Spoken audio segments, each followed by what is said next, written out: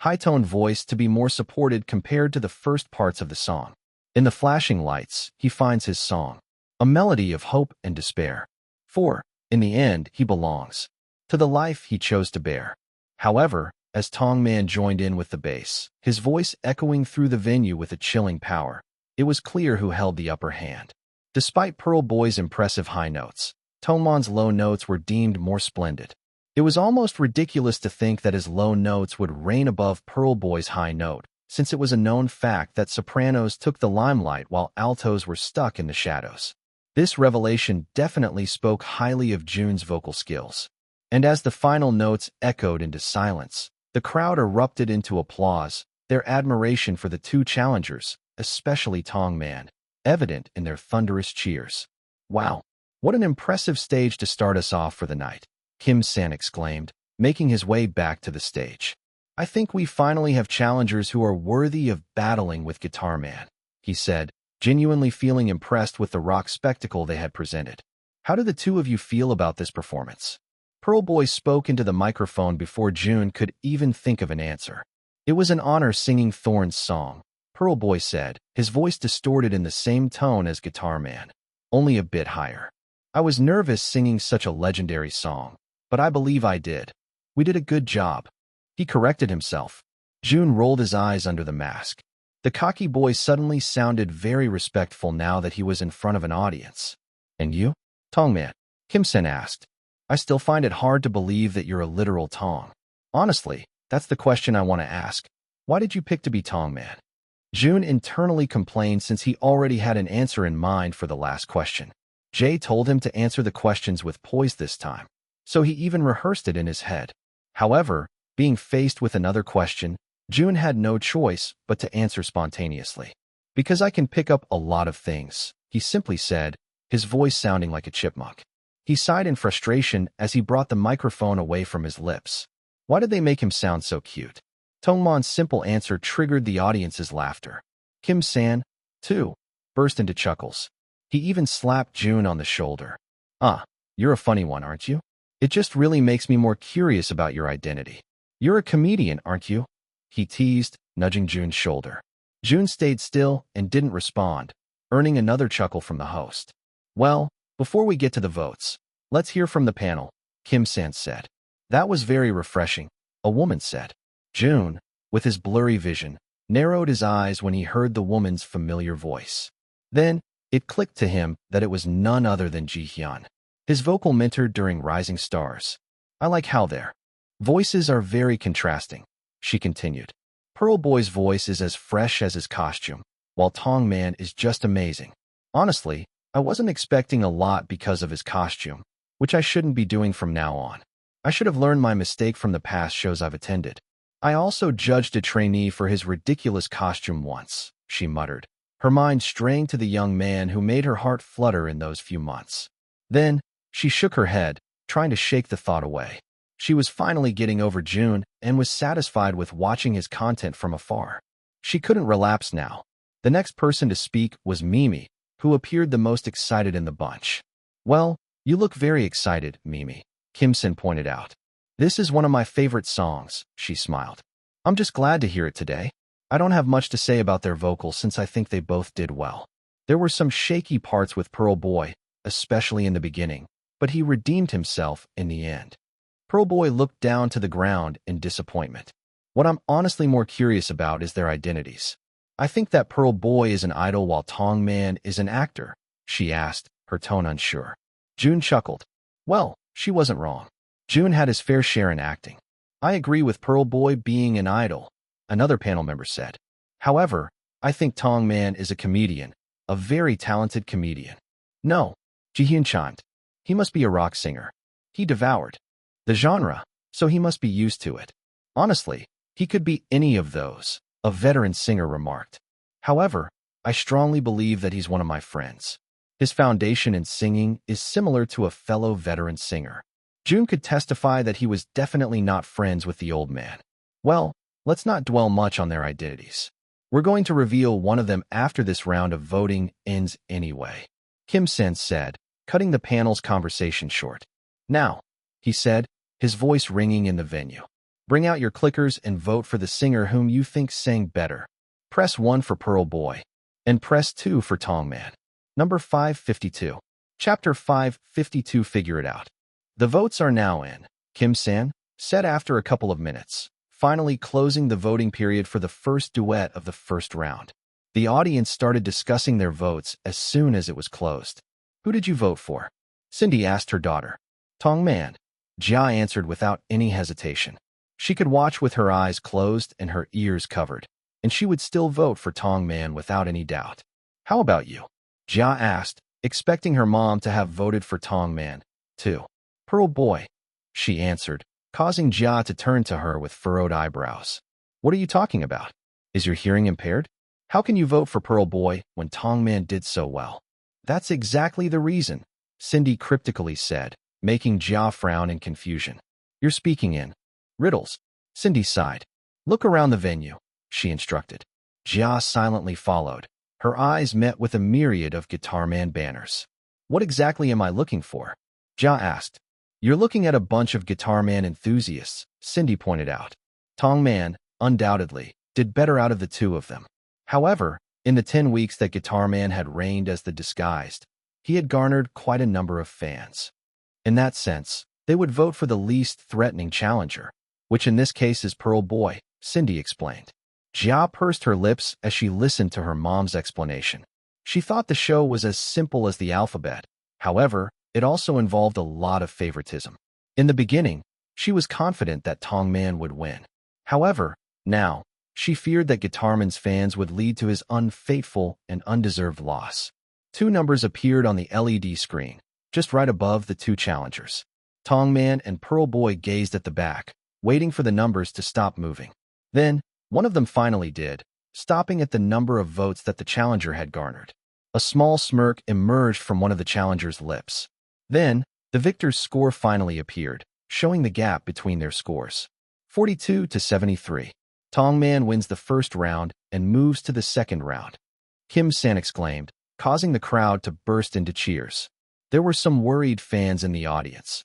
However, some of them ultimately voted for Tong Man because they thought he genuinely deserved it with his vocal tone and skill. Jia sighed in relief when she saw that Tong Man had won, feeling more excited for the next stages to come. Tong Man will move on to the next round and compete with the challenger who wins the second duet, he excitedly said. Then, if he wins the next round, he will have the opportunity to battle it out with Guitar Man. Ooh, I'm already excited just thinking about it. However, Kim San quickly added, turning to audience. I'm really curious about Tong Man's identity. Why don't you make this guy lose on the next round so we can finally know who he is? The audience, including Jun, chuckled in amusement. Jia, however, sent daggers toward Kim San's way through her gaze. This darn host, she whispered. Unfortunately, Pearl Boy is eliminated from the competition and will need to reveal himself to the public. However, to not let his effort go to waste, he will be singing the song he prepared for the second round. The people cheered for Pearl Boy, who bitterly bowed to the crowd. Then, his gaze snapped toward Tong Man. Although Pearl Boy's face was covered, Jun could still feel his scrutinizing glare under the thick material. Jun shook his head and went down the stage to give Pearl Boy his time to shine. As he walked down the stage, he saw Pearl Boy singing a pop song that suited his voice a lot more than Life of the Party, making the audience enjoy his performance better than the duet song. Then, after the first chorus, a countdown was heard before Pearl Boy finally revealed his identity to the audience. Jun smirked when he saw that it was, indeed, one of the younger members of Matchsticks, the group that Jay had told Eve to watch out for. Similar to them, they debuted through a survival show, so the comparison might be even worse than with Octus. However, seeing the young man's cocky attitude, Jun already thought that there was no use thinking of their team as a rival. Octa was a worthy rival, especially Uno. Jun had no time playing with little kids who were nearly Minjun's age. With that, he started walking back to his waiting room. However, with only one step forward, Fu appeared before him with a new mission. Lucky mission. Lucky mission. Jun has stepped on a lucky mission. Jun sighed and massaged his temples through his disguise as Fu sang inside his mind. The title of the mission is Steal the Throne. Disguise Surprise Singer is one of my favorite shows. Congratulations on being invited. As the host knows, Guitar Man has reigned as the disguised for 10 weeks straight now. Break the streak and take the throne. Improve your vocal aspect as soon as you sit on the throne. Failure to win against Guitar Man would result in vocal skill deduction by 2 grades. Jun read Fu's messages and felt a bit conflicted. At first, he was determined to increase his vocal skill to an SSS purely with his hard work and determination. However, seeing the demerit made him think. Otherwise, it was hard getting his vocal skills to where it was now, and he wanted to protect it at all costs. Still, Jun wanted to increase his stats right before the second round. He had been practicing intently after King of Kings ended, and he was sure that his hard work points must have accumulated at this time. Show me my current vocal hard work points, Jun whispered, knowing that Fu was capable of showing his stats whenever they improved, even by a mere fraction. The host requested for it to be shown only when it reached 100. Jun sighed as he shook his head. That was because you notified me every second when I was trying to write luster back then. Now, I need you to go back to that format. No can do. Figure it out yourself. Number 553. Chapter 553 Tong Man vs. Sunshine Lady. The first round ended with Jun still not knowing his vocal hard work points. He had pestered Fu continuously in his mind, but the annoying system was insistent on keeping the same format. What a menace, Jun whispered as he went out of the waiting room, still cursing at Fu in his mind. As he arrived backstage, he saw Sunshine Lady, the winner of the second duet, waiting for him in the seats. She stood and bowed deeply at Tong Man, which surprised Jun himself. Sunshine Lady was acting too respectfully toward Jun when her singing voice appeared older and more mature. She's most definitely in her late 20s, he thought, certain that Sunshine Lady was a singer/actress that he had heard the songs of. Her voice was just so distinct that it was hard not to recognize her. Jun believed that even the panel had guessed her identity because her tone was very specific. However, it seemed like she did not have a clue about Jun's identity since she treated him like a senior singer. Sunshine Lady would definitely be in for a surprise when she realizes that Tong Man was a mere 21-year-old who debuted only a few months ago. The second round finally begins. Kim-san exclaimed, earning a round of applause from the audience. The past 2 performances heated the venue up, and we want to keep the fire burning in this place. So, without further ado, let's already call on our final 2 challengers, Sunshine Lady and Tong Man. The 2 challengers arrived at the stage, the claps deafening as the audience was excited for their battle. Let me explain the mechanics of this battle briefly. Kim-san started off. Unlike the first battle, these 2 challengers will now sing one song after the other. Sunshine Lady would sing first while Tong Man will go second. After Sunshine Lady's performance, it would immediately shift to Tong Man's song. Both challengers will stay on the stage all throughout the 2 performances. Then, after the 2 songs, we'll go right ahead with the voting. The person with the highest votes will be the disguised challenger, which means that they'll have the chance to take away the throne from our 10-week champion, Guitar Man. Sunshine Lady and Tong Man nodded in understanding. However, before we start, let's have a mandatory question and answer portion. Kim-san excitedly said. Let's start off with Sunshine Lady. How do you feel about battling it out with Tongman? Well, it's definitely an honor, she said, her voice distorted in the same way as Jun's. Jun frowned in confusion. How come all the other men's voices were distorted lower while he sounded like a chipmunk like Sunshine Lady? I watched his performance a while back and nearly cried because of his portrayal of the lyrics. I'm secretly hoping that he doesn't sing a song within his genre so that I'll have a chance to win, she joked, even chuckling. Kim-san, too, chuckled in amusement. You sound very fond of Tong Man, Kim-san pointed out. You're speaking about him with high regard, too. Tell me, do you secretly know of his identity? Sunshine Lady abruptly shook her head. Oh, it's not anything like that. The production crew did a very good job in keeping our identities from each other. As I walked into the building this morning, all I saw were people in costumes. So, I'm not 100% sure about Tongman's identity. Jun turned to Sunshine Lady, surprised that she might actually have a clue about his identity. And who might that be? San asked. It's hard to tell, Sunshine Lady responded. However, from the panel's comments a while back, I agree that he might be an old actor or a veteran singer. However, Jun quickly shook his head when he realized that Sunshine Lady actually didn't have a clue at all. Well, let's head to Tong Man, shall we? Kim-san asked, slowly making his way over to the bright figure next to Sunshine Lady. As soon as his name was mentioned, screams erupted in the venue, surprising Sanan Jun himself. Well, it seems like you already have some fans, San said. That was fast. However, I definitely see the appeal. Who knew that a guy with a tong on his head could sing so beautifully? The audience and the panel chuckled at San's statement. My question for Tong Man is, what kind of song are you going to perform for us this afternoon? Sunshine Lady over here already wished that you wouldn't sing your usual genre. Jun didn't know how to answer San's question.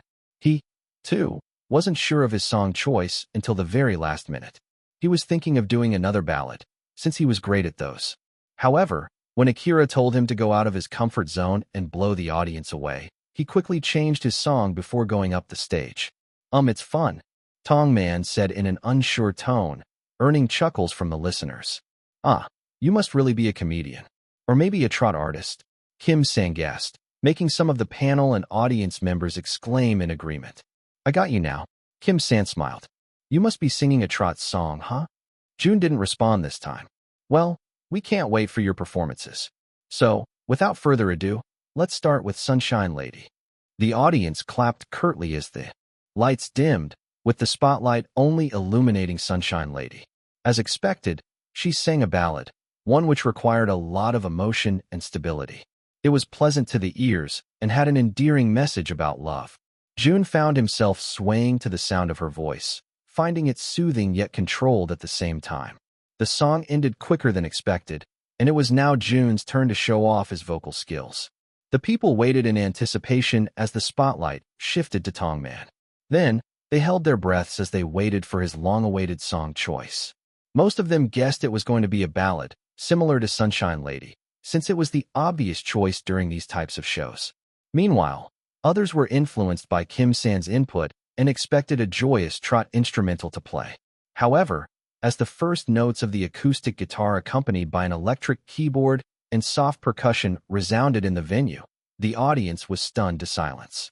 Ji-hyun, who fully expected Tong Man to be someone of her age or maybe even older, shook her head in disbelief. He's going to sing an R&B song? Number 554. Chapter 554, Sugar Kiss. Jun thought hard about it. During Rising Stars, he sang a lot of R&B-inspired songs. His voice had always leaned toward a more R&B and acoustic sound. However, after a while, he had grown to sing pop and ballads better. For this particular stage, he somewhat wanted to use his voice as an advantage. It was pretty agile, however, its agility wasn't really shown much in their songs and title tracks because they were quite pop-heavy. Plus, what Akira told him definitely urged him to choose a song that he usually didn't sing. He believed it would add to the surprise factor of his performance, too. As the spotlight illuminated Tong Man's vibrant figure, the audience fell into a hush. Then, the opening chords of Sugar Kiss resonated through the auditorium, sending wavelengths of shock across the audience. The soulful yet sweet instruments left the audience confused. Tong Man was actually going to sing this song? What the heck? R&B? Isn't this a very recent song too? Yeah, and it's very trendy in clubs and all that. A veteran singer is actually going to sing such a risque song on this program? Guitar Man leaned his elbows against his knees, waiting for Tong Man to utter the first words of the song. He had been trying to figure out his identity from the beginning, and although a lot of people had made their assumptions, Guitar Man believed that none of them were right. Her lips like honey, so sweet and divine. A taste that lingers, like aged red wine. With just one touch, I'm lost in a trance. A prisoner of her intoxicating romance. As Jun finally began to sing, a loud gasp was heard from the audience, surprising many of them for the sudden shift in his voice. From the very first syllable, it was clear that this was not the same performance as before. There was a newfound sexiness to his voice, a richness that bloomed with each passing moment. His tone, though unmistakably still his own, was able to take on the genre of R&B without any trouble. Are we still listening to the same person? Ji-hyun asked Mimi, who was equally as confused right by her side. Mimi frowned as she closed her eyes and listened to his voice. Her kiss, a drug I can't resist. A bittersweet addiction that I can't dismiss. Lost in the moment, I surrender all control. caught in her sugar-coated soul. Jun smiled, enjoying how his voice sounded through the expensive microphone. He played with the melody, adding subtle runs and flourishes that spoke well of his vocal skills. His phrasing was also impeccable, every word dripping with intensity. Sunshine Lady, despite being his competitor, couldn't help but feel amazed by how Tong Man tackled the unexpected genre. It also made her realize that her guess about his identity was way off. Most people, especially the panel, felt the same way. With how Tong Man was singing, he sounded like a genuine Korean R&B artist. Were they mistaken about him being a veteran, a trot singer, or a balladeer? Then came the chorus. Tong Man's voice soared effortlessly, his head and chest voice transitioning seamlessly to falsettos, one line after the other. Sugar kiss, oh how you tempt me, with your saccharine lips, so dangerously sweet. Every time she leans in, I feel the rush. A wave of euphoria, a feverish crush. Her kiss, a curse, yet I can't break free. Enslaved by desire, lost in ecstasy, blinded by passion, I stumble into the abyss. Haunted by her sugar kiss. In this round, the challengers were only given a chance to sing up until the chorus. So, the performance ended abruptly after the first chorus, the final notes fading as the stage lights were once again illuminated. Yet, at that moment, it seemed like the people were still waiting for Tong Man to continue singing. 1. Because the sound of his voice was as addicting as the sugar kiss he was singing about, and 2. Because they wanted to find out his real identity. Jia heard confused questions around her, all wondering who this talented man was. It made her realize that not a lot of people had the privilege of getting to know Jun, which made her proud that she was able to discover him even before his rise to stardom. And now, more people were getting to know him. However, they still had to endure the suffering of oblivion before they got to know who he truly was. Honestly, Jia also found it hard to believe that the person who sang just now was Jun. She was aware of his impeccable vocal talent. Yet, it seemed like he improved every time he performed on stage. If an average fan heard this particular stage, they, too, would be stumped on his identity. They would probably find his voice familiar, but it wouldn't be enough for them to conclude that it was, indeed, Jun. Jia was just another breed. She felt like she knew everything about Jun, without crossing the boundaries, of course. As their applause faded into the silence, the judges began discussing among themselves, setting chaos within the panel. They were all visibly stunned, their expressions showing awe as their applause faded into the silence. The judges began discussing among themselves, setting chaos within the panel. And confusion. Just who was this masked marvel? And where had he been hiding all this time? Calm down, judges, Kim San exclaimed as they started discussing Tong Man's identity. We'll go with your comments a while later. For now, let me interview these two contestants again. Tong Man, San said, walking over to where Jun was. That was an unexpected song choice. Yeah, Tong Man nonchalantly said, earning some chuckles from the audience. You're really much more charming than I initially thought, San smiled. How could you sing an R&B song right after a rock song? Well, the rock song wasn't my choice. It was just given to me by my manager. I believe the production crew was the one who assigned the song, he honestly said. Goodness, Kim San laughed out loud, tears welling up in his eyes. You're an honest lad, aren't you? You even exposed our production crew's secrets. The audience and panel, too, laughed since this was the first time they heard a contestant being so blunt and straightforward. I know that a lot of people are curious about your identity. Tell me, are any of our guesses correct? What were the guesses again? Tong Man asked, honestly not paying much attention to their comments regarding his identity. Well, there was a trot singer, a balladeer, a rock artist, an actor, and now, I believe you might be an R&B artist. Jun pursed his lips before shaking his head. None of those. San asked, is there anything remotely close? It suddenly hit Jun that he had acted before. However, he hasn't really considered himself an actor yet. Yeah, I guess. Some of them fit. I see. You must be a multi-talented artist then, Kim San said. Speaking of multi-talents, he started off. This segment has been pretty helpful to the panel and to the audience in guessing the challengers' identities. Why don't we conduct a talent portion for Tong Man? San asked the audience.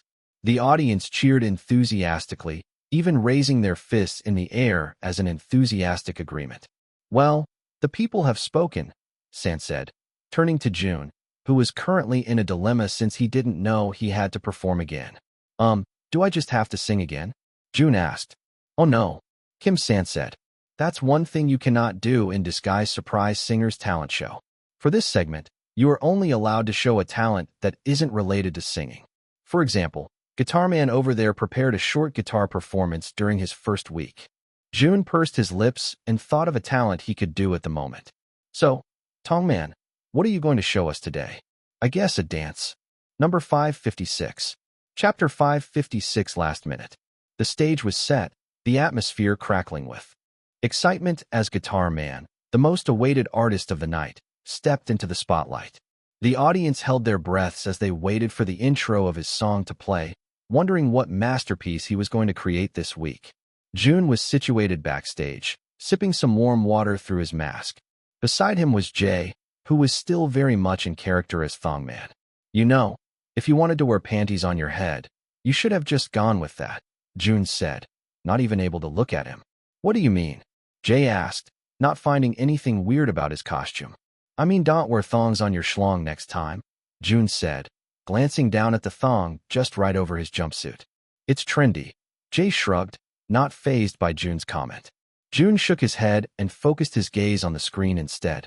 The crew was just making some final preparations before Guitarman's performance officially started. I've only realized now, Jun started off.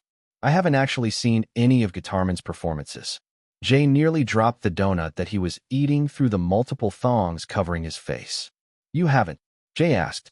Have you been living under a rock? I've seen some clips on Naval, Jun said, but I never really clicked on them. I was supposed to watch an episode with Akira and Jisung, but we just talked most of the time, so I didn't get to watch his performance. Well, you're in for a surprise, Jay said. Guitar Man won for 10 straight weeks for a reason. Jun nodded, not expecting any less from him. Fortunately, the intro of the song finally started, and the audience held back their squeals when they recognized the classic song. The first chords of Drunk Words echoed through the venue, the people closing their eyes to feel the weight of its sound. It was a song that was usually sung in karaoke, especially by drunk men who got their hearts broken. So, it was a song that not only made women bawl, but also made men weak on the knees. As the white light surrounded Guitar Man, he began to sing. And at that moment, Jun also understood why he had been the reigning champion for the past 10 weeks. In the dead of night, with whiskey in my hand, I stumble through the darkness, trying to understand. My words heavy on my tongue, but they slipped through my fingers, like the setting sun. His voice spoke of his experience, and truly, he sounded like a veteran singer with every note he sang. The audience's reaction flashed on the screen, showing their smitten expressions for Guitar Man. They swayed side to side, already loving the performance despite only hearing a single verse. However, despite Jun's amazement at Guitarman's vocal skills and portrayal, he couldn't shake off the nagging feeling inside his mind.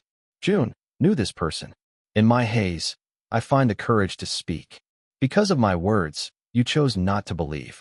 I'm drowning in regret as the truth remains unheard. For in the sober light, my love is just drunk. Words. As he sang the chorus, it became all too clear. So, it's you. Jun smirked, crossing his arms in front of his chest. Jay snapped out of his daze once he heard Jun utter those words. What do you mean by that? He asked. Jun turned to Jay. I think. No, I definitely know this person. What? Jay asked with wide eyes. How were you able to guess his identity when you've only heard him sing once? I've been guessing for the past 10 weeks. That's because you're stupid, Jun seriously responded. Jay pursed his lips and paused for a while before nodding. You're not wrong about that. When you sang a while back, I almost forgot it was you. In the end, I was doing a guessing game in the waiting room, he chimed. Jun shook his head in amusement. Well, who is it? Jay asked. Jun leaned into Jay's ear and whispered the identity of Guitar Man. Jay recoiled in shock, even covering his mouth in the process. You're right, man. You're so right. I'm so stupid for not noticing it before, Jay said, bonking his head. Well, it's unexpected for him to join a competition like this, Jun said as he leaned against his chair, staring at how Guitar Man devoured his stage. Drunk words, sober thoughts. But you're a distant memory in my heart's vaults. I'm shouting into the void, but you refuse to hear.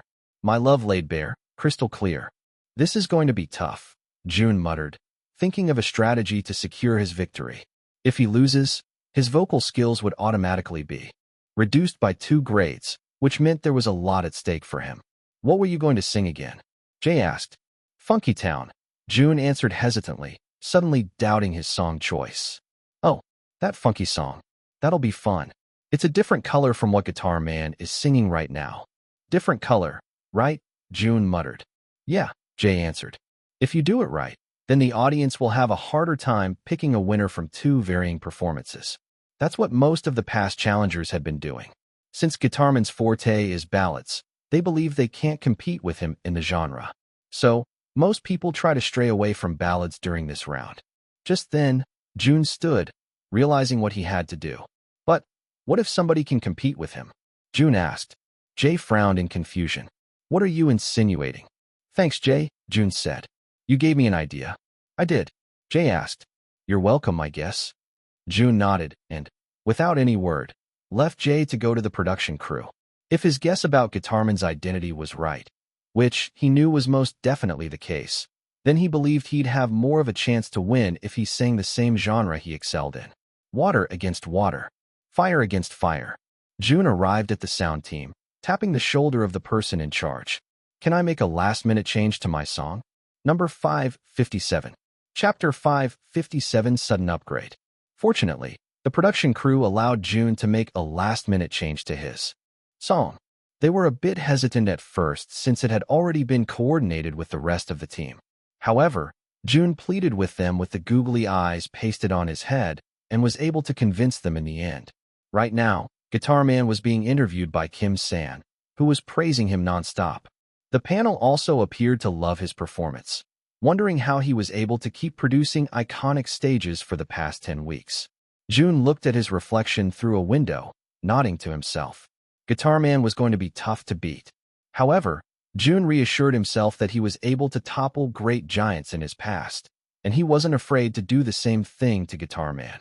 As San continued interviewing Guitar Man, Jun practiced the song, muttering the lyrics under his breath. He didn't get to practice the song that much.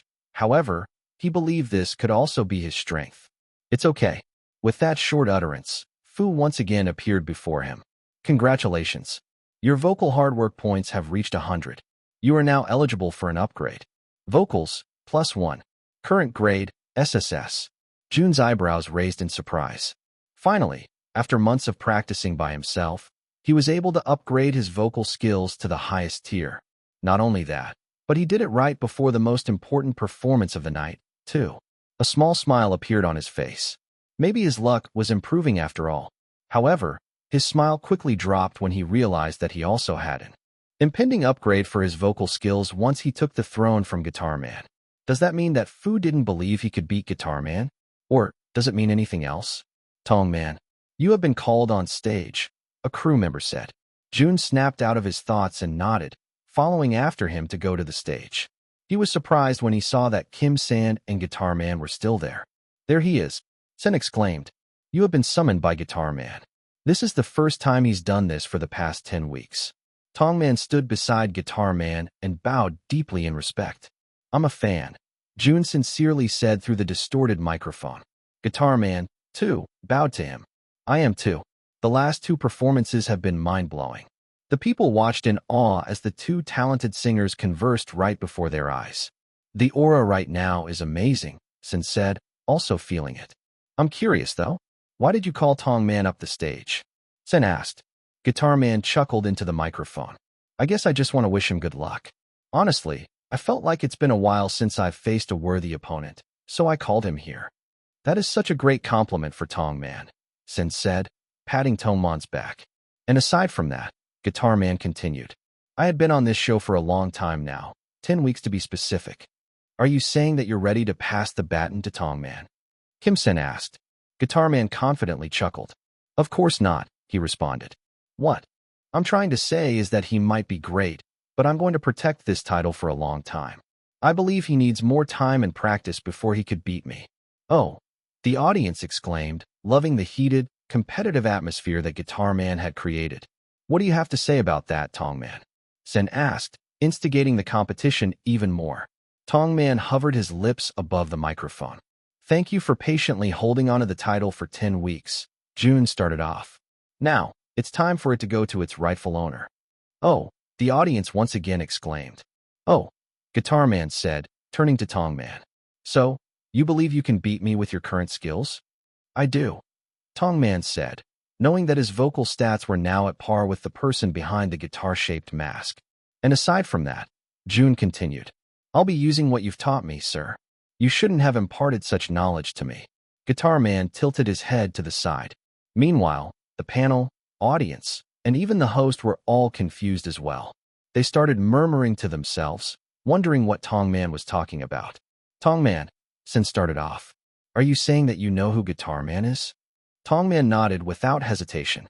Gasps were heard in the venue as they started speculating about the relationship between the two. Guitar Man placed his hand over his chest, taken aback and becoming even more curious about who Tong Man was. Sin chuckled when he noticed Guitar Man's reaction. Well, it seems like Guitar Man didn't expect it, too. You know me? Guitar Man asked. Are you sure? Why don't you tell him something right now, Tong Man? Sin asked. Jun smirked and walked over to Guitar Man, placing his microphone down so it would not pick up his words. Prepare to pack your bags, master, Jun whispered.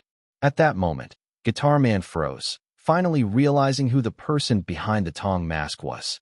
He pointed at Tong Man, still in disbelief. It's you, huh? Guitar Man said into the mic. The people were amazed by the situation.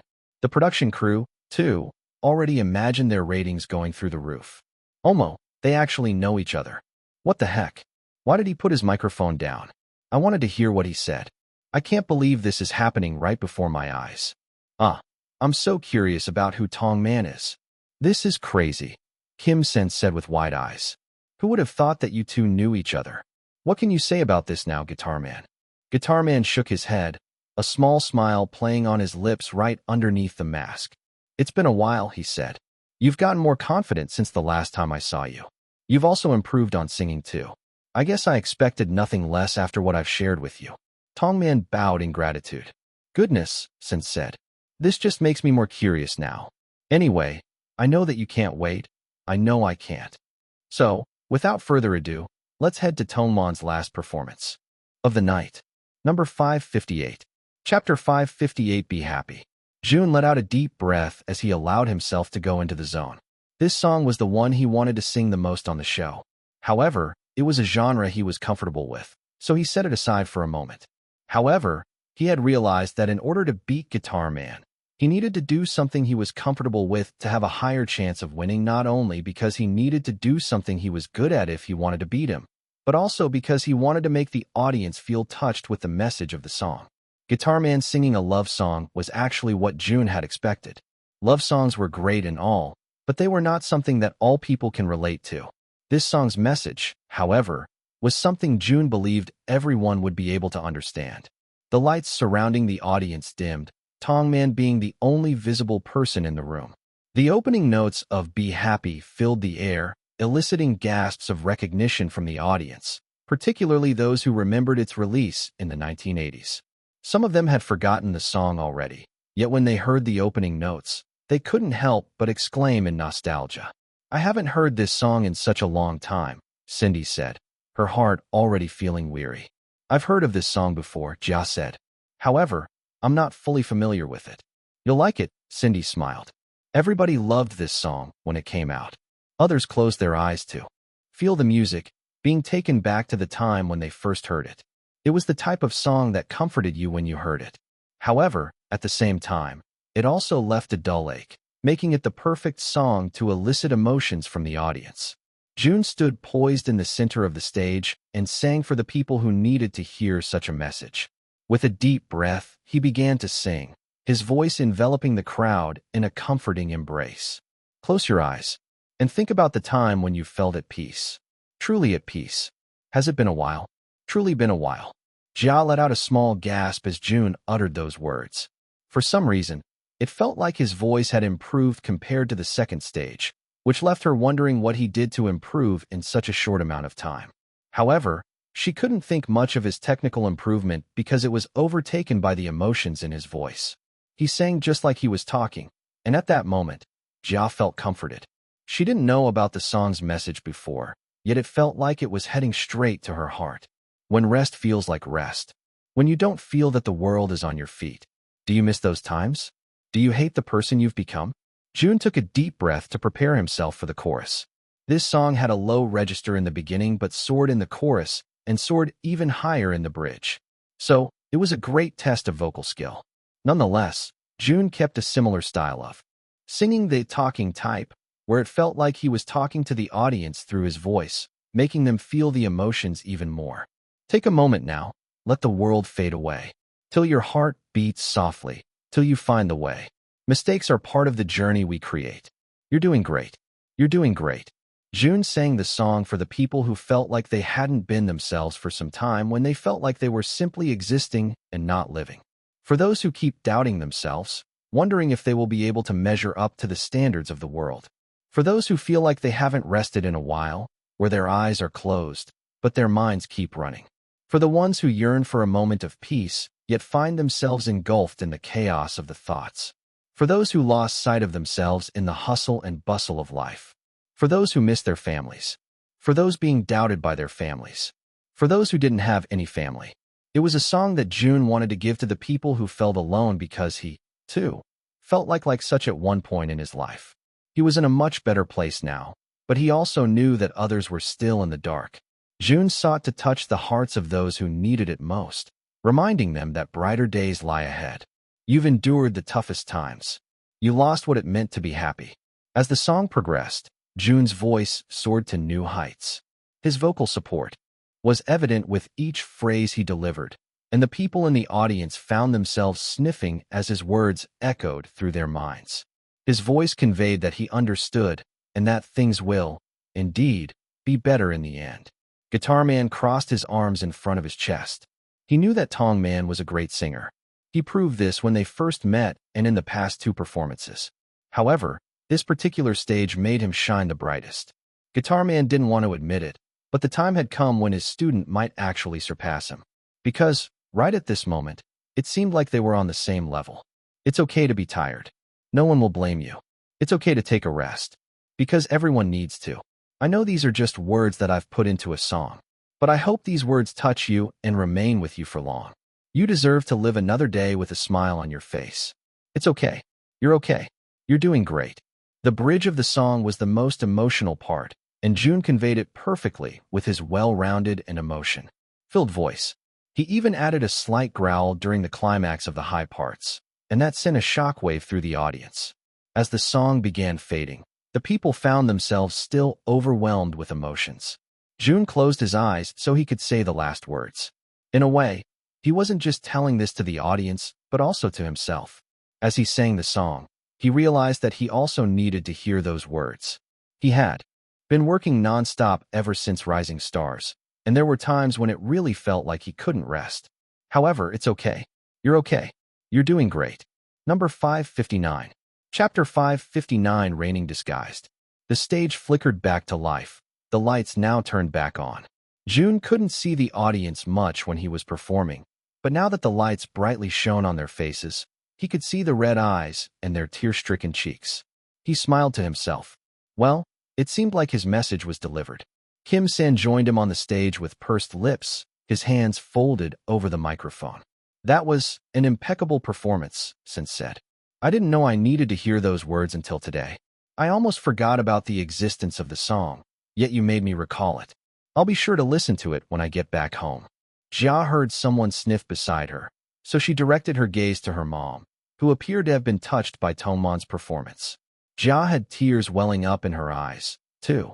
However, she held back in case Jun saw her in the front rows. Even if she wanted to bawl her eyes out, she had an image to keep. What do you think? Jia asked her mom. That was amazing, Cindy sighed, feeling a bit hesitant since she felt like Tong Man did a better job than Guitar Man. There hasn't been an instance where Guitar Man made her cry like this, yet this person, one she wasn't familiar with, made her cry like a baby with just one song. Now, shall we go with the comments of the panel? Kim Sen asked. The panel members were shown on screen, most of them with red eyes since they held back their tears. Ji Hyun was the very first one to speak. I think Guitar Man finally found himself a great rival. Jun's eyebrows raised in surprise underneath his mask. He knew that he did a great job. However, to be considered being at Guitar Man's level was astronomical. He had basically been in the industry for more than 2 decades now. Guitar Man, however, didn't seem to be appalled.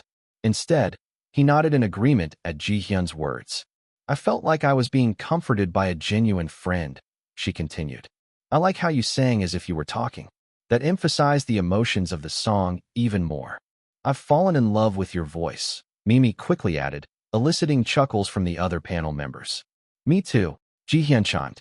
Like Sin said, you sang me the words I never knew I needed to hear. It was as if you were right beside me all throughout my life, and that you knew of my journey. You've touched our hearts in unspeakable terms, and I'm really thankful for the stage you've put out today, Mimi concluded her comment. I must say, I'm quite jealous, Chong-young, a veteran singer, said. I want to sing as great as you.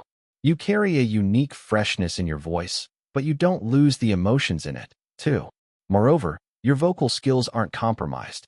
I don't know if the other panel members have noticed this, but I feel like there has been a slight improvement in your voice, he continued. It's very subtle, and it made me wonder if this genre is actually your profession and the other two were flukes. Ah, Ji-hyun exclaimed. I was so caught up in the performance that I forgot about his identity for a second. This just makes it more confusing. This just means that he's capable of doing a lot of genres, Chong-young said. So, I have another reason to believe that he's a veteran singer who's somewhat young and started training in an entertainment company at a young age. Perhaps, maybe he's Storm? He asked. The other panel members exclaimed in agreement, fully agreeing with his guess. Almost Storm? The first-generation idol? Cindy asked, suddenly feeling excited. The others, too, were open about the idea of Tong Man being Storm. He can be Sandal, too, another chimed. You're right, Mimi exclaimed. He's a multi-talented singer who dabbled in a lot of projects, too. So, we've narrowed it down to 2, Sandal and Storm, Ji-hyun said. I actually believe we got this one in the bag. Jun smirked, subtly shaking his head. Jun hasn't even met those people. However, he knew that they had been in the industry for a long time, so being mistaken for them wasn't bad at all. Now, Kim-sen exclaimed, capturing everybody's attention. We finally came to the last event of the night, the voting of the disguised. The people were so caught up in Tongmon's performance that they nearly forgot they still had to choose between Guitar Man and him. Will Guitar Man please come up to the stage? Sen asked. Guitar Man unwaveringly stood and walked down to the stage, standing right beside Jun as they waited for the voting to start. Jun glanced at him, but was surprised when he saw that Guitar Man was already looking at him. Guitar Man gave him a thumbs up, to which he nodded in response. Kim-sen cleared his throat and brought the microphone to his lips. A subtle drumming beat could be heard, making the audience and panel members excited yet nervous about the voting period. It's time for us to vote, Sen exclaimed. The spotlight focused on the 2 singers, both of them deserving of winning the title. The drumming beat became more intense as Kim-san introduced the 2 singers once more.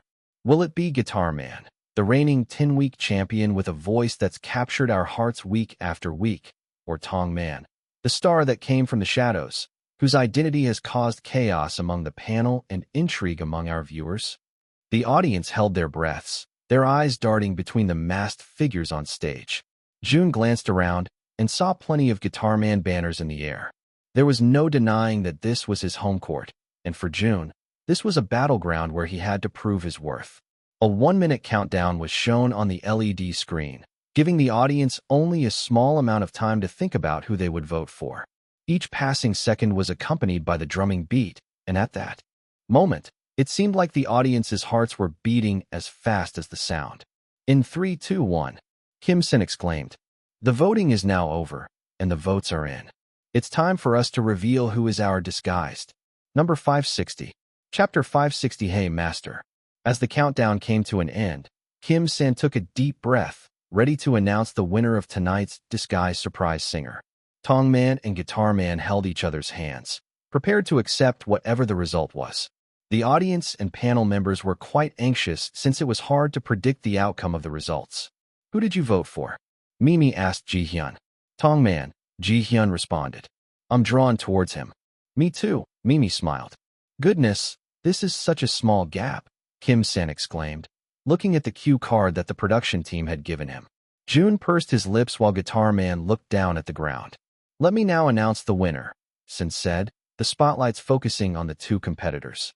The LED screen once again showed the escalating numbers, and it seemed like the two numbers were moving at an equal pace. With only a 1-point gap, Kim-san started off. The audience gasped collectively when the results were finally shown. 1 point. This is crazy. That meant that one person made all the difference. Goodness, this episode is going to go viral once it airs. It's been a good run for him. Tong Man is our new disguised singer, overtaking the 10-week reign of our precious Guitar Man. Sen concluded. The people were still silent, in shock that Guitar Man was defeated. Nonetheless, they thought that it was a worthy loss. Tong Man was a deserving victor, and they didn't question how he had won. Meanwhile, Jia sighed in relief as she stared at the two numbers on the screen. 66 to 67, Tong Man's victory. She turned to her mom and squeezed her arm. Thank you for dragging me out of bed this morning, Jia said. Cindy glanced at her daughter in confusion. What are you talking about? Jia didn't respond and continued looking at the numbers. If her mom didn't force her to come, then the results would have been very different. Unfortunately, this means that Guitar Man would no longer be with us, Sin said, sadness heard in his voice. The panel members, too, appeared a bit disappointed to see him go. He has been a constant presence for the past 10 weeks, so they've gotten used to him being on the throne. The audience clapped loudly for Guitar Man as he humbly bowed on stage. He glanced at Jun before nodding in acknowledgement. Jun bowed deeply in respect. Do you have anything to say to everyone? Sen asked. Guitar Man nodded and took the microphone from the host. First of all, I want to say thank you to everyone who listened to me sing. It has been my passion since I was young, and being able to make you happy, sad, angry, or frustrated with my performances brings me great joy. I hope that even though I am away, you will continue watching my performances, Guitar Man said without a trace of regret in his voice. I've been here for 10 weeks now, and honestly, I believe it's time for a change. I couldn't have lost to a better person than Tong Man. Please support him just as you've supported me, if not more. He's a great person, and I can't wait to see your guys' reaction once he finally reveals his identity. Guitar Man ended his speech on a good note, eliciting another loud round of applause accompanied by shouts from the audience. Would you tell us Tong Man's identity before you go?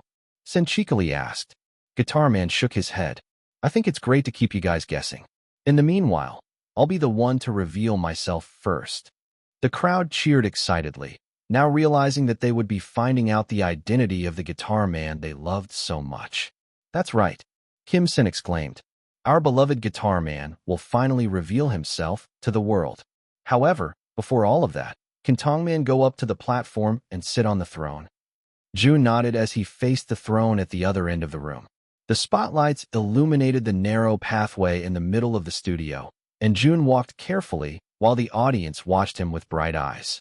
Then, when he finally arrived, he gracefully sat on the throne where he rightfully belonged. A ringing sound was heard, signifying that a new disguised was in town. The room erupted into cheers as they congratulated Tong Man on the new title. Afterward, they directed their gazes back to the stage, where Guitar Man was getting ready to reveal himself. Without further ado, Kim-sen started off. Guitar Man, please reveal yourself. Guitar Man turned around, where some audience members were sitting. The lights dimmed on the stage as the reigning champion removed his mask and turned his back to the majority of the audience. Once his mask was off, those before him gasped in surprise. Then, a 5-second countdown was shown on screen as Guitar Man prepared to turn around. Finally, after what seemed like an eternity, Guitar Man revealed himself to the public. The audience exclaimed in surprise when they saw him, some even standing to confirm if it was really him. Some of the panel members covered their mouths in shock, while others nodded in recognition. I knew it, Chongying said. He really came here, huh? Mimi and the other idols on the platform quickly bowed their heads in respect. The veteran singer for all generations. An iconic songwriter whose songs keep touching our hearts. We have none other than Lee Sik. Sen finally revealed. The audience erupted into their loudest cheers of the night, welcoming Lee Sik into the world. Jun stood from his throne, joining the crowd in their clapping. The moment he sang during the last stage, Jun knew that it was Lee Sik, the singer he sang Father with, and his vocal master. I'm not used to facing you guys without a mask, Lee Sik chuckled, feeling shy. It's really you, Sik, Kim Sin said. I had my hunches because your voice sounds very distinct, but I didn't think you'd come here while you're busy with your kids. Yeah, Sik scratched the back of his head. Honestly, I was actually planning on being here for only 1 week. Yet I've been here for 10 weeks now. My wife's getting impatient, so I'm glad that Tongman finally took the throne. He joked, eliciting some chuckles from the audience. Kim Sen laughed loudly. We're sorry, Mrs. Lee. We like your husband's voice very much, he said to one of the cameras. Nonetheless, Lee Sik quickly added, I'm really thankful for all of the support that I've gotten. I never expected you guys to love my voice so much, so it's been overwhelming. And to Tongman, who's currently sitting on the throne, I want to say good luck for the next few weeks. Let's grab a meal when you have some free time, he smiled. Tongman held out an okay sign while smiling inside his mask. Well, that ends Guitarman's journey on Disguise Surprise Singer, Sin said, ready to conclude the shoot. Next week, there won't be a pre-recorded shoot. Instead, we'll be going back in 2 weeks for a special live show of Disguise Surprise Singer for its 2-year anniversary. We'll see you guys there, he continued. The crowd murmured excitedly at the announcement of the live show. With that, the shoot finally ended. Jun walked back down to the stage to talk some more with Lee Sik. However, before he could reach him, a notification appeared right above his head. Congratulations. Host, you have successfully fulfilled your mission. You are eligible for a vocal skill upgrade. Vocal, +1. Current vocal stat, X. Number 561. Chapter 561 First Comeback. Jun was now back in their dorms and was determining what his new upgrade meant. At first, he thought that his stats would only go up to an A+, similar to a school grading system. However, it surpassed his expectations, and now, almost all his stats were at the S tier. It seemed like it still wasn't over, though. What was X supposed to mean? X, he muttered, wondering if it was a good thing or not. He tried asking Fu over and over again, but the pesky system didn't reply. He locked his door and opened the window before whipping out his phone and pressing the record button. He sang a little bit of Luster to see if there was a difference in his vocal skill. However, as he played back the recording, he didn't find any changes at all. In fact, he could hear a bit of fatigue in his voice due to singing 3 songs in the past few hours. What the heck, he asked himself. What does this mean? 1 week later. Wake up. Everybody rise and shine. It's the day of our comeback. Akira cheerily knocked on all of his teammates' doors. Jun got up with a small frown. He glared at Akira while the latter merely stared at him with innocent eyes. What? Akira asked. It's, Jun glanced at the wall clock. 3:30 in the morning. Yeah, Akira trailed off. So what? Jun sighed and ran his fingers through his hair. At that moment, the other members also started going out of their rooms, all of them in grumpy dispositions like Jun. Akira, Seth exclaimed. I was having my beauty sleep. I was only about to sleep, Jisung sighed. You woke me up just when I was feeling myself falling asleep. What are you even doing at this time? Rin asked. Jisung sheepishly smiled. Playing games. Rin shook his head in amusement. Kids, he muttered. Jae-young slapped his cheeks awake while subtly glaring at Akira. What the heck did you wake us up so early for? It's our comeback day, Akira excitedly said in a sing-song tone, skipping around the room. We know that, Jun deadpanned. Now, I'm going back to sleep. Akira clicked his tongue and held onto Jun's arms. You don't look excited at all. Where's the spirit? We'll have the spirit earlier, Sehun said, yawning. Let us rest, Akira. We still have a schedule later. Exactly, Akira exclaimed. We're going to have our comeback live and wait for the release of the music video along with our fans. Yeah, Rin said, holding onto Akira's shoulders and crazily shaking him. At 5 p.m., our music video is going to be released at 6 in the evening. Oh, Akira said, covering his mouth in shock. It wasn't 5 a.m.? The members sighed collectively before wordlessly going back to their rooms. Akira pursed his lips and held onto Jisung's arm. It was an honest mistake, he said in an unsure tone. Jisung shook his head in disappointment before going back to his room. We could still bring up the fighting spirit. The earlier the better. Right, guys? Akira was met with cricket sounds. Guys.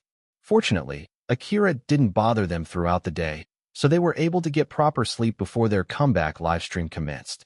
They were in one of Azure's large conference rooms, where it was decorated similarly to their music video. The staff members busily prepared everything while the cameraman and sound team set up their equipment. Meanwhile, sitting in the middle of the room in beanbags were the members of Eve, looking like a bunch of lost chicks in the busy atmosphere. Should we help? Si-hoon guiltily asked. Nah. Akira shook his head, eating the snack that the production crew had prepared for them. Us not moving is helping them. We should just stay still. Yeah, Rin said, nodding in agreement. Meanwhile, Jun was silent throughout their conversation. Are you okay? Jisung asked, nudging his shoulder. Huh? Jun asked, snapping out of his thoughts. Yeah, I'm fine. No, you're not, Jisung said, narrowing his eyes suspiciously. You haven't talked all day. The other members, too, exclaimed in agreement with Jisung's statement. I don't normally talk a lot, Jun deadpanned. Yeah, but you haven't spoken a word. Not a single one throughout the day except when I annoyed you this morning. At this point, your saliva is going to rot, and you'll have bad breath, Akira said. Jun's breath will never smell, Casper defended. Jun shook his head, finding their conversation ridiculous. Shut up. I'm nervous, I guess. Jun said the statement really quickly, so it was hard to decipher his words. Casper, however, understood it right away. You're nervous? Casper exclaimed. The other members gasped in shock. Jun's nervous? Akira asked. I'm not nervous at all. Should I be worried? He asked. Jun sighed and leaned against his beanbag. It was true that he was nervous. In fact, he was actually even more nervous about this comeback compared to their debut album. They had broken so many records in their last album, so he felt like they would be very difficult to top. Moreover, they actually participated in writing a song for the album this time, which added to his nervousness. Don't be nervous, Casper said. We're here. It's not that, Jun responded. I'm nervous about the results of the comeback. Jae-young pursed his lips. Now that you've said it, I'm quite nervous too. I still feel pretty hesitant about the title track. For some reason, it still doesn't feel like US. Still, it's much better than the first version we've heard, so I'm thankful for that. The company sucks ass, Akira said. Luster should have been the title track. Nonetheless, everything is finished now, so we can't really do anything about it. Instead, let's do our best and enjoy this comeback. If we enjoy things, then it's bound to be great, right? That's what you told me before. Jun smiled at Akira's sentimental statement. Yeah, he said. Let's just enjoy it. Are you boys ready? Jay asked, interrupting their conversation. The crew members cleared out the table of their snacks and prepared to start the live stream. It was a live stream with the fans, designed for them to count down to the time the album dropped, which was an hour away from the current time. We're ready, Jae-young responded for the team. Good, Jay said, showing them thumbs up. We're going live, boys. In 3, 2, 1. Number 562. Chapter 562 Comeback Live. Are there people yet? Akira whispered with narrowed eyes, trying to see the viewer count on the TV right before them. I don't think so, Jisung said. Maybe the live hasn't started yet? I'm not seeing any comments. We're here, guys. Omo. It's been a while since I saw all my babies together. I love you guys. Please send me some of your bodily fluids. Well, there they are, Jae-young said, noticing the rowdy comments. Hi, guys, Akira exclaimed while excitedly waving his arms at the camera. It's been a while. We're glad to have you here, Si-hoon shyly said. Our oldest member is shy, Akira said, bumping his shoulder. Si-hoon clicked his tongue and glared at Akira. It's just been a while since we've had a live like this. Yeah, Jisung quickly chimed. How is everyone doing? We're definitely better now that you guys are here. You made us wait too long. It has been too long, Ren asked. Yeah, it's truly been a while. However, we wanted to give you guys some great content, so we took longer. Yeah, and the company had us go to King of Kings, too, so it was hard to have a comeback right away, Jun quickly added. The staff looked at Jun with wide eyes and held up a notepad that said, refrain from talking bad about the company. However, Jun, being the dense boy that he was, read it out loud. Refrain from talking bad about the company? I didn't say anything bad, though. I was just stating some facts. Jun is being savage as usual. Yes, bring Azure to the ground. Get out of this company, boys. They're trash. The staff members saw the damage that Jun had caused, so they quickly directed the boys to move to another topic. Right, Jae-young exclaimed, doing some damage control. Have you guys seen the teasers for our albums? I've seen them all. I've printed them all out. Oh, look. Is that Eve? No, I've just printed them out. You guys looked amazing like usual. I wished you guys did an outdoor shoot similar to Oasis instead of being in a studio, but I'll still take it. An outdoor shoot? Jisung asked. We wanted to do that too with another song of ours. However, we didn't have much time, so we rented out a place. Don't worry. It's all great, though. Choi Pablo helped design the set, and it turned out amazing, he added. Choi Pablo? Is he a set designer now? No, he just loves June. Where are our manners? Jae-young suddenly asked. We haven't even done our greeting yet. Right, Seth exclaimed. I nearly forgot. Shoot to the top. Hey guys, we're level up, they excitedly exclaimed. Now that we've greeted them, let's go straight ahead and tell everybody what they can expect for this comeback, Zeth said, subtly reading the prompt in front of them. Well, for starters, our title track, Skyrocket, is a heavy bass, pop EDM song with a powerful choreography. It depicts our desire to rise to the top like a skyrocket where no one can stop us, Casper explained. Moreover, Zeth quickly added, our album Starlight will be dropping at the same time as the album, so make sure to check out the B-side tracks too. We have varying genres and colors that we hope you'd appreciate. Of course, you can release a song of you guys farting, and I'd still listen to it. Same. Should we be concerned about that? Jisung asked, pointing at the comments. Nah, Zeth shook his head. That's just them being normal. June cleared his throat, capturing the other members' attention. Do you have anything to say, June? Jae-young asked. Yeah, June nodded. I just wanted to tell everyone to look forward to Luster, too. It's a song that all of the members worked hard on. We made the arrangements, wrote the lyrics, and even made the choreography. It's the promoted B-side title track of the album, so please look forward to it, he said despite it not being part of the script. You guys wrote a song for the album? How come we don't know about this? Yeah, this information is usually released before the day of the comeback. We're going to support it. Azure is being sneaky again. Should we burn them down? And Jae-young nervously chuckled when he saw the displeased looks on the staff's faces. We also guested on some variety shows. He quietly sighed in relief when he saw the comments shift displeased looks on the staff's faces. We also guested on some variety shows. From being angry to excited once again. Variety shows? What kind? I discovered you guys on Quiz God and have been wanting to watch more of you on variety shows ever since. We don't want to spoil anything just yet, but you can look forward to it, Rin smiled. One of us even guested on a very popular show. Shoo, Jisung said. Can we spoil that? I think we can, Seth said. There are a lot of popular shows out there. They probably can't guess what it is. Narrows eyes. Are you underestimating us? Only one member? Where could it be? Crawling Man? Crawling Man X Eve would be amazing. Or maybe it's I Live by Myself?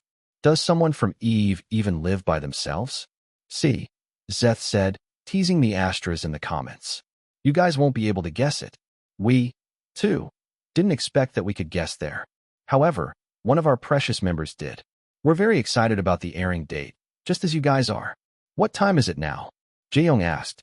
There's still 40 minutes until 6, Rin responded. We still have plenty of time to play the song previews for you guys. That's right, Casper excitedly chimed. For all of the people in the live right now, you will have the opportunity to listen to our songs exclusively before anybody else. Just a disclaimer. Sehun added. It's not the full songs. However, we want to give you a taste of what we've been working hard on for the past few months as a thank you gift for being here. Should we start with the first song? Zeth asked. Wait, Jisung suddenly said, halting their conversation. What? Rin asked. Did something happen? Our Astras are saying something in the comments, Jisung said, leaning on his knees so he could get a better look at the wild comments. It's going too fast, Casper complained. June, on the other hand, saw a glimmering comment, causing his eyebrows to raise in surprise. We have 2 million pre-orders. Number 563. Chapter 563, the Starlight album. No way, Jisung exclaimed, getting up from his seat and staring at the comments as they passed by. Yes, there's an article written about it. I'm one of those 2 million pre-orders. Our rookie kings are becoming so big. Their pre-order numbers have finally exceeded Octa's. They're doing the best out of all rookie groups right now, I believe. Congratulations to our double-million-seller boys. It's real, Jisung said. Really? The other members asked, also going near the television. However, with their faces close to the camera, the comments shifted. From congratulations to praises on their looks. Wow, I feel like I'm in a simulation right now. These beautiful boys are looking down on me after I've woken up in the hospital. They weren't kidding when they said that June didn't have any pores. Are they even human? They're so freaking hot. The reason that I'm single is because I'm delusional about people who will never acknowledge me as something but words on a screen. Did we really get 2 million pre-orders? Jae-young asked the staff. The staff, who also seemed clueless about the situation, checked something on their phone before holding up an OK sign. Dang! Akira exclaimed once it had finally been confirmed. 2 million?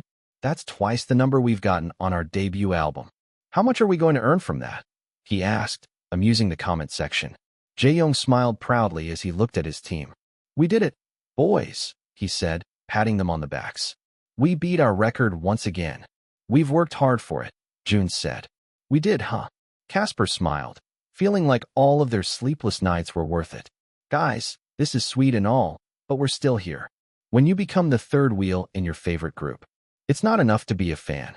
I need to be a part of this idol group. For real. I need to have this kind of friendship. I think we need to get back to the live, June said, noticing the comments and the impatient look on the staff's faces. Right, Jae-young awkwardly chuckled. Sorry, we got a bit carried away there. We were just excited to hear about this achievement. Yeah, Rin smiled. We wouldn't have done it without you guys. You are the reason why we're here right now. Anyway, Zeth cleared his throat.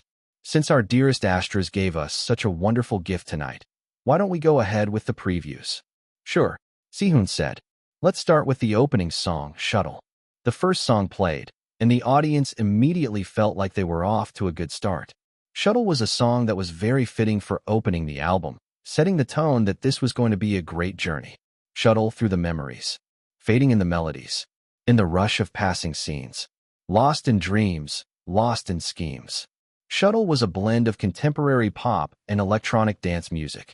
It fused together elements of synth pop and future bass, making the song feel both nostalgic and forward-thinking.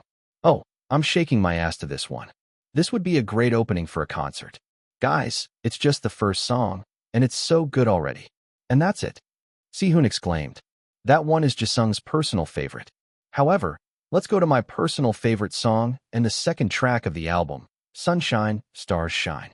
The second preview played, and although it had a similar dreamy feel to the first one, it also felt completely different. It was the kind of song that enveloped listeners in a sonic landscape. It combined elements of R&B and electronic pop, which transported the listeners to a celestial realm. Yes, our R&B kings. This might be my favorite one. It's so vibey. I can't explain it. I like this song a lot too, Rin said. However, the next song we're playing is the one I like the most. You all know that I'm a sucker for cute songs, right? The next song played was Solar Wave, which had a buoyant and feel-good energy. It was a combination of upbeat pop and tropical warmth, and it radiated warmth and positivity from the very first note. I bet this is also Casper's favorite. This is my favorite, Casper asked. Nope, there's a song I like better than this one.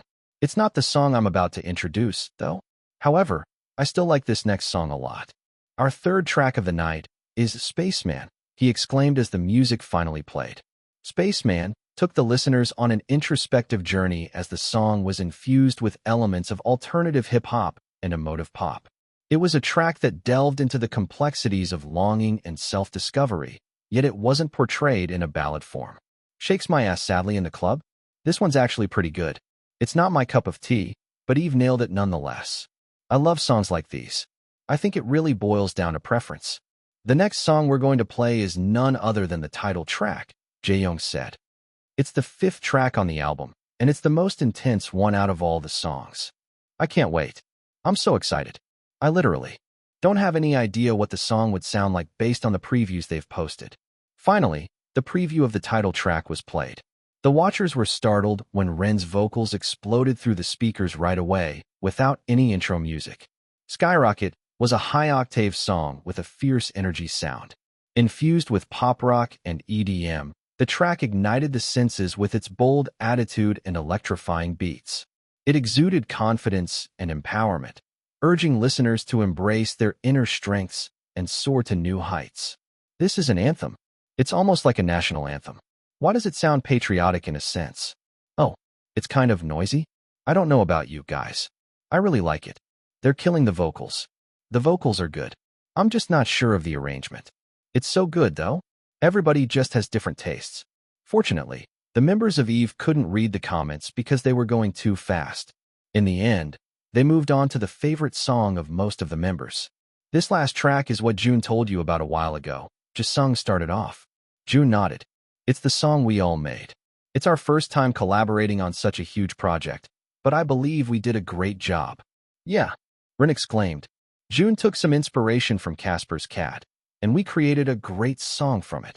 The staff members who were listening were confused by Ren's statement. Cat, a cameraman muttered.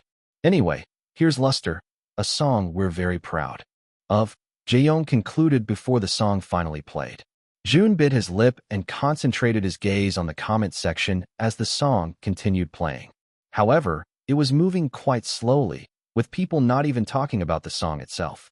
And then, in a split second, it moved at a crazy speed. Omo, why does this sound like the best song on the album? Number 564. Chapter 564, everyone's favorite song. Aya. A loud scream was heard in the females' dorm. However, it seemed like the people who were currently in their rooms didn't mind the noise since Jia had already warned them that today was Eve's comeback. It's so good, Jia sobbed, hugging her knees as she rested her head on the floor. Meanwhile, Wei walked in circles around the living room, still not over with how good Eve's title track is. They're so sexy, I can't. Sumin sniffed, also feeling emotional despite the song being a powerful anthem. Bora clicked her tongue, tilting her head to the side as Eve's new title track, Skyrocket, played once more on their television. Is it just me who doesn't like it that much? She asked, feeling quite afraid of their reactions. Hey, Jia immediately said, getting up from the floor and pointing an accusing finger at her friend. Eve can never release any disappointing songs. I get that, of course, Boris said. In essence, I can never be disappointed in them because I love all of their voices and appreciate their talents.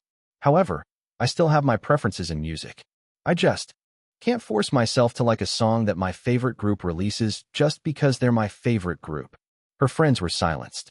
I hate that you sound reasonable at the most unexpected times. Why can't you be like this in other matters too? Nari asked. Boris smirked. What can I say? It depends on my mood. Anyway, I think this also isn't my favorite song from Eve, Nari said, finally having the courage to confess her inner feelings because of Bora. I still really like it. I just like the other songs better, I guess. Jia sighed, crossing her arms in front of her chest. Well, I understand where you're coming from. A song can't be universally good. It's just the way that it is. We still have one last song to listen to, though, Jia said, going to her phone and scrolling to the very end of the album. This is the song that Eve wrote and produced, Boris said. Jia's eyes sparkled as she looked at the title, Luster.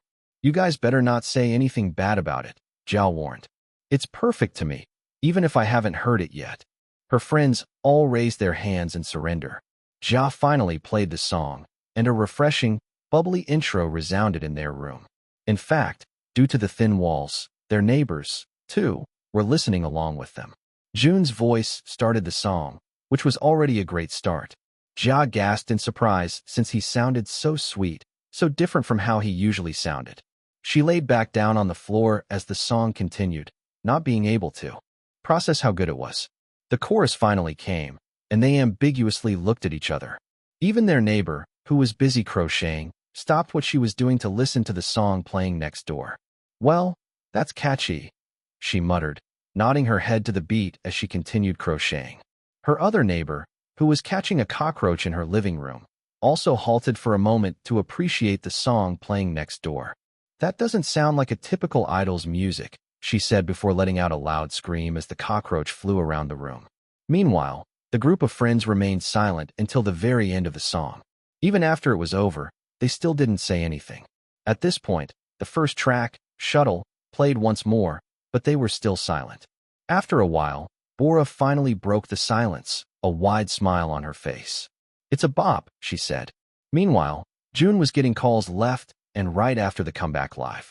They were now back in their dorms to rest because they had a music show filming tomorrow morning. "Yo, bro," Minjun called, his voice even deeper than before. "Have you been doing anything different lately?" June couldn't help but ask. "What are you talking about?"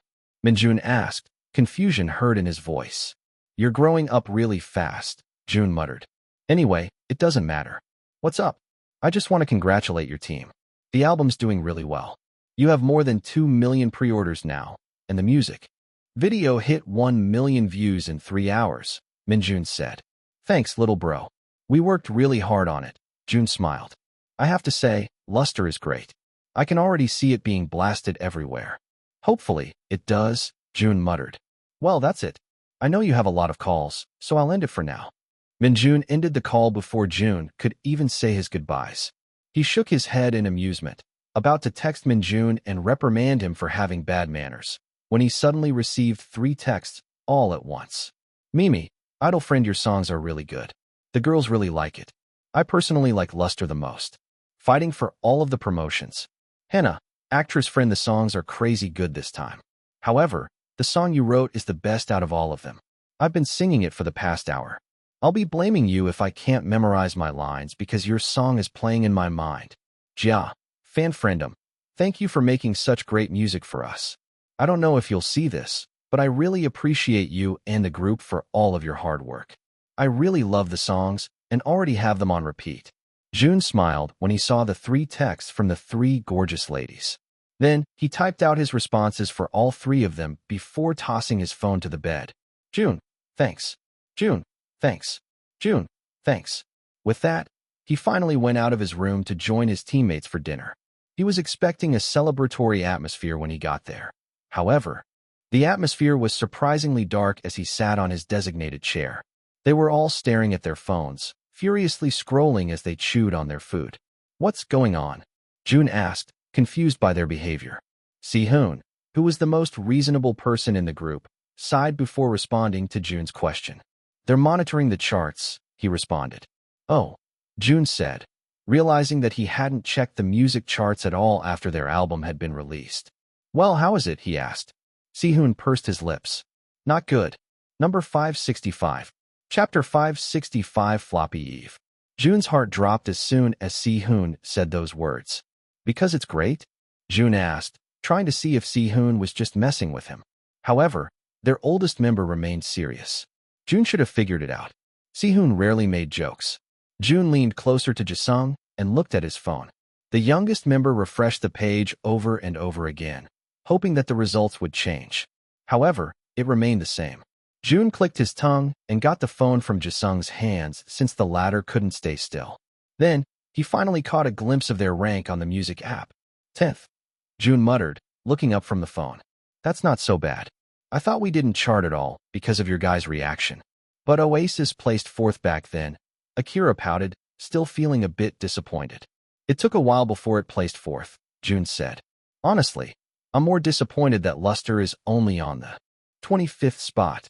I get it though," he continued. "It hasn't been promoted yet, and it doesn't have a music video like Skyrocket." Jae-young sighed, running his fingers through his hair. "Yeah, we shouldn't be too beat down about this. The fact that we've placed 10th on our first day already says a lot. It'll probably go up once we start promoting the song. Honestly, I'm quite happy with the results," Si-hoon said. "Some of the comments we've been receiving have just been quite discouraging." "True," Akira sighed, scrolling through the comments and even reading some of them. "This is Eve's worst song up to date. I had high expectations for their comeback because their debut was amazing. However, I'm disappointed after hearing the title track.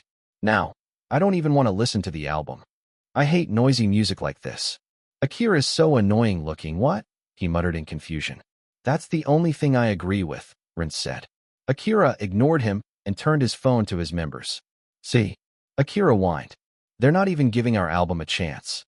Skyrocket does not give our album a good reputation. A lot of people still enjoy it though," Jae-young pointed out.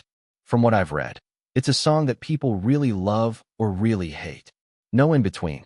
It's quite experimental, so I get where the others are coming from. Nonetheless, We should focus on working harder to promote the album so we can have more people listen to the other songs. That's not the worst part, though, Jisung exclaimed, startling the older members of Eve. What's worse is that they're already comparing us to this rookie group, Matchsticks. They're ranked 8th right now, and they're saying that it's shameful that we charted even lower than them. Jun's eyebrows raised in surprise. He looked at Jisung's phone once more and saw that, indeed, Matchsticks' title track, Match Made in Heaven, was charting higher than Skyrocket. Rin pursed his lips before guiltily confessing something. I listened to it, he said. The other members gasped in an exaggerated manner. Traitor! Akira exclaimed, pointing at Ren with a shaky finger. Did you at least listen to a pirated version? I listened to an official one, Ren muttered. Akira shook his head in disappointment. I need a moment to rethink this friendship. What do you think about it? Jun asked, ignoring Akira's dramatic monologue. I think it's a good song, Ren admitted, eliciting yet another dramatic gasp from most of his members. Elaborate, Jun said. It's a general public-friendly song. It's produced differently compared to other songs in the market right now. Frankly, it has the same vibes as Luster, just a more generic and cookie-cutter one, which means that even though they have a smaller fandom, more people are listening due to its listenable nature. You get what I mean? Jun nodded, fully understanding where Ren was coming from. Ren continued analyzing the situation, and he couldn't have summed it up more perfectly than it had already. The streams we're getting right now are definitely from our fans, which already says a lot since we achieved 10th place just with their support. Due to the song's experimental nature, it would be hard for us to pull the general public toward our way. I still believe that Luster would have been a better choice for the title track, but we can't really do anything about it right now. It'll be harder to promote the song because it is just a B-side track. The fact that it's already charting while the other songs on Matchsticks' album aren't is already saying a lot, too, he added. So, what you're saying is that we need to promote Luster better? Jaeyoung asked. Yeah, Rin sighed. Although I'm unsure how we're going to do that when Skyrocket is the main song being pushed right now. Jun nodded, suddenly having a great idea. It'll rise, he said, crossing his arms in front of his chest. Rin's eyebrows raised in surprise. Approximately when? Next week, Jun smirked. The boys were currently in the music show studio, having just finished their set for the day. It was nice seeing their fans once again, and the doubts that arose last night quickly vanished with their fans' enthusiasm. This week, they were only bound to promote the title track, so Luster was slowly declining in the charts. Still, Jun assured his teammates that it would undoubtedly rise again next week, so they stopped dwelling on the fact. They were currently having a meal, while waiting for the other artists to perform their sets so they could film the ending stage along with them. The chicken leg is mine, Akira exclaimed, wrestling with Rin so he could have the other piece of chicken leg. Jisung, by default, got the other chicken leg because he was their precious baby chick. Jaeyoung sighed as he watched the two battling it out on the floor. At this point, the chicken leg had become dirty with their antics. I swear, we should just get chicken legs the next time we order this, Jae said, also watching the two of them and not making any efforts to break off their fight. Casper, Sehun, and Zeth all glared at Jae. Chicken breasts all the way, Sehun said. Jisung shook his head in amusement. These gym addicts. Meanwhile, Jun was busy eating his chicken wings when he heard a familiar theme song on the television just right before them. Jisung's eyes widened in surprise, and he quickly got the remote control to turn the volume up. As the theme song resounded in the room, the other members began paying attention. Rin and Akira even stopped fighting as they looked at the television with sparkling eyes. Guys, let's watch Disguise Surprise Singer together, Jisung exclaimed. Number 566. Chapter 566. Holy Schnitzel? You sound so good. It's starting, Akira excitedly exclaimed as the theme song finally ended. There was still a little over an hour before Eve had to be called for the ending of the music show, which gave them plenty of time to watch Disguise Surprise Singer in their waiting room. However, they weren't the only ones watching in the building. Since the show had become very popular due to Guitar Man, almost all of the staff members and even some of the idols who were also waiting for the ending segment were watching in their respective waiting rooms. Didn't Kim Sen recognize you? Jaeyoung asked since he accompanied Jun to Quiz God last year. Nope, Jun said. Frankly, I don't think anybody recognized me that night. How come? Casper asked. I think your voice is quite distinct. That's because you're obsessed with him, Zeth deadpanned. Anyway, I think I'll be able to point out your voice. I think our fans would be able to recognize you too. Jun smirked, crossing his arms in front of his chest. Let's see, he ambiguously said. Just then, the first two contestants, Pearl Boy and Tong Man, arrived on the stage. The other members, except for Akira and Jisung, turned to Jun with wide eyes. What costume is that? Zeth exclaimed. All right, you guys haven't seen it yet, Jun nonchalantly said. A tong? Is that a tong? Jaeyoung asked, fearing for their group's reputation. Jun, you're a good-looking guy, but I don't think you can pull off being what? Tong Man, he asked in disbelief. Yeah, that's exactly what I'm called, Tong Man, Jun said, not acting like it was a big deal. Now that the shoot was over, he was just glad that he didn't have to wear a thong on his head. Tong Man, let that sink in. Wahahaha, this is hilarious.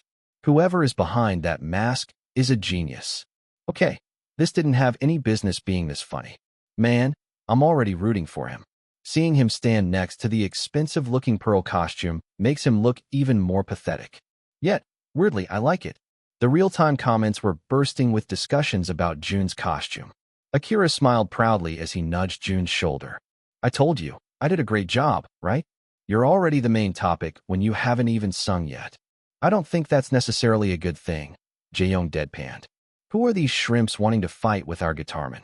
At this point, let's just end the show and call it Guitar Man. We would gladly watch this show if it was all about him. Well, where's the fun in that? I kind of want to see a singer who's on Guitarman's level. A lot of the previous contestants have been disappointing. Oof, Akira said, reading some of the posts about the show on his phone. It looks like a lot of people have high expectations. That's only obvious, Sihun said. They're going up against Guitar Man. Well, I believe in Jun's skills, Jisung proudly said. Although, I'm still a little bit upset that you haven't told us about the results. You know we won't judge you if you lose, right? I know I wouldn't be able to make it past the first round if I was participating. Yeah, Akira chimed. Just tell us. Jun shook his head, leaning against his seat. It's more fun. This way, he said. His members sighed impatiently. Fortunately, their performance began soon, so his members stopped pestering him about the outcome of the show. Pearl Boy started singing, making his members nod in acknowledgement. Not bad. Not bad, Sihun said. I feel like his voice doesn't suit this song, though. He sounds familiar, Jisung said. Isn't he the kid with orange hair who was singing a while ago? Oh yeah, Rin said. That kid in Matchsticks. What was his stage name again? Bruno? I honestly wouldn't let that pass if that stage name was given to me. Honestly, he deserves the name, Zeth said. The kid looked down on me when we met at the restroom a while ago. Shoo. Their conversation was cut short when Casper shushed them, wanting to hear Jun's voice without any interruption. Tongman prepared to sing, and the reaction of the online audience was similar to that of the live one. However, as Jun began to sing, a lot of them were perplexed, even baffled. What the heck? He sounds so good. A rocker that sounds sweet? Who is this man? Goodness, I really like his voice. I hate to say this, but Guitar Man has some competition this week. He is good, but he's not at the level of Guitar Man. You're right, my bad. He sounds so handsome, though. I'm a sucker for handsome voices. Finally, we have a good contestant. One of the producers, who was currently waiting for a performance to end, said. He's good, the producer beside him said.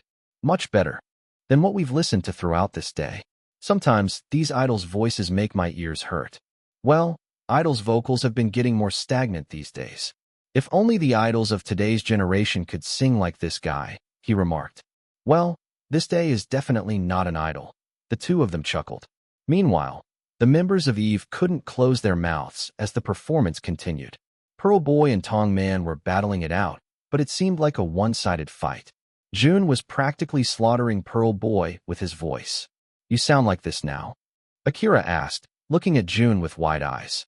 You didn't sound like that a while ago. Well, we have a backtrack during music shows, so it's harder to hear my real voice, Jun said. Jisung ignored Jun's response and held onto his shoulders. Bro, since when did you sound like this? You sound so much like yourself, but at the same time, you sound nothing like yourself at all. Does that make sense? You summed it up really well, Rin said. The tone of your voice is the same, but it sounds more mature? Fuller? I don't know, but you sound like a veteran singer. I take back what I said earlier, Seth said, his eyes focused on the screen. If I didn't know that you were participating in the show, then I wouldn't even notice that it was you. What do you mean? Casper asked in confusion. He sounds the same to me. Well, not technically, since his voice does sound fuller. I also haven't heard him sing a pure rock song like this before. However, he still sounds like Jun. I would be able to tell from a mile away. The 6 members turned to him and simultaneously said, "That's because you're obsessed with him." Number 567. Chapter 567 Guessing Game. Tongmon's third performance had just ended, and his members still couldn't believe the diversity of skills that Jun had displayed. "You're cruel," Jisung said. "You're making everybody confused about your identity with your song choices." "I just chose what I wanted to sing," Jun honestly said. "Heck," Akira said. "I told you to go beyond your comfort zone, but this is on another level. You sounded very good just now. Did you eat something right before this performance?" Jun shook his head. It was just the vocal upgrade that he got from his hard work points. "That was so good," Casper said. "I nearly cried." "Well, somebody's crying," Si-hoon chuckled, subtly pointing at Jae-young, whose face was buried in his knees. Akira chuckled and nudged his shoulder. "Keep it together, leader. We still have to go up the stage later for the final greeting." "I can't help that it's so good," Jae-young said. "It's been a while since I've heard Jun sing such an emotional song. I just really needed to hear it, too. These days have been filled with doubt, and his song reminded me to relax and continue moving forward." "Who is this man? I can offer $1 million incentive to the person who can correctly identify this man's identity. I have officially become his fan. He is my husband." "Well, that's enough internet for the day. I think you might have beaten him," Jisung said when it was time for the results to be announced. "I believe so too," Akira said. "I've doubted Jun many times, and I've been wrong in all of those times. This time, I'm 100% on his side."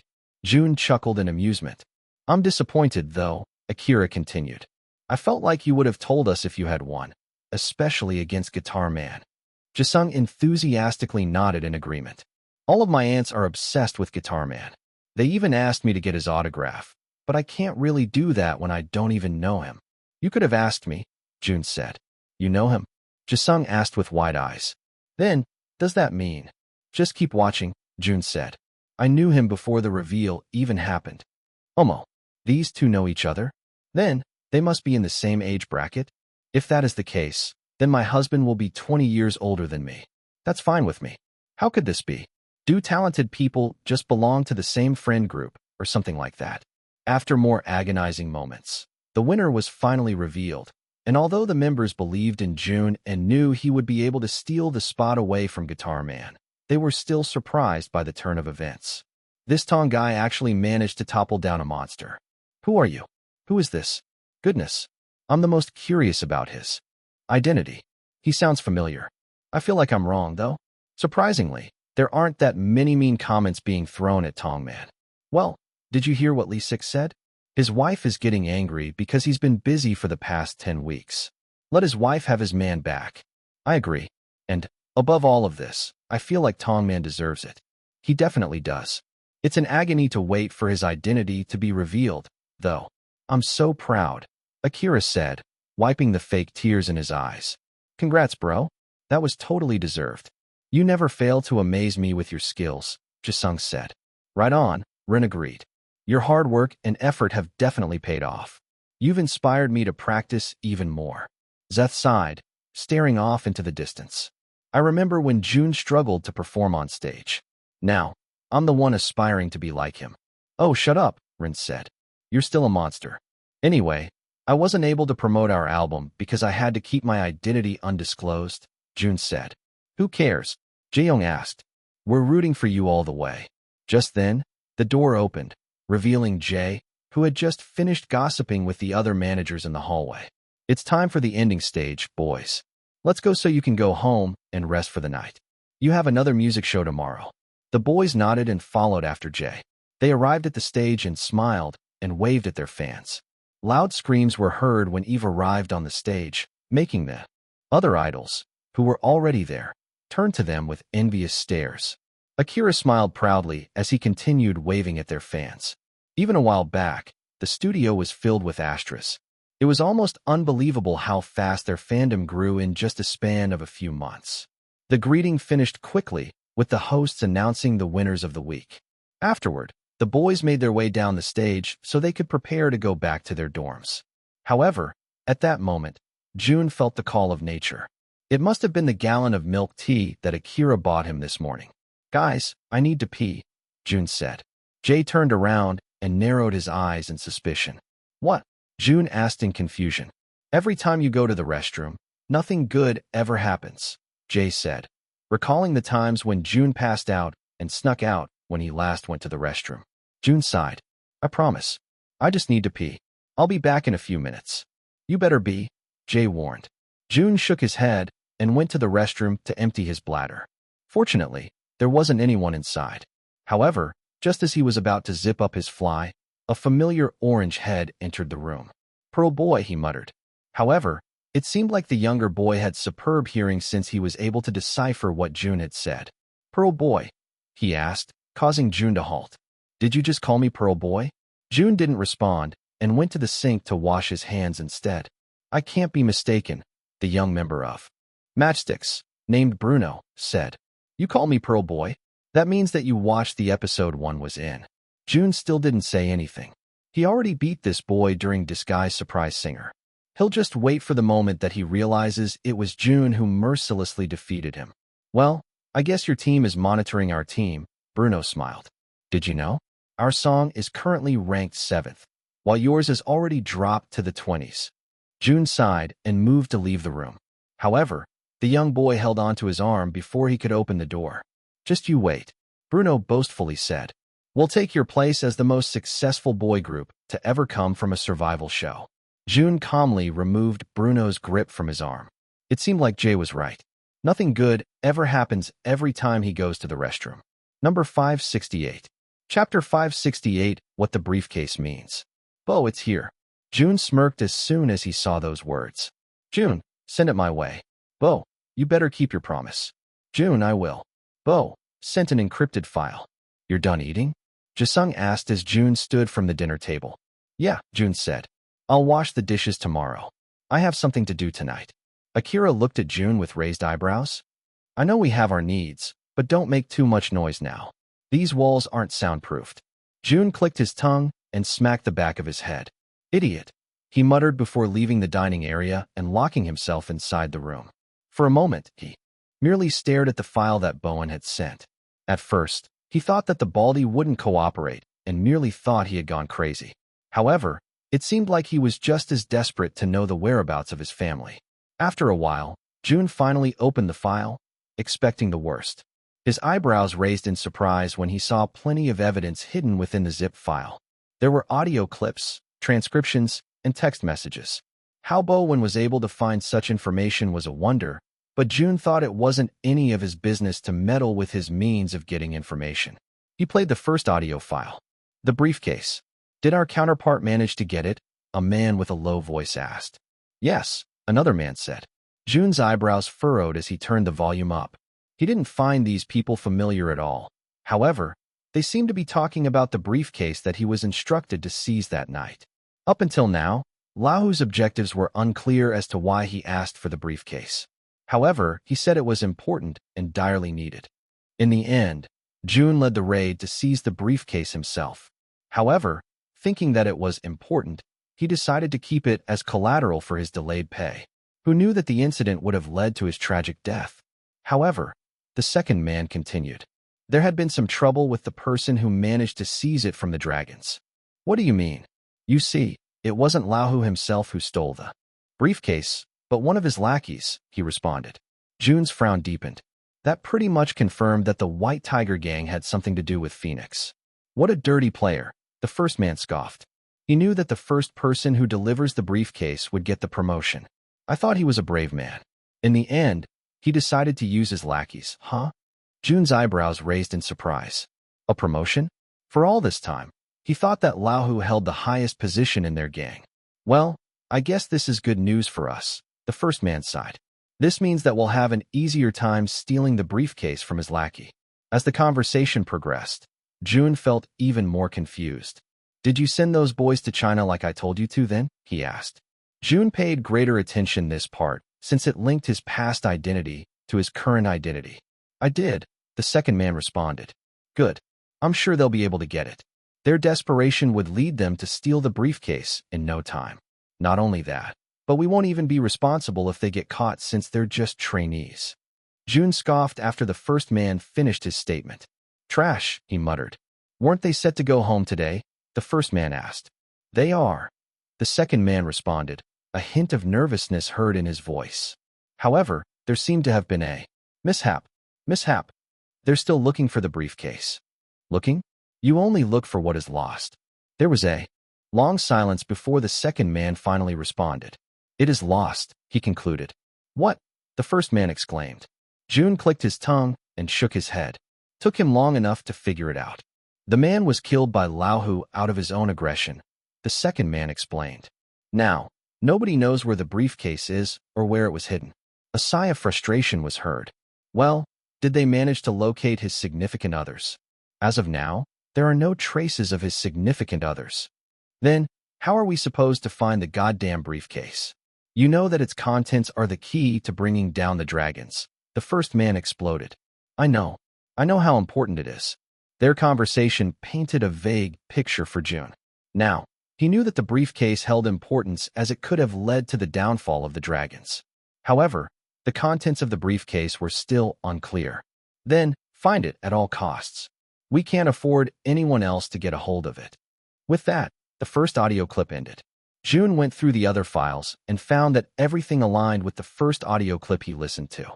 The briefcase, whose contents were still unknown, had led directly to his death and, in a way, contributed to Choi Joon-ho's. They had used the trainee's desperation to get the briefcase. Meanwhile, Jun Hao hid the briefcase in their house, the house that nobody in the gang knew of. However, when he looked for it on the day he died, he couldn't find it in the original place, like it had disappeared. Based on his memories, Jun Hao managed to get the briefcase just before Jun Hao died. He never told anyone about it, not even Haruto. That meant only one thing. He was the only person in this world who knew of the whereabouts of the briefcase. Shit. He cursed, trying to recall his memories for any clues. However, no matter how hard he closed his eyes and concentrated, nothing seemed to pop up inside his mind.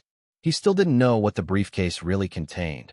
But if the most influential people in Phoenix and the White Tiger Gang were looking for it, then it might be the tool to finally give justice not only to his death, but also to Choi Joon-ho's. However, there was a huge problem. Jun-ho, this bastard, Jun muttered. Where did you hide the briefcase? He didn't know where the briefcase was even if he, himself, was the one who hid it. Number 569. Chapter 569 Mount Everest. Jun, I'll meet you at the parking lot of Azure in half an hour. It was late at night, almost nearing midnight, but Jun couldn't shake off the thoughts inside his head. To add to that, he wanted to keep his end of the deal and tell Bowen where his family resided. Bowen didn't respond. However, Jun knew that he was going to meet him regardless. After some more pondering, Jun threw on some warm clothes and went down to the parking lot. He went to an area where he knew didn't have any security cameras. Then, all he had to do was wait. A few minutes later, he saw a huge figure with his body pressed against the walls. Jun shook his head in amusement. It seemed like Bowen's past instincts were still alive since he managed to walk through the blind spots of the security cameras. Bowen looked around until his eyes landed on a lean figure behind the stairs. Jun, he said, making the idol look up at him. You're early, Jun remarked. Bowen's jaw clenched. You know what I'm here for. Eager are we? He chuckled. Well, don't rush. I still need some answers to my questions. You better make it quick. Haruki has a schedule early in the morning, Bowen urged. The briefcase. Jun went straight to the point. What's inside it? Bowen scratched the back of his head. That's something that none of us know. Jun raised one of his eyebrows in inquiry. I'm sure Laohu told you what it's for at least. He didn't, Bowen said, sincerity heard in his voice. Nobody, except for Laohu, knows what is inside the briefcase or what it is for. All I know is that it has some important content. Then, Jun said, why do the people in the audio recording you sent know of its contents and purpose? Bowen froze, feeling caught in the headlight. You told me that only Laohu knows. Jun continued to pressure him. It seems like a lot of people are aware. It's only them, Bowen gulped. I see, Jun chuckled. Then, if Lahu didn't tell you, I'm sure that your new bosses did. Bowen sighed, rubbing his bald head out of frustration. Phoenix and White Tiger are linked, he finally confessed. It was what Jun had been waiting to hear. I figured, Jun smirked. You, Lin Ji, and Lahu are there for a reason. Have I answered your questions yet? Bowen asked, already eager to know where his family was. One more question, Jun said. Bowen pursed his lips before nodding. The link between Phoenix and White Tiger, Jun began. However, even with those few words, Bowen already knew what Jun was going to ask for. There are counterparts, Bowen quickly divulged. He knew he shouldn't be telling Jun these pieces of information, especially since he wasn't even sure if what the idol was saying was true. However, something compelled him to tell Jun about it. I also only recently figured it out before our gang was dissolved. Bowen started off. Dissolved. Jun frowned in confusion. Right? You didn't know? Bowen said. White Tiger in Shanghai has been dissolved. After the briefcase had been lost, the head dissolved the gang as punishment. As Bowen continued speaking, Jun felt like his entire life had been a lie. Why did he know so little of what he has been a part of for most of his life? The head, Jun asked. Bowen chuckled in amusement. You were really a pure soul back then, weren't you? You didn't know much about how he operated. You just did your job well, and were loyal to Lahu until the day of your death. Answer my question, Jun said, crossing his arms in front of his chest.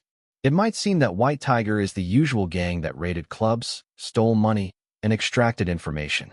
However, we're part of a bigger organization. White Tiger is just a fraction of the entire corporation. There are a lot more affiliates, and the umbrella is wider than you expect. And Phoenix is a part of this. Jun asked. Bowen nodded. That's correct. They're the biggest fraction and shareholder of the organization. That's why I was sent here instead of being a beggar on the streets after White Tiger had been dissolved. That's also the reason why Lin Ji was able to get into the company quite fast compared to other trainees. Jun shook his head in disbelief.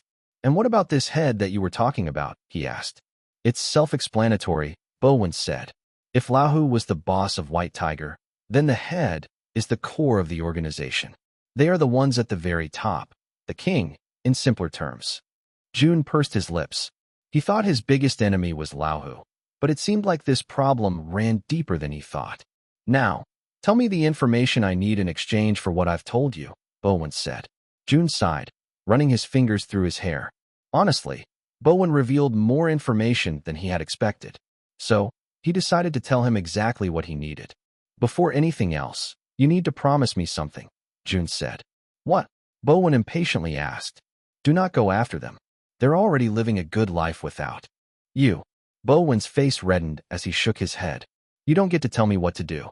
We had a deal. That promise is not part of the deal. Jun finally sighed in frustration. Nonetheless, he knew that Bowen would swallow his words after his revelation. Jun brought out his phone from his pocket and showed Bowen a location, a humble home in Hainan, China. Your son is in this place, Jun said. How do I make sure that you're telling the truth? Bowen suspiciously asked. Jun sighed and pulled out a photo of a woman, his wife's mother, to be precise, in that very house with a small child in her arms. The child strongly resembled his wife, thank goodness, and he had a wide, toothless grin on his face. Bo, the baldy muttered as he stared at the photo with teary eyes. He's gotten so big. Jun allowed him to stare at the photo a little longer before placing his phone back into his pocket. There, I told you already. Now, I don't owe you anything, Jun said. Wait, Bowen frowned. My wife. You only showed me a photo of my son. You need to tell me where my wife is. Jun sighed. This was the part he was dreading to reveal. Bring out your phone, he instructed. What are you? Just do it, Jun insisted. Bowen sighed and brought out his phone. Search for Mount Everest, Jun said. Bowen looked him dead in the eyes. You're joking with me now. Don't tell me that my wife is currently hiking in Tibet. Not the mountain, Jun sighed. Mount Everest, he said, enunciating his words. Bowen froze and typed the location into his phone. Then he froze. You're fucking with me. I'm not, Jun said. Bowen lifted his head and stared at Jun with red eyes. This is a cemetery. Number 570. Chapter 570, The Enemy's Vow. You're messing with me, Bowen said, still looking at his phone with furrowed eyebrows. Jun sighed, lowering his voice to convey his seriousness. I'm not. Why would I lie to you about this kind of thing? I don't know, Bowen bitterly chuckled. Maybe because I killed you in your past life? Now, you're getting your revenge by telling me that my wife is currently in a cemetery. You know I won't do that, Jun said, subtly reminding him how he was the better friend between the two. Bowen pursed his lips together. Deep down, he also knew how good of a friend Jun Hao was to him. On the contrary, he was a shitty friend to Jun Hao, but the former never left his side. Why is she here then? Bowen asked in a vulnerable tone. She became a graveyard keeper, Jun sarcastically said. What do you think people do in cemeteries? Jun knew he shouldn't handle the situation so sarcastically, but he just couldn't help himself. She's not dead, Bowen said, his voice breaking. She can't be. Jun let out a deep breath before showing him the photo of his wife's gravestone. As hard as it was to believe, Jun was telling the truth. He wasn't cruel enough to fake Bowen's wife's death, especially when she was nothing but great too. Him when the two of them were still alive. Jing, Bowen's wife, had always been a sweet woman. Bowen probably never considered him as a real friend when he was still alive, but Jing did, and for that, Jun Hao was very thankful. Oftentimes, he felt that Bowen used black magic to marry a woman like Jing. However, he also knew just how much he loved his wife and his son. So, when they left, he was the most devastated man on earth. Bowen looked for the answers through various means. However, what he didn't know was that the answer was with Jun Hao. Being the only friend of Bowen that Jing trusted, she sought help from Jun Hao to escape Bao and start anew. I helped them leave, Jun confessed. A flash of anger passed through Bowen's eyes as he held onto Jun's collar. She didn't do it because she didn't love you, he continued to explain, ignoring the pain he was feeling in his neck. She did it because she was worried for you and your son. You know that in our job, we aren't supposed to have any weaknesses. Just as Jing and Bo were your strengths, they were also your weaknesses, one that our enemies would exploit at any given time. That doesn't explain why you kept that information away from me for all these years, Bowen angrily said. Like I said, it was Jing's request. You know how kind your wife is. You also know that she's generous and forgiving. The fact that she asked me so sincerely to not tell you of their departure meant that she was really determined. She was afraid that you would follow after her and your son, and in the end, she would cave in and go with you. What is there to worry about? I protected them all these years. Bowen exclaimed. Yes, Jun remarked. You protected them from our enemies. However, you failed to protect them from the people whom you were loyal to. What do you mean? Bowen asked, his grip on Jun's collar loosening. Jun sighed and held onto Bowen's hands before pushing him away. Jing is very pretty, Jun remarked. The moment Lahu saw her, he wanted her to be his. Bowen's frown deepened. This was new information to him. Well, of course, Jun didn't expect him to know. Jun also didn't know until the day that Jing told him. However, Jing was faithful to you. She could never betray you. In the end, Lahu threatened your position in the gang.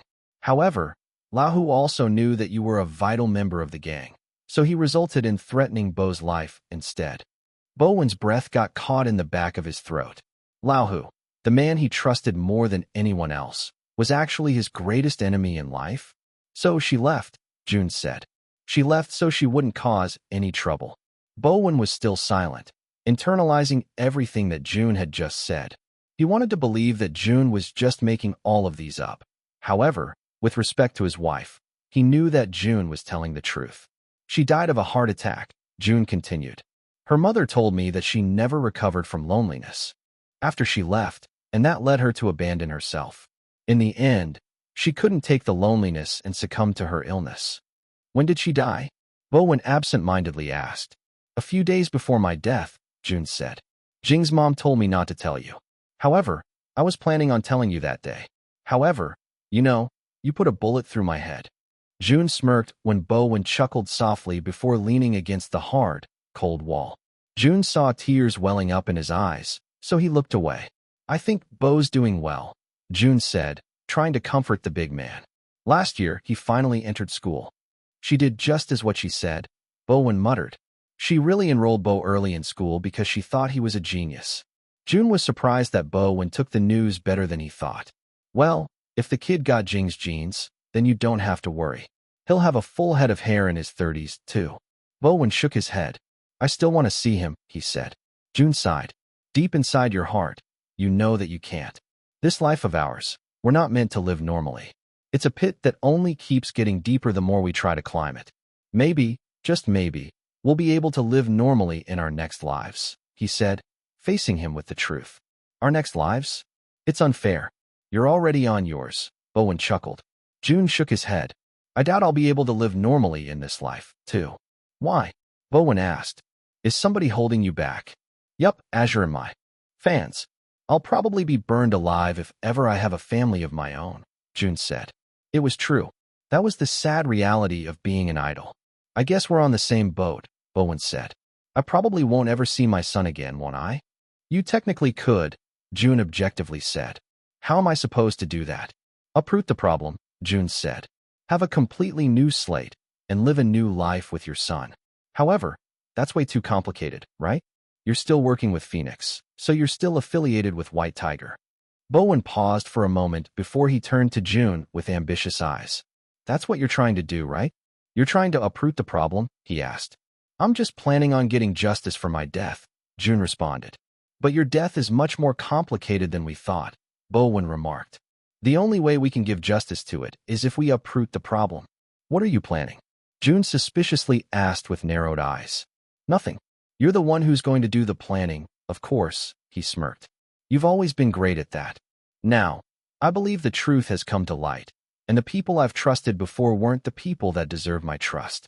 I know I betrayed you in your past life, and I probably do not have the right to be talking to you like this. But I'll vow myself to you, as payment for everything I've done. Your pretty idle hands can't pick up dirty work now, so I'll be your puppet. Use my services as you please. Number 571. Chapter 571 Street Dance Fight. With Bowen on his side, Jun thought he'd have a greater chance of getting his revenge. He found it hard to do dirty work as an idol, and although Jay was a great informant with regard to his idol life, having Bowen would let him gain a deeper insight into his current situation. The first week of the promotion period had already ended, and to be frank, the results of their comeback weren't as great as they expected.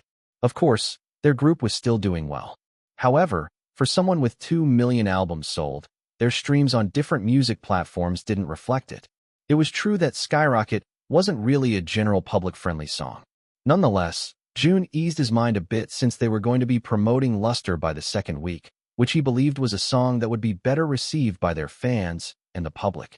Right now, though, he had another problem to solve. Can I watch inside?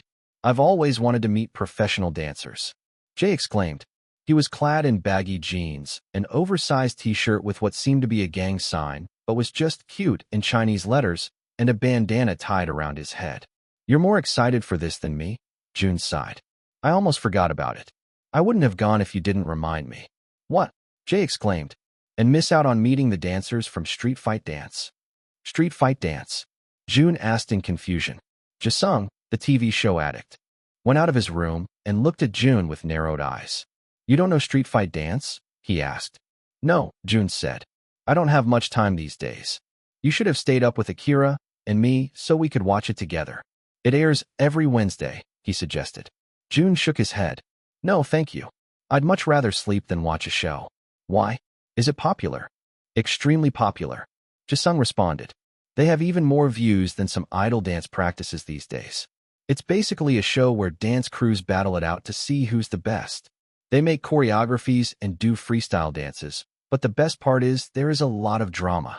SBC edits it in a way that makes you think the dancers hate each other's asses. All right, Jun said. What does that have to do with this then? He asked Jay. Well, the special anniversary video for Gun Studio is going to feature the leaders of the different dance crews. Isn't that great?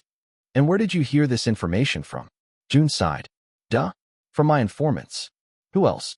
Jun shook his head and placed his mask and hat on. Honestly, he didn't know what to expect for the shoot. All he knew was that they were going to dance to some song, and it would be uploaded on Gun's Dance Studios channel. Can I go in? Please, please, please. Jay continued to chant like an annoying little child, So Jun sighed and nodded. Fine, he said. Just don't bother me. Oh, I won't even look after you. I'll be busy looking at all the crew leaders. Jay drove Jun to the dance studio, all while humming Luster. Although he had heard it plenty of times, Jay still couldn't get the song out of his head. We're here, Jay said in a sing-song voice. Jun peeked outside the window and frowned in confusion. Why are there so many people outside? Jun asked. I told you, man. Jay exclaimed. These people are the shit right now. They have fans like idols, too, and the show's doing really well because of them. Jun shook his head and made sure his face and hair weren't visible before going out of the car.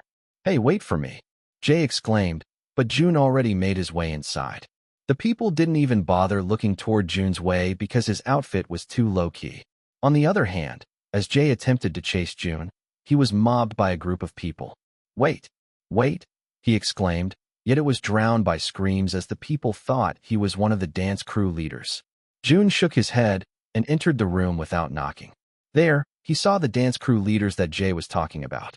They, too, didn't notice Jun coming inside.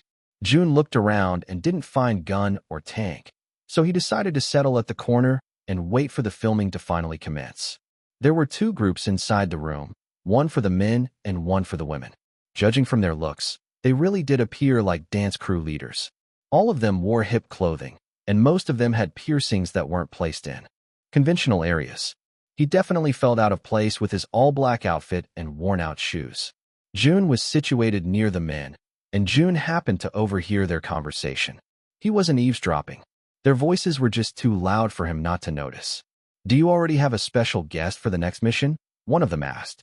Yeah, I contacted this really dope dancer from LA. He's coming round tomorrow, and he has prepared some sweet moves for us, another responded. Dang, that fast. I'm still looking for someone who will get us the most amount of support. If you want that, then you should just get an idol to feature, the first man said. Jun subtly nodded in agreement. Idols really were the greatest clickbaits for K-pop fans. However, much to his surprise, the group of guys suddenly laughed out loud. Yeah, right, one chimed. An idol will definitely make us win the voting poll, but then we'd be criticized by actual dancers. That's true, another agreed. While idols are great dancers, professional dancers are just different, you know. Definitely. We wouldn't be called pros without a reason. Jun shook his head in amusement. While he agreed that professional dancers were on another level, he believed that these dancers had an underlying prejudice against idols. Of course, they were going to be better at dance performances. That was their main job. Meanwhile, idols have to juggle different skills all at once, so it would make sense if some of them lacked in other areas and excelled in others. It seems like we're on the same page. Whoever recruits an idol in the next stage will definitely be eliminated then, okay? The others nodded in agreement. Jun pursed his lips. Maybe coming here wasn't that great of an idea after all. They looked plenty enough, so Gun probably wouldn't notice if Jun wasn't around, right?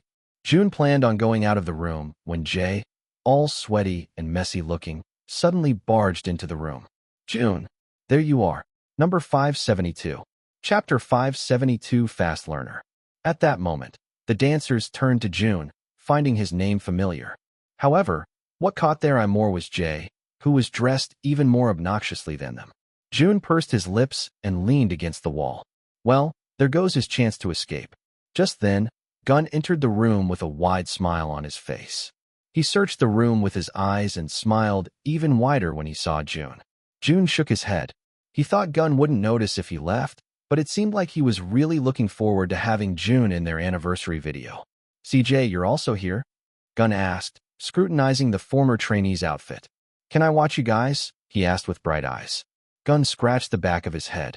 Sure, stay in the corner, he instructed Jay like a little dog. Jay obediently followed. Meanwhile, the dance crew leaders were still wondering who this Jun was. Jun, Christine of Peanut Republic said. Like Eve Jun. Let me introduce you to one of my favorite students, Gun said, standing next to Jun.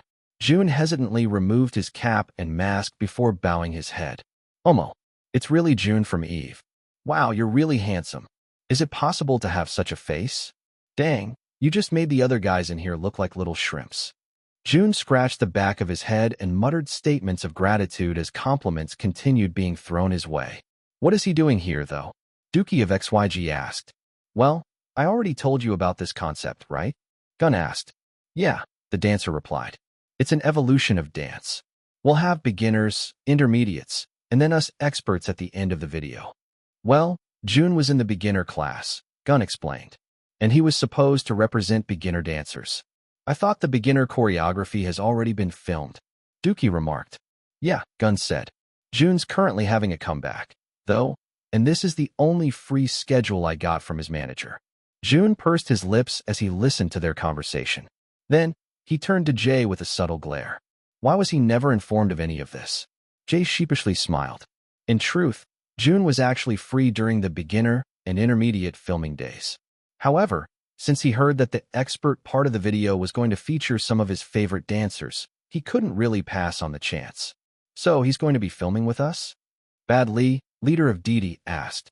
Yeah, Gun said, not finding anything weird with it at all. Jun was still technically a beginner based on the length of his dancing experience, but Gun felt that Jun's dancing skills could be considered at a beginner expert level. Although they didn't say anything, Jun felt that he was being prejudiced. It was true that he didn't consider himself an expert, but he believed he could still keep up with their dancing. Well, did you see the video I sent last night? Gun asked.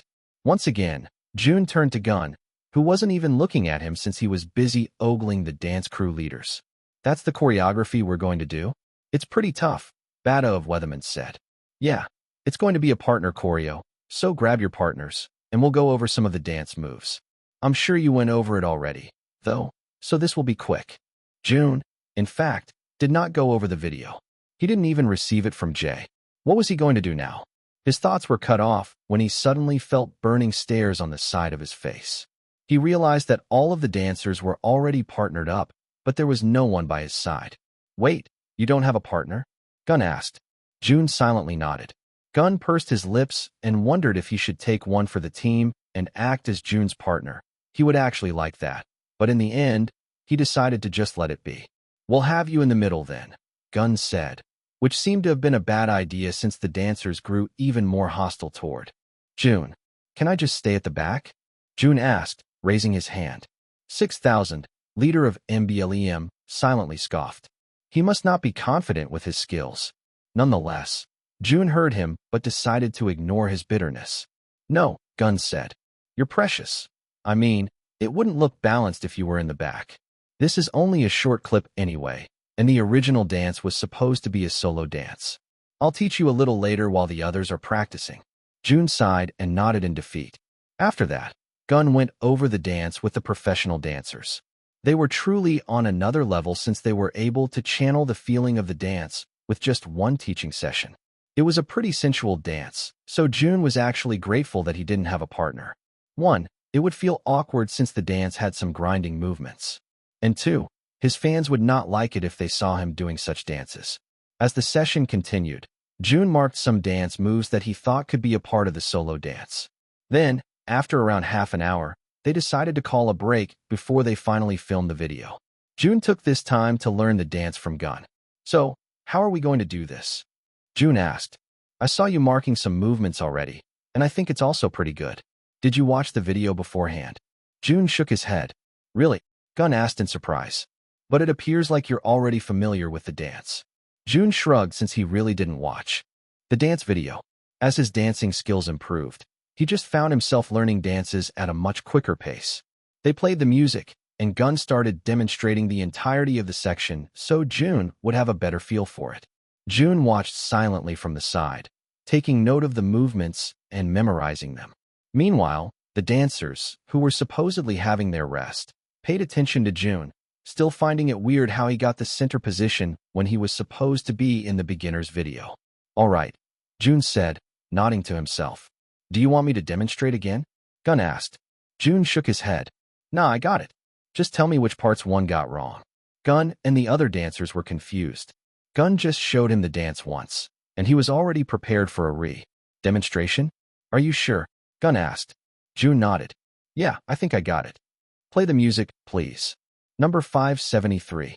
Chapter 573 Dance Upgrade. Jun knew that the dancers were watching him with hawk eyes. So, in the end, although he hadn't fully memorized the choreography, He told Gun that he would be able to do it. His pride was on the line, and this was a great opportunity to show them that idols weren't just pretty faces. "I'll play it now," Gun said, still a bit hesitant. Jun gave him an okay sign before standing in the middle of the room, his eyes focused on the large mirror and not anything else. Jay finally stopped ogling the dance crew leaders and switched his gaze to Jun. He also looked forward to Jun dancing to the song, since he rarely danced in a sexy manner now that he was in Eve. As the music filled the room, Jun didn't hesitate to move. He had memorized the first part pretty well, so he moved with fluidity and grace. Every step, every turn, was executed with a sensual yet sharp precision that surprised the onlookers. His movements were unmistakably idol-like, but at the same time, they were executed very professionally. "He's good," Badly said with a smirk on her face. "Of course, he's good," Gun muttered. "He's my student, after all. Didn't you shit on the kid for like half of the show, though?" Christine asked. Gun pursed his lips and looked down at the ground in shame. Despite not having memorized every detail, Jun's improvisation filled in the gaps. He added his own unique flair to the choreography, which was actually a great choice since it fit the song better than the original one. Jay was enamored by Jun's performance. He had seen Jun dance plenty of times in the practice room, but now he seemed like a different person. In fact, he didn't look out of place from these professional dancers. Goodness, he can dance this well when he has only learned the dance for less than 10 minutes. "I think he's even better than me." "You're swallowing your words pretty quickly, aren't you? And what's with his face? It's unfair for him to have a face like that and still dance so well." His face, showing concentration, was definitely a cheat code.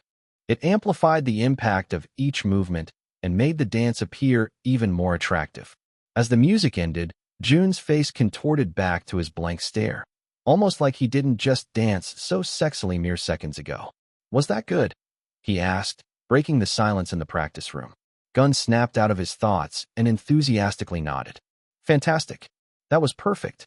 You could dance just as it is in the video, and we wouldn't have any problems," Gun assured him. Jun smiled, feeling fulfilled that he was complimented on his dancing. "Congratulations. You have accumulated 100 hard work points for your dance aspect. Dance, +1. Current grade, SS. Full stats. Vocals, X. Dance, SS. Visual, S. Rap, A+. Leadership, A+. Music production, S. Acting, B. Stage presence, A+. Jun smirked once he saw his full stats. Now that it was all on display, he couldn't help but admire how far he had come. It seemed like yesterday when he didn't even have any B grades, yet now most of his skills were at the S tier.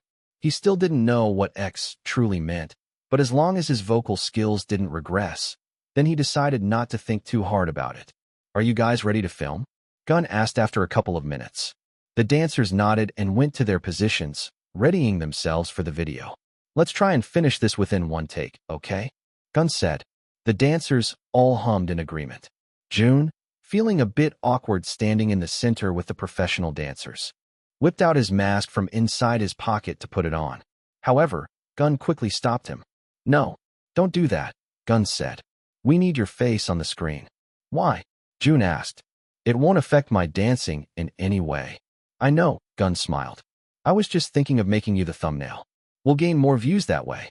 The people around him, especially the female dancers, enthusiastically agreed. So Jun felt like he had no choice but to dance barefaced. "Did this guy go to the makeup salon without me?" Jay asked himself as he stared at Jun's face. It appeared like he had very subtle makeup done. But then again, Jun woke up late today, so he definitely wouldn't have the time. Did that mean that he was just naturally ethereal looking? Jay sighed and looked up at the ceiling. "Oh, the world is really unfair. I'll make sure to be effortlessly handsome in my next life, too." The song finally started, and all of the dancers got into character. They were determined to finish the filming in just one take, and they delivered. Now, they were watching the recorded take to see if there were any mistakes or parts they needed to go over. However, as they watched through the video, they couldn't really concentrate on anyone else except for Jun. His movements were the most captivating since he didn't have a partner, and at that moment, he made the professional dancers look like backup dancers. "I think it's good," Gun said with a proud smile. In fact, he just stared at Jun too. The fact that Jun did well meant that the video was also going to go well. "Wait, can you play that again? I wasn't paying attention, Dookie asked, quite shy to admit that he was also looking at Jun all throughout the monitoring phase. Nah, it's all good, Gun said, closing the laptop screen and turning to the dancers with a grateful smile. I know all of you are busy since the show is still ongoing, so you guys may go. I'll go ahead and bring this to the editing team so they can upload it by next week. With that, Gun left the practice room. Jun sighed in relief since it meant that he was finally going to rest. He went to where Jay was sitting and drank some water. Jun raised his eyebrows in inquiry since his manager suddenly had a different, almost loving look in his eyes. He gave Jun a thumbs up and said, "You're the best." Jun shook his head and urged Jay to take him home when he suddenly felt someone pat his shoulder. He looked around and saw two male dance crew leaders, the two who were bad-mouthing idols just a while ago, looking at him with bashful expressions. "I got here first," the other said. "Nah, I was planning on asking him since the beginning," another said. Hi, do you need anything?" Jun asked. "I was wondering," the first person trailed off. "Would you like to be a part of our team for this particular mission in street dance fight? We need to have a special guest, and you're the perfect fit for our team." "Or our team," the second man quickly said. Jay excitedly bounced by his side. Even though Jun's schedule was filled, he could make some time if it meant he got to be on street fight dance. However, much to their surprise, Jun shook his head. "I apologize," he said. "My schedule is packed at the moment, and I don't think I can take your offer. I can make time." Besides, Jun smirked, cutting Jay off. "You're definitely going to be eliminated if you choose an idol as your special guest, right?" Number 574. Chapter 574 with me, for life. The second week of promotions had finally commenced, and the boys were excited to show everybody their performance for Luster. Fans from various fandoms filled the venue as they waited for the show to finally start. Eve opted for a live performance instead of a pre-recorded one for this particular stage because they wanted to perform the song not only to their fans, but also to other fandoms. Bora, however, wasn't a fan of that. She groaned as she rested her arms on the barricade. Why couldn't they pre-record this performance? Sumin, Wei, and Nari didn't make it because of these gremlins, she said while glancing at the other fans in the pit. Jia clicked her tongue. "That's not nice, Bora. I've never been nice. They should get used to it. Besides, most of them are on their phones right now. The place would have been more hyped if only Astras were here," she said. Jia sighed as she shook her head. As much as Bora was right, she could feel the scrutinizing stares of the other fans in the room. So, Jia shut her mouth and focused her gaze on the stage instead. Honestly, she didn't care if Eve performed at a ditch, an irrigation, or even at a zoo. As long as it's Eve, Jia was happy to watch. Moreover, they spoiled that they were going to perform Luster, which was Bora's and Jia's favorite song on the album. They definitely can't miss out on the chance. Finally, Eve arrived on the stage, bathed in a dazzling array of lights that danced across the excited faces of the crowd. Cheers were heard in the venue, making the walls shake as enthusiastic fans raved about their favorite idols. The members of Eve smiled warmly at their fans. "Hi guys," Akira excitedly chimed. "It's nice seeing you here again. This is our last week of music show promotions, so let's enjoy it, okay?" The fans exclaimed in disappointment when Akira said this would be their last week. "Don't worry though," Jaeyoung quickly said. "We'll meet each other more often. This isn't the last time you'll be seeing us, so don't be too sad." Jisung nodded in agreement. "Our Astras are very pretty, so of course, we have to see them more often." That seemed to do the trick as the fans became giddy. Jun shook his head in amusement. His members were truly a force to be reckoned with. How can they say such statements with straight faces? Meanwhile, Zhao was busy ogling the members and their outfits. Each member of Eve exuded their own unique charm while dressed in whimsical, French-inspired ensembles. Jun had a beret perched atop his head and a white jacket tied around his neck. All in all, he looked like a youthful boy next door who smelled of cookies and milk. "Ah, he's so cute," Jia couldn't help but exclaim. Since Jia and Bora were in the front, Jun was able to hear them. And for a moment, Jun smiled at Jia and gave her a small wave. However, that seemed to trigger other fans' delusions as they discussed who the smile was for. "Oh gosh, I think Jun just waved at me." "Nah, he was smiling at me before he waved. That was definitely for me. Guys, it's me. I'm Jun's wife." Jia smirked as she glanced at the girls behind her and by her side. That was, most definitely, for her. We're going to show you our performance now, Zeth said. It's somewhat different from Skyrocket, but I hope you guys still enjoy it. As they took their positions on stage, the anticipation hung thick in the air. Luster was definitely a favorite among the fans. However, other fandoms weren't familiar with it since it wasn't Eve's title track for this comeback. With the opening notes of their B-side track, Eve launched into their performance with a completely different energy. They had wide smiles on their faces, and it appeared like they were very proud of this particular song. 1. You're the one for me. In your eyes, that's where I long to be. 2. You're too good to be true. With every smile, my love for you grew. Jun sang the first verse, once again, showing his versatility as a vocalist. His voice sounded sweet, yet not too cute. Instead, it sounded supported, healthy, and stable. With his utterance, other fandoms became curious. They placed their phones in their pockets and wondered what was in store for their performance. Their vocals, smooth as silk and sweet as honey, took the audience on a giddy ride when you first realized you had a growing crush. 3. You're the light in my dark. In your presence, I find my spark. 4. You're my guiding star. In your love, I found my avatar. Despite the lack of elaborate choreography, Eve's stage presence drew the audience into their world with every note they sang. It once again showed their raw talents and undeniable charisma that captivated the hearts of the audience. 'Cause I'm tongue-tied, and I'm hypnotized. Every single time I look into your eyes. Yeah, you always make me mesmerized. Need you with me, for life.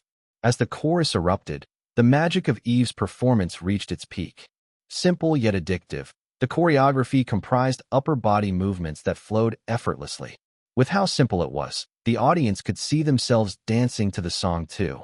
I'm going to explode, Jia said, gripping Bora's hand for dear life.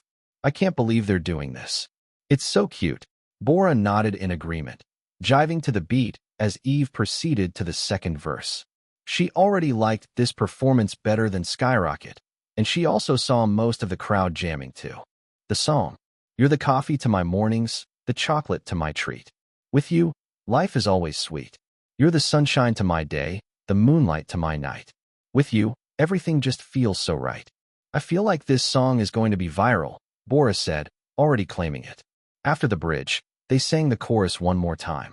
Rainbow-colored confetti scattered the room, adding to the warm and fun vibes that the song emitted.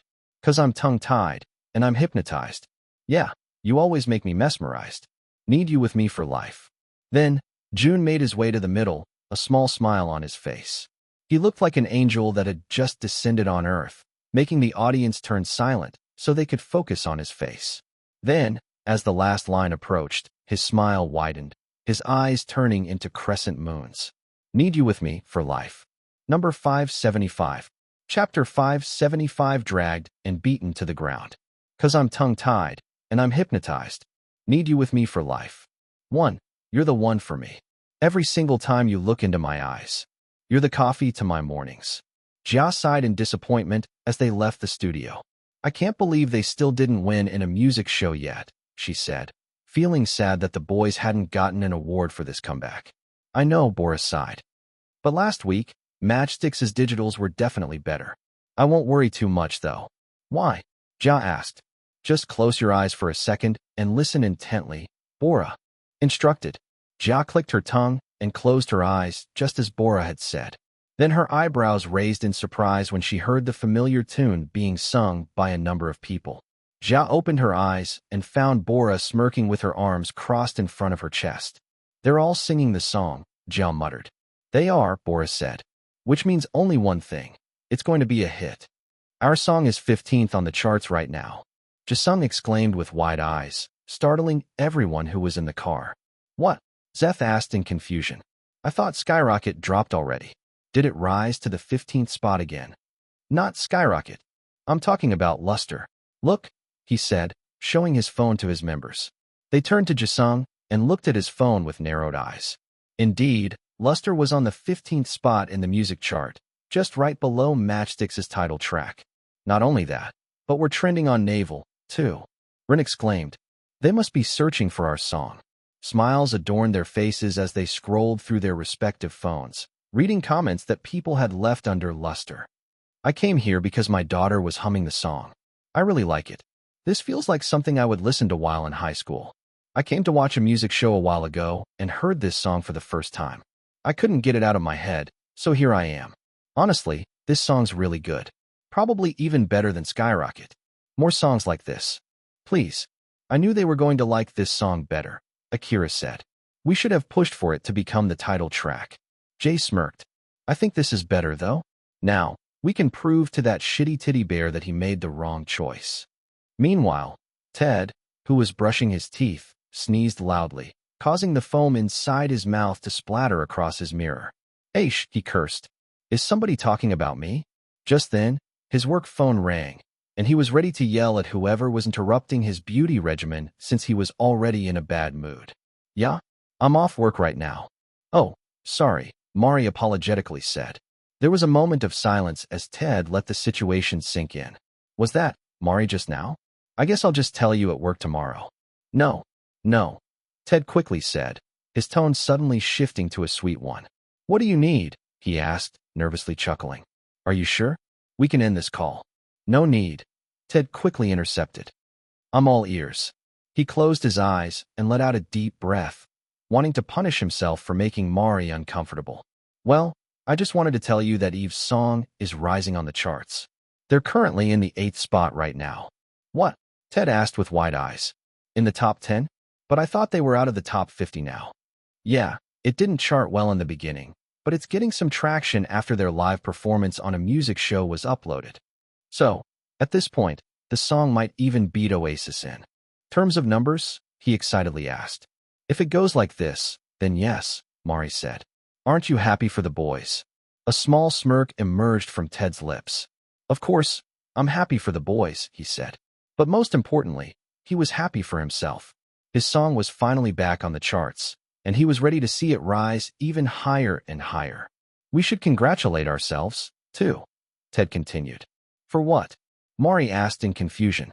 We also did a great job with the song. Well, I guess we cleaned up some parts. Still, it was the boys who worked the hardest, she said. What do you mean? Ted asked. This song wouldn't have been created without the two of us.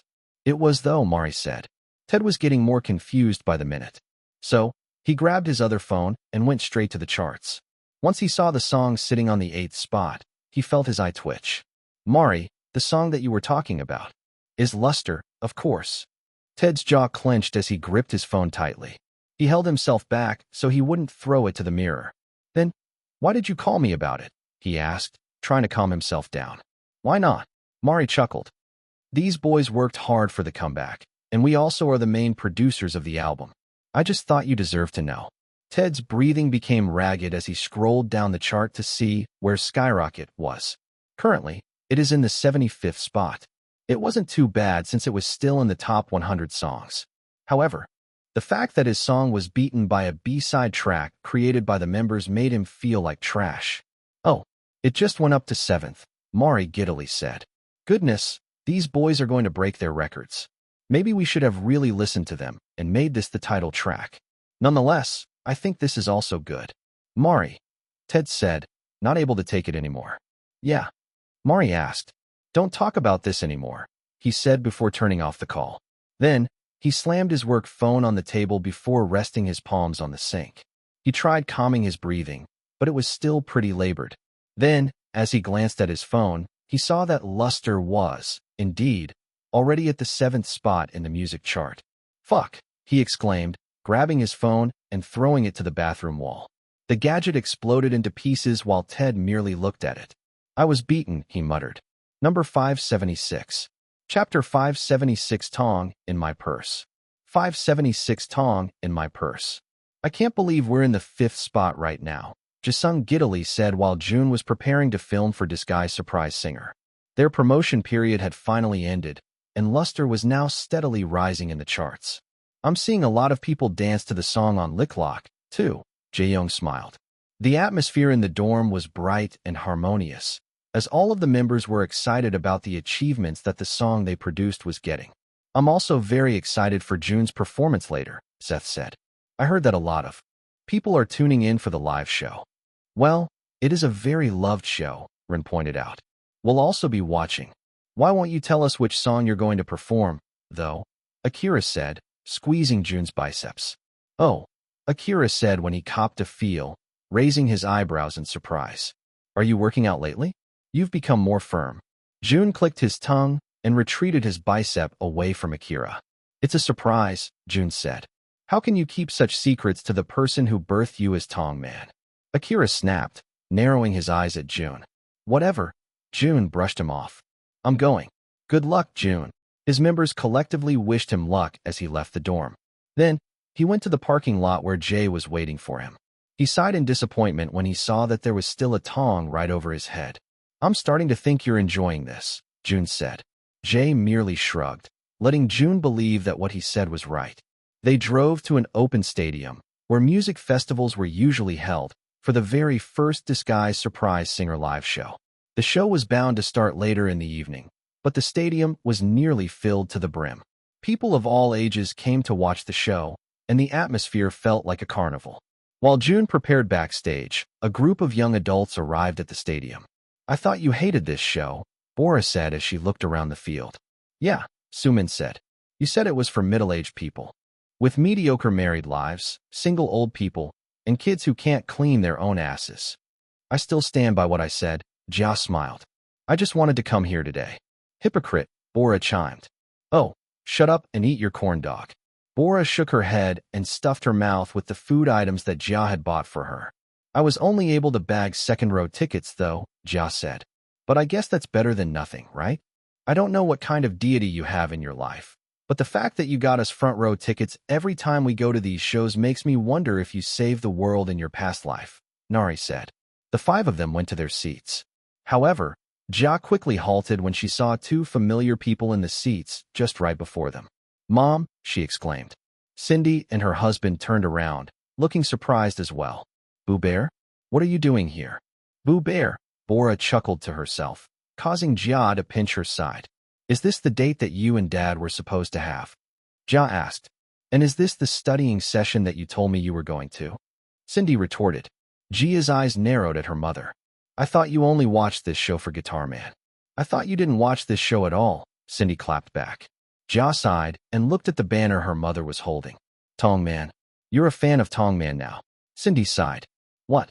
I really liked his performance, okay? I want to see him again. Jia shook her head as she sat in her seat. She couldn't believe that her mom idolized the same person as her now. Backstage, the new challengers were busily preparing for the show.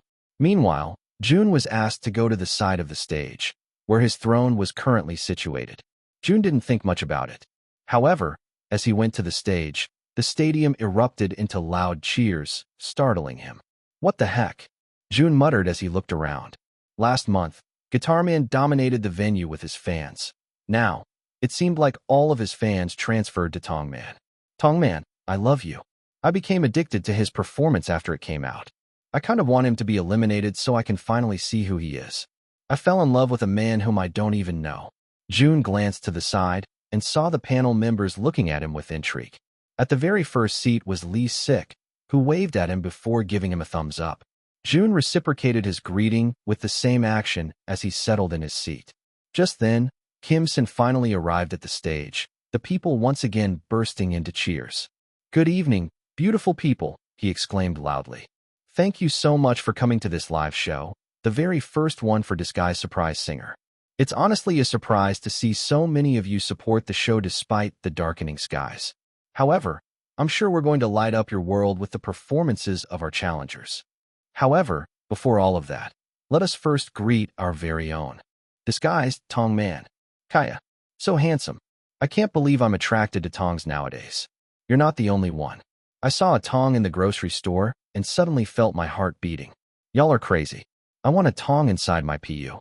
Please don't finish that sentence. Purse. I want a Tong inside my purse to show everyone that I'm a fan of Tong Man. Kim Sen waited for a while until the screams died down, even covering his ears for a second due to the loud noise. Well, I can see that all of you are enthusiastic about this performance, he chuckled in amusement. So, without further ado, let's welcome the first challengers to the stage. Number 577. Chapter 577 Genius Song Choice. Jun had a secret. He didn't want to be on this show anymore. It wasn't because he didn't want to sing in front of a live audience. As a matter of fact, he believed that his vocal skills had improved a lot now that he could sing and fill the stage with just his presence. However, he couldn't see himself going back to the show every week to practice a song and film an episode. His schedule as an idol was too hectic for him to do that. Moreover, he didn't want to be remembered as Tong Man. If he knew he was going to win, then he could have picked a better, cooler option. But then again, he couldn't really throw away Jae's mother's hard work. So, he thought that the best way to do that was to end his journey as Tong Man today.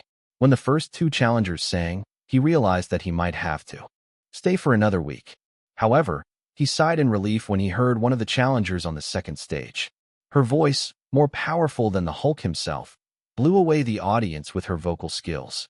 Her name, Mamarific, was also very unique, which made the audience remember her performance even more.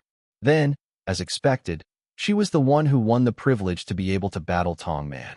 And now, Jun was preparing himself for his defensive stage. He went center stage, causing the people to go into a frenzy.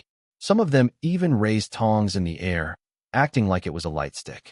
Ji-hyun and Mimi, who still weren't sure about Tongman's identity, conversed among themselves as they waited for the song to play. "What do you think he's going to sing?" Ji-hyun said. "I'm still not sure of his line of work," Mimi started off. "However, based on the songs he performed last week, I think he'll go for another ballad. He really nailed his last performance, and I believe he'll stick to what he's good at." "He's good at nearly every genre, though," Ji-hyun said. "It really makes me wonder who he really is." Then, the song finally played, baffling the live audience and the online audience alike. They thought that Tong Man could no longer surprise them. However, his current song choice was so unexpected that they started wondering if their guesses about his identity were right in the first place. "He's going to sing this song? I don't think I've even heard of this song. It's fairly popular nowadays. I heard it in a cafe once and found that it was catchy. How is he going to sing this song, though? It's an idol song, so it's got to be stylistic. It may sound old-fashioned if he sings this. Oh, the intro sounds nice. What is this song called?" "Luster by Eve." Meanwhile, the members of Eve, who were watching in their dorm, all sat straight when they heard the familiar intro. "He's going to sing our song?" Jae-young asked with wide eyes. Akira pursed his lips as he stood from the couch, clapping slowly like he had just watched the most amazing movie in existence. "Bravo. Bravo. I gotta give it up to Jun. This is a genius move." Rin nodded in agreement. "A lot of people are tuning in right now. The song's already doing well, but it will do even better once Jun sings it in this show. 1. You're the one for me. In your eyes, that's where I long to be. 2. You're too good to be true. With every smile, my love for you grew." Finally, Jun sang the first lines of the song. The people who were expecting his singing style to not fit an idol pop song were pleasantly surprised. "I'm about to explode," Boris said. "He sounds just like Jun." Jia pursed her lips to hide her smile. Of course, he sounded like Jun. He was Jun. 3. You're the light in my dark. In your presence, I find my spark. 4. You're my guiding star. In your love, I found my avatar. The people who knew of the song were surprised by how well Tong Man sang it in his own voice. Meanwhile, the people who didn't know of the song before were surprised at how great it sounded. "What's this song? Why do I like it so much?" "Guys, it's Luster by the idol group Eve. Show them some support." "This song is from Eve? Is it from their new album?" Yes. Yes. It's a masterpiece of an album. I didn't listen to it since Skyrocket wasn't my cup of tea. It looks like I'll have to revisit the album again. 'Cause I'm tongue-tied, and I'm hypnotized. Every single time I look into your eyes. Yeah, you always make me mesmerized. Need you with me for life." Jun was able to sing a song that was meant for 8 people all by himself. He struggled in some parts, especially the rap parts. However, most people didn't even notice this. Instead, they were amazed that he also had some rap skills under his sleeves. What the heck? Can this man do everything? How come he's so good at rapping too? Is this really a veteran singer? He doesn't sound middle-aged now. I don't know what to do anymore. I agree with the lady who said she needed a tong inside her purse. Except this time, I'm not talking about my purse, but my PU. You're the coffee to my mornings, the chocolate to my treat. With you, life is always sweet. You're the sunshine to my day, the moonlight to my night. With you, everything just feels so right. Mimi felt like an utter idiot as she internalized everything that was happening. She couldn't believe that she didn't notice it sooner. I know. Now, she said, catching Ji-hyun's attention. The older actress was jamming to the beat, familiar with the song because it was from Eve. What was that? She asked. We're idiots, Mimi said, looking at Ji-hyun with teary eyes. I'm a fake fan. I really am. Mimi started ranting, her eyes now focused on Jun. What are you talking about? Ji-hyun asked in confusion. You'll see it in the reveal, Mimi said, still disappointed in herself. In fact, a lot of people will be shocked. I can't believe he has improved so much to the point that I can't even recognize him anymore. Number 578. Chapter 578 Face Reveal Part 2. So, this was why you needed me for lessons, huh?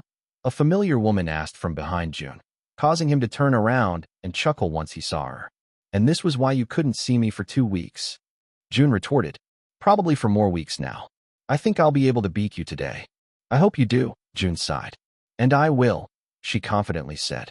She walked over to where Jun was and patted his back. I knew it was you the moment I heard you sing during the 3rd round last week. At first, I couldn't believe it since you had improved so fast. However, I just knew you were one of my students. You must be proud, Magic Mama, Jun chuckled.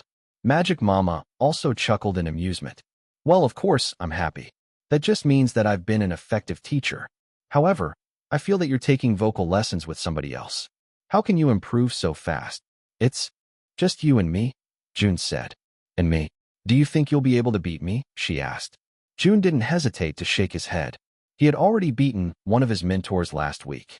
He doesn't think he could beat Magic Mama with his current skills. For Jun, she might just be the best singer in the entire world. And I'm happy because of it, Jun said. I'm going to take a good rest after all of this is over. The voting finally finishes. The two of them heard Kim Sen announce from the stage. May I now call our last standing contestants up to the stage? He asked. Magic Mama and Jun went up to the stage, the lights immediately shining down upon them. In the dark stage, the two of them shone brightly, the spotlight going back and forth to intensify the moment. I voted for Mamarific. I love Tongman so much, but I'm dying of curiosity. Sorry, Tongman. I'll support you even if you aren't Tongman anymore. We have the same thought. I like him a lot, but I also have to give it up to Mamarific. I genuinely think she did a better job. Who did you vote for? Jisung asked. Mamarific, all of the members said. Jisung gasped as if he had been betrayed, even standing from his seat as he pointed at all of his members. You're not going to support our ever-loving brother, Jun? He exclaimed. They didn't respond to Jisung's question, making him feel even more betrayed. Even you, Casper? Jisung asked in disbelief. Casper chuckled. Jun asked me not to vote for him. Me too. Me 3. Yeah. He said he didn't want to be on the show anymore. The others started agreeing. Jisung frowned in confusion. How come he didn't tell me? Jisung asked. Because you would have voted for him anyway, Zeth deadpanned. Jisung was about to argue, but he quickly shut his mouth. They definitely weren't lying. He was Jun's biggest fan, and he would have supported him until the end. However, the people watching the show in the stadium and in the comfort of their own homes and seemed to have a collective agreement. As much as they loved Tongman as a character, their curiosity for his real identity overpowered such fondness, causing them to vote for Mamarific. And the disguise for our very first live show is Mamarific, Kim Sen exclaimed, making the stadium erupt into cheers. They were cheering for 2 reasons. 1, because they thought Mamarific genuinely deserved it, and 2, because it meant they were finally going to see the face behind the Tongman mask. Meanwhile, Jun internally celebrated since he didn't have to prepare for another stage next week on top of their other schedules. Mamarific took her position on the throne while Tongman stayed on the stage. The people murmured excitedly among themselves, preparing for Tongman's identity reveal. Goodness, I've been thinking about this for the entire week. I can't believe I'm finally going to see him. I have a feeling that the person behind Tongman is going to be the next big thing. Until now, his identity has been a mystery to me. I can't even tell how old he is. We've come to the most awaited moment of the night, Kim Sen said. The cheers became even louder, arguably the loudest cheers of the night. It was bizarre since they didn't even react this way in the other performances. However, just with the thought of Tongman's identity, the venue turned into a frenzy. Tongman, please reveal yourself to the audience. Jun smirked and turned around, where his face wasn't seen by any of the audience members. Then, he started removing his mask as the excitement escalated in the stadium. He felt sweat forming on his temples, and he was sure that his hair would come out as a mess. He ran his fingers through his hair, the mere action sending the people into delusions. He's blonde. Goodness, his back is handsome now. How come I haven't noticed before? Guys, that doesn't look like a middle-aged man's back. I'm going crazy. My mom is thinking of sending me to an asylum. Mimi felt her heart race inside her chest since she knew her assumptions were right. She glanced at Ji-hyun and saw her with a perplexed expression, probably still wondering who he truly was. Then it happened. Tongman finally turned around. And at that moment, all hell broke loose. Standing on the stage was Jun in all of his glory. His blonde, almost white hair glistened under the stage lights. It was messy yet attractive at the same time. His eyes, almost watery, appeared innocent yet strong. Moreover, his lips were bitten red because he hadn't gotten to putting any lip balm all throughout the show. The cameraman did a great job focusing on his face and flashing it on the big screen, making the audience exclaim in amazement. Wow. Just wow. Jun? Is this really my baby Jun? I think I saw this guy on a TV show before. He looked good back then, but he looks amazing now. Jun? I haven't seen him since Rising Stars. Who is this fine young man? I don't need a Tong anymore. I need him. I'm going feral. I might actually go to an asylum at this point. Cindy turned back and looked at Jia with wide eyes. However, Jia already knew. She had a smirk on her face as the people around her started raving about Jun. Ji-hyun, on the other hand, couldn't believe what she was seeing. The fluttery feelings she had during Rising Stars came back to her like a landslide. She was starting to forget about Jun because they hadn't seen each other in a long time. However, it felt like her progress went back to zero once she saw him on the big screen. Then, she turned to Mimi, her face ghastly pale. My husband's in trouble. Number 579. Chapter 579 Untouchable, Untouchable. Eve becomes the youngest stars to reach number 1 on the charts. Everyone in the world is currently feeling the fever. Who are these 8 boys that stole the hearts of many? Eve's luster tops the stupefied charts and other domestic charts. 3 million album sales in just 3 weeks. Eve takes the world by storm. Eve levels up. They might be the representative K-pop boy group now. Eve surpasses Chaos achievements only within 5 months of debuting. The members of Eve were on their way for a brand advertisement when they suddenly ran into some traffic. Jisung craned his neck to see the cause of the traffic and frowned when he saw that it was caused by a huge crowd of people. What's happening? He asked. Why is the traffic so heavy when it's still early in the morning? Jaeyoung, too, opened the windows to peek at what was happening. However, that seemed to be a bad idea as the group of people suddenly started screaming as they ran to their van. Jaeyoung's eyes widened in surprise as he quickly closed the window. For a moment, a woman's arm grabbed his collar and pulled him toward her. However, he was able to push her away, feeling breathless after the experience. What the heck? Akira asked in confusion. All of these people they're here for us. Jay sighed as he pulled on the handbrake before massaging his temples. I thought the venue for the shoot would be confidential. How come so many people are here? It must have been leaked, Jun said. Still, it doesn't explain why so many people are here right now. Jay leaned back against his seat. I didn't think there would come a time that I would be explaining the concept of fame to you guys.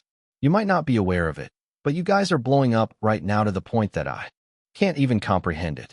I don't even think I can handle you as well as before. I've been getting brand deals left and right. We used to take them all because they could be done within a month. Now, I even have to pick brands out for you guys. Moreover, it's getting harder and harder to protect your image and security. We definitely need a personal bodyguard with us now that you guys are big stars. Big stars? Jisung asked, still confused. It had only been a week since Jun revealed himself during Disguise Surprise Singer, yet somehow, a lot of things had changed. First, they successfully broke into the domestic market, making themselves known in most households, even for those who weren't fans of K-pop. Jun's performances on the show had all gathered 5 million views each, and his face reveal video was watched over 10 million times in just 3 days. People started tuning into their songs, which eventually led Luster and the other tracks in their album to dominate the music charts. Ted was pleased about this. However, Skyrocket ranked the lowest among all of them, which made him feel bitter about the situation. Aside from this, one of their fans uploaded a short video with Luster as the background music on Lick Lock. With its cheery tune, it quickly became a trend, leading thousands of others to make their own videos to the song. In the end, it skyrocketed to 5th place on the international music charts, making Eve famous all around the world. Jun definitely expected their song to become successful. He was also 100% sure that his appearance on Disguised Surprise Singer would lead them to have more fans. However, he wasn't expecting it to come to this extent. In the span of a week, the lives of Eve were changed, and they didn't know how to react to it. Man, Zeth smiled as he peered through the window. These many people love us now. Did you know?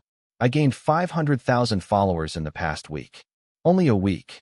Jun earned 2 million. Casper chimed, causing Zeth to click his tongue. Let me have my moment, man. Jun's on a different level now. I also gained 300,000 followers, Rin said. It's honestly insane. I feel like I'm living in a simulation. Is this how big stars feel now? Let's talk about that later, Jay said.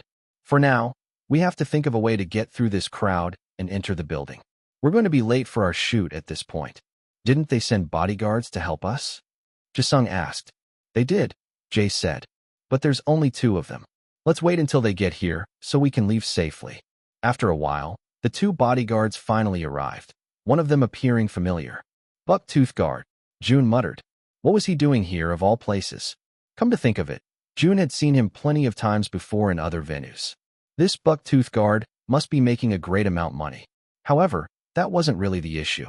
The Bucktooth Guard was clumsy as hell. Jun knew he wouldn't be able to protect them that much. He shook his head.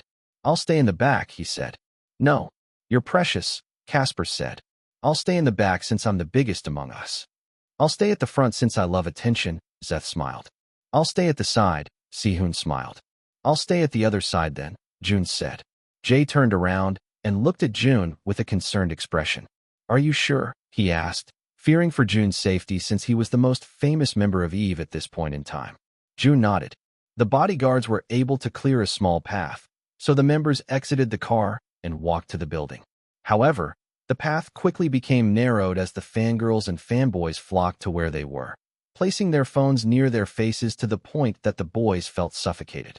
Jisung held on to Jun's arm, while Jun remained calm. We're almost there, he said. Jun sighed as he felt the fans pulling on his clothes. Was this one of the consequences of fame? Fortunately, the entrance to the building was only a couple of feet away, so Jun just endured the pushing, pulling, and screaming for a little bit. However, as they arrived near the entrance, a scream was suddenly heard, alarming the crowd. Jun's eyebrows raised in surprise when he saw a woman about to fall over to where he was. Then, as her body launched forward, Jun acted based on his instincts. He outstretched his hand and bent his knees until the woman landed safely in his arms. Number 580. Chapter 582 Fast. The crowd became silent, almost like the world froze. The woman, whose face was covered with a mask, was in Jun's arms, being cradled in his embrace. Fortunately, Jay acted quickly and helped the woman up before swiftly leading the boys inside the building. The bodyguards stayed outside to ensure that none of the fans were going to make it in. As soon as the group was in the elevator, they heaved collective sighs of relief, leaning against the cold, hard metal. I can't believe that just happened, Akira said, placing his hand over his chest. That was my very first experience getting mobbed. Jae-young and I didn't even experience this when we were in Raven. That's because your group was only fairly popular, Jay said, making Jae-young and Akira shake their heads. Anyway, Jay quickly added, I told you guys, you're very popular right now. Almost like chaos popular. How can this happen in just 1 week? Jisung asked, feeling a bit overwhelmed. Goodness, are these the consequences of our actions? Ren asked. Everybody's hooked on Luster these days. Even the salon that I usually go to is treating me like a world star now. Casper crossed his arms in front of his chest before looking up at the ceiling. I knew it. Luther is a drug that nobody can escape. Zeth chuckled as he observed his members. Why do you guys sound so upset about this? Isn't it great that we're becoming more popular? Rin shook his head. As expected from our Narcissistic member. Of course, you love the attention. Zeth scratched the back of his head, not really denying Ren's accusations. They finally arrived at the shoot, where they were quickly tended to by the staff. Even now, Jun could feel that there has been a difference in how other people treated them. These people treated them like kings, like they were the next big thing. And honestly, Jun didn't know what to feel. The shoot had just ended, and they were resting in one of the rooms that the brand had provided. Jisung scrolled through his phone and stopped when he saw a post with a huge amount of likes. Then, when he clicked on the video, it was actually Jun's video from just a while back. Holy cow, Jisung exclaimed. Even the incident with Jun a while ago acquired 50,000 likes. Really? Jay asked, standing from his seat to confirm if what Jisung said was right. And indeed, another video of Jun was going viral around the internet. Jay bit his lip and anxiously pressed on the comments. Goodness, you might get a lot of hate for this, he muttered. Jun perked up and also stood from his place to read the comments along with his members. Kaya, this is such a K-drama moment. I can't believe this happened in real life. Me next, please. This man is so handsome. Who is he? He's Jun from Eve. Go follow him here. Such a gentleman. Other idols wouldn't even help their fans. I'm glad that Jun has good manners. Well, Jay pleasantly surprised. It seems like you've gained more fans. Jun glanced at his phone and saw that he had earned yet another 100,000 followers in the past hour. He sighed and shook his head before sitting back down on the couch. Casper noticed Jun's mood and nudged his shoulder. Aren't you happy about this? Casper asked. Jun nodded. Of course. He was happy that Eve was finally getting the recognition that they deserved. However, Jun just couldn't help but think that all of this was going too fast. The one thing the world does is that it gives, but it also takes back. That was what Jun believed in for so long. You can never be truly happy because, in a way, you'll be paying the universe back for the happiness you've received in one way or another. I just feel like everything's moving too fast, Jun confessed. Maybe he would appreciate a gradual rise better, similar to the one he had during Rising Stars.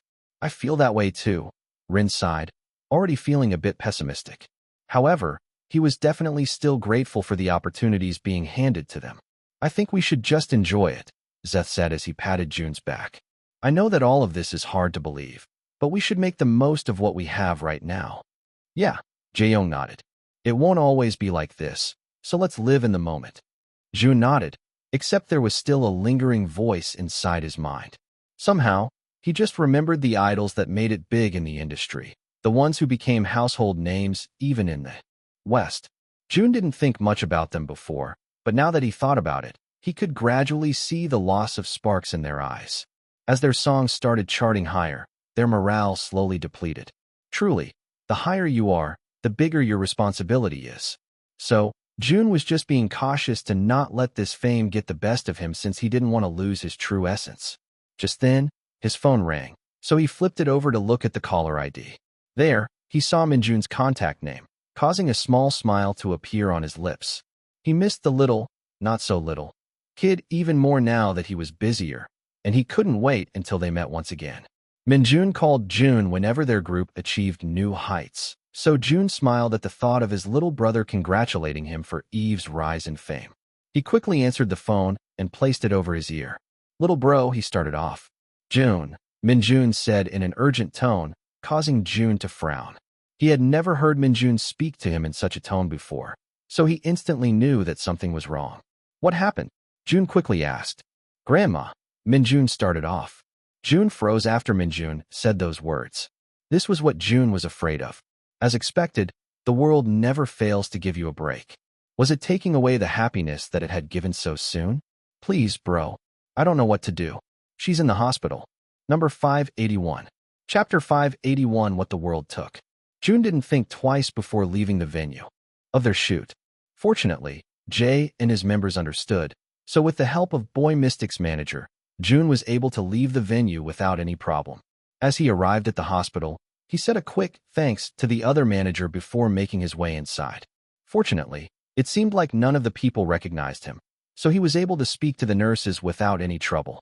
809, Jun muttered, looking for the hospital room that Minjun mentioned. Finally, he arrived at the room, wasting no time opening it to see how his grandma was doing. His heart nearly dropped when he saw her current state. She was hooked to a cardiac monitor and an oxygen cannula, making her look even more feeble than she already was. Another thing that Jun noticed was the drastic weight change she had undergone. He hadn't seen her in just a few months, but she appeared to be a completely different person. However, even then, her eyes and smile were still the same. Her eyes brightened when she saw Jun enter the room, appearing like she wasn't even in a hospital bed. "Bro," Minjun said, standing from his seat to greet his older brother with a hug. Jun could see Minjun's tear-stricken cheeks, so he patted his back as a way to tell him that he wasn't alone now. "What did they say?" Jun asked the teenage boy. Minjun pursed his lips before shaking his head. "We just arrived, and we're waiting for the tests to finish. I really didn't know what to do. I saw Grandma unconscious on the bathroom floors, so I called the ambulance right away." Jun nodded and stroked Minjun's hair. "You did a great job." A small smile appeared on Minjun's face. However, it didn't really reach his eyes. "Jun," he heard Grandma say, "it's been a while. I missed you a lot, grandson." Jun lifted his head and gently let go of Minjun before going to Grandma's bed and sitting right beside her. "Grandma," he smiled, tucking her hair behind her ears. "Did you miss me?" he asked. Grandma weakly hit his chest. "Of course I did. Minjun told me you visited around a month ago, but you didn't wake me up so I could see you."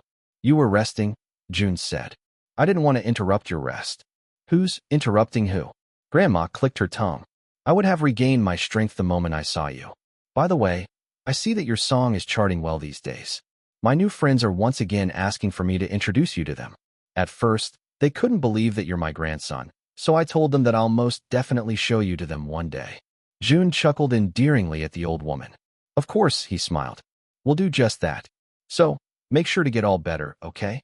Grandma smiled back at Jun, holding onto his hand and giving it a tight squeeze.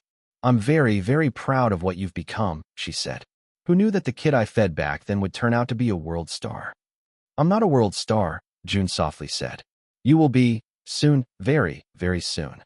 I just hope I'll still be around to see that," she muttered, so Jun was unable to hear her. "What was that?" Jun asked. "Nothing," Grandma smiled. "Nothing. How are you these days?" Jun sighed as he gave Grandma's hand a squeeze. "I should be the one asking you that. How come Minjun found you on the bathroom floor?" The old woman sheepishly smiled. "Oh, you already know that your grandma's getting old." "Grandma," Jun warned, since he knew that there was definitely more to the situation than what meets the eye. Suddenly, the door opened, revealing a familiar doctor. Jun sighed and stood from the bed as soon as he saw him. "Jun," Dr. O exclaimed. "What are you doing here?" Jun pursed his lips. "Shouldn't I be the one asking you that? Why do you have so many specialties?" "Oh, I have all the specialties," Dr. O exclaimed. "I have a dermatology clinic and an orthopedic clinic. Oh, I'm also a general and plastic surgeon. Don't forget about my oncology degree." Jun shook his head. Then, he glanced at the papers in his hands. "Are those Grandma's results?" Jun asked. Dr. O nodded, suddenly turning serious. "I'm assuming that the two of you are her present relatives?" he asked. "I'm Grandma's grandson," Minjun said. "My mom and dad are in the States, so they can't come." Dr. O glanced at Grandma, and a meaningful gaze was exchanged between the two of them. "Why don't you go and buy some snacks first, Minjun?" Dr. O asked. Minjun frowned in confusion. "What do you mean? I thought." "Just do it, Minmin," Grandma endearingly said. "Buy me some too. Your grandma doesn't like the hospital food." Hearing her grandma's request, Minjun stood and went out of the room. "Fine," he muttered as he closed the door. As soon as he left, the atmosphere inside the room suddenly became tense. Grandma held on to Jun's hand, so the latter turned to her. "I hope you understand that I don't want Minjun to hear any of this. As much as he has a mature mind, he is still a little kid." Jun nodded, understanding Grandma's sentiment. "Well, I will make this quick," Dr. O started. "I need to relay all of this to you before Minjun comes back. First, let's talk about your blood tests. It seems like your white blood cells are increased while your red blood cells are down. This means that you may have an ongoing infection inside your body. But since there is less oxygen-carrying capacity in your blood, you're having a harder time fighting it. I have also received some complaints about back pain," Dr. O continued. Jun nodded, remembering Minjun's stories. "Her bones are becoming pretty fragile," he said. "Does it have something to do with age?" "It does," Dr. O said, his eyes still focused on the papers. However, I believe that this has something more to do with it, he said, placing the paper on the bed so the two of them could see it. Jun frowned when he saw the month of the examination. February 10th, 2024? Grandma sighed as soon as she saw it. Then, Jun continued reading the contents of the paper, making him freeze in shock when he finally internalized what it meant. Now, Jun was no expert in healthcare, but when he saw that particular word, he already knew. You were diagnosed with osteosarcoma last February, Dr. O stated. Jun turned to Grandma, whose face still radiated with happiness. You got me there, Grandma smiled.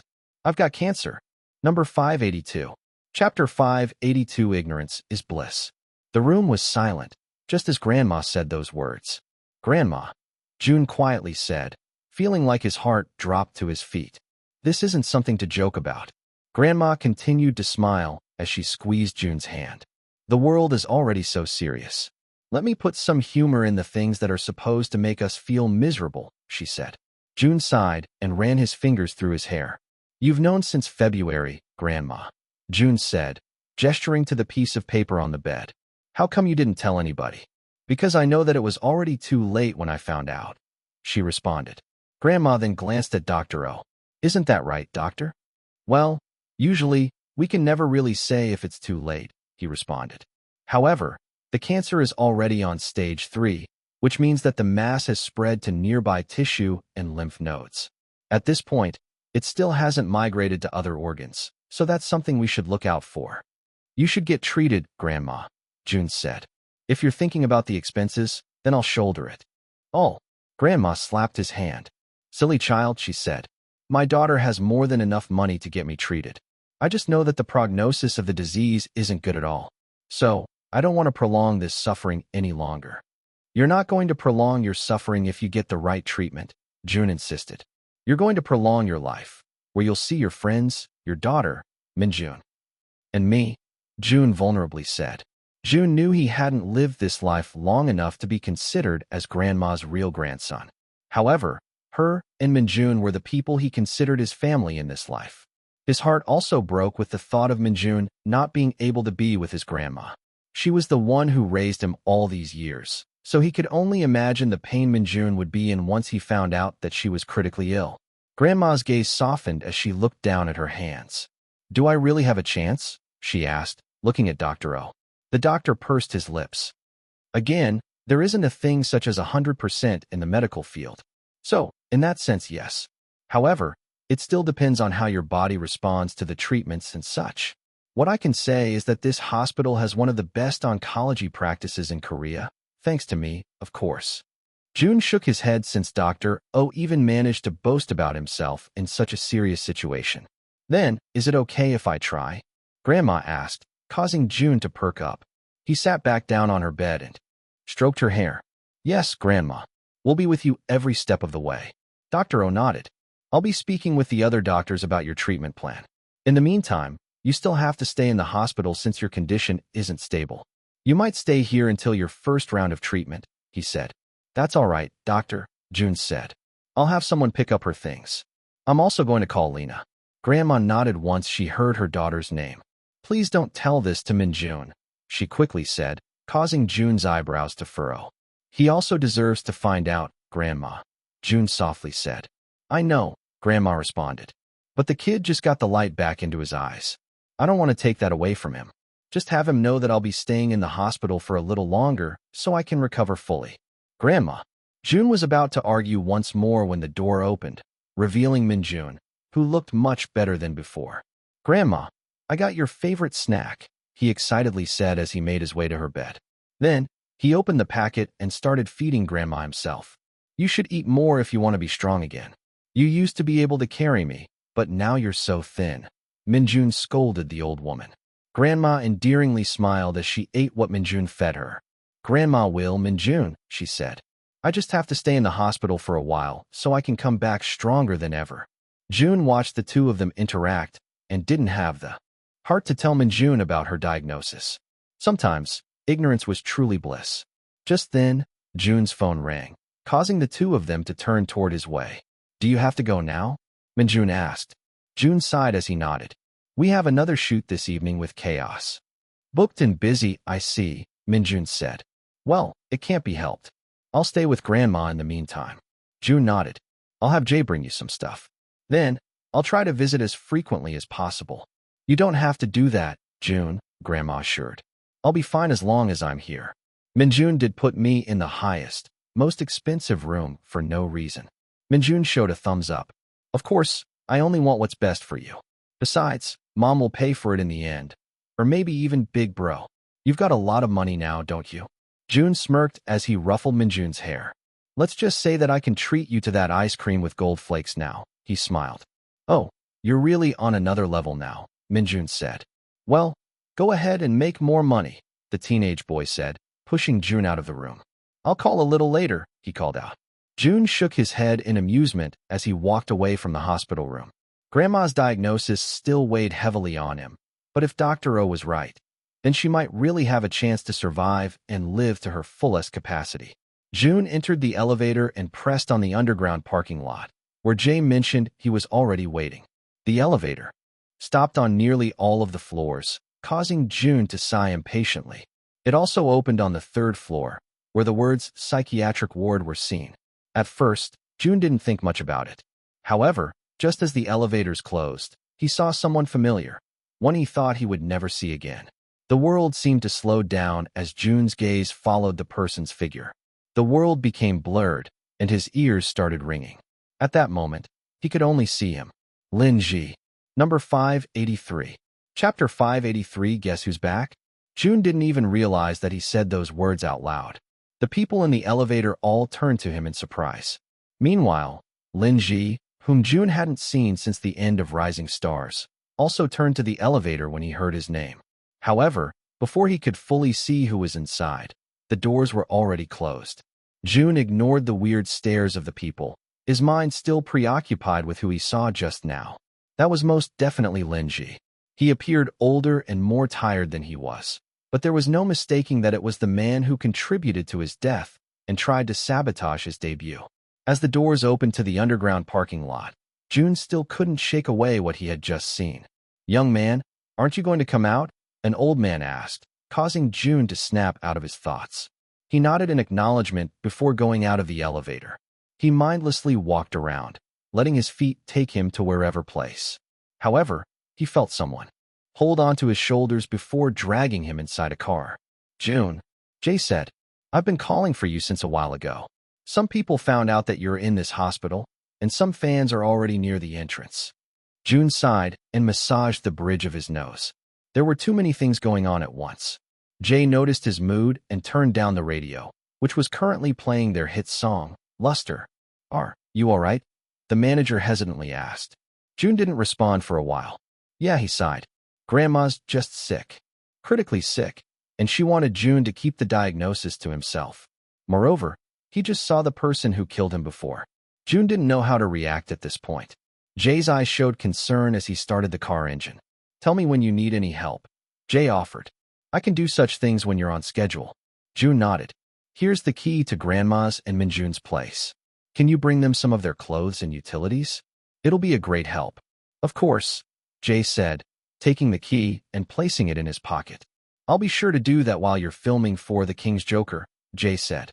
With that, Jay merely dropped Jun off at the filming site before making his way to Grandma's and Minjun's place. As soon as he got there, the members started bombarding him with questions. Is she okay? Can we visit her too? We'll bring flowers and fruits. Jun didn't respond to any of their questions, so Jae-young gently pushed the other members away. Guys, let Jun rest, he said, glancing worriedly at his teammate. Fortunately, the other members got the hint that Jun didn't want to be disturbed. So, they nodded and waited quietly until the shoot started. I'll just go to the restroom, Jun muttered, standing up and walking away from the team.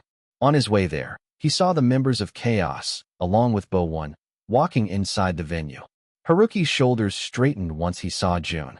He had been contemplating for the last few weeks and realized that he was particularly rude to Jun, so he decided to apologize. Jun, Haruki greeted. However, Jun merely walked past him, not even giving him a glance. Haruki's face reddened in embarrassment as his members teased him. Meanwhile, Jun continued walking until he reached where Bowen was.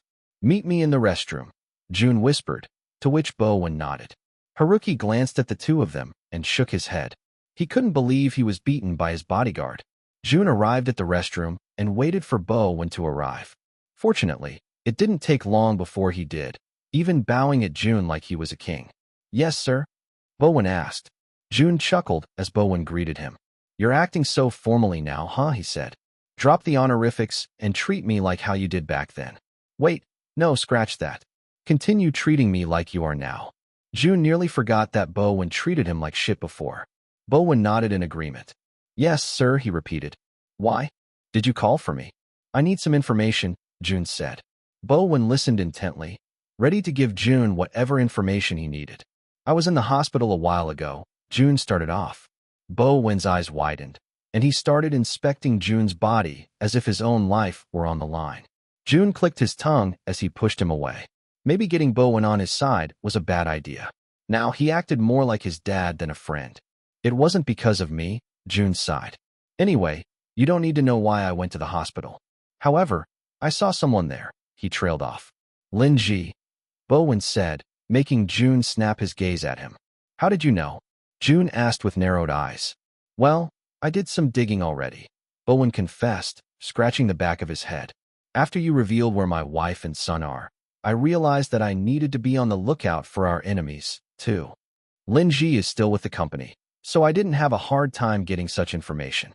Jun nodded with a satisfied smirk. "Enlighten me then." "It seems like he's going to the hospital for some psychiatric treatments," Bowen started off.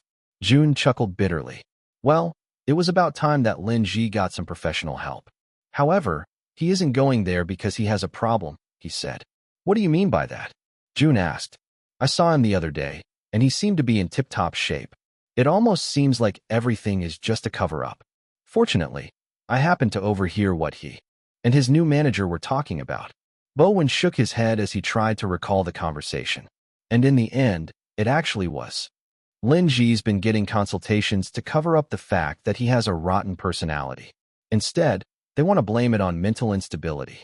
Then, when the right time comes, Bowen sighed before looking into Jun's eyes. "He's going to come back." Number 584. Chapter 584 White Day. "He's going to come back." Bowen's words echoed in Jun's mind even throughout the filming.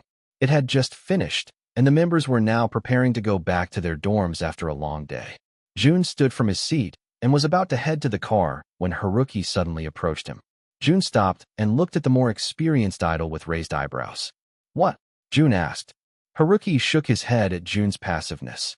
Shouldn't he be elated that Haruki was giving him attention now? "Here," Haruki said, giving Jun a chocolate bar. Jun's eyebrows furrowed in concentration.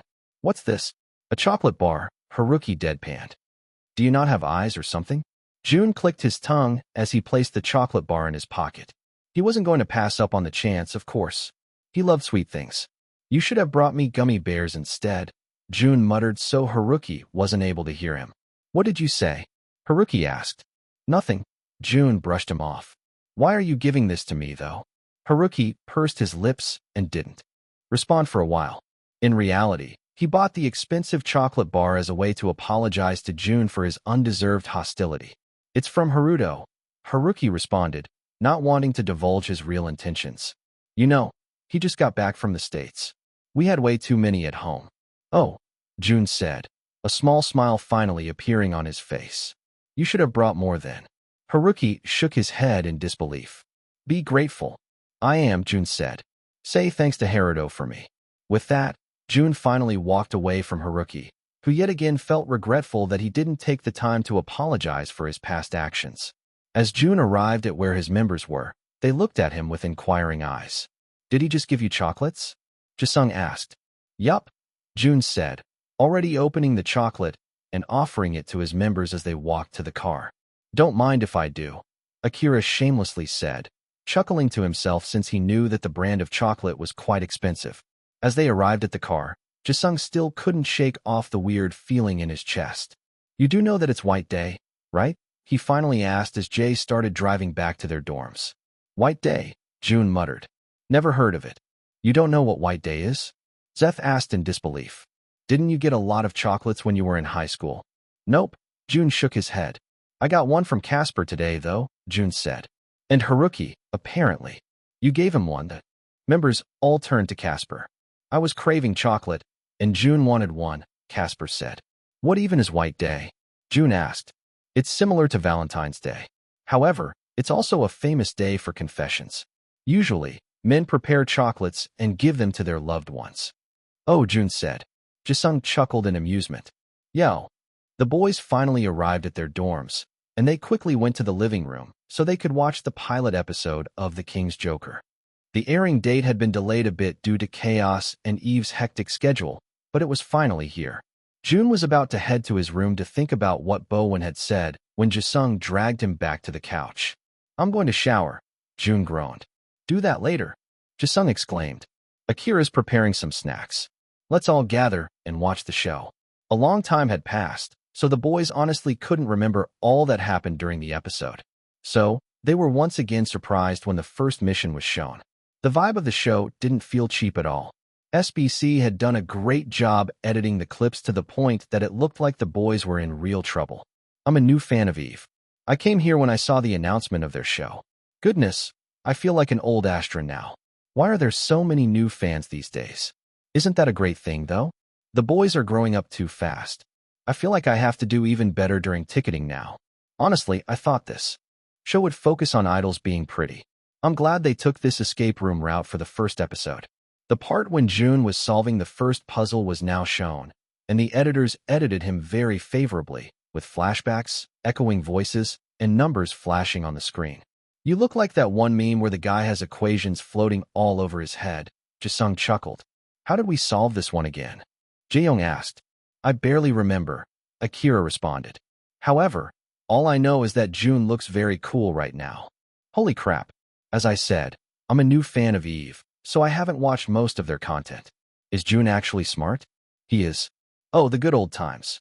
At one point, we all thought he was dumb, too. However, our handsome cat is actually a genius. What the heck? How can he solve all that by himself? Did he save the world in his past life? Why is he so good at everything? Jisung chuckled when he saw that particular comment. The fans are asking if you saved the world during your past life. Jun chuckled at the ridiculousness of the question. Not at all, he muttered as he remembered his past self.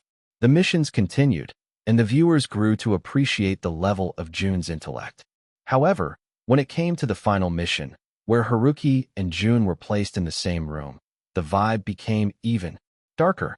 Jun knew that this hostility was now buried under Haruto Abe's grave. Rest in peace.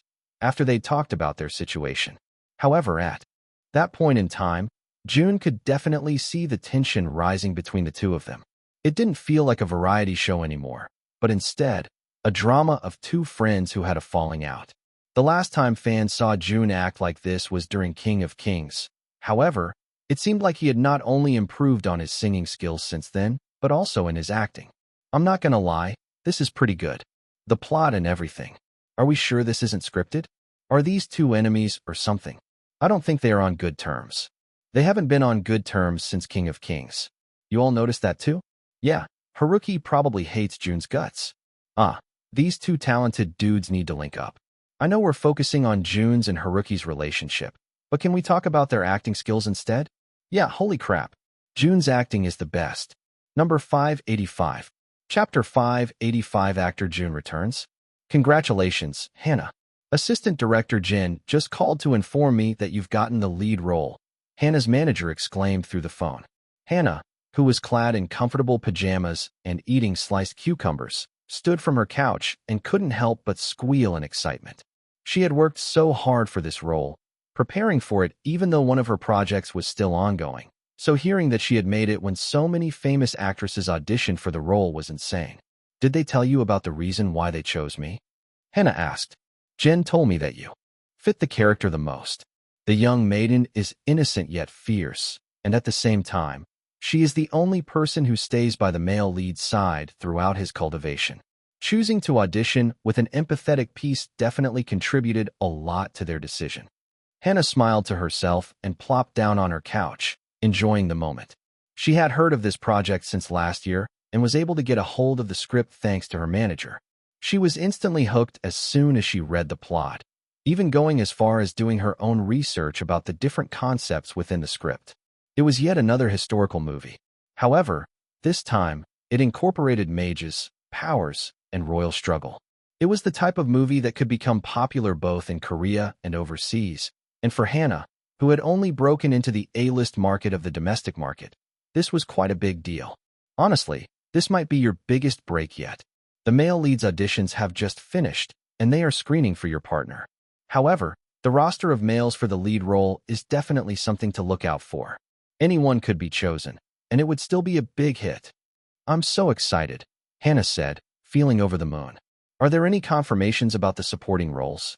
I'm really looking forward to the person who will play as Yayan, she said.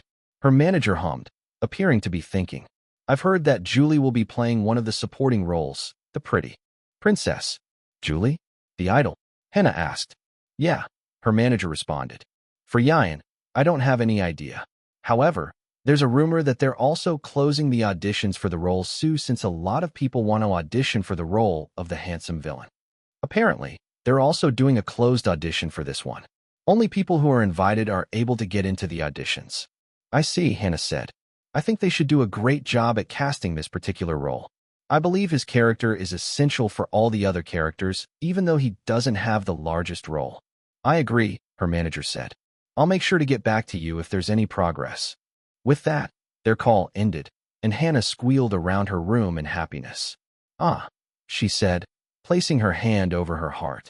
She really had a good feeling that this movie was going to be a great hit. Moreover, it would feature two of the greatest directors in Asia at the moment, which would make it more highly anticipated. I deserve to watch a show, Hannah said, turning on the television since she hadn't been too updated with the latest shows because she was busy preparing for this particular role. As soon as she opened the television, Jun's face was shown, making her cheeks go red. Goodness, she muttered. I see that he has gotten even more handsome. Hannah wasn't too interested in variety shows and such. She was more of a drama girl herself. However, she stayed to watch the content featuring Eve and Chaos.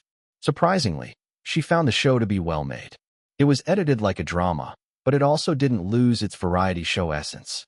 There was a mix of drama from their struggles in trying to solve the missions, but there was also a lot of laughter since Akira was such an amusing member.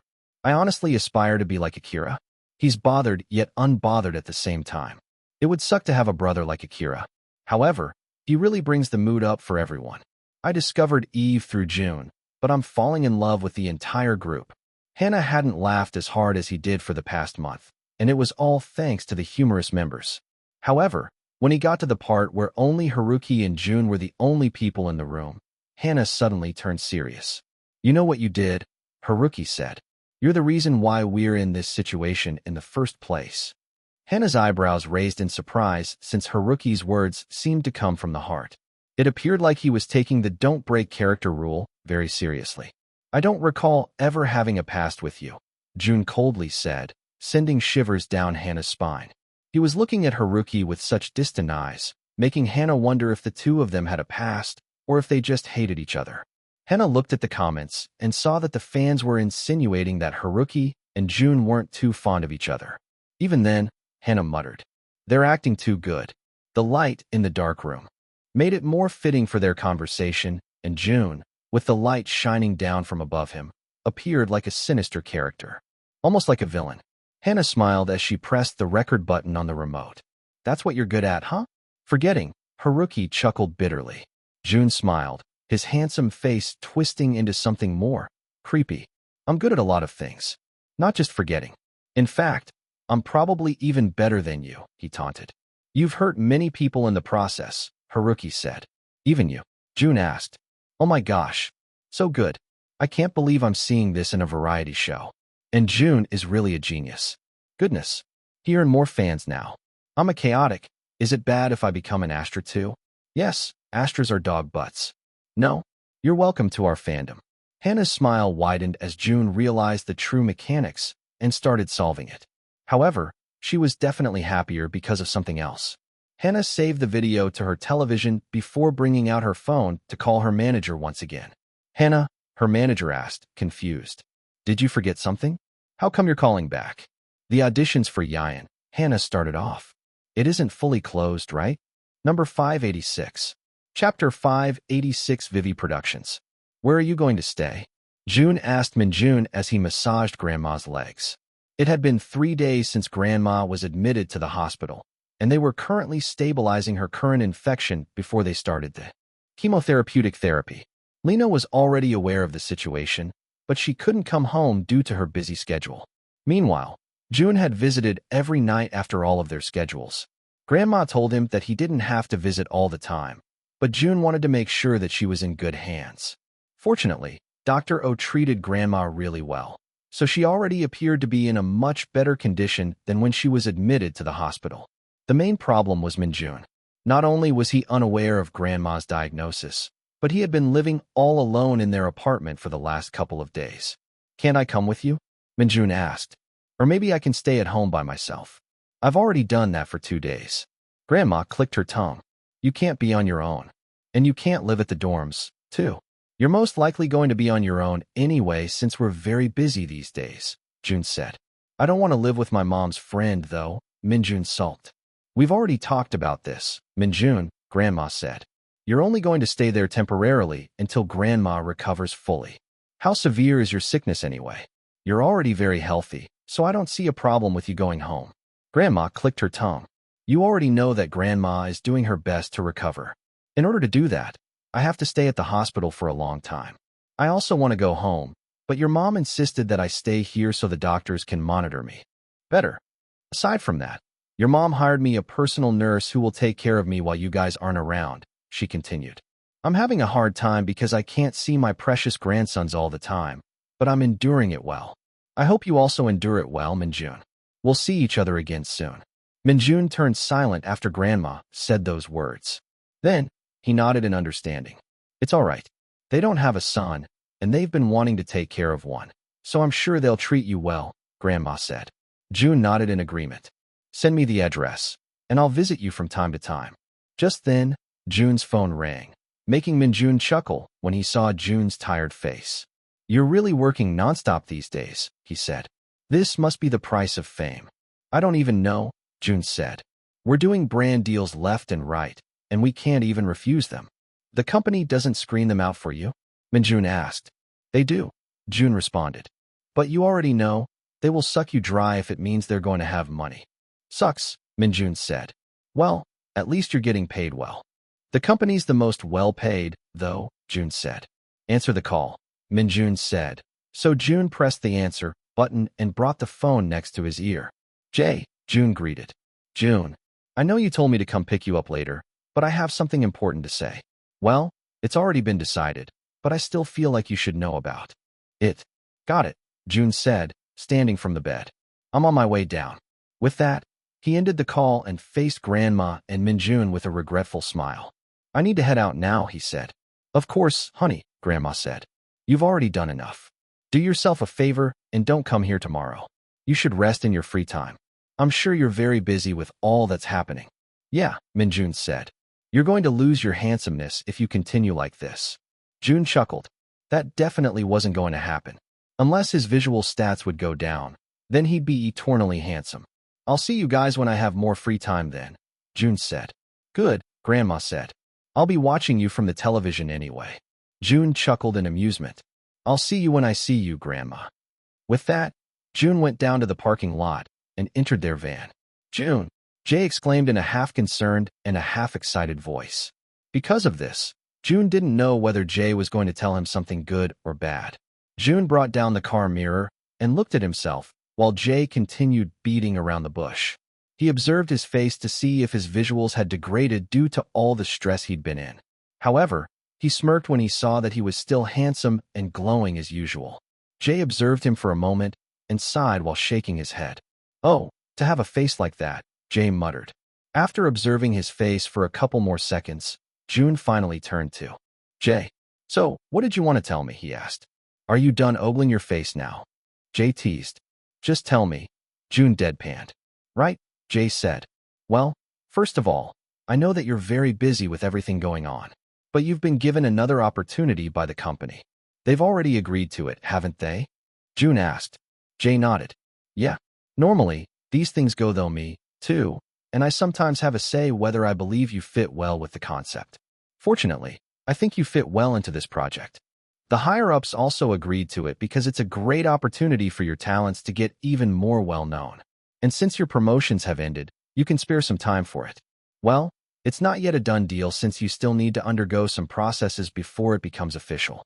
Tell me about it, Jun said. Well, the company was contacted by Vivi Productions. Jay started off. Jun hummed, finding the name of the movie production team familiar.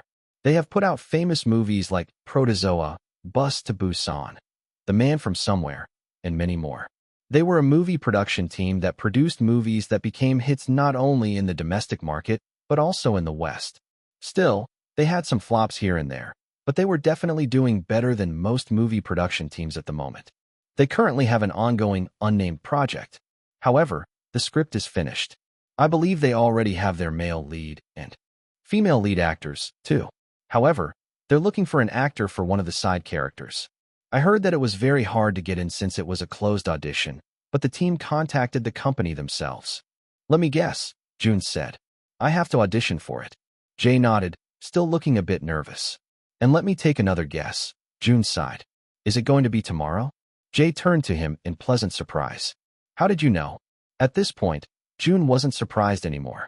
Number 587. Chapter 587 Director Bong's Modern House. It was a sunny day, and it seemed like the world was in a good mood. Not Jun, though. He was currently cramming the lines that he needed to audition for. After Jay divulged that he was going to audition for this certain role, he was quickly handed a short script.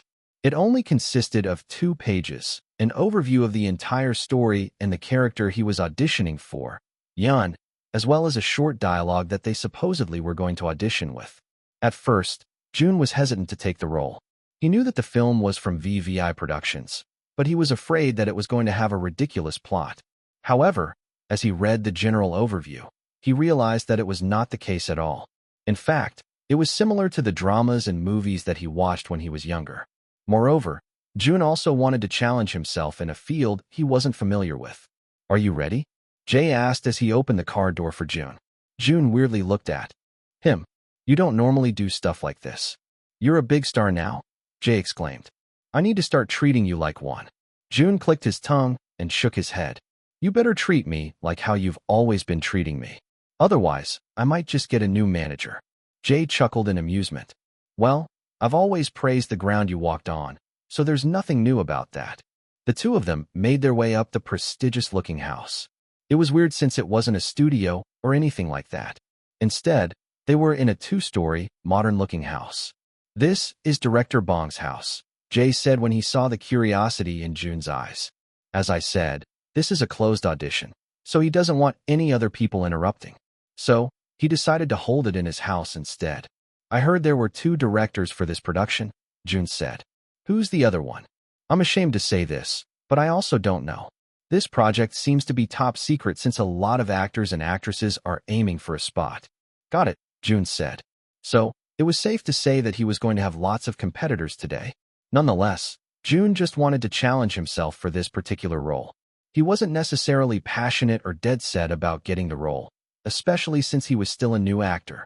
It would be safe to assume that the production team would eventually hire someone with more experience, since naturally, they'll be better at their job, too. Don't be nervous. Though, Jay said, patting his back. I read through the overview and believe that you suit the role quite well. Are you saying I'm a villain? Jun asked out of amusement. I'm saying you have villain-like tendencies, Jay said. There are some moments when I feel genuinely afraid of you. But then again, I'm a scaredy cat, so who knows? The two of them finally arrived at the entrance of the house, and they were immediately stopped by a huge bodyguard. Invitation, please, he said. Jay brought something out from his bag and handed it to the bodyguard. Then, the guard shined some light on it, proving its authentication before nodding to himself. He opened the door and gestured for Jun to come in. However, he covered Jay with his arm. Only the auditionees are allowed inside the house, he said. Please come back in 2 to 3 hours.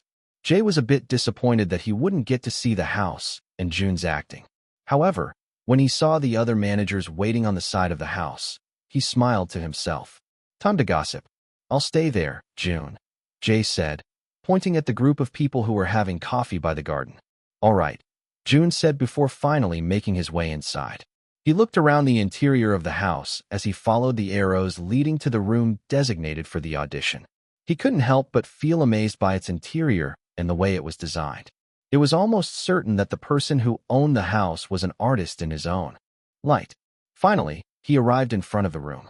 He didn't hesitate to go in, and there, he saw some familiar and unfamiliar faces. There seemed to be 20 seats in total, and as soon as he entered, all eyes were on him. Jun recognized some old actors who suddenly lost popularity, newer actors who still haven't established their names, currently hot actors who were doing lots of projects, actors who only played as extras, and an idol. Another idol is in here. Does he have any experience with acting? I think he was in a web drama. The acting was mediocre at best. His acting was good there, though. However, I think it's not too hard to portray the character that he did. Jun snapped his gaze to the familiar face and saw Haruki sitting at the back with an empty seat beside him.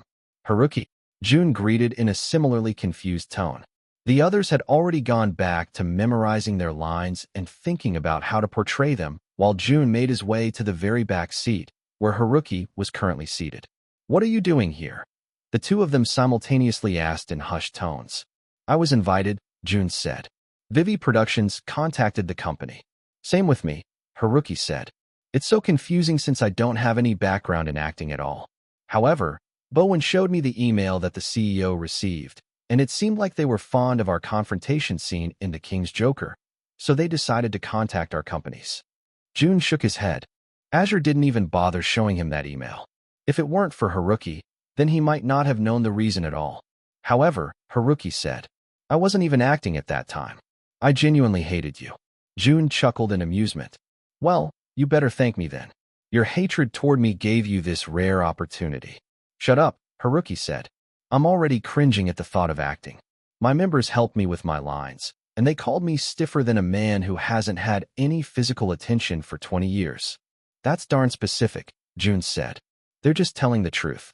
I really can't act for shit." "Why didn't you turn it down then?" he asked. Haruki pursed his lips since he didn't want to explicitly say the reason. At first, the company was open to rejecting the offer since Haruki didn't have any background in acting. However, Haruki agreed to it because he felt that Jun was also going to be invited. In the end, he took up the offer because of Jun, so he could finally apologize to him. Haruki sighed and realized it had long been overdue. So, he sighed and decided to get it over with. However, before he could utter another word, the door opened once more, revealing the last auditionee of the day. They all turned to the front, where a tall and handsome man entered. Jun's body stiffened as he saw him respectfully bowing at the other actors before taking a seat in the front row. Bowen said he was going to come back. However, Jun didn't expect him to come back so soon. "What are you doing here, Linji?" he whispered to himself. Number 588. Chapter 588 The Giants. Jun couldn't stop staring at the back of Linji's head. Haruki kept yapping by his side, but he couldn't bring himself to listen to him. "I just felt like I was being unfair to you because of my prejudice about your past with Haruto. You can't really blame me. I mean, you can blame me for treating you quite badly. However, I want to take this time to apologize to you.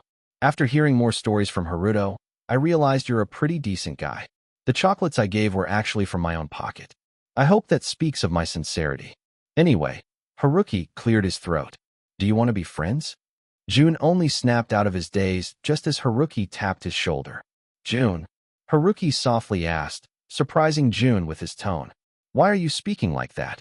Jun asked. "Like what?" Haruki asked in confusion.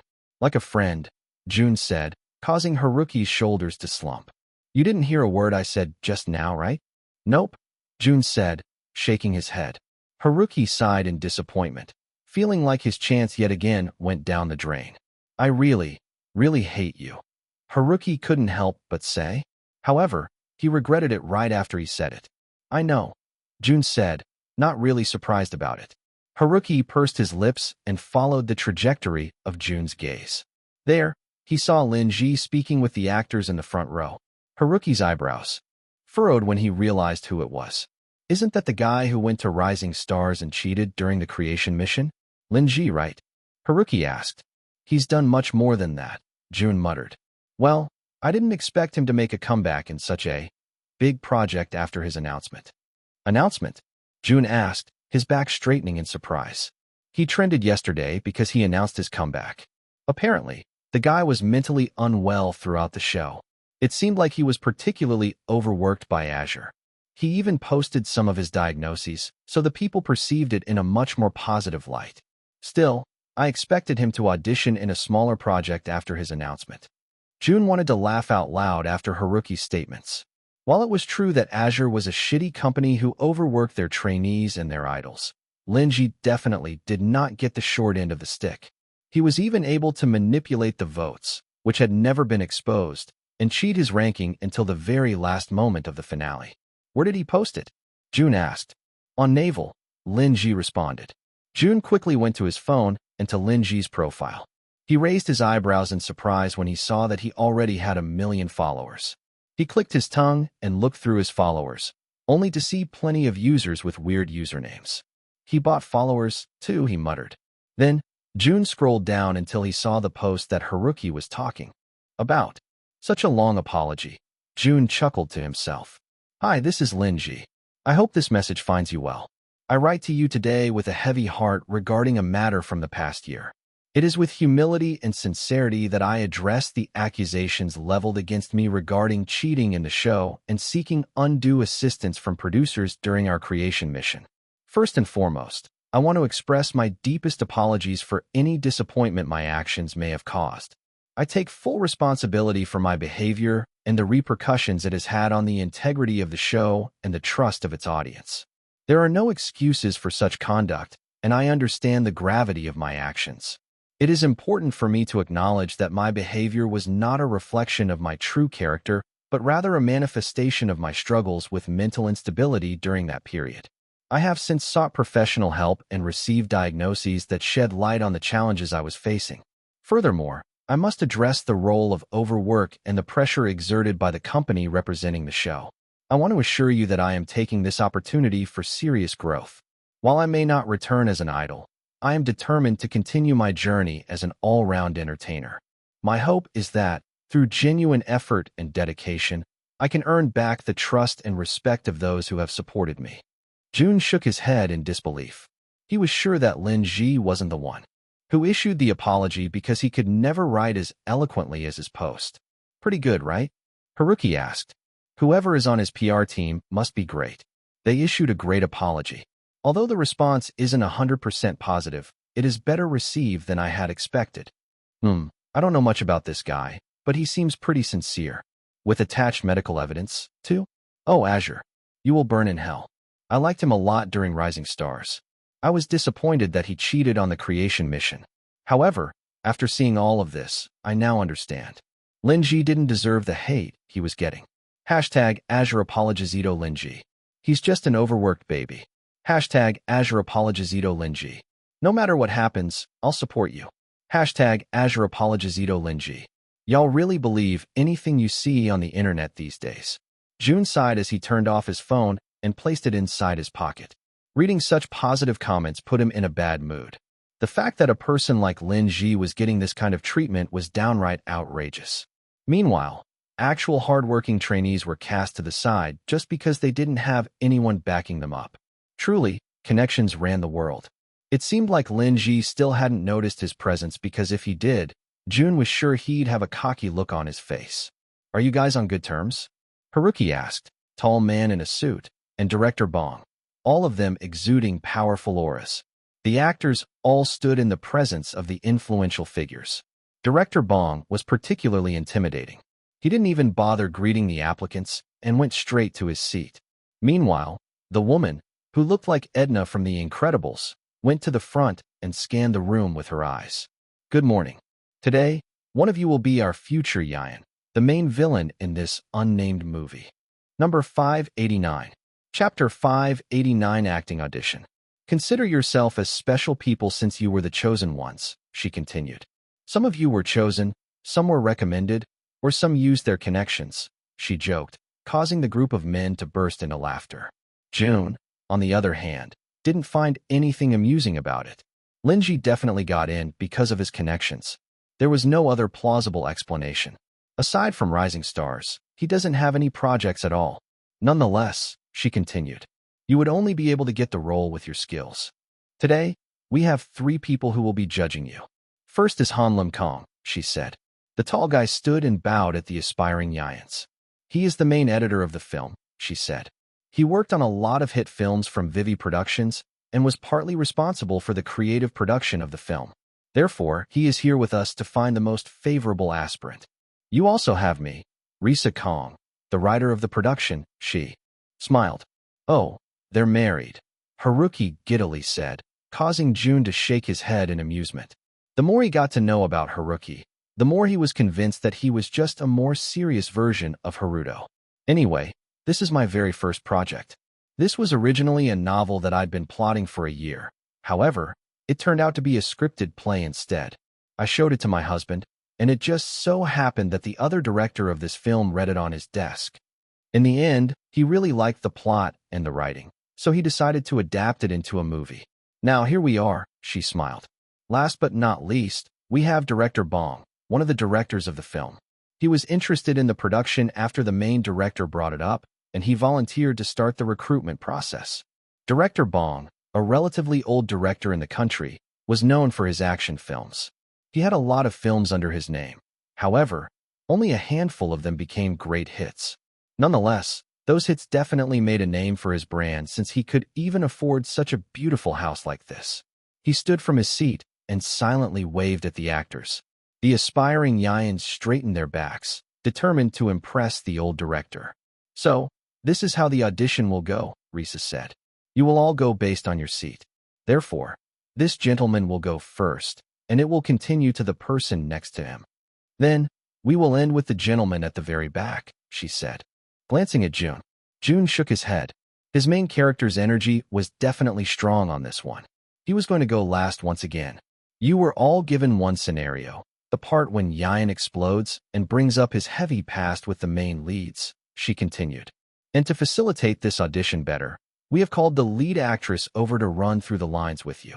Just then, the door opened, revealing Hannah Lim in all her glory. The actors exclaimed in surprise as her beauty graced the room. Director Bong stood from his seat, a wide smile on his face, and led the actress to her seat. For a moment, she glanced around, and at one point, her gaze locked with Jun's. A small smile appeared on her lips as she nodded toward his way. Jun shook his head since he understood right away what she was trying to say. Hannah was definitely the reason why he was given the chance to audition for this film. She smiled at you, Haruki said with narrowed eyes. Is it true that you two are dating? Jun turned to him with one eyebrow raised. Where did you get that kind of information? She gifted something to you during King of Kings, Haruki said. Jun then shook his head. Nope, I don't think of her that way.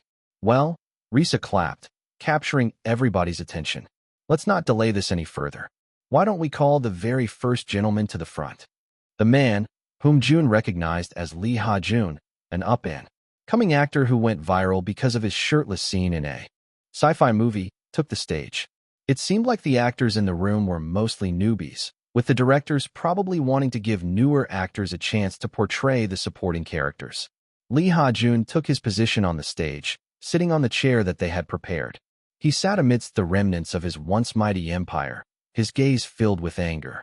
Jun tilted his head to the side as he looked at his twisted face. This kind of anger seemed pretty forced. Then, Hannah spoke, acting as the male lead's proxy. Yayan, you brought this upon yourself. Your insatiable thirst for power blinded you to the devastation you left in your wake. We never wished for your downfall, but justice demands accountability. Ha-jun's eyes narrowed, and once again, Jun found it weird. It felt dramatic, almost too dramatic. And what about you? He asked. Do you revel in my demise? Does it bring you satisfaction to see me reduced to this? Hannah sighed and delivered her lines impeccably. We seek not satisfaction, but closure. For all those you've wronged, for all those who have suffered beneath the weight of your ambition. You know deep inside your heart that your downfall is the price of your own actions. You cannot blame anyone except for yourself. Han Lim continued, speaking for another character. I am the king of the world, of everything that you could ever have. Ha-jun screamed this time. However, the volume of his voice was too loud. It sounded uncontrolled, and it made Risa and Han Lim cover their ears with the sheer loudness of his voice. If it wasn't for you, then I would have everything. You haunt my mind even when I'm awake, and you took away everything I worked hard for with just a blink of an eye, he continued. At this point, the other actors didn't care much for his acting anymore. All he portrayed was that he was angry, just that. But then again, Yayan was quite an angry character. Tom would only tell if this was the direction they wanted the character to go to. All right, thank you, Han Lim said as soon as Ha Jun was finished. The panel gave each other knowing glances before writing something on a piece of paper. Then, they didn't waste any time in calling the next aspiring Yayan. Young man, Risa said. With that, Lin Ji stood and went to the front. Jun kept his gaze on him all throughout, and at that moment, their eyes finally met. Lin Ji froze for a second before a smirk arose on his lips. He kept his gaze on Jun while waiting for his signal to start. So, he muttered under his breath. You're here. Number 590. Chapter 590, A Rotten Personality. Lin Ji, was it? Risa asked as she observed his appearance. Lin Ji snapped his gaze away from Jun and smiled charismatically at the panel. Hannah's eyebrows furrowed in confusion since she knew he only issued an apology a few days ago. Now he was auditioning for one of the biggest movie projects of the year? He must have some kind of internal connection. Hannah looked at the panel and noted that they weren't too surprised. A small smile also played on Director Bong's lips, and for a second, Hannah thought that the two of them exchanged meaningful gazes. She hummed. However, her thoughts were cut short as the panel conversed about Lin Ji. He doesn't have any experience, Risa said. However, judging from looks alone, I think he suits Yayan better than the first challenger. Hannah nodded in agreement. She certainly couldn't argue with that sentiment. Lin Ji was quite handsome. However, he also had an underlying ugliness, one that Yayan had. Whenever you're ready, Han Lim said. Lin Ji nodded and closed his eyes. He felt confident that he was going to nail this part because he was, quite literally, a cunning person like Yayan. Moreover, since he went after Ha Jun, who only did a mediocre job in his audition, he felt like his acting skills were going to be amplified. It had been a while since Lin Ji was in the spotlight. In fact, he had been itching to come back ever since the second arc. However, the circumstances were more drastic than he expected. The person behind the third-party vote counter during Rising Stars was adamant about accusing Lin Ji of fraudulent votes. Therefore, he had to lie low for a couple of months while Lao Hu tried to bury the issue under the ground. Fortunately, only his issue in the creation mission was exposed. However, even then, he had to show the public that he had truly repented for his mistakes. What better way to show his sincerity than through real medical reports? Moreover, blaming Azure was actually pretty easy since they were already a shitty company to begin with. In the end, it took Lin Ji over 6 months to get to where he was now. So, when the opportunity opened up for him to become a part of a potentially big production, he wasted no time in capturing the chance. He just didn't expect to see Jun so soon. But then again, he had been monitoring Jun since his career had started.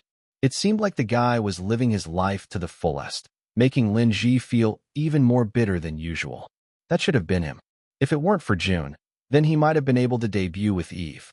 It also doesn't help with the fact that Jun was probably the hottest idol right now. Everywhere Lin Ji went, he couldn't escape Jun. Even the nurses in the psychiatric clinic can't stop talking about him. However, with this opportunity, he wanted to prove to Jun that money and connections were still the greatest things in the world. Channeling his anger for Jun, Lin Ji said the first lines, instantly capturing the attention of those watching. I am the king of the world, of everything that you could ever have. Lin Ji screamed in a non-remorseful voice, making the others murmur in their seats. Holy crap, he's really scary. It looks like he has real anger issues. The volume of his voice was perfect just now. Dang, I don't want to go after him. Jun frowned as he intently observed Lin Ji. Hannah and Lin Ji were exchanging lines, and it seemed like the latter was actually doing a great job. However, Jun couldn't pinpoint whether it was because Lin Ji was a good actor or because the character, who is a scum in the movie, was very similar to his real personality. He's actually pretty good, Haruki said. He's a bit too angry, though, he continued. I'm not seeing a lot of variety in his expressions. Jun leaned his elbows against his knees and nodded in agreement. What Haruki said was right.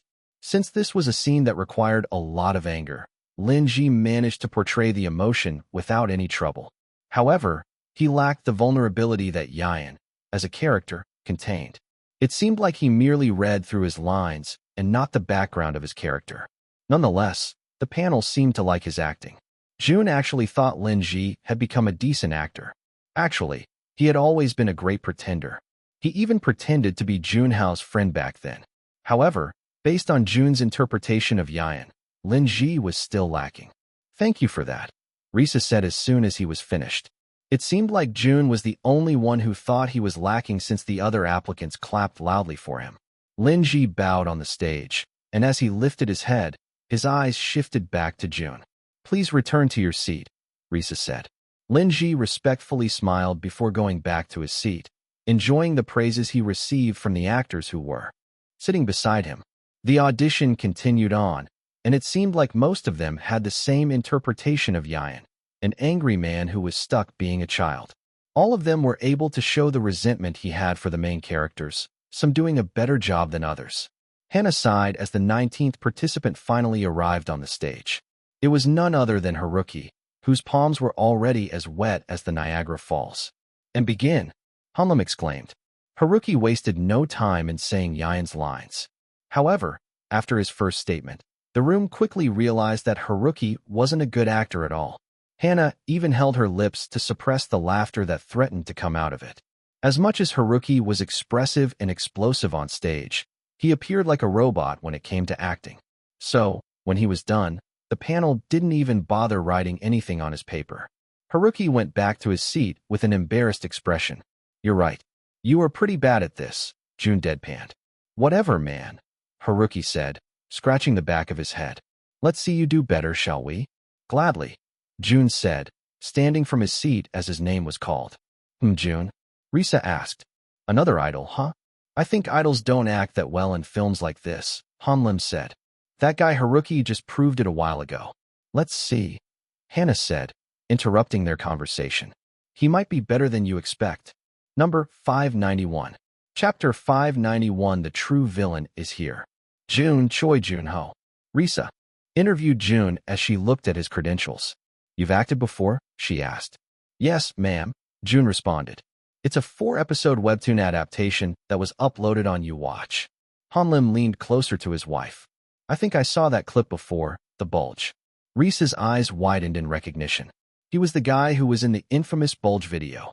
Risa cleared her throat and continued looking at the piece of paper as she tried to hide her reddening cheeks. He was definitely much more handsome in real life. Suddenly, Director Bong spoke, surprising the panel and the auditionees. This was the first time the old man had spoken in a preliminary interview. "I see that you're still a new idol," he started off, gazing into Jun's eyes. Jun turned to him and challenged his gaze, not intimidated by the director's fish-looking eyes. "It says here that you merely debuted last November. It also appears that your group is doing well. My granddaughters are all listening to your music," he continued. "You are definitely in your prime of being an idol. Why is it that you decided to partake in a project like this?"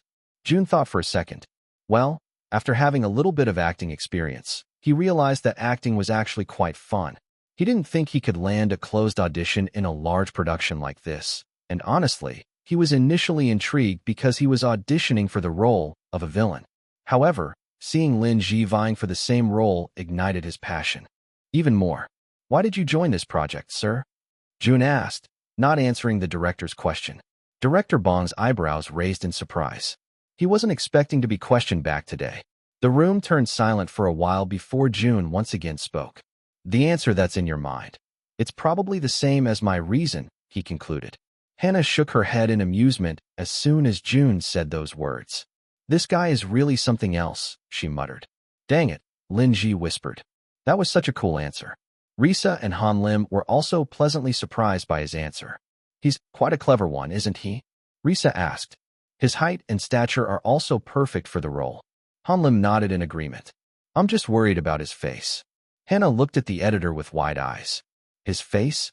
What's wrong with his face?" As far as she knew, Jun was the most handsome man in this room at the moment. "There's nothing wrong with his face," Han Lim said. "And that's the problem. I believe he'd be too handsome for the role." Risa hummed as she observed Jun's face. Indeed, the young man didn't have any blemishes on his skin. His features were perfectly symmetrical, too, and he didn't exude the somewhat ugly vibe that Yayan gave off. But let's see, she continued. Start with your audition, she finally said. Jun nodded and walked to the seat that resembled a throne. He took a deep breath before sitting down, preparing himself for what he worked hard on for the past night. However, just as he sat down, a notification popped up. You've landed on a lucky mission. Fu predicts that this project is going to be a big hit. Earn a role in the production. Succeed in the mission and have the opportunity to upgrade your acting skills by 1 grade. Jun smirked as he quickly read the contents of the new mission. He was given yet another reason to work even harder for the role. Start, Director Bong impatiently said, making Jun snap back to reality. He gazed at Hannah, who delivered her first line. Yayan, you brought this upon yourself. Your insatiable thirst for power blinded you to the devastation you left in your wake. We never wished for your downfall, but justice demands accountability. Hannah started off, nailing her line as always. The room was surprised when they saw the calm look on Jun's face. Contrary to all the other auditionees, who portrayed Yayan as an angry villain who didn't have any control, Jun portrayed him as cold as stone, almost at peace. His eyes scanned the room, sending shivers down the spines of those who dared to meet his gaze. Han Lim tilted his head to the side in confusion. What kind of interpretation is this? He muttered. And what of you? He asked as he inspected his nails. Do you revel in my demise? Does it bring you satisfaction to see me reduced to this? Hannah sighed shakily, feeling a bit nauseous with the way Jun was staring at her. We seek not satisfaction, but closure. For all those you've wronged, for all those who have suffered beneath the weight of your ambition. You know deep inside your heart that your downfall is the price of your own actions. You cannot blame anyone except for yourself, Han Lim added. You speak of justice, Jun responded, his voice low and measured. But what do you know of justice? You, who stand before me now, passing judgment like mere mortals, have the right to condemn a god. Hannah's hand clenched in anger. The way Jun spoke was as if he was looking down at her. You are no god, Yayan. You are a tyrant who has trampled upon the lives of countless innocents in your quest for dominion. A faint smirk tugged at the corner of Jun's lips, his expression showing a hint of amusement. Innocence, you say? Tell me, who among us is truly innocent? No one in this world is innocent. Hannah's resolve wavered for a moment. I may not be innocent. In the original script, Hannah was supposed to say 3 more lines. However, Jun cut her off right at the very first one, which added to the impact of the scene. Jun's laughter echoed through the hall. Righteousness is a luxury afforded only to the weak. Jun continued to laugh out loud, devoid of any warmth. He appeared like a maniac despite his handsome face. And what? Redemption? Forgiveness? Such concepts are but fleeting illusions, meant to comfort the weak-minded. In the end, there is only power in those who wield it. With a final, chilling laugh, Jun rose from his throne, his form towering over those who stood before him like a vengeful god. Perhaps, he said, his voice a low rumble, even in defeat, I shall remain. For I am not simply a man. I am the embodiment of all your fears, all your desires, all your darkest impulses. And as long as there is darkness in the hearts of men, I shall never truly be vanquished. Number 592. Chapter 592 Under the Table. Is there a line like that in the script? The man next to Haruki asked. Haruki shook his head, appearing to be in awe. He knew that Jun was a great actor based on what he had seen in King of Kings. However, even then, it appeared like he was acting. The Jun he was seeing now felt genuinely evil, like he wasn't acting at all. Haruki pursed his lips, wanting to take back what he had said just moments ago. There was no wonder that Jun was 100 times better at acting than him. The other applicants also felt strange. At one point, it really did feel like Jun wasn't acting. More so than that, he added some impromptu lines here and there based on what he felt during the scene. That was strangely good. Yeah, it was different from most of our interpretations. He said his lines calmly instead of angrily. I don't know how to feel about it, though. It seems very good in its own light. However, isn't Yayan an angry character? Jun stood back up, waiting for the comments of the panel about his acting. Last night, He wondered how he could act out the particular scene. Since they were only given one part of the script, it was hard to gauge Yayan's character. At first, he also thought of portraying him as a petty character with a lot of anger embedded in his heart. However, as Jun read Yayan's character description, he felt like he was a much deeper character. His family was killed by the male lead's clan, and he made a pact to take everything away from the male lead. It was a pretty cliché antagonist plot, which was why most people tried portraying him in such an angry light. Yet, Jun wanted to show the panel that Yayan wasn't an ordinary villain. Hannah also didn't expect his interpretation of the character. At first, she really wanted Jun to be the main villain of the movie since she knew his talent for acting out cold and cunning characters. However, the Yayan he portrayed just now was on another level. It almost seemed like he was the main character of the movie. So what do you guys think? Hannah asked the panel, wanting to know their opinion, too. Undoubtedly, he's the best actor in this room right now, Han Lim said with a pleasant smile. I thought he wouldn't be able to show the ugly side of the character because of his perfect looks, but he managed to pull it off. I agree, Hannah said. It was honestly a refreshing take after all of those angry interpretations. It made me feel like Yayan has a much deeper character than what I've read. Moreover, it makes me more curious about Yayan's real character. I still haven't read the entire script, so I'm unsure how this would end, but it would be great to play around the dynamics of the villain's relationship with the main leads, she continued. What do you think, Miss Risa? Hannah asked. Risa pursed her lips and kept reading through the script, the small description and dialogue that she provided for all of the applicants. It was only a short description, but it was honestly impressive that Jun was able to read through Yayan's character with what he was given. Moreover, the lines he added were perfect to the scene, making her question how she wrote the latter part of her story and if she could incorporate such lines into it. The applicants started murmuring since it was taking too long for the panel to discuss what they thought about Jun's acting. Just then, without any warning, Director Bong picked up the microphone and spoke, his voice booming in the large room. The lines you said just now, he said. Those are not from the original script. Jun pursed his lips and nodded. Director Bong scoffed, surprising most of the applicants. That is unprofessional behavior, he started off. Lin Ji lifted his head, feeling a surge of hope in his heart. The script is there for a reason, Director Bong said. The fact that you're the only actor in this room who changed it to your liking speaks a lot of your character. You have disrespected not only the entire movie production, but also Miss Risa over here. Risa pursed her lips and was about to say something, but Director Bong continued, speaking, cutting her off. Moreover, your portrayal of the character is completely different from what I imagined. Yayan is a villain. He's supposed to be unlikable. People don't like a likable enemy because it makes it harder to empathize with the main leads. Jun frowned in confusion. Everything that was coming out of Director Bong's mouth was utter bullshit. He had such a 1900s mindset, not even knowing that people love to see unexpected twists in different characters these days. It was no wonder that he hadn't achieved a great performing movie for the past 10 years. If this was the director's mindset, then Jun wondered if he wanted to become a part of the production after all. Hannah pursed her lips in disappointment, also not agreeing with Director Bong's words. Not only were his statements filled with flaws, but the way they said them also felt like he was disrespecting Jun as a person. The room was silent as they let Director Bong's words sink into their minds. Surprisingly, Jun wasn't offended. How could he be offended when Director Bong's wig was moving around on his head as he spoke? What stuck out to him was the proud look on Lin Ji's face. He was staring at Director Bong with sparkling eyes, and that was when Jun realized that something was wrong.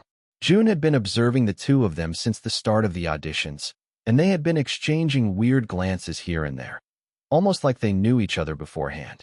Jun scoffed and shook his head as he walked back to his seat. It was strange that Director Bong was able to afford such a huge house with his hit-or-miss types of movies. However, Jun now understood where Director Bong might be getting this amount of money. It was money exchanged under the table. Number 593. Chapter 593. You are the Yayan. The applicants were given a short break while the panel decided who was going to be Yayan of the unnamed project. Feel free to explore the kitchen and the living room, Director Bong boastfully smiled. However, do not go into the rooms. I can have you disqualified if ever that happens. Be back in half an hour. The others excitedly went out of the room to explore Director Bong's house. Meanwhile, Jun settled on the seats on the balcony, loving the way the wind went through his hair. Someone cleared their throat from behind him, causing him to turn around. "I need to go now," Haruki said, causing Jun's eyebrows to raise in surprise. "You're not going to stay until they reveal who passed as Yayan?" "I think we both know I don't have a chance at this," Haruki deadpanned. "I only came here because I wanted to be friends with you." Haruki wanted to scream, but he held back, clenching his jaw. "Well, you're right. You suck at acting.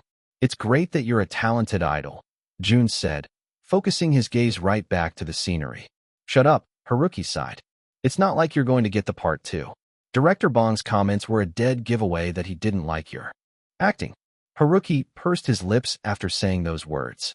For some reason, he just couldn't control his words whenever Jun was involved. Maybe it was his natural instinct to be sassy with the younger idol. "I know," Jun nonchalantly said. "I'm going to stay since I want to confirm something." He wanted to confirm whether Lin Ji truly paid his way into the production. From an audience's perspective, there were more people who suited Yayan better and were undoubtedly more talented in acting than Lin Ji. Therefore, if he was to be picked, then Jun was compelled to believe that something happened behind the scenes. "I'm going now then," Haruki said.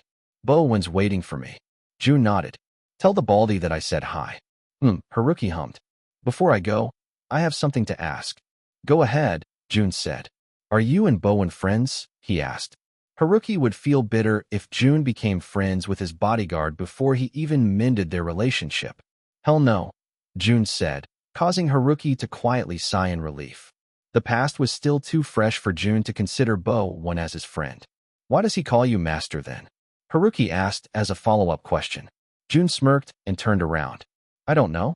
Maybe he idolizes me." Haruki clicked his tongue, shaking his head. "Whatever, man. I'll get going. I still have a schedule later." "You've been saying that for a while now. Just go," Jun deadpanned. With that, Haruki finally left Jun all alone, making Jun enjoy the peace of his own presence. However, that peace was quickly broken when Jun felt another presence on the balcony. He froze when he realized who it was. He didn't even need to turn around to know the intruder's identity. The subtle scent of cigarette smoke, poorly washed laundry, and strong aftershave was a dead giveaway. "Lin Ji," Jun said, not bothering to turn around to greet him. Lin Ji chuckled in amusement. Then, Jun felt Lin Ji's presence beside him. Jun glanced at him and shook his head. "Your hiatus didn't serve you well," Jun deadpanned. "I thought you would take that time to rest. Why do you look even worse?" Lin Ji's jaw clenched as he faced Jun. "And I see that fame is serving you well." Jun smirked, crossing his arms in front of his chest as he met his gaze. "Oh, you know that I'm always serving well." Jun thought he would be angrier once he came face to face with Lin Ji. However, he was much calmer than he expected.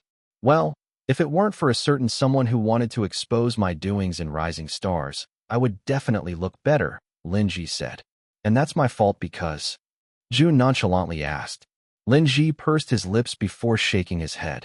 "I see that you're still the same, still so nonchalant and annoying as usual." "I can say the same thing to you," Jun smirked. "I take it back. You're much more annoying now," Lin Ji quickly said. "I'm glad," Jun said. Lin Ji wanted to slap the smirk away from Jun's face. However, knowing what was to come next, his mood was suddenly lifted. "You know," Lin Ji started off, "you may have the fame right now, but your fame will not guarantee your spot in this movie." Jun stood from his seat and faced Lin Ji. "I know," Jun said. "Money will, right?" he asked. Lin Ji was taken aback for a second. However, he quickly recovered since he felt there was nothing to be surprised about anymore. Jun always had quick wits, always one step ahead. Therefore, Lin Ji wanted to capitalize on that. "Yes," he smiled. "At the end of the day, money is what makes the world go round. So, pack your bags, Jun," Lin Ji said. "After I become a part of this movie, you'll be seeing a lot more of me. And who knows, I might come for what you have right now. So, always watch your back." With that, Lin Ji left the balcony, leaving Jun all alone. Once Lin Ji was out of the vicinity, Jun shook his head. "Still a bastard." He muttered, also making his way inside the house and back to the room where the panel was already waiting.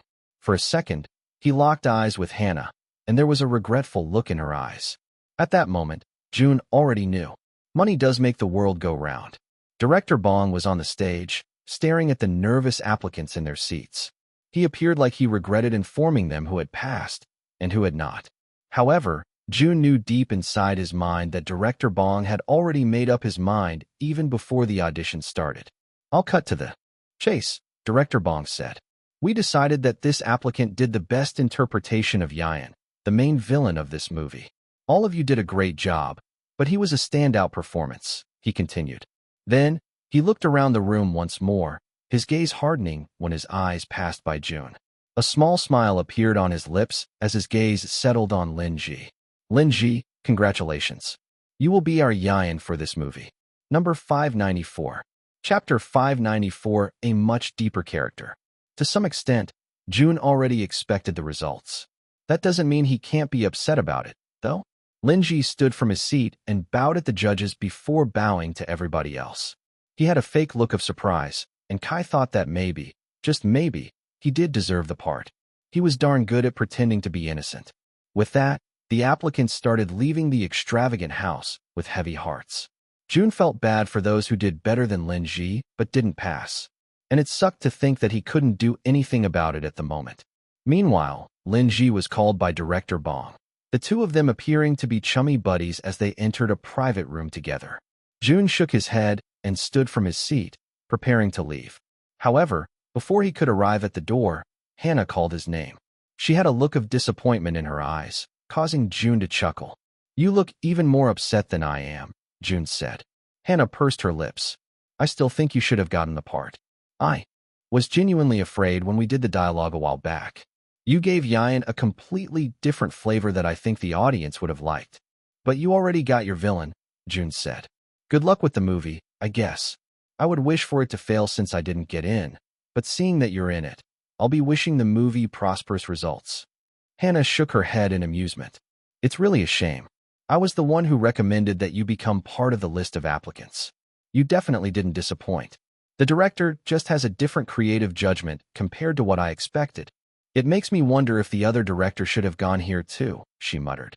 Jun glanced at his watch and saw that it was already late in the afternoon. Jay must be waiting by himself in the garden since most of the applicants had already gone home. "I best be going." Before he could finish his statement, another person interrupted and called his name. "Jun," a woman said. Hannah and Jun turned to the source of the voice, only to see Miss Risa with a hesitant expression looking at them. Jun immediately bowed as soon as the writer of the show arrived at their spot. "Oh, there's no need for that," Risa said. Jun shook his head. "I'm just paying respect to the person who wrote this production. I only read a small portion of the script and the character detail, but I can tell you've put a lot of thought into it." Risa scratched the back of her head. "I could say the same thing to you," she said. "You added the perfect lines at the very end of your audition just now." "I was just carried away by the moment," Jun said. "I hope you don't take it to heart that much." "Oh, definitely not," Risa said. "In fact, I'm even thinking of adding some of what you've said to the script, if that's okay with you, of course." "It's fine with me," Jun said. However, he couldn't even recall the lines he had added just now.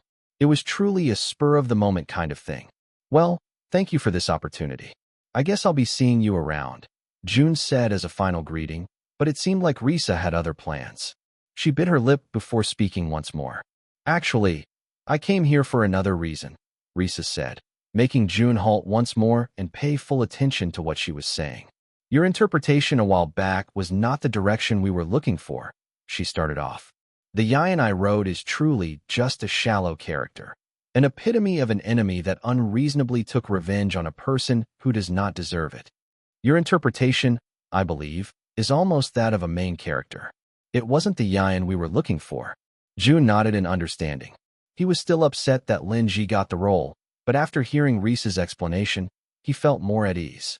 Maybe his understanding of Yan was truly different and inaccurate, but it might be what I'm looking for in another character, Risa continued, making Jun narrow his eyes in confusion.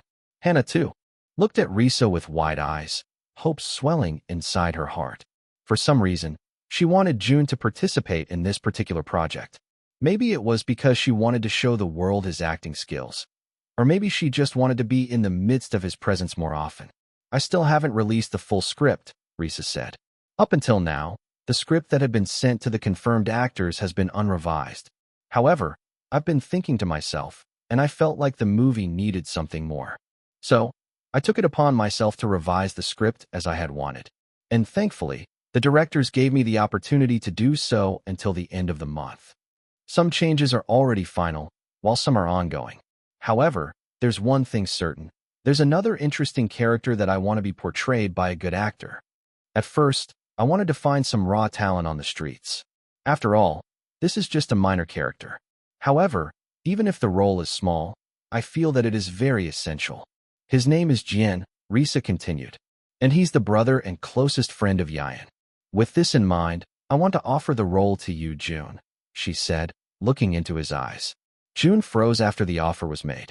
As one door closes, another one opens. Jun didn't know what this Jin character would be like. He didn't even know if he would have any lines since Risa said it was just a minor character. However, he knew that he wanted to become a part of the production. Not only so he could complete his mission and show the world his acting skills, but also to gain the opportunity to become closer to Lin Ji and finally destroy him. For good this time. This hasn't been communicated with the directors just yet, Risa continued. But I believe I have the right to make grand decisions for what I have written. And right now, I believe you're perfect for the role. So, she said, are you up for the challenge? Hannah and Risa looked at Jun with expectant eyes. Then, the handsome man smiled. You know I'm always up for a challenge. Number 595. Chapter 595, Untouched Souls. Jun finally entered his room after his members celebrated his new role in the movie. There was something strange, though. Although he was offered the role of Jin, his mission still hasn't been accomplished, according to Fu. However, he concluded that it must be because he still hadn't signed the contract, nor did they have their first reading. He sat on his bed and clicked on the latest email he received from Miss Risa, a copy of the raw, unfinished script that she talked about a while ago. Jun was excited to read through it since the short character description for Yayan was already captivating. What more if he already saw the entire script? So, without any hesitation, he clicked on the email and waited for it to download. After a few seconds, he opened the file and eagerly read the contents of the script. In the uppermost part, he finally saw the title, Untouched Souls. Then, he read the first line, his mind getting transported to the world that Miss Risa meticulously crafted. It was a world where emotions reigned supreme, and 4 factions resided: Crimson, Golden, Shadow, and Ivory. They stand as pillars of the country, each embodying a distinct emotion. Shadows are mysterious. Ivories are akin to inner peace. Goldens strive for perfection. Crimsons have very strong mindsets. Moreover, with these emotions, they are able to wield magic powers based on the intensity of the emotion they have unlocked. However, despite these differences, they coexist within their own borders, maintaining harmony within the lands. Enter Cian, the protagonist and the heir to the Ivory clan, one of the few people in the country who is able to wield multiple powers due to his understanding of all emotions. He questions the world. Why are they being confined within the bounds of certain emotions when, in fact, they all had the ability to comprehend so much more? Jin stands at the side, clapping for his brother. Jun softly read. It was the first time he appeared in the script, and fortunately, it seemed like he was introduced fairly early into the story. It was when they were teenagers, and Yayan's birthday was celebrated by the entire clan. However, even then, their celebration was clouded in mystery, with laughter being as scarce as water during a drought. It didn't take long before Jun understood Jin's role. He was the illegitimate son of the Shadow Master, and he was also Yayan's greatest confidant. Born from a Chinese mother, he was known as a trusted messenger of the Shadow clan. However, even though his role was essential to the clan, it wasn't really the main focus. Instead, Yayan was the one who grabbed all of the Shadow Master's attention while Jin was just there. In fact, Yayan was the next Shadow Master in line, and he wanted to follow in his father's footsteps. Unbeknownst to the world, the Shadow clan harbored dark ambitions. In a bid for power, they orchestrate the assassination of the leaders of the factions. Cian's father, the ruler of the Ivory clan, despite being known for his kindness, takes matters into his own hands and kills the Shadow Master. In the end, the The Shadow Clan's plans fail as their leader succumbs to his demise, and Yayan is forced to take the throne with a vengeful heart. Fast forward a few years, the clans appeared to be in harmony once again, or so they thought. Yayan devises a plan to gather all emotions and use them for the sake of evil. For that to happen, he has to kill the current leaders and eat their hearts so he can learn their emotions and wield their powers. To be able to do that, he started using black magic so he could sabotage the other leaders. He works behind the scenes while Jin follows all his orders, almost like a lackey. Well, if this isn't me in my past life, Jun muttered with an amused smile. However, the other factions team up to stop Yayan at all costs. Xian successfully kills Yayan, but he does not eradicate the Shadow Clan. Instead, he makes people believe that all emotions are necessary for people to feel complete. At the end of the day, light does not exist without shadows, while shadows cannot exist without light. If that happened, then only darkness would reign and consume the world. And Jian? Jian dies in the middle of the movie to show his loyalty to Yayan. It was honestly a shitty death, but Jun thought that Jian must have loved Yayan as a brother to be able to do it for him. It's really just like me, Jun muttered, recalling his death. All in all, the story was fascinating, and Jun could see it topping the box office as soon as it was released. Although he could relate to Jian's character, he also felt that his story could have ended better. But then again, Jun was just an actor and not the scriptwriter of the movie. So, he decided to make the best of what he was given. Fortunately, it wouldn't be too difficult to portray the story of the strong yet overlooked and misguided character. For that was his character before, and maybe, just maybe, he could see a different end to his story this time. The day of the first reading finally arrived, and the star-studded cast arrived at the tall building clad in masks and hats, determined to keep the production a secret from the public. Risa and Han Lim sat side by side as they waited for the other actors and the other director to come. Director Bong clicked his tongue as he glanced at his watch. "What's taking him so long?" he muttered. "We're only waiting for the other director, right?" Han Lim asked his wife. Risa smiled and shook her head. "I also invited another actor to come." Han Lim frowned in confusion. "Who?" he asked. "Jian," Risa responded. Han Lim's eyebrows raised in surprise. "You've already chosen someone for Jian? I thought that would be Director Bong's choice." "It's my choice this time," Risa said with a determined voice, not wanting to let this go. Meanwhile, Lin Ji excitedly chatted with the other actors, even sucking up to the veterans in the industry. He even offered his jacket to Hannah, but the beautiful lady refused since she didn't like how he smelled. Just then, the door opened, and the people all turned to the door, expecting to see the main director of the movie. However, what greeted them was a totally different person, one that blinded them with his beauty. Jun paused for a moment as he stared at their perplexed faces. "Good morning," he nonchalantly said. Number 596. Chapter 596 Pity Party. "Is that Jun? I heard he auditioned for the role of Yayan. I was disappointed when he didn't get in. What is he doing here, though? I'm definitely not complaining. He's the hottest idol right now. Do you think I can have him sign my back?" "Your back? That's weird. It will only get erased. I don't usually wash my back." Director Bong frowned as soon as he saw the blonde-haired idol standing by the door. He was about to say something when another person entered the room, revealing the main director of the show. Jun turned around and was met with none other than Director Jam, the director he worked with when he had a bandit cameo before he even debuted. His eyebrows raised in surprise, but it seemed like Director Jam was even more surprised. "An angel?" he muttered as he stared at Jun's face. Miss Risa took the opportunity to guide Jun to the table, allowing him to join the actors who were still fascinated with his presence. Lin Ji was undoubtedly the most shocked, his mouth still slightly agape as he continued looking at Jun. Jun met his eyes and smirked, enjoying how stunned Lin Ji looked. "All right, Director Jam. It's my first time seeing the main cast. I had to take a vacation since I knew that the production would be hectic from here on out, and I won't be able to get more than 3 hours of sleep every night.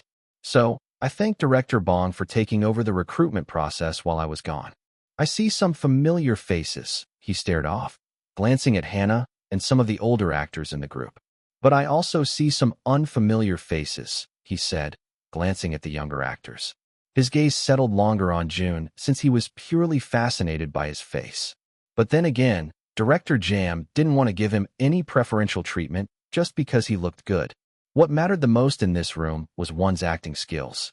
Director Jam finally sat on his chair while the actors opened their scripts. However, before they could even begin, Director Bong addressed the elephant in the room. "I think we have an individual who doesn't have the right to be here," he started off. Director Jam turned to him with raised eyebrows. Meanwhile, Risa pursed her lips and focused her gaze on the table. "What do you mean?" Director Jam asked. "This gentleman over here," he said, pointing at Jun, "is not part of the cast. He auditioned for the role of Yayan and was eliminated. So, there's no reason for him to be here." "Is that so?" Director Jam asked. "Then, the Yayan you've chosen is Lin Ji, was it?" Director Jam muttered. "Yes," Director Bong said. "He's the actor that I highly recommended for the role." "I'm not here as Yayan," Jun said, making them turn to him. "I'm here as Jian," he finally revealed, triggering murmurs around the room. "Jian? The new character? I thought the role still wasn't filled." Director Bong pursed his lips. "As far as I know, Jian's actor is still not chosen. Moreover, he's not a main character, so there's no reason for you to be here. Still, the most notable issue is that this selection process didn't go through me." Han Lim caressed his wife's back, giving her the courage to speak up. "It was me," she said, capturing their attention. "I added Jian to the story by my own accord since I wanted the main villain to have a deeper sense of leadership. Jian is a character who dies before the film even ends. For a role so trivial, don't you think I also have the right to choose the actor who will portray it?" Director Bong opened his mouth to argue, but Director Jam quickly stepped in. "I understand both of your sentiments," he said. "However, in this room, arguments are only done in a narrative form. Therefore, let's not settle this in a heated conversation. Instead, let us see the actor speak for himself, not with his own voice, but with his acting." The people once again turned to Jun, wondering how he was going to portray the cold, overlooked character. But, before all of that, let's start from the very beginning. Then, we'll go ahead to the climactic parts so we can see the dynamics of the team. I believe Jian has some lines there, so we'll get to see how the handsome young man will portray his character. Lin Ji clenched his fists from under the table as the reading finally started. He thought he had one-upped Jun after Lahu paid for Director Bong's cooperation. However, Jun must have been a cockroach in his past life. He was very hard to eradicate. Sure, Lin Ji was granted a much more essential role. However, even then, he couldn't be truly joyful if he knew Jun was going to be in the production. Deep inside Lin Ji's mind, he knew that Jun would capture the most attention wherever he went, even if that meant he only got a minor role. Because of his train of thought, Lin Ji missed his cue, earning him a click of the tongue from Director Jam. He cleared his throat and quickly dived into his character. However, even then, his acting felt pretty stiff because he was thinking of how to remove Jun from the production. Meanwhile, in the first part, Jun didn't have much lines except for "Yes, sir. I agree. I shall get to it right away." The lines weren't too expressive, so it was hard to gauge his acting skills during the first half. Fortunately, as the climactic arc arrived, he was given the opportunity to show what he had practiced for the entire night. "Your brother has overshadowed you. He is nothing but someone who uses you for the sake of his own improvement," Taehyun, the main actor of the show and the one playing Seon, said in desperation as Jian, Jun's character, covered Yayan as he crafted some black magic. The room turned silent as they waited for Jun to respond. For some reason, they were the most curious about how Jun was going to portray his character. Director Bong, Hannah, Han Lim, and Risa already knew of his acting skills. However, they still anticipated for him to finally start speaking. In Jun's mind, he didn't have to portray anything too different after all. Just as he said, Jin was a character who resembled his past self. He just needed something extra special, so he could showcase his acting skills to the best of his abilities and prove to them that he deserved to be in this production. Early birthday gift. Early birthday gift from Fu. You have been granted a booster. Pity party. Activation. Automatic. You have 15 minutes. With the booster. Number 597. Chapter 597. The shoe definitely fits. Just as he needed. Pity party. Gain the audience's sympathy. The host is granted an aura that exudes the need for pity. As Jun dissected the script last night, he realized that Jian and Yayan were from opposite sides of the spectrum. Yayan coped by going against the norms. Meanwhile, Jin stuck to his norms despite all of the adversities that happened in his life. With this in mind, Jun knew that his character had more potential to be liked than Yayan. And that's exactly what he wanted. He wanted to be more likable than Lin Ji's character. Only then will he become indispensable to the production team. At first glance, it may seem like Jin is just another cannon fodder who does nothing but obey the tyrant's orders. However, Jun wanted to portray him as someone who was forced to stay within his norms, not because he wanted to, but because that was how life was for him. Pity. That was what he needed. And fortunately, Fu came through to give him just what he wanted. Oh, and his face would definitely do some of the work, too. Risa paid close attention to what was happening. She felt quite guilty because deep inside her mind, she knew that she was unsure of Jin's character. Sure, she wrote him as a way to show that Yayan had a loyal confidant and that he wasn't all alone in this world. However, based on how she wrote Jin, his personality was vague, almost bland, only there to amplify the villain's story. So, she was curious about how Jun was going to spice him up. Jun's gaze was directed at the script. However, when he lifted his head to look at Taehyun in the eyes, a small gasp escaped from Risa's lips. Taehyun, too, felt a surge of guilt inside his mind. It almost felt like he didn't want to confront Jun with how pitiful he looked. It seemed like there was a white halo surrounding Jun, making those watching him feel like they were looking into the eyes of an innocent child. "My brother is all I have," he finally said, his voice strong yet trembling at the same time. The paradox of his acting was haunting, and the room turned silent as they internalized his words. Taehyun paused for a second to collect himself, not wanting to be surpassed by the young idol in terms of acting. With that, he was able to deliver his lines with more emotion, only adding to the impact of the scene. "You're not the only person your brother has," Taehyun finally responded. "You're nothing but a dispensable item, a tool for him to get what he wants. Do you really want to become a tool for the destruction of the world as we know it?" Jun sighed heavily, a hint of empty amusement in his eyes. Hannah watched the scene intently, appreciating the nuances that Jun was portraying in his character. "Then I'll be happy to die knowing that my brother has someone else aside from me," he selflessly said. It was supposed to be a stronger statement, one that insinuated that his brother still had lots of companions by his side, ones that would lead him to victory even if Jin died. However, with the way Jun had said it, those watching felt his resignation. "And if my brother faces an unfortunate end, I'll be happy to die in a time when my brother is still alive," he continued. "But that will never happen. I'm making sure it's not going to happen. That's why I'm standing before you and not my brother," Jun said, his voice gradually becoming softer. Risa felt tears threatening to spill from her eyes. At this point, she thought that Jin would have been screaming, a crack showing in his calm facade. However, Jun showed a different crack, one that showed his vulnerabilities. It was utterly devastating. She could already imagine the sobs of the audience in the cinemas once it aired, and at that point, she knew what kind of personality she wanted for Jin. This was it. "My brother will live eternally," Jun continued. "Because as long as there are vengeful thoughts in the minds of man, the shadows will continue to lurk, and evil will remain," he said, internally smiling since these lines were similar to what he said during his acting audition. It was somehow comforting that Risa incorporated it into his character and not Yayan's. With that, the scene with Jin finally came to an end, but the actors couldn't find it in themselves to continue to the next scene. The feelings still lingered, and it almost felt like their exchange was too short. Hannah looked down at the table and shook her head. "It's a shame that he doesn't get many lines," she muttered. However, she also couldn't help but think that Jun devoured those few lines.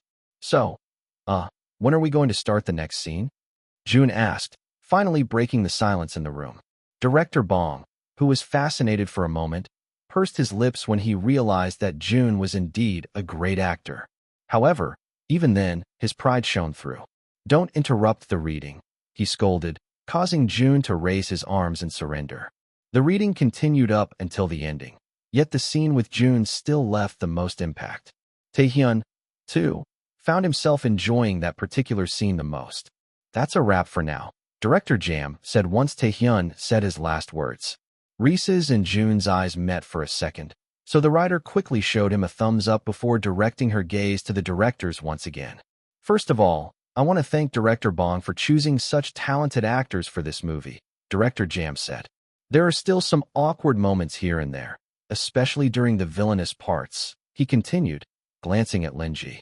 Lin-ji pursed his lips while Jun wore a subtle smirk.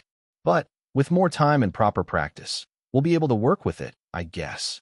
And for Jian, he said, looking Jun in the eyes. However, the director got lost in Jun's orbs for a second. He had to pinch his thigh to look away. At one point, it felt like his eyes were familiar, or maybe his eyes were truly just beautiful and expressive. Well, at that point, the pity party booster was still ongoing, so those that looked into Jun's eyes were sucked into his charm. From what I have seen, Director Jam continued, you're the perfect fit for Jian. Number 598. Chapter 598 Fluent Flamingo. 598 Fluent Flamingo. Taehyun, the main actor, nodded in agreement. At first, he thought that Jun was just a pretty face. He hadn't seen any of Jun's works, but he did unintentionally listen to his group's songs. His face was also all over the billboards nowadays, with Eve having brand deals left and right, so it was impossible not to know him. Honestly, a face like his was definitely needed in the movie, and even for a minor role, Taehyun felt like he would garner a lot of attention for its publicity. Moreover, his acting skills weren't bad at all. He knew how to use his looks and his character traits to his advantage. However, Lin-ji raised his hand and made a really good point. With all due respect, being a good actor is not enough for Jian's character. Lin-ji started off. The people inside the room shifted their attention to him. For most of the movie, his role as a messenger is emphasized. Aside from the last few scenes, his character is centered around being a messenger. Therefore, he must be a fluent Chinese speaker like Yan, he said. Director Bong nodded in agreement. I know that some people are still questioning why I chose Lin-ji as Yan, Director Bong started. But his proficiency in Chinese is also a big factor. He's the only Chinese native among the applicants, and he was the best one at that. Since we had set such a standard for Yan, don't you think we should also impose such standards on his brother? Director Bong asked. Risa clicked her tongue and clenched one of her fists under the table. Why did she have to make the villains multilingual? Fair enough, Director Bong said. However, Hannah quickly intercepted, surprising most of the people in the room. She had been silent this entire time, but it appeared like she was determined to defend Jun's position until the end. Jun can learn those lines, she said. That's what an actor does, we learn. Learning a language is yet another challenge for us. But there are a lot of actors out there who can speak Chinese proficiently already, Lin-ji argued once more. The people in the room who were part of the production team watched them argue back and forth. They thought this was going to be an ordinary reading, but the events were much more interesting than they expected. This was a show itself. Yet not a lot of those actors can act as well as Jun did, Hannah said. And how do you know that? Lin-ji asked. Maybe you're just giving him preferential treatment because the two of you have some sort of connection. Soft gasps were heard in the room. And the intern from Rising Stars who had now landed a job as a contractual worker in Vivi Productions shook her head in disbelief. Even now, Jun was still caught up in drama wherever he went. Hannah and Lin-ji kept going back and forth, making Director Jam sigh in disappointment. He was about to interrupt their argument when someone suddenly spoke in a foreign language. I think it's time that you stop arguing with her, Jun said in his native tongue. You look at her with such lustful eyes, yet your pride is too high to acknowledge that she is right, he continued. They turned to Jun in surprise, wondering if the person who spoke just now was truly him. Lin-ji looked at him with wide eyes. He knew that Jun could understand Chinese to some extent, but he never expected him to speak the language so fluently. He had already done some research and knew that Jun had bad grades and didn't have an ounce of Chinese blood. So, it was nearly impossible. How come he spoke as well as a native speaker just now? Director Bong, too, couldn't hide his surprise. He thought he would be able to convince Director Jam to find another actor who spoke Chinese well, yet with how Jun spoke moments ago, he realized that he was just as good as any Chinese folk. You know how to speak Chinese? Lin-ji couldn't help but ask in his native language. Why? Are you surprised? Jun asked. I can do a lot more things that you don't expect, he smirked. Do you want me to speak to you in Japanese? Idiot. If I didn't have a reputation to keep, Then I would have said something more insulting, Jun deadpanned in. Japanese this time. Hannah looked at Jun with wide eyes, seeing him in another light. How come I never knew about this? She thought. They had been friends for so long, yet the fact that Jun could fluently speak 2 other languages blew her mind. He just looked 100 times more attractive. Meanwhile, the other women in the room also swooned. Risa found her cheeks reddening just as Jun said those words. His voice became deeper when he spoke in another language. Hanlim looked at his wife and shook his head. He feared he just lost some of his wife's love to the handsome idol. Baka? I understood that. He just called Lin Ji an idiot. Well, it was rude for him to bring up Jun's language skills in a role that perfectly suited him. Jun could have learned the language, too. He probably doesn't want Jun in the production. Honestly, he should be thankful that Jun is Jian. If it weren't for that, then Lin Ji might not have Yan's role right now. Jun could speak fluent Chinese too. Lin Ji heard the whispers around him, making him feel even more resentful. However, even then, he couldn't say anything about it since he knew it would only aggravate the situation. I guess we don't have any objections then, Director Jam said. I also agree that Jun suits the role of Jian. However, I also agree that he should not have been here as he's not one of the main characters. But then again, everything's already finished. There's no use crying over spilled milk. I guess it's also good that we established that Jun is fluent in 3 languages. With that, let's call it a day. The filming will start next week, and we will notify you of your schedules via your managers. Jun, Director Jam said. I'll have my lawyers send you the contract for the role. Congratulations, he smiled. You are officially part of Untouched Souls. Number 599. Chapter 599, A Special Day 1. I'm so bored. Akira groaned as he slumped on the couch. The members of Eve were currently in their living room dorm with a new episode of The King's Joker playing in the background. It was a rare occurrence where they were all gathered in the early afternoon. These days, they were only able to go home late in the evening, and they all went to their rooms right after, so it has been a while since they gathered like this. How are you bored with all the work we've been putting out? Sehun asked, on the verge of sleep. I feel like I need a 1 week's worth of vacation with everything that happened. I don't even know, Akira sighed. My body feels tired, too, but my mind wants to do something. It's only been a week filled with non-stop work, but I already feel like a workaholic. Imagine how Jun feels, Zeth said. I can't believe he got accepted in a movie while we're doing all these things. Come to think of it now, I probably would not be able to do all of those if I became Eve's center. Rin shook his head. You probably won't be offered such opportunities even if you were a center. You suck at acting. Zeth raised his hands in surrender. Touché, Zeth said. Congratulations, host. You have completed your acting mission. You are now part of Untouched Souls. You have also reached 100 hard work points. Acting, +2. Current grade, A-. I'm really, really bored.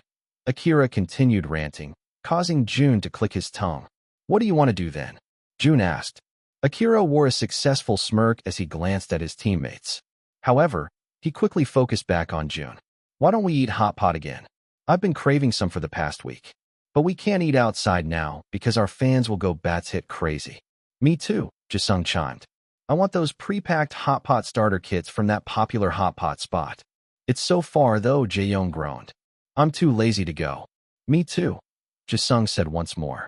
Me 3, Akira chimed. Jun clicked his tongue. Why did you even suggest hot pot if you're too lazy to buy the meal kit yourself? Akira then gasped in an exaggerated manner, clapping at himself like he had just come up with a genius idea. Why don't we play rock, paper, scissors, and the person who loses will buy the hot pot kit for us, he suggested. Great idea, Jisung exclaimed, almost in a robotic voice, causing Jun to narrow his eyes in suspicion. You guys are acting strange. Strange. Akira chuckled. Jisung and I have always been weird. Jun still wasn't convinced. Yeah, we can do that, Jaeyoung chimed. Jay said we can use the van, so it'll be easier. Jay's on this too, Jun asked. He's coming by later, Rin nervously chuckled. So, why can't he be the one to buy the hot pot kit? Jun asked. Zeth clicked his tongue and leaned closer to Sehun. He's way too smart. Come on, Akira whined, his voice filling the entire room. It's going to be a fair game of rock, paper, scissors. Why are you so against it? Fine, Jun sighed. He has been craving hot pot anyway. He felt like he needed it after working hard for the past weeks. Akira's smile quivered. All right, let's do this. Rock, paper, scissors, shoot. The 7 other members showed rock, while Jun showed scissors, making the group cheer. Jun glared at them as they gathered in a circle, celebrating like they just won the championships of a basketball game. This is a setup, Jun said. I feel like you've planned this. We didn't, Akira defended. Then, let's have a rematch, Jun suggested. No way. Akira awkwardly chuckled, his eyes darting around. You already lost. I would only be convinced that you guys didn't cheat if we have a rematch. Akira pursed his lips and glanced at the other members. Fine, he sighed. Just one more game, all right. Jun hummed, readying his hand to play another round. Akira gulped, appearing to be nervous. Rock, paper, scissors, shoot. Once again, the other 7 members all showed paper while Jun showed rock. The 7 members celebrated once again, causing Jun to slump in. Disappointment. Amidst their cheers, Fu appeared right before Jun. It's a special day, bitch. Jun was taken aback by Fu's sudden cursing. You have been granted an extra special mission, bitch. Can you stop calling me that way? Anyway, here's your mission. You have a treasure hunt. Find all of these items within the day, place them on top of your bed, and be granted a surprise reward. A surprise reward? That's new. What's this even for? Jun asked. It's a surprise. Find all of these things. 1. A sweet, red apple from a woman as pale as snow. 2. A kiss on the cheek from a crazy witch. 3. A knife from a jealous jerk. Jun once again read his mission with a frown. Was he a princess of some sort? What are these items? Well, at least going out by himself wouldn't be too bad after all. He could take the time to finish his mission and find out what the real surprise was. The 7 members finally stopped celebrating when they noticed that Jun was silent. Jisung pursed his lips and approached Jun, feeling that he was upset. In reality, Jun was just talking to his system. Bro? Is that all right with you? He asked, making Jun snap out of his daze. Jun looked up at them and nodded. Yeah, that's all right, he nonchalantly said, making the members feel guilty for celebrating too hard. Then, he grabbed his bag along with the car keys before walking away from the members, determined to finish his mission early so he could come home and they could start their hot pot party sooner. I'll get going then. With that, he walked out of the door. Due to a sudden gush of wind, the door slammed shut, creating a loud sound. The members inside froze in surprise. Akira bit his lip in nervousness. Oh no, Jun is upset. Number 600. Chapter 600, a special day too. Oh goodness. I think he's really upset, Jisung said, pacing back and forth. If anything happens, then it's Akira's fault. He planned all of this, he blamed. Yeah, Akira exclaimed. You all agreed that it was a great idea. Jae-young scratched the back of his head. Maybe we shouldn't have planned to play all rock in the first game. I think he realized that we were ganging up on him since then. But the second round was real, Akira said. We didn't plan to play all paper while he played rock. Looks like Jun's luck is still shitty after all, Zeth said. Anyway, he'll probably feel better once he sees our surprise for him, he continued. So, let's do our best until he comes home. They all nodded in agreement. However, there was still a nagging feeling in Jisung's mind. I think he's really upset, though.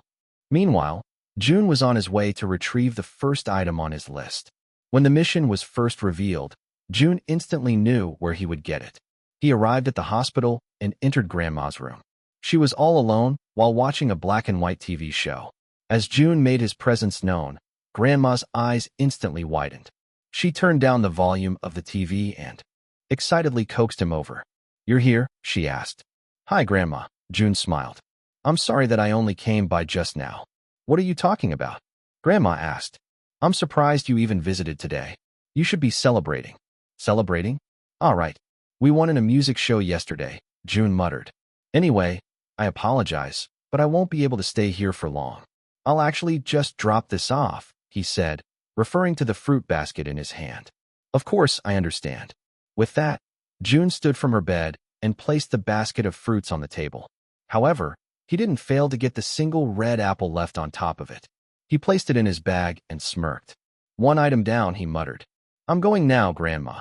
He smiled once the apple was secured in his bag. Grandma hummed, waving goodbye. By the way, happy. Jun whistled happily as he gently closed the door, ready to retrieve the next item. Now, this was a problem for Jun. A kiss on the cheek from a crazy witch. Now, where would he find a crazy witch? He had already driven to Itaewon to get the hot pot kit his members were craving and was now looking for a crazy witch that he could ask for a kiss on the cheek. However, as he passed by a familiar building, he realized that the crazy witch might not be far after all. He didn't bother knocking at the door as he entered. There, he saw the crazy witch he was pertaining about. I'm sorry, we don't accept walk-in clients. Mr. Pablo is resting right now, she said. Crazy witch, Jun said, making Jenny lift her head. Her eyes widened in surprise. Jun? What are you doing here? Jun sighed. I need something from you. That made her even more surprised. You? From me? Jun nodded, not knowing how to ask Jenny for a kiss on the cheek. He had been the most worried about this particular item. First, he couldn't just kiss a random woman on the cheek. So, Jenny was the perfect woman since it would seem like a kiss to a family member. No strings attached and all. Do you need me to get Pablo for you? She asked. Jun fervently shook his head. He didn't need another crazy witch. Just kiss me on the cheek, Jun said, causing Jenny to scream out loud. What? She asked, not believing his words. Look, I need it for something, Jun muttered. I don't have to explain myself. Just do it for a second. Not even a second, but for a millisecond. You are insane, Jenny said. You were cute when we were toddlers, but no way in hell am I going to give you a kiss on the cheek right now. I'll send you some pictures of Casper sleeping, Jun deadpanned. Jenny pursed her lips together before sighing in defeat. Deal. With that, he secured the second item, with some of Jenny's black lipstick even staining his skin. Disgusting, Jun said, wiping it with a disgusted look on his face. Jenny glared at him. Fuck off. You were the one who asked me to do it. Whatever, Jun said. I'm going now. You came here just for that? She asked in disbelief. Yeah, Jun said. She sighed and shook her head. It's fortunate that it's your special day. I'm letting you off the hook this time, she said. Bye, crazy witch, Jun said, waving goodbye before going back to the car to drive to his final destination. Now, it was on to the last item on his list. A knife from a jealous jerk. It didn't take long for Jun to identify a jealous jerk in his life. Lin Ji. However, he wasn't in the mood to search for Lin Ji's address or to get into trouble for breaking into his room. So, he settled on the next best thing. He entered their dorm building and picked the lock of the unit right next to them. He could have just knocked like a normal person, but that wouldn't be fun now, would it? Jun finally picked the lock and entered Boy Mystic's dorm, looking around the place with a grimace. It seemed like they weren't too different from the members of Eve. Their dorm also looked like a pigsty. Jun shook his head and went straight to the kitchen, where he saw a rotting piece of pork knuckle dish on the sink. Goodness, Jun muttered and looked around for a knife. Then, he saw a single sharp knife perched on top of their microwave, making him smirk. He then looked around to see if any of the members were there, particularly Nico. He was the jealous jerk that Jun was pertaining about. However, it seemed like no one was there, or so he thought. After an hour-long crying session in the shower, Nico emerged from the bathroom. His eyes were swollen and blurry because of the tears, and they continued to fall as he thought of Boy Mystic's impending disbandment. However, as he passed by the kitchen, he felt like he saw a black figure standing in front of their microwave, making him halt. Then, he tilted his head to the side in confusion before taking a step back to see if what he saw was real. At that moment, Jun turned around with the large knife in his hand, looking like a psycho murderer straight out of a movie scene.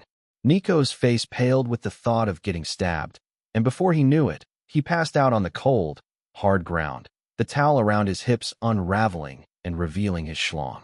Jun nonchalantly watched the scene unfold before him. He secretly enjoyed seeing Nico in such a vulnerable state. Not like that, you imbeciles. He felt like Nico was a minor inconvenience in his life, not one he would consider an enemy, but annoying enough that Jun wanted to do something petty to him.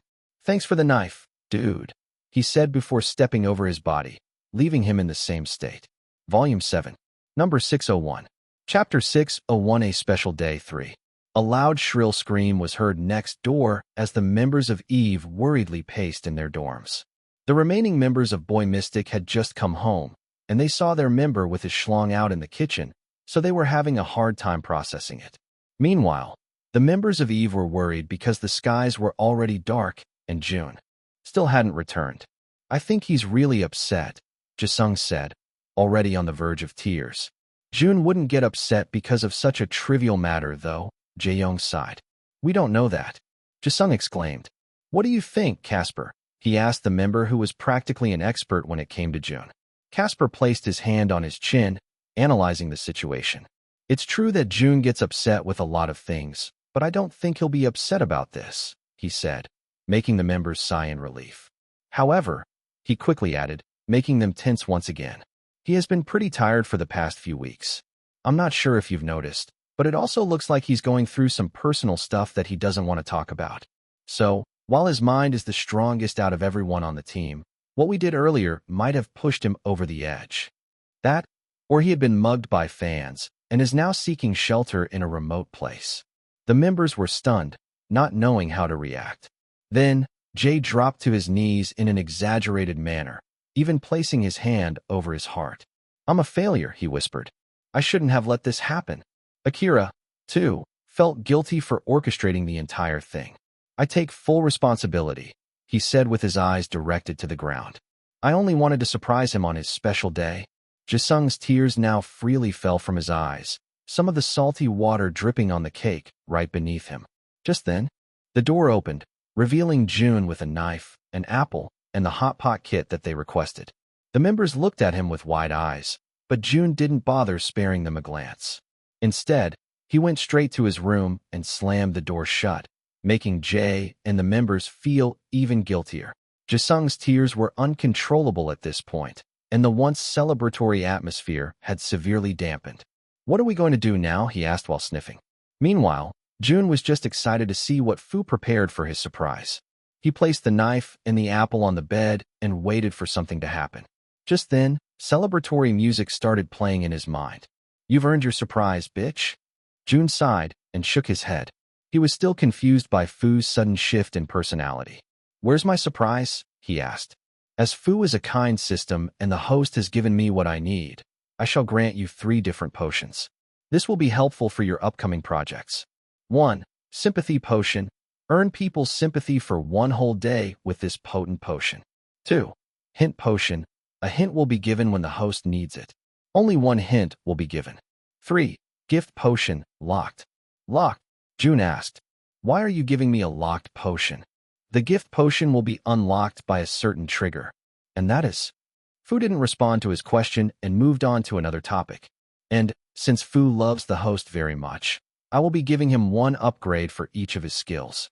This is a rare opportunity, and Fu wants to hear praises for his generosity. All skills, +1. Current stats. Vocals, X. Dance, SSS. Visual, SS. Rap, S. Leadership, S. Music production, S. Acting, A. Stage presence, S-. Geez, he said, almost feeling suffocated when he saw the amount of S stats in his skills. However, his vocal skill remained as X, and Jun was still unsure of what it meant. And lastly, happy.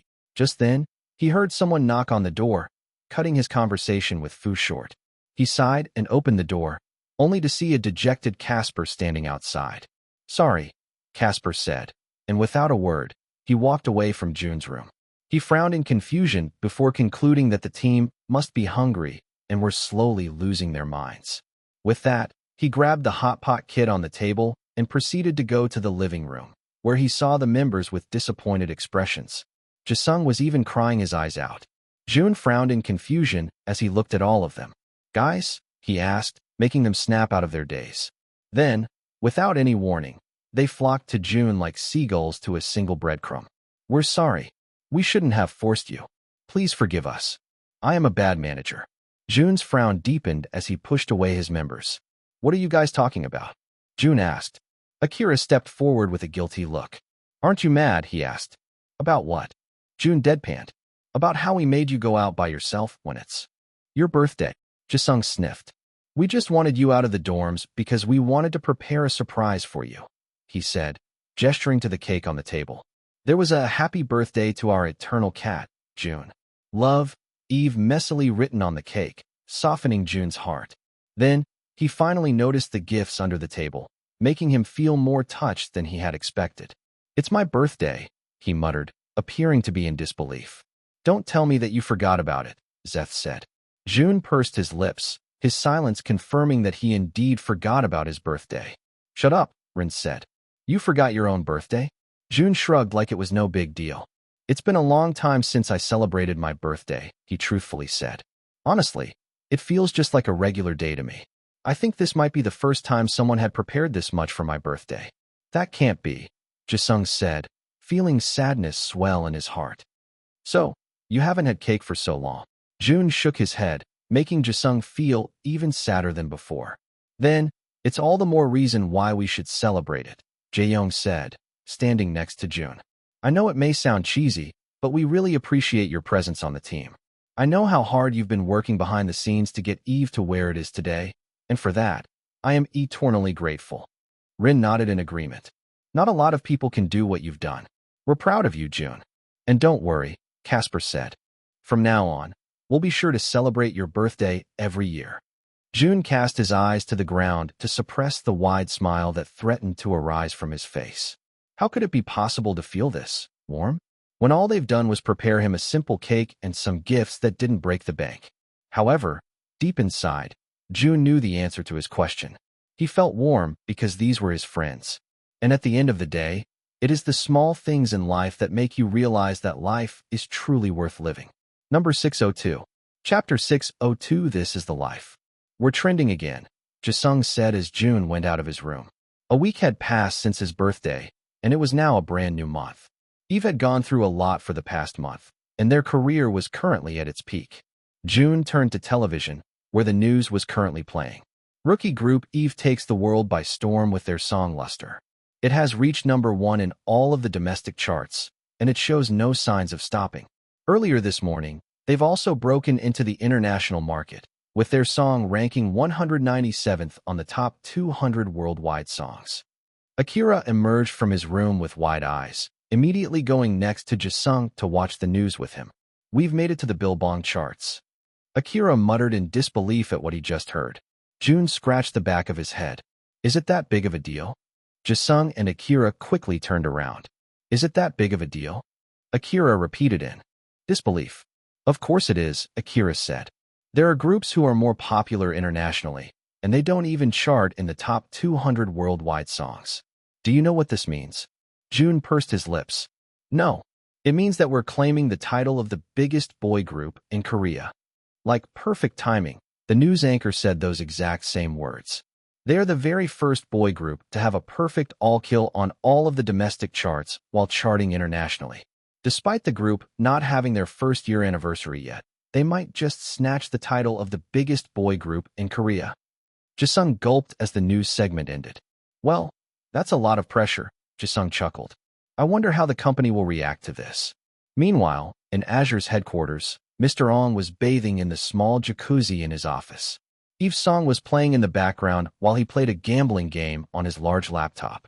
He was completely naked, and the floors had gotten wet from his excitement whenever he won, but he didn't care at all. "This is the life," he said, sipping on some champagne that he bought with the company's card. It had only been a month since Eve's song popped off, yet it was already the greatest moneymaker of Azure Entertainment. It has been used in commercials, TV shows, and even in the background of some movies. Azure had never been this prosperous with the other groups they'd pushed before, and to think it was because of a song that the members themselves had written. Just then, the words "lose" appeared on his screen, and before he knew it, his balance was drained of thousands of dollars. However, even then, he still appeared happier than ever. Mr. Ong sighed and leaned against his jacuzzi with a satisfied sigh. "That's all right," he said. "It's just money. It will come back. As long as my boys are working, I'll be able to live like this," he confidently said, betting another couple $1,000s on the gambling game. Back to Eve's dorm. "Today is the first day of the filming, right?" Akira asked once he saw that Jun was fully dressed. Jun nodded as he placed his script inside his backpack. Honestly, he probably didn't need it today because they were going to film the opening scenes of the movie, one where he didn't have many lines. Nonetheless, all of the characters' introductions will be filmed today, so Jun had prepared really well last night despite his lack of lines. "Jay's waiting for me downstairs," Jun said. I'll go right ahead. It didn't take long before Jae and Jun arrived at the filming site. It was the same one when Jun acted as a bandit in Hannah's past historical drama. However, the set was designed to fit the intricacies of the film this time, so it definitely didn't look like it was the same location. As he arrived, he was greeted by Hannah and Taehyun, the main characters of the show. "Are you ready?" Hannah asked. She was already dressed in traditional wear, with her hair unstyled. Since she had done a lot of historical dramas in the past year, it wasn't much of a surprise to Jun anymore. She actually looked very natural in this type of costume. In his peripheral vision, he saw Lin Ji getting his hair done. He was clad in a black hanbok, and he was given a white wig that almost looked like gray hair. Jun shook his head. Gray was definitely not his color. Before he could even answer Hannah's question, someone from the costume team dragged him inside the changing room. "You're late," the woman with glasses said, making him purse his lips. "I was informed to be here by this time," Jun said. She shook her head. "You should have come earlier. Since this is a historical drama, it is only basic etiquette that the actors come early so you can get dressed and have your hair and makeup done. This whole process will take about an hour, so the other cast members will already proceed with filming." Jun nodded in understanding. "I apologize," he sincerely said. She nodded and got to work, placing Jun in a costume that was similar to Lin Ji's. As he emerged from the dressing room, the woman froze and looked at him with raised eyebrows. It suited him very well, almost like the hanbok was tailored fit for him. Even though he hadn't gotten his makeup and hair done yet, he already looked quite dashing. Then, Jun was coaxed over by the hair and makeup artists, and they quickly got to work. Thankfully, they didn't give him a gray wig like Lin Ji, and they settled for long black hair pulled into a messy half up, half down instead. He could hear director Jam already shouting from the filming site, so Jun inferred that the shoot must have started. It was a good thing he wasn't part of the first few scenes, so he wouldn't be delaying the filming of any sort.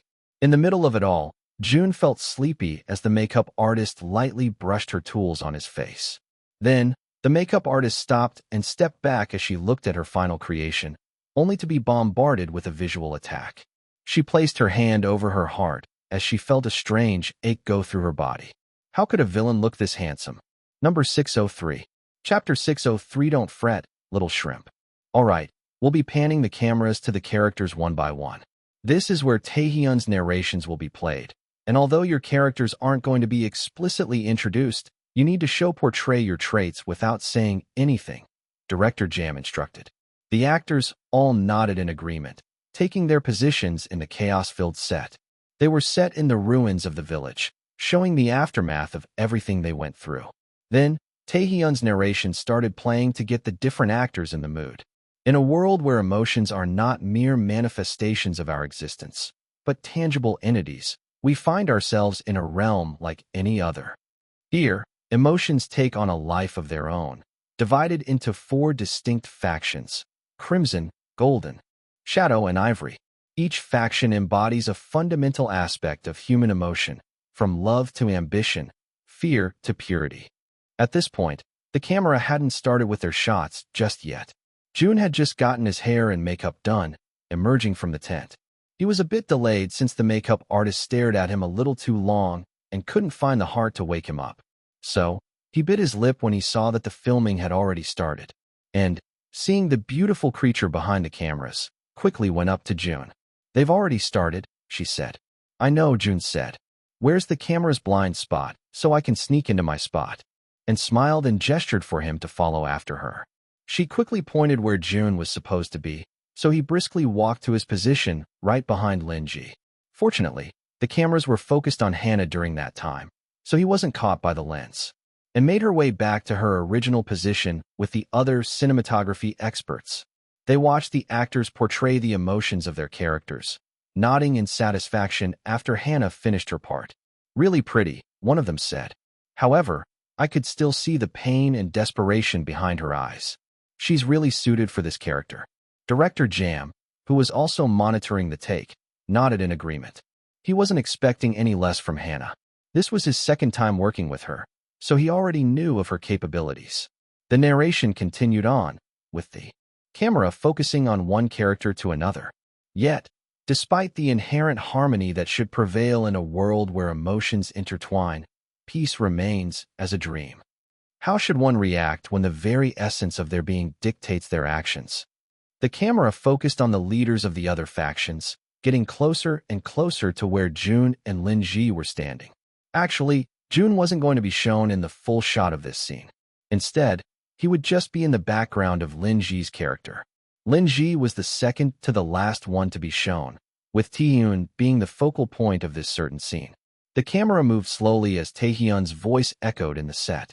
In the pursuit of peace, do we sacrifice the very essence of what makes us human? Can harmony coexist with individuality, or is it an illusion that we chase in vain, forever out of reach? Finally, the camera focused on Lin Ji, and Jun stood right behind him. At this point, Lin Ji didn't pay Jun much attention. He knew that he was the main focus of the shot, so he pulled out the most resentful face he could muster. Director Jam raised his eyebrows in surprise, finding Lin Ji's interpretation of Yin spot on. It was the kind of ugly that you wanted to turn away from. Truly, he looked like a very hateful character. Meanwhile, Jun's character was calm and obedient, so he stayed still and showed his loyalty through his steady gaze.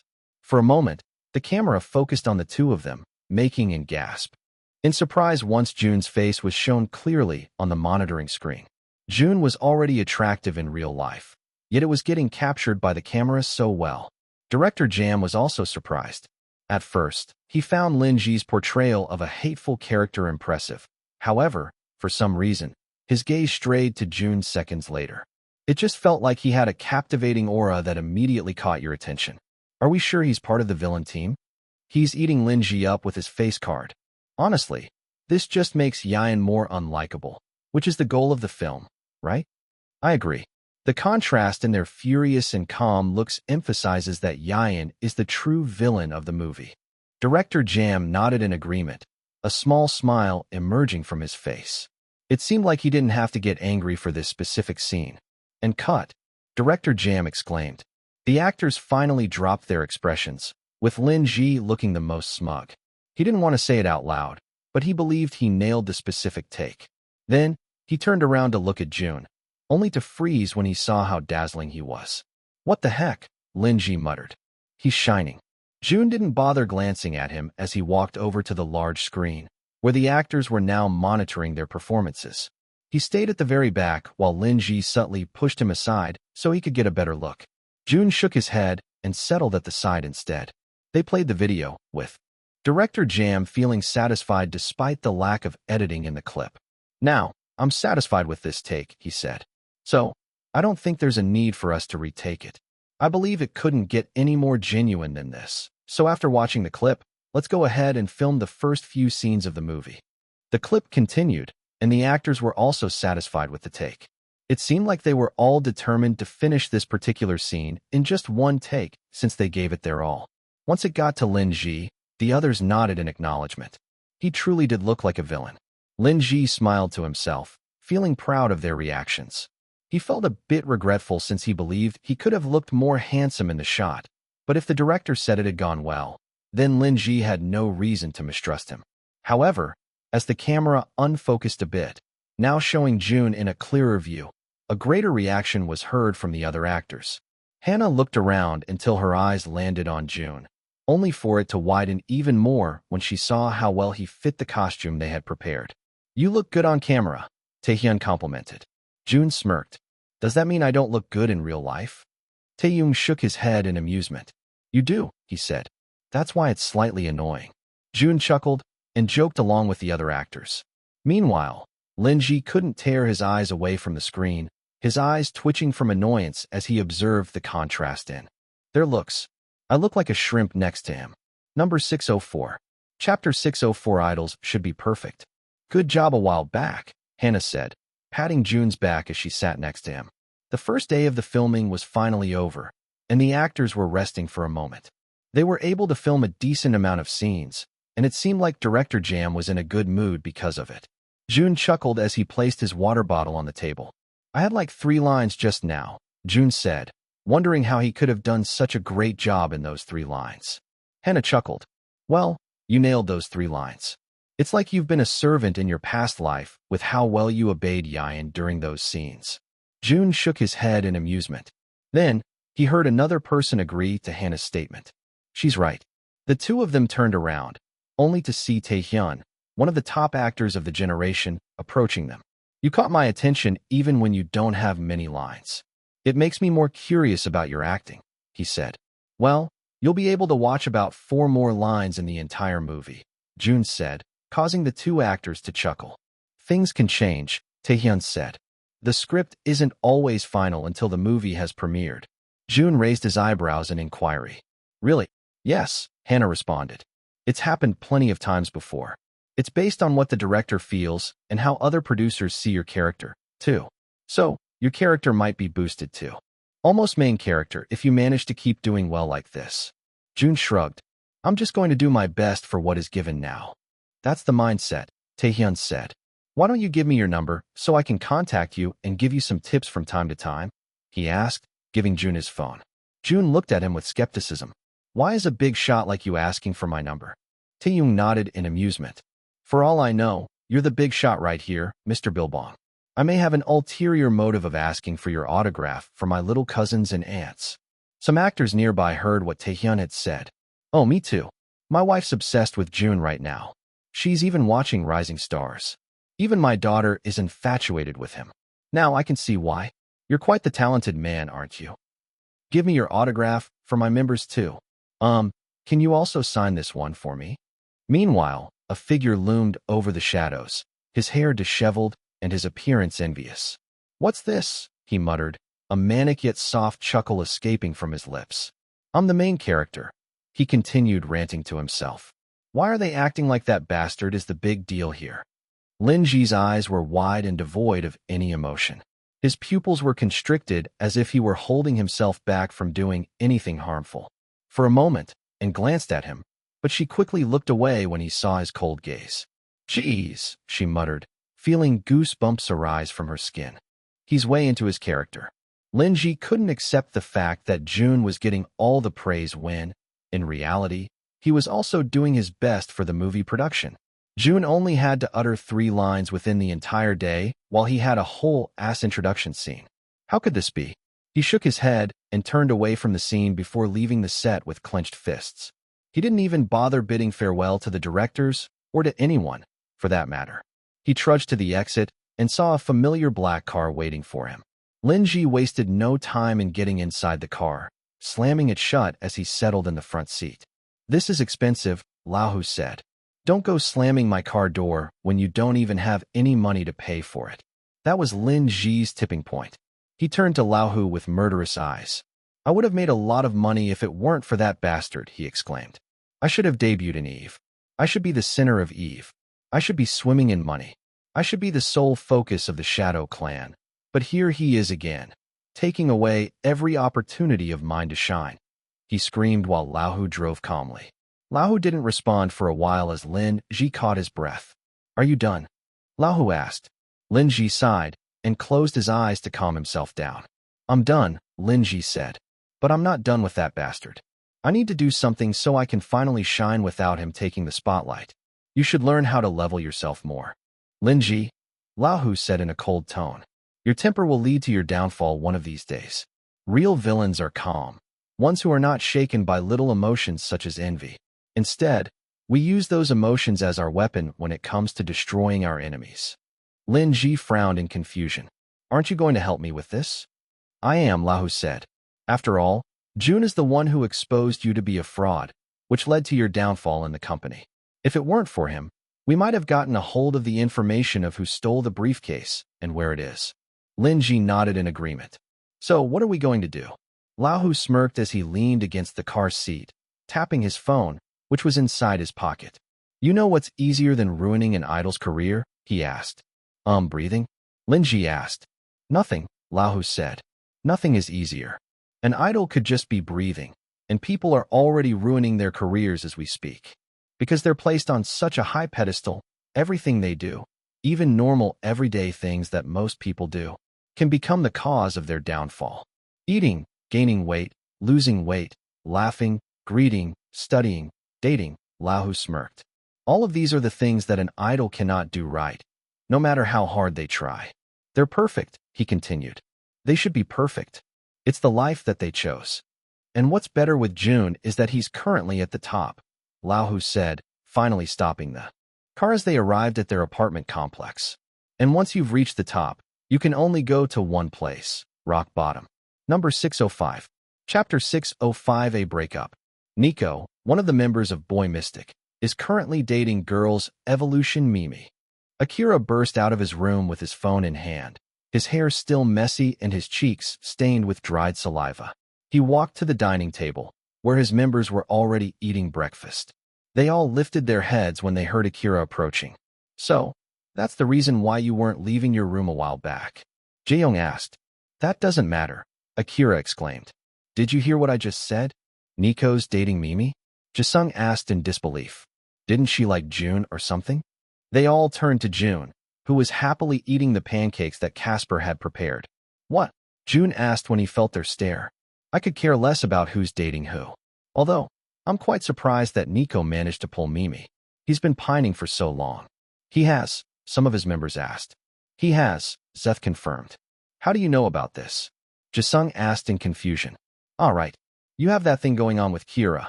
Zeth pursed his lips before scratching the back of his head. We broke it off. What? His members asked. Jun, too, turned to him in surprise. He thought that everything was going well between the two.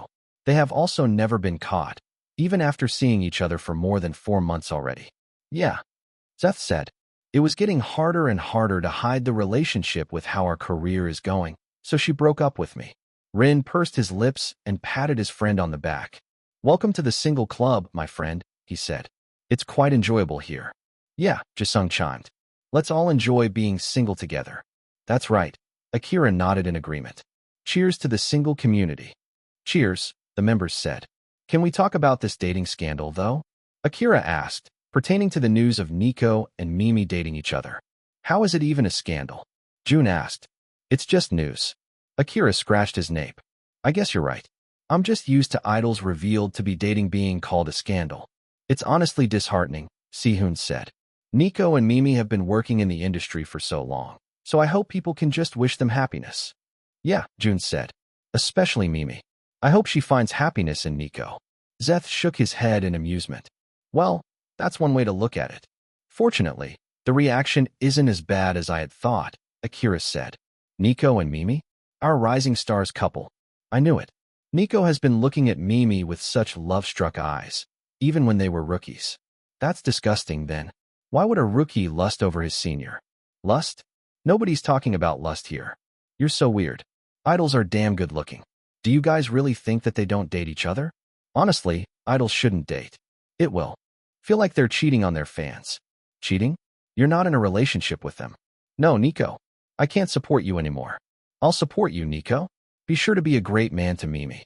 Well, there are still some nasty comments here and there, Akira said. But more than half of the comments are supportive. I think they're going to be okay. Yeah, Jaeyoung nodded in agreement. I think it's also attributed to the fact that the two had been in the industry for a long time. Moreover, Girls' Evolution is no longer active while Boy Mystic's contract is going to expire by next month. Is that really a factor?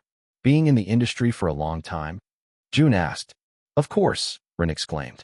It can't be denied that an idol's career also has a life expectancy. You have a peak, and you also have a plateau, where most of your real fans stay after all the things that have happened.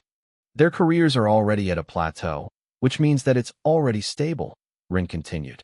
Therefore, a dating scandal will only mildly affect their career. But what happens if an idol is found to be dating during their peak? Jun asked, causing his members to turn to him with wide eyes. I can't believe you asked that question, Akira muttered. Don't even think about it, Zeth said. As much as I liked Kira, I also couldn't throw our reputation to the ground. I know it's not a sin to date, but for fans, it is. Zeth's right, Jaeyoung said. Dating at your peak will only lead to one thing. Your downfall. Jun shrugged, feeling like he wouldn't have any trouble with that since he wasn't interested in dating at all. Well, I'm going now, Jun said, standing from the dining table so he could brush his teeth and leave for the filming site once again. It was currently their third round of filming, and they had now finished most of the introduction scenes. The main characters were already residing in the quarters provided for them within the filming site, which was where they would be staying until the shoot ended. However, since Jun was just a side character and had to do a lot of idle work behind the scenes, the production crew decided that it would be best for him to come only when he was needed. The only time he needed to stay at the filming site was when the battle or the climax was going to be filmed. He got out of his room and placed his backpack on before heading to the dining table to say goodbye to his members. When he got there, he saw all of them with pale faces, their eyes glued to their phones. "Well, it looks like they're busy," Jun muttered. With that, he left the dorm room without saying goodbye. Then, he went to the car so Jay could drive him to the filming site. "I'll be back later," Jay said, waving goodbye to Jun. Jun nodded and went to the filming site so he could get his hair, makeup, and wardrobe done. Jay then heard endless notifications from his phone, so he checked it before driving off. His eyes widened when he saw that. It was Mr. Ong who had texted him. Then, his eyes widened even more when he read the contents of the text. He quickly turned to where he left Jun, but found that he had already gone inside.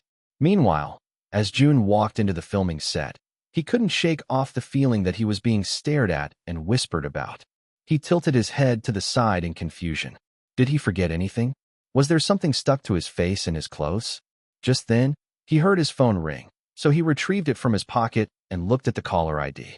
He frowned when he saw that it was Min Jun. The young man told him that he'd only called during important matters, so he stepped to the side to answer his call. "Hi, little bro. You're dating someone?" Number 606. Chapter 606. Dating is a sin. Jun, usually calm and collected, couldn't help but feel shocked when he heard Min Jun's accusation. Out of everything he could have been accused of, it was dating? "You're kidding me," Jun deadpanned. "I have an important shoot today, Min Jun. I'll call you later, alright?" "I'm not kidding," Min Jun exclaimed. "A photo of you with a woman is circulating around Naval. The woman's face isn't clearly seen, but it's obviously you." "Wait a second," Jun said, ending their call and promptly going to Naval. However, as soon as he ended the call, plenty more people tried to contact him, which made him believe that Min Jun was telling the truth even if he hadn't seen the photo evidence just yet. He cursed as multiple calls appeared, making him unable to scroll through Naver. He placed his phone on Do Not Disturb before heading to the trends list.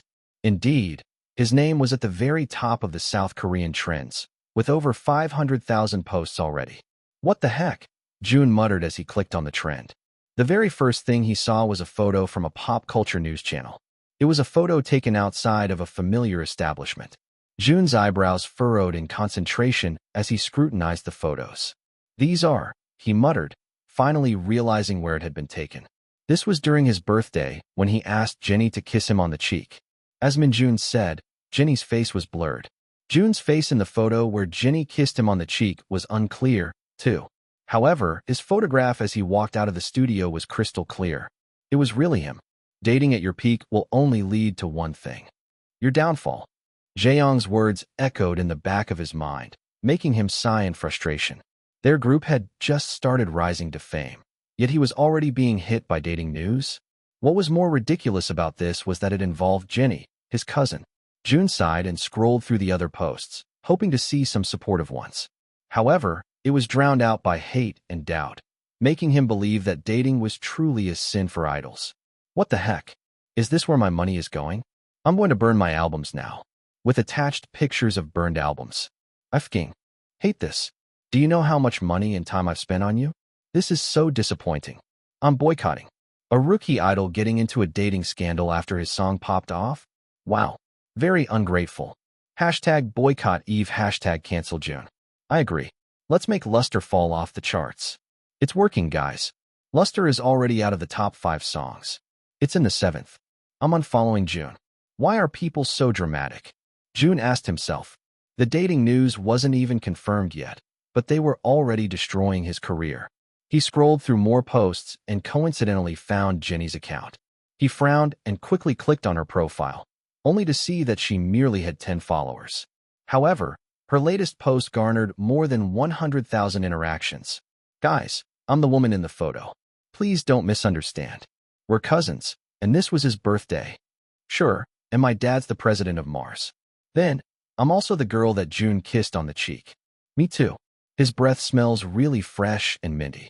Whatever you say, girl. We're all delusional here anyway. Stop being delusional. You look nothing like Jun.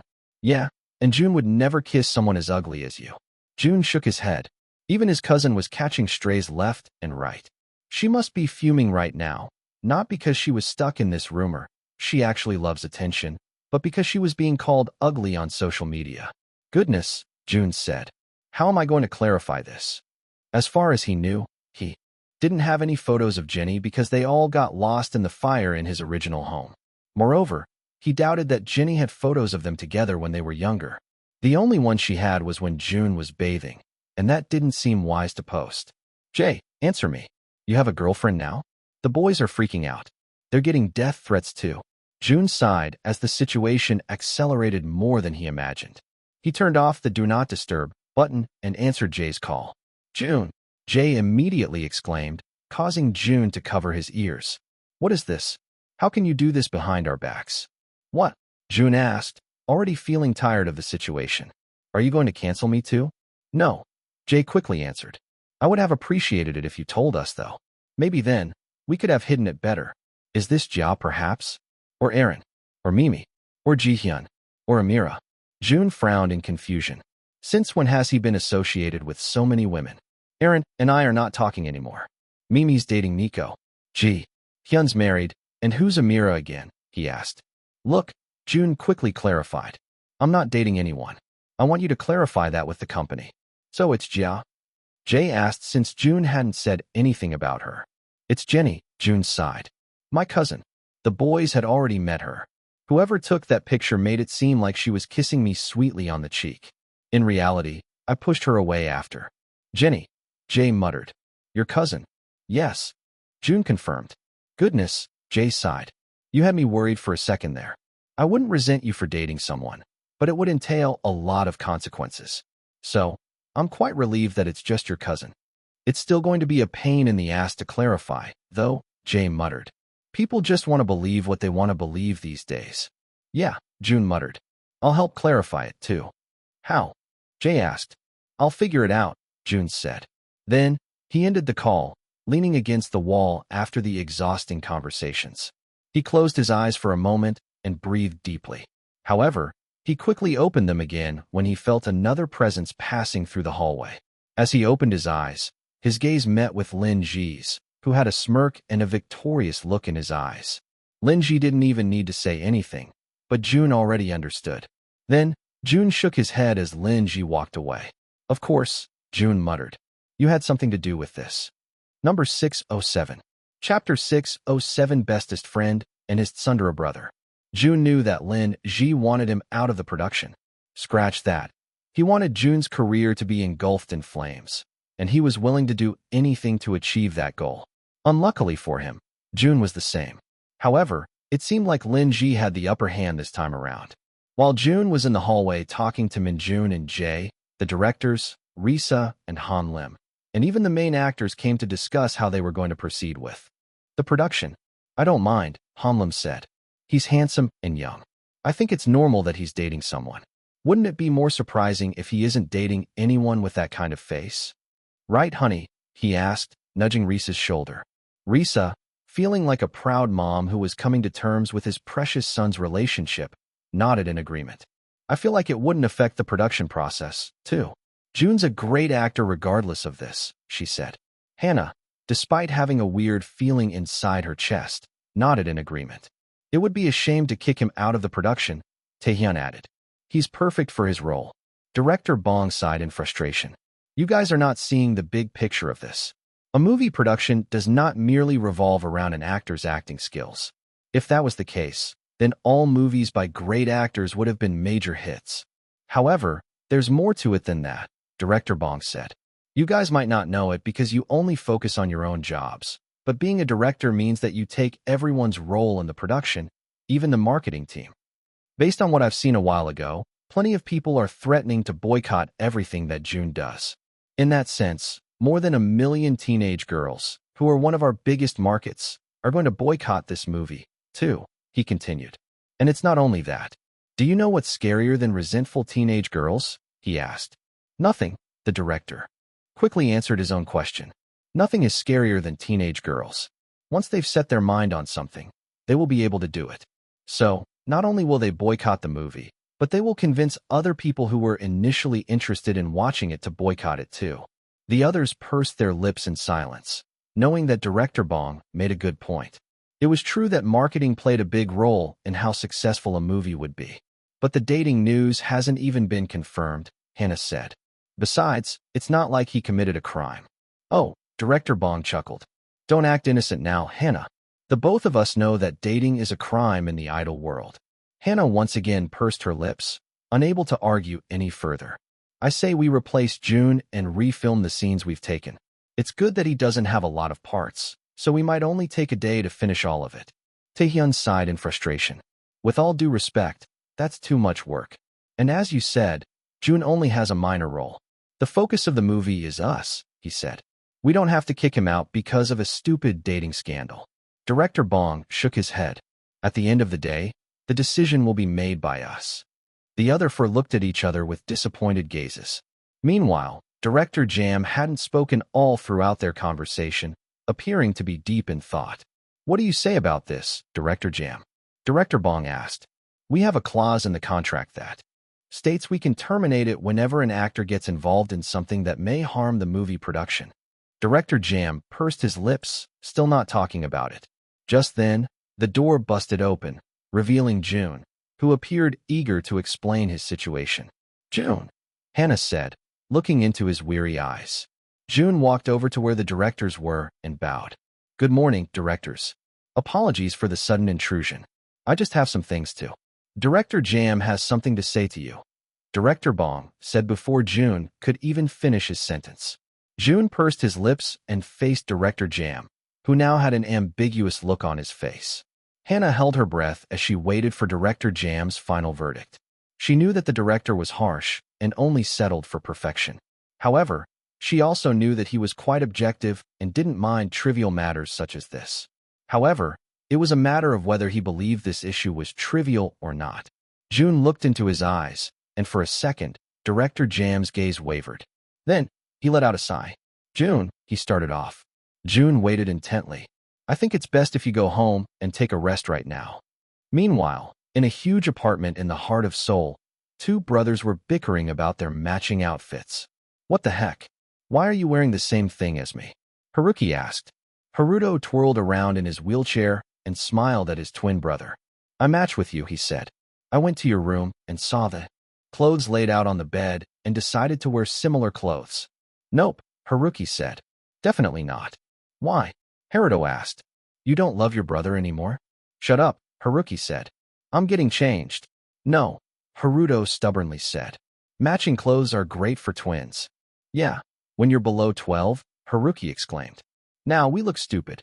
Haruto clicked his tongue and finally let go of his brother so he could get changed. In the meantime, he scrolled through his phone, only to see Jun's issue taking over the internet. What the heck? He screamed so loudly that Haruki was compelled to stop walking. Jun's dating someone? He asked, making Haruki go back to where his brother was standing. He is? Haruki asked with wide eyes. Haruto nodded, showing his twin the photo of Jun and a woman kissing his cheek. I think I know who this is, though, Haruto muttered. This is even the place she works in. Who? Haruki asked out of curiosity. Let's talk in the car. We're going to miss our reservation. Haruki absent-mindedly nodded and followed his brother and his butler, Marcus, to the car. Haruto then tossed his phone to Haruki as they settled in the back seat. I think it's his cousin, Jenny, Haruto said. Haruki frowned in confusion as he continued to scrutinize the photo. How do you even know? Haruki asked. I know everything about Jun. Haruto proudly exclaimed. Jenny visited us from time to time before, and she has the same haircut. She has the same body. Build, too. We kept in touch after I went back, and I know she's working in Choi Pablo's studio. So it all adds up. So he's not dating anyone? Haruki asked. I'm sure, Haruto answered. I don't think Jun is interested in dating at all. Haruki sighed in relief. Anyway, he's being cooked right now, and his agency isn't helping at all. So, as his bestest friend in the entire world, I'm going to help him. Haruto said with determination. I can collect the information that proves that all of this is false, he continued. Although, it would be hard to get the information across since it's going to come from a stranger on the internet. Instead, it should come from someone who has a huge following, he muttered. Marcus finally parked the car and thought of a person who could help him. I doubt you'll help me, though. You still don't like June, right? Haruki bit his lip and stayed silent. Anyway, that will be my problem. For now, let's eat. The two of them got out of their car, and other people immediately stopped and stared. By the way, Haruto smiled sweetly at his brother. Thanks for matching with me. Number 608. Chapter 608 Hot Issue. June burst out the door of their dorm, startling his members. They appeared to be stressed just as he was, already knowing the truth behind the photo that had been posted. At the moment, the post has already garnered more than 4 million views and 200,000 likes. People who weren't even interested in tuning into the issue flocked to it like hungry hyenas. June. Jae-young stood once he saw him. Is the shoot done already? June sighed and raked his fingers through his hair. I was sent home, June said. What? Jae-sung asked. Is it because of the dating news? I believe so, June responded. They let you leave only because of that. Casper exclaimed. Show me the people who made you leave. I'll teach them a lesson. June clicked his tongue and placed his hand on Casper's shoulder, forcefully bringing him down. Behave, June said. Rin pursed his lips. So, what's going to happen now? June shook his head. I also don't know. They told me to go home and nothing else. Goodness, Jae-young said. And to think that all of this is happening because of some unconfirmed dating news. Did the company say something already? June asked. Si-hoon nodded, already appearing disappointed. It's the usual company response. We're looking into it. Jae already told them that it's not true. Them saying that they'll look into it will only make the public speculate. June shook his head, not really expecting much from their company. Once again, they wanted to show the public that June's dating news was his sole decision and not the company's. What are we going to do now, then? Zeph asked. I'm going to rest, June said, leaving his members and going to his bedroom. As soon as he got there, however, he didn't rest at all. Instead, he contacted one person whom he should have contacted a while ago, before all of this even started. It only took a few rings before Bowen answered the phone as if he had already been expecting his call. Master, Bowen said with a concerned tone. Are you all right? Have you heard? June asked. Everybody and their mothers have heard, Bowen said. Even the big guys that I work with have been talking about it. They're saying that your career is ruined. It's not, June said with confidence. I'm not dating anyone. You're not? Bowen asked. You don't have to deny it. Your partner will be sad. June clicked his tongue. I'm really not dating anyone. Just help me with something. Yes, whatever you need, Bowen said. June nodded in satisfaction. I need you to dig into Director Bong-won, June said. The director that was paid by Lau-hu and Lin-ji? Bowen asked, causing June to smirk. So you already know? Of course, Bowen sighed. Eyes and ears are all over the company. I don't have any concrete evidence just yet, but I'll look for some and get back to you tonight. Good. June smiled, causing Bowen to beam in happiness. He felt great after being complimented by his master. I have one question, though, Bowen said. How will this help debunk your dating news? June shrugged. It's not, June said. What? With that, June ended the call, leaving Bowen confused. He sighed and sat on his bed. At first, he thought of some ways to debunk his dating news, just as Bowen had said.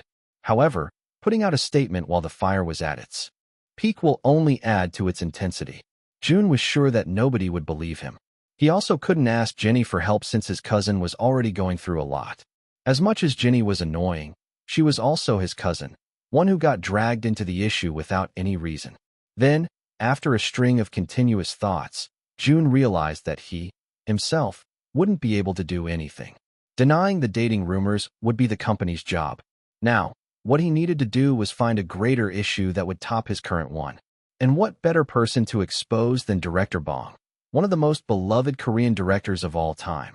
Dawn came, yet June was still waiting for Bowen to contact him back. Fortunately, just as he was about to fall into slumber, his phone lit up, revealing a text from Bowen. Baldy, here is what I've found about Director Bong. Baldy, send a file. Baldy, I can't find anything about Lin Ji and Lau-hu. Those bastards have been more careful these days. I'll continue to look for some evidence, but for now, I'm sending this to you. I know that you're waiting. Baldy, I hope that everything goes well for you, Master. I'm rooting for you. No matter what happens, I'll be right by your side. June frowned as he ignored Bowen's last text. Instead, he focused on the one before that, where he couldn't find any evidence against Lin Ji. Nonetheless, he felt grateful that Bowen was able to find some dirt on Director Bong. The photos and files he sent were very powerful, one that could ruin the director's career in an instant. Jun smirked as he scrolled through the information. Then, he sent the files to Minjun. Jun, do what you want with it. Jun knew that the kid was probably sleeping, but he wanted it to be the first thing that Minjun sees in the morning. This might not lead to Lin Ji's and Lao Hu's downfall just yet, but Jun was going to eliminate their connections in the industry. One by one. Meanwhile, in a wide, luxury apartment in Seoul, a troubled figure huddled over his laptop. He read over the contents of his post over and over again and hesitated to press the post button. Maybe I shouldn't, he muttered. I'm not even concerned with this. I should just let this be, so we can be the most popular boy group again. However, guilt began eating his mind as he thought about the hardships that Jun was probably going through. Fuck it, he cursed, finally posting the short paragraph that appeared seemingly innocent. Then, he shut his laptop close before slumping on the table and closing his eyes. Hopefully, we can finally be friends after all of this, he muttered. Number 609. Chapter 609, An Unexpected Person's Help. Jun. Jay asked in surprise when he saw Jun all dressed up early in the morning. Are you going somewhere? Jun nodded, placing his bag over his shoulder. Akira shook his head when he saw one of the straps seems already coming undone. Since when have you had this? He asked, poking the black bag. Jun glanced at his back and shrugged. I don't know, he said. Probably when I was still a trainee. Jun truly wasn't sure. This was one of the bags that the original body had, and Jun started using it as soon as he transmigrated into his body. He was gifted plenty of bags from different companies, but this bag was his favorite of all. The sad part was that the brand had already rubbed off, so he didn't know where to buy it again. Therefore, he decided to just use it as it was. It was probably the best bag he had, even with his expensive collection. You're going to be rich with that mindset, Akira said, patting his back. Where are you going, though? Jay asked, yawning since he still felt sleepy. To the filming site, Jun nonchalantly answered, causing Jay's eyes to widen in shock, the urge to sleep draining from his body. What? He asked. They don't have a schedule today based on what they've sent. They probably didn't send you anything anymore, Jun said. But Hannah told me. He smirked. Jay sighed. You should let the issue die down a bit before you go back. Besides, the directors aren't expecting you there. They'll be shocked once they see you. My career will die down if I don't do anything, Jun said, determined to go even if he was on his own. Besides, he smirked. Let them be shocked. They're going to see something more shocking later. Jay pursed his lips before swallowing the bread in his mouth. Fine, Jay sighed. Wait for me. I'll go with you. You're not going to shower? Jun asked. Are you going to wait for me? Jay asked. Nope, Jun said. Then, I'm not, Jay answered. Let's go. You don't want to be late, do you? Jun smiled since he knew that Jay would eventually cave in to his requests. I'll wait for you out here, Jay said as soon as they arrived at the filming site. I might take all day, Jun remarked. I know. I'll still be waiting. Jun gratefully waved goodbye before going inside the filming site. What is he doing here? Didn't he get kicked out of the production? Hasn't the dating news been debunked yet? Nope. His company hasn't said anything. Why did he come here then? As soon as he got there, he was greeted with questioning stares. Hannah's eyes widened when she saw him, and she quickly stood and led him to the tent where the main actors stayed. Jun glanced around and saw Taehyun, some older actors, as well as Lin Ji inside. His eyebrows raised in inquiry as they stared at them like a tourist attraction. What are you doing here? Hannah asked in a hushed tone. However, it seemed like everybody could hear what she was saying. You sent me your schedule, Jun said. Hannah clicked her tongue. I know, but I didn't expect you to come here while all this chaos is happening. Why? Jun asked. Am I not welcome here anymore? Hannah sighed. You know that's not what I mean. I came here because I know I still deserve to be a part of the production, Jun said. You do, Hannah said. We're waiting for Director Jam's final decision, too. It just sucks that your company hasn't outright denied it yet. That's because they don't have any evidence to debunk the rumor, Lin Ji said, interrupting their conversation. Hannah frowned as she turned around, only to meet the villain's cocky eyes. You're not part of this conversation, Hannah said. And you're not part of this production anymore, Lin Ji said, looking straight into Jun's eyes. Lin Ji internally rejoiced since he felt that he was very cool just now. He'll definitely write that one down. The two of them stared at each other intensely, neither of them wanting to back down. However, their stare-off was interrupted when Taehyun's chair scraped on the floor, making a loud noise. Then, he hurriedly walked over to where the three young actors were. While all of these were happening, the older actors and some of the staff watched the scene intently. "That was your cousin?" Taehyun asked, causing Jun to break his eye contact with Lin Ji. "Cousin?" Hannah also asked. Jun tilted his head to the side in confusion. He thought that Minjun had finally posted about director Bong's dirt. However, he must have posted about something else. "How did you know?" Jun asked. "It's trending on Naval right now," Taehyun said, proceeding to read the contents of the trending post. "Hi guys. I know I only post professional stuff out here, but I've been seeing my friends suffer for the past hours and decided to step in. The woman in the photo with Jun is his cousin, Jenny." "Wait, Jenny?" Hannah asked with wide eyes, recalling the annoying girl who used to tease Jun a lot when they were trainees. Taehyun continued reading the post while Jun and the others listened intently. "I hope you understand that these rumors could ruin an idol's life, and it's not good to spread false information. Moreover, don't believe everything you see on the internet. Here's a photo of us with Jenny when we were younger." "Dang," Taehyun said. "So, it was all just a baseless rumor after all." Choi Pablo also backed up the post by showing the front aspect of the photo circulating around. "You look quite disgusted in this photo," he chuckled. Jun's eyebrows furrowed, not believing anything that was happening right now. None of these were a part of his plan, yet somehow, it was all going so well. "Give me that," Lin Ji said, snatching the phone from Taehyun's grasp. His eyes widened, and his jaw became slack when he saw the receipts that the poster had pulled out to debunk Jun's dating news. Jun, too, opened his phone and saw yet another flurry of follows and likes on his notifications. Then, he clicked on his trends list and finally saw the person who posted the said photo. His eyes widened, similar to Lin Ji's. Haruki, number 610, chapter 610 out and about. Jun was dumbfounded as he stared at the post that Haruki had made. Out of all the people in the world, Haruki was the most unexpected person to help him. And that worked out great in the end. Jun and Haruki were known to be hostile enemies, so the fact that Haruki was the one who debunked the rumor increased its credibility. If a person who hated Jun was defending him, then the public had more reason to believe in the post. Jun took a closer look at the photo and shook his head. The person in the photo wasn't even Haruki, but Haruto. The twins must have planned something to help him. He also saw the post that Choi Pablo had made, which included the front view of the photo of him and Jenny kissing. In the photo that was posted by the anonymous user, Jun appeared sweet and loving. However, in the one that Pablo posted, he looked outright disgusted, a very fitting reaction for someone who was just kissed by his cousin. Jun wondered why Pablo had only posted it recently, but it still worked out in the end.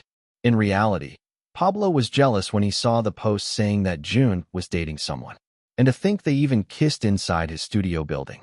He planned on talking to Jun after he got his feelings sorted out, but then he saw that it was actually Jenny, his assistant, and Jun's cousin. So, he went through his high-definition surveillance cameras and captured a screen. Jun smiled as he read through the comments. "I swallow my words. I insulted Jun's cousin. I am ashamed. I followed you again, Jun. I never doubted you for a second. The photos look so cute. They appear to be really close with each other. I never knew I needed to see Jun with his family. 3. He rarely talks about them. Because his parents are dead. Jun, I'm sorry. I'm not going to leave your side from now on." Shaking my head. "People are so quick to switch up. You just join the bandwagon as you see fit. Huh? What a bunch of hypocrites." For what seemed to be the 100th time in the week, Jun was trending yet again. However, it was for a good reason this time. People were truly easy to manipulate. They jump on the bandwagon in order to feel like they belong in society. And now that there was a lot of praise for Jun, others who hated him naturally joined to praise him as well. Lin Ji's hand shook as he observed Jun's elated facial expression. He looked way too happy for his liking, and he hated it. Just then, the door opened, revealing Director Jam, who appeared more serious than ever. The actors straightened up as soon as they saw him, the room turning silent as they sensed the coldness from his disposition. He looked around until his eyes landed on Jun. Good. You're all here, he muttered. Then, he cleared his throat. Conference room. Now, he briefly said before leaving the tent once more. The others gulped since they weren't used to seeing Director Jam so calm and serious. They didn't waste any time in following after him, lining up like little ducklings. They arrived at the conference hall, with Director Bong standing in the very middle. Jun looked around and saw that almost all of the crew members were already inside, wondering why they were all gathered. What's happening? I'm lost. I think we're going to talk about Jun's issue and if he's still going to be Jin or not. Dang. In front of everyone? That's tough.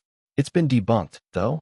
Haruki from Chaos already confirmed that it was Jun's cousin in the photo. Really? Yeah, but Director Jam doesn't change his mind. So he might still get kicked out of the production even if it had already been debunked. Director Jam looked around the room, his eyebrows furrowing when he couldn't see his partner director. Just then, the door opened, and Director Bong sighed in relief once he saw the actors and staff inside the room. There you guys are, he said. I was starting to think that the shoot was canceled today, he chuckled. However, his smile quickly fell when he saw Jun among the crowd. His eyes narrowed in suspicion.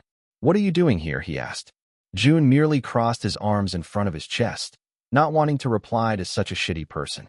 Answer me, Director Bong said. However, Jun remained firm.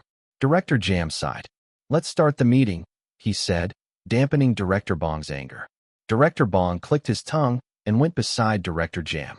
Let me start off this meeting by saying that a movie production doesn't solely focus on the story, the acting, and the editing, he said.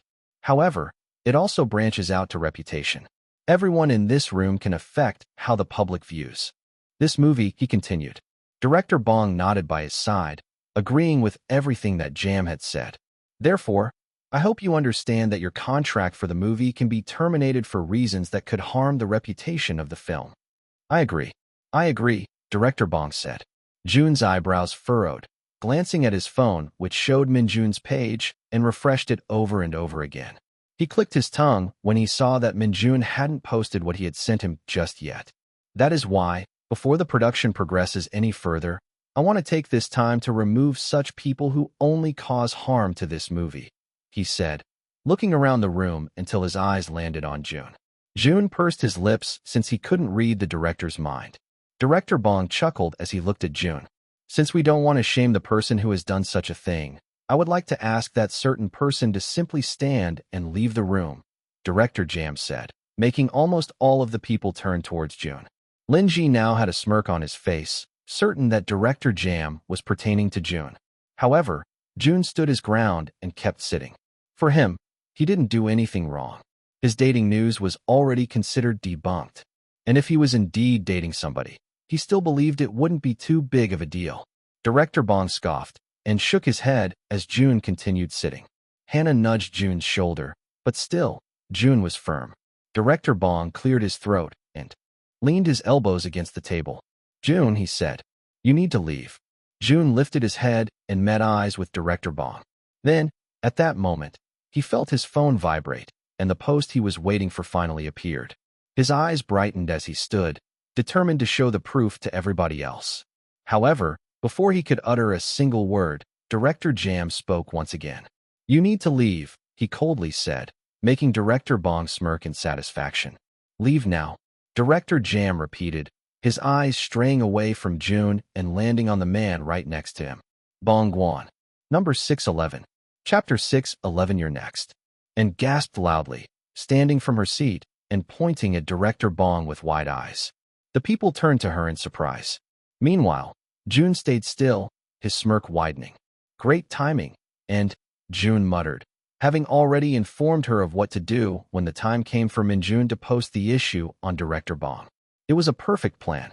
Jun even sent the files to Director Jam through Jisung's number when he was fast asleep. He was unsure if the director would be able to see it. Still, it seemed like he did, considering he knew the issue earlier than everybody else. The other actors and employees opened their phones and clicked on the link that and had sent in their professional group chat.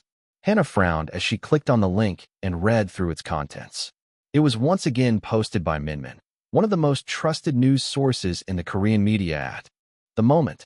He didn't post a lot, But when he did, it was a juicy, exclusive story that many people tuned into. Director Bong is a big old ding-along, from blockbuster to blockhead. Hannah couldn't help but chuckle as she read the title. Another trademark of his was his silly little titles. However, she knew that he always wrote quality articles, so she wasn't fooled by the title.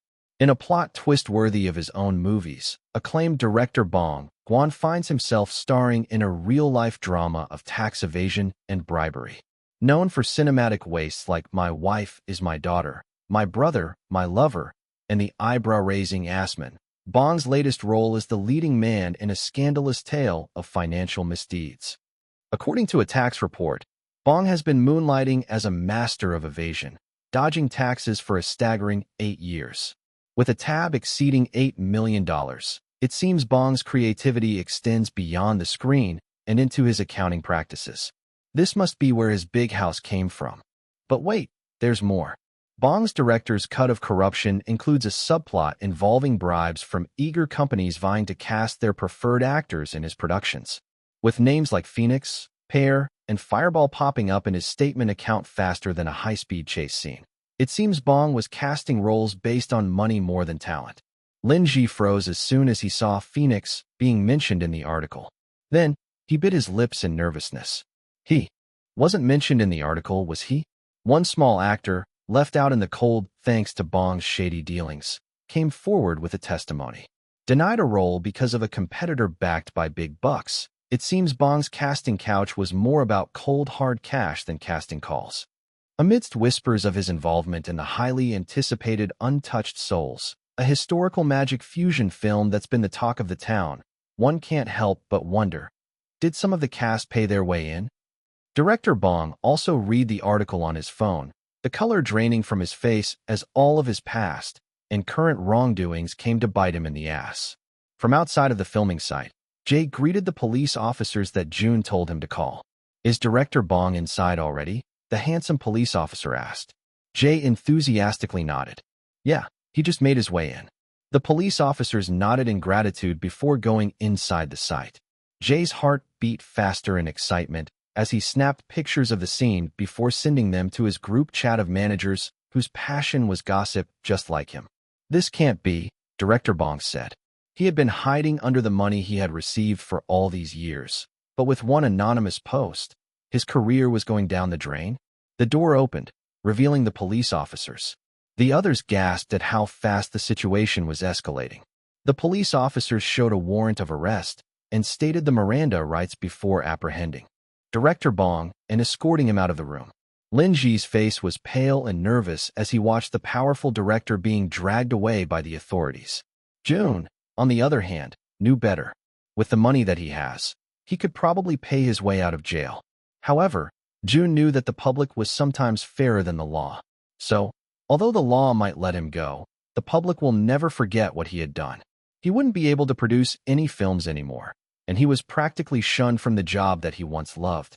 Director Jam pursed his lips as the situation finally calmed down. I hope this serves to be a lesson for all of you, he said. I will not hesitate to remove you from the production no matter who you are. If Director Bong can go, then anyone can go, he firmly said. Lin Ji's hands began to shake. He was confident he was going to stay in the production no matter what happened because he had Director Bong backing him up. Who would have thought that he would go even before Lin Ji? And you? Director Jam said, pointing at Jun. Try not to cause any trouble from now on. Jun nodded, although he still believed that it wasn't his fault why all of this happened. Hannah excitedly patted his shoulder. You're still part of the production, she excitedly whispered. With that, the meeting came to an end, with Jun's plan being executed well. Haruki's post even added to its perfection, so he sent him a quick text to show his gratitude. Jun, thanks. Then, the people started vacating the room, most of them casting apologetic looks at Jun for acting hostile when they learned about his supposed relationship.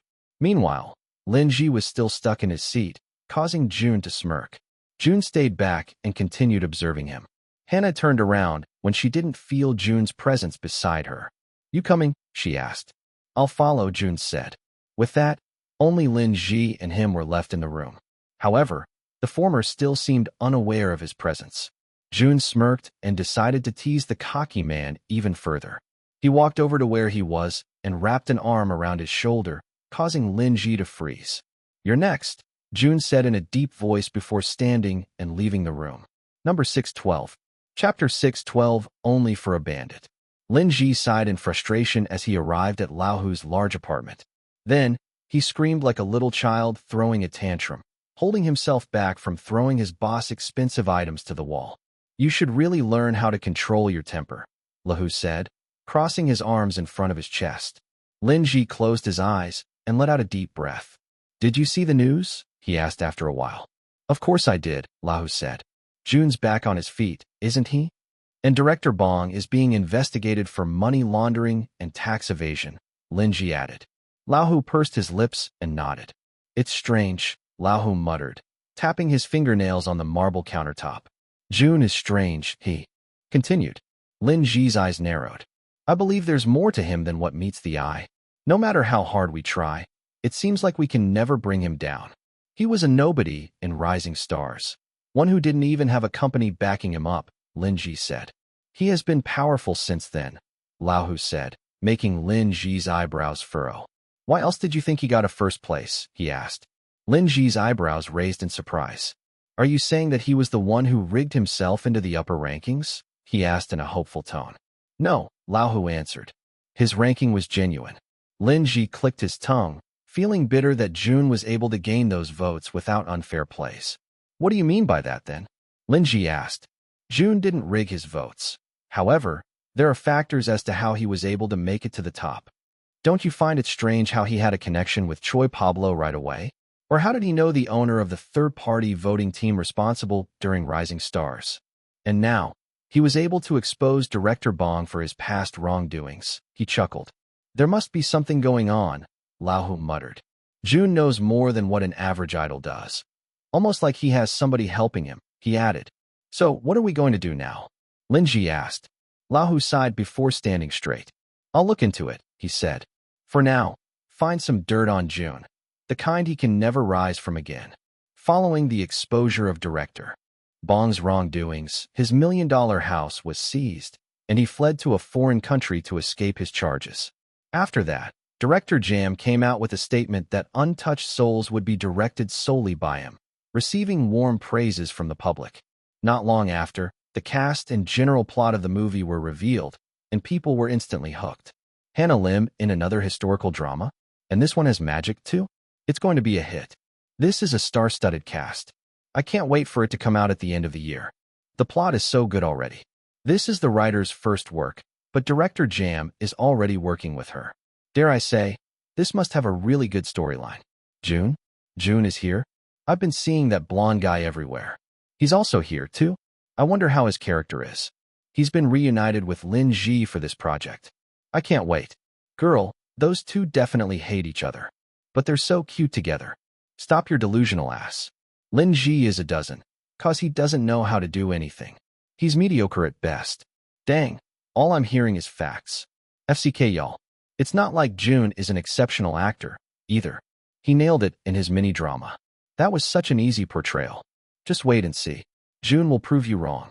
Risa read the comments and shook her head in amusement. There were a lot of arguments in the comments section of the article, but she was still happy that the announcement garnered a lot of attention. A lot of people were praising her for the plot, too. However, the most notable person being talked about was Jun, with more than half of the comments either doubting his acting prowess or showering him with praises. This production is definitely getting a lot of attention because of him, Risa muttered before glancing at the script in her hands. I feel like they'll be disappointed once they see that he doesn't have a lot of scenes and lines. Risa pursed her lips as she let the thought sink into her mind. Truly, Jun's role as Jian only accounted for less than 15 minutes in the film. She wanted the main focus to be Yan, but she also believed that Jun deserved more scenes in the movie. The only problem was that the script she had sent to Director Jam was already considered final. Nonetheless, Risa wanted to negotiate with Director Jam. She really wanted to see her precious, handsome baby in more scenes. Yes, she became Jun's fan at this point. There's no escaping his charm. Early in the morning, Risa set up a meeting with Director Jam in the conference room. Risa, Director Jam greeted as he entered the room. You called for a meeting? Yes, Director. Risa smiled, hoping it would put him in a good mood. Well, what is it? The shoot is going to start soon. We will be filming Yayan's backstory today. Risa let out a deep breath and smiled before talking. I know that you said the script is already final, she started off. But the script isn't final. Until the movie has premiered, right? Director Jam sighed, crossing his arms in front of his chest. Risa, I can only accept minor changes in the script. The script is there for a reason. It makes the filming process more systematic. Risa scratched the back of her head. Well, it is a minor change for a minor character, Risa said. Is it for Jun? He asked. Risa nodded excitedly. The reaction from the public is very good, and I'm afraid they would be disappointed if Jun does not have enough screen time. Director Jam pursed his lips, looking Risa in the eyes. We can't just change Jin's character because his actor is popular. If that was the case, then other actors should have more lines, too. Risa cast her head to the ground. But Jun was the most popular cast member of the movie at the moment. I'm sure your husband has already told you before, Director Jam continued. I rarely add any scenes unless I feel that it is crucial for the storyline. I don't do it for the actor at all. Besides, Jin is a minor character. I believe his screen time is enough. But, Risa tried to argue, but Director Jam continued speaking.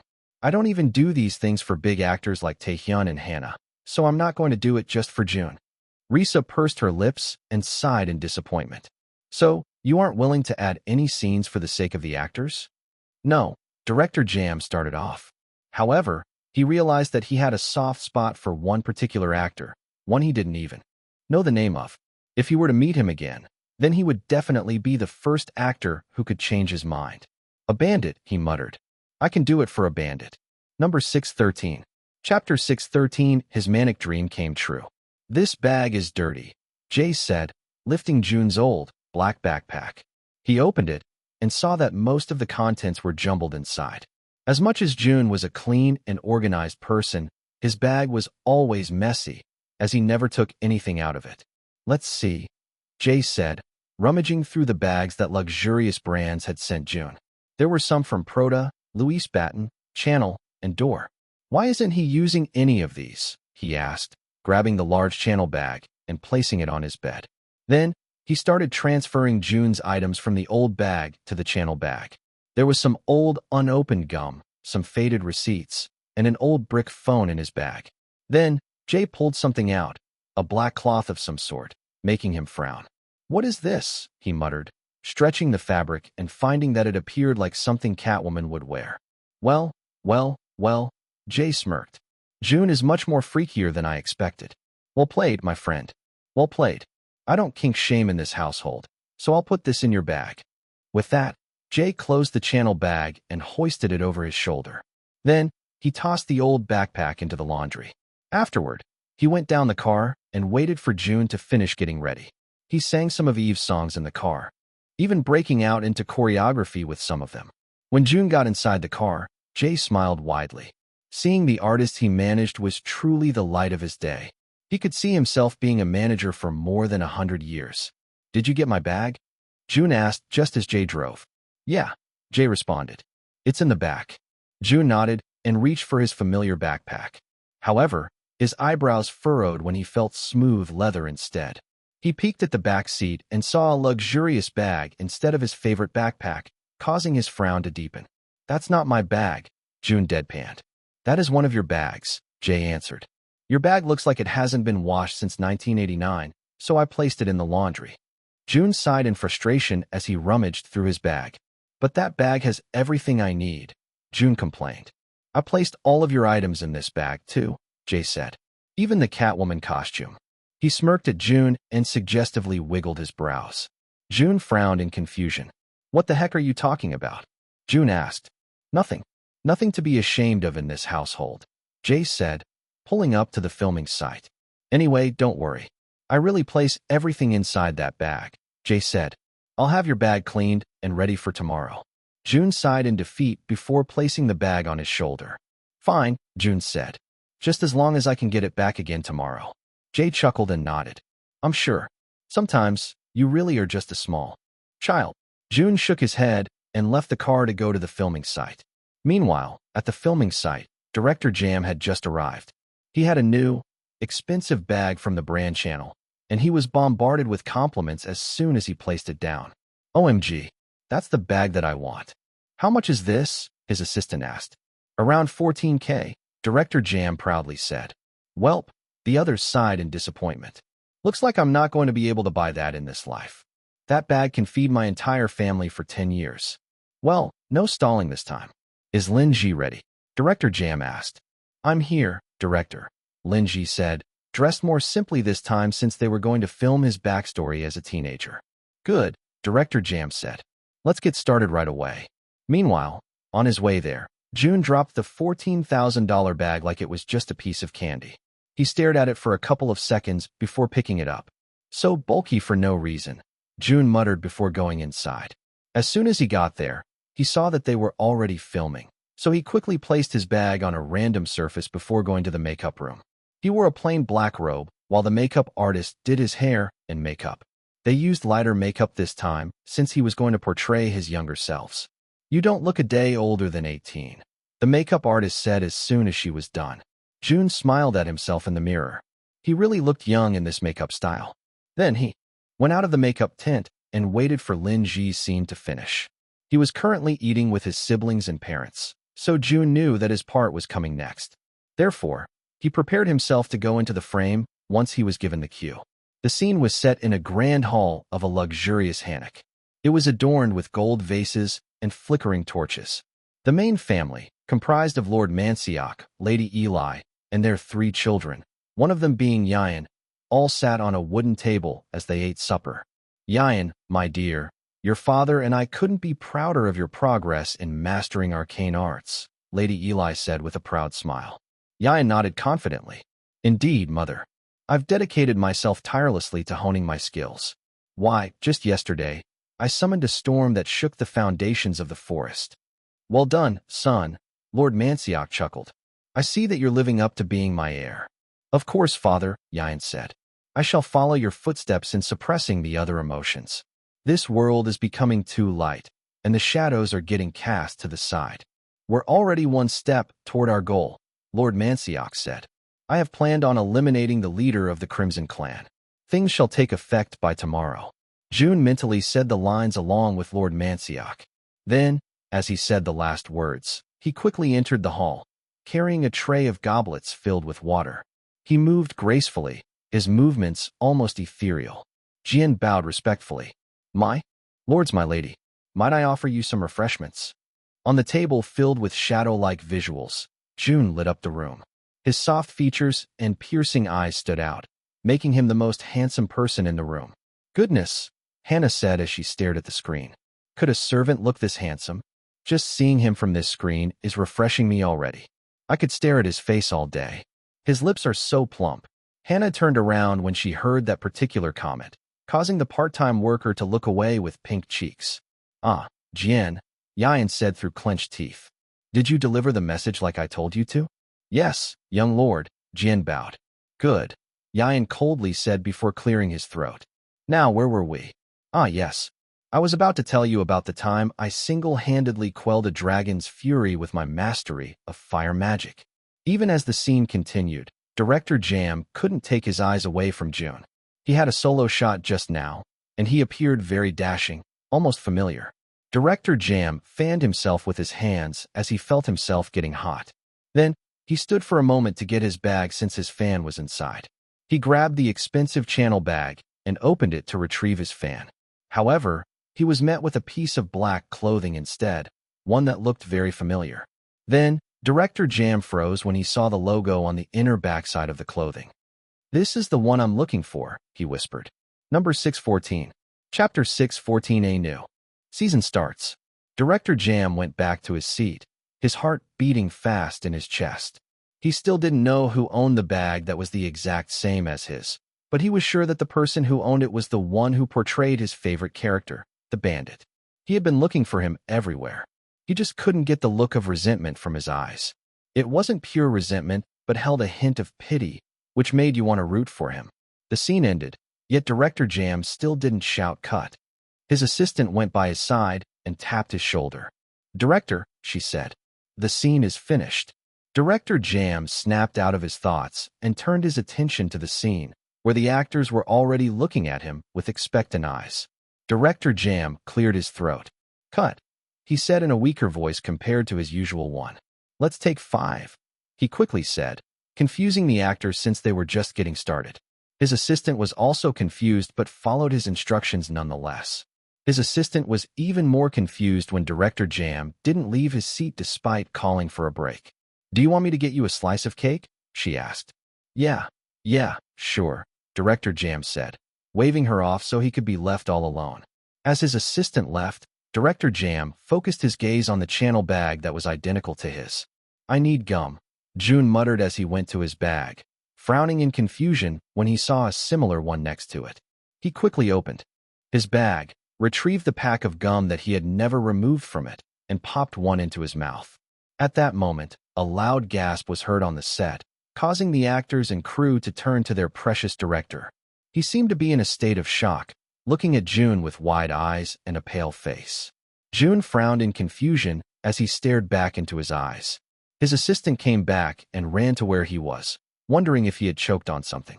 However, before she could even ask if he was all right, Director Jam stood and went inside his personal room, slamming the door close and leaning against the wall. His mouth became dry with the thought of finally meeting the bandit that he had been looking for. He opened his phone and stared at his lock screen, which was a screen capture of the bandit from his latest drama. Attached to the corner of the phone was also a bandit keychain. No matter how hard he tried to deny it, Director Jam was a fool for the bandit. Director Jam opened his door for a moment and peeked through the small hole. He instantly felt invigorated the moment he saw Jun. He had always found the idol attractive, but now he has become 10 times more handsome in his eyes. How come he never connected the dots the moment he looked into his eyes? Then he gasped loudly once again, remembering how he dismissed Reese's suggestion of adding more scenes for Jun. He couldn't believe he did that. Acting quicker than a madman, he dialed Reese's number on the phone. "Director Jam," Risa asked, confused. "Why are you calling?" "I'm just here outside." "Risa," Director Jam said, a bit breathless. "Jun's scenes," he vaguely added. Risa sighed in disappointment. "I understand, Director. I didn't add any more scenes for Jun." No, Director Jam said. "I need you to add more scenes for him." "What?" Risa asked, confused. "What changed?" "Everything," Director Jam said. "I just met my favorite actor." "Just add more scenes for him," Director Jam insisted. "And if I may, please allow me to suggest some scenes for you." Linji had some time off after they filmed his backstory. The filming would now focus on the main character's story, so Lahu fetched him from the filming site. While on a red light, he saw a large billboard on the screen, displaying an idol group's performance. Linji's eyebrows furrowed when he saw 8 familiar faces on the large screen. Then, on the bottom of the screen, the words from Astra's in shining yellow font was shown. Eve's latest performance of Luster was currently being displayed on the big screen, and people stopped to watch the video. Little kids pointed excitedly as Jun appeared, and even older adults clapped to the beat of the song. Without a doubt, Eve was the hottest K-pop group of the generation, and Lin Ji resented that he got to witness it with his own 2 eyes. He resented it even more because he could have been a part of it. His fists clenched in envy as the billboard continued to be showing that Eve's fans were willing to pay a couple $1,000s just for their favorite idols. The red light turned green, yet Lin Ji's heart and face still burned red. It made his heart burn with more determination, wanting to bring Jun down while he was at his peak. Meanwhile, on the streets of Seoul, where people were busily busking, making dance covers, and filming harmless prank videos, a pretty lady with a black mask and cap walked around with a large smile. "I'm so glad to be here," she muttered in crooked Korean. She stopped for a moment when she saw a group of girls dancing to a newly released single, and she moved her arms since she also knew of the choreography. Some people turned to her way, but she didn't pay them any attention and purely enjoyed the moment. Then, she continued walking until she arrived at an area where people were dancing, singing, and jiving to a hit song. She glanced up to the billboard and pursed her lips when she saw the idols on screen. "They're overrated," she muttered. Fortunately, the billboard changed after a couple of seconds, which made the smile return to her face. Then, her smile widened even more when a familiar logo, one that she had seen over and over again, and the reason why she came to Seoul in the first place. Look at that. It's Rising Stars. Number 615. Chapter 615, A Great Challenge Awaits. Look, Jiap, Bora exclaimed once she saw Azure Entertainment's latest post. They're recruiting new trainees for the 5th season of Rising Stars, she said, shoving her phone toward Jia's face. Shut up, Jia said, pushing her phone away and proceeding to look at historical edits of June on Naval. I'm doing more important things. Oh, come on. I know you've been reading June fan fiction set in an ancient world for 3 hours now, Bora deadpanned. Jia narrowed her eyes, acting offended. It's getting good, all right. June is about to snatch the throne despite starting as a servant. The power dynamics are immaculate. Bora rolled her eyes and snatched her phone before turning it off. Well, before any of that, let's talk about the new season of Rising Stars. Bora exclaimed. What does that have to do with me? Jia asked. They're not only looking for trainees training in K-pop companies, but they're also looking for individual trainees. This is your time to finally become an idol, Bora said. Jia looked at her like she had gone crazy. First of all, it has never been my dream to become an idol. Second, I feel like being an idol is going to suck balls. Unless you're really into performing, it's going to be so draining. Imagine training for years, paying so you can perform on music shows, the hectic schedules, and the standard of being perfect. Being an idol is not for the weak, she continued. Bora couldn't help but nod in agreement. And we're forgetting the last most important thing here. I can't hold a tune at all, Jia said. At least you're pretty, Bora said. That seems to be the only criteria for some idols these days. Jia shook her head and grabbed her phone once more. Anyway, I'll be better off being a fan. I will watch the new season, though. I am a sucker for survival shows. Count me in, Bora said. I'm ready to stand a girl group. So, this is the new script, Risa said, going around the room to give each of the actors a copy of the new script. They were perplexed for a moment, but Risa quickly explained the situation. Do not worry, she quickly said. The past scenes we've filmed hadn't been touched. In fact, we'll leave those at that. The only major change in this script is with Jian's character, she said, causing Jun to tilt his head to the side in confusion. He flipped through the pages and searched for his original scenes.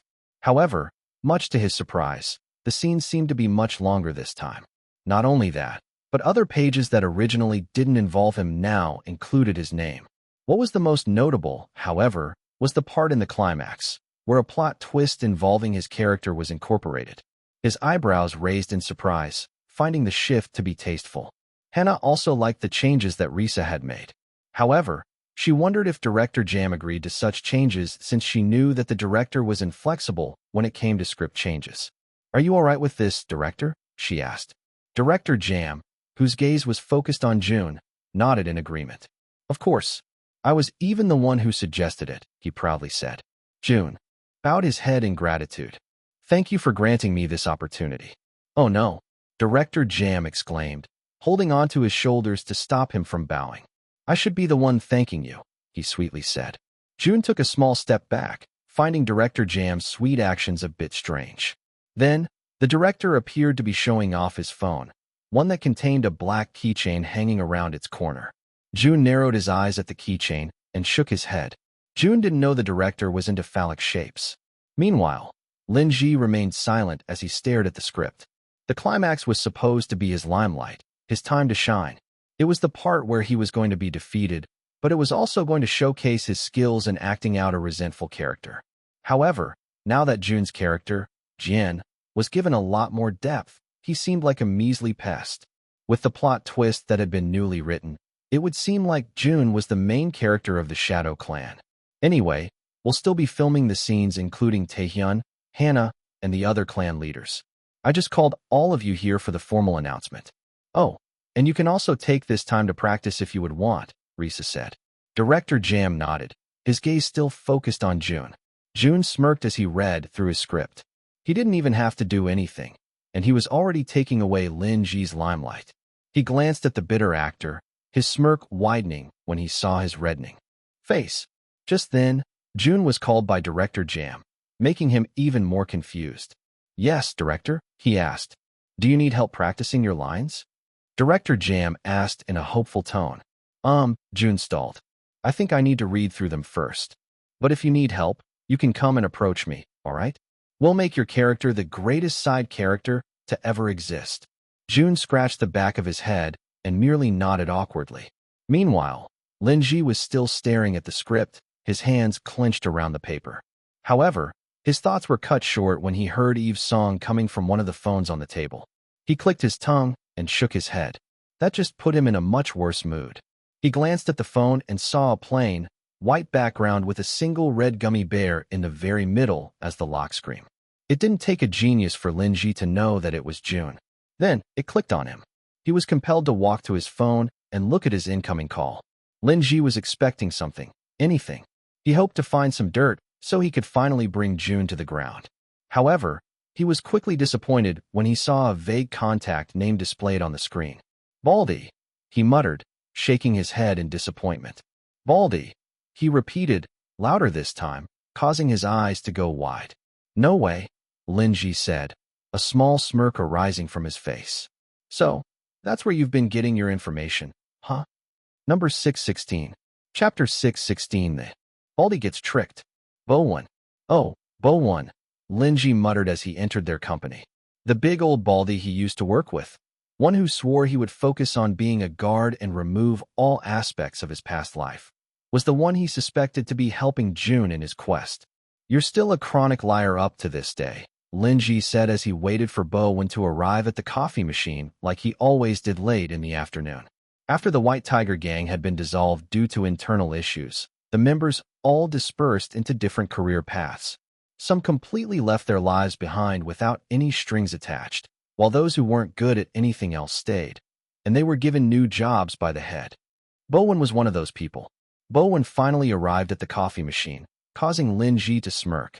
He quickly stood from his seat and walked to where Bowen was. Big Bo. Linji called the name he used to call him before. Bowen's eyes narrowed in suspicion as he glanced at Linji. Linji, he coldly greeted. It's been a while. It's been a while indeed, Linji said.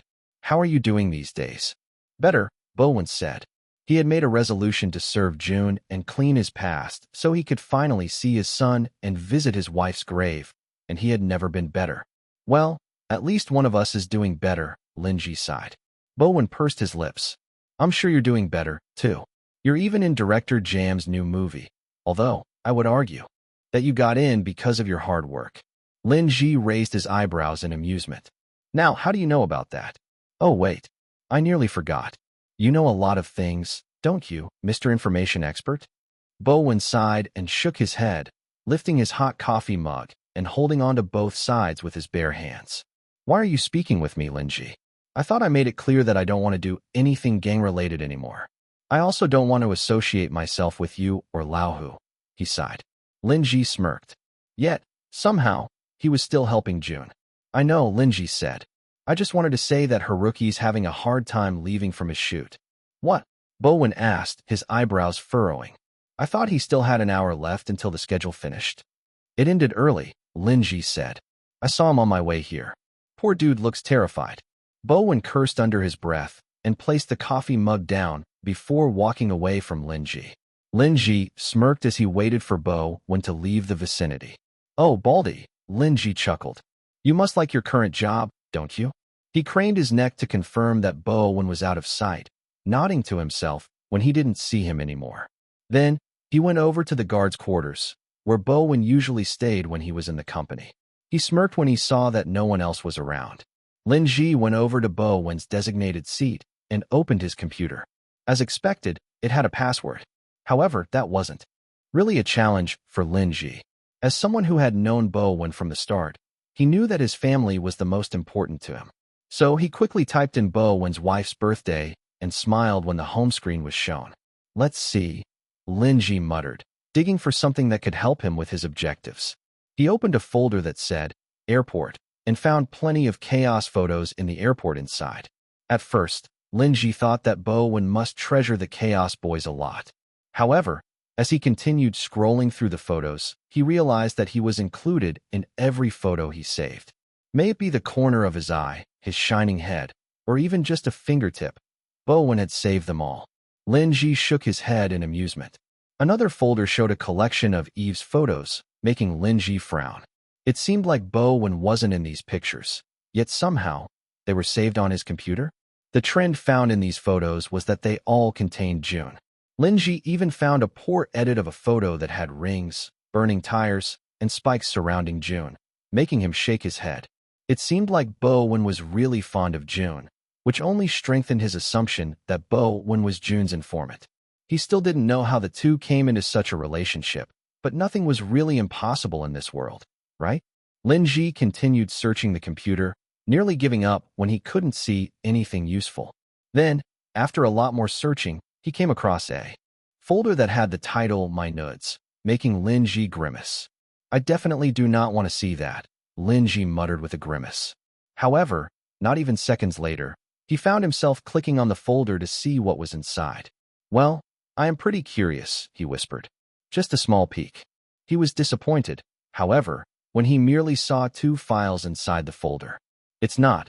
Lin Ji clicked his tongue before begrudgingly clicking on one of the files. His eyebrows raised in surprise, and his back straightened when he saw what was inside. It was all of the proof used against Director Bong. Lin Ji's eyebrows furrowed as he scrolled through the file, finding that its contents were indeed the charges pressed against Director Bong. Lin Ji smirked before throwing his head back in utter bliss. He came across a powerful mine. Lin Ji didn't hesitate to click on the next file, wondering what to find next.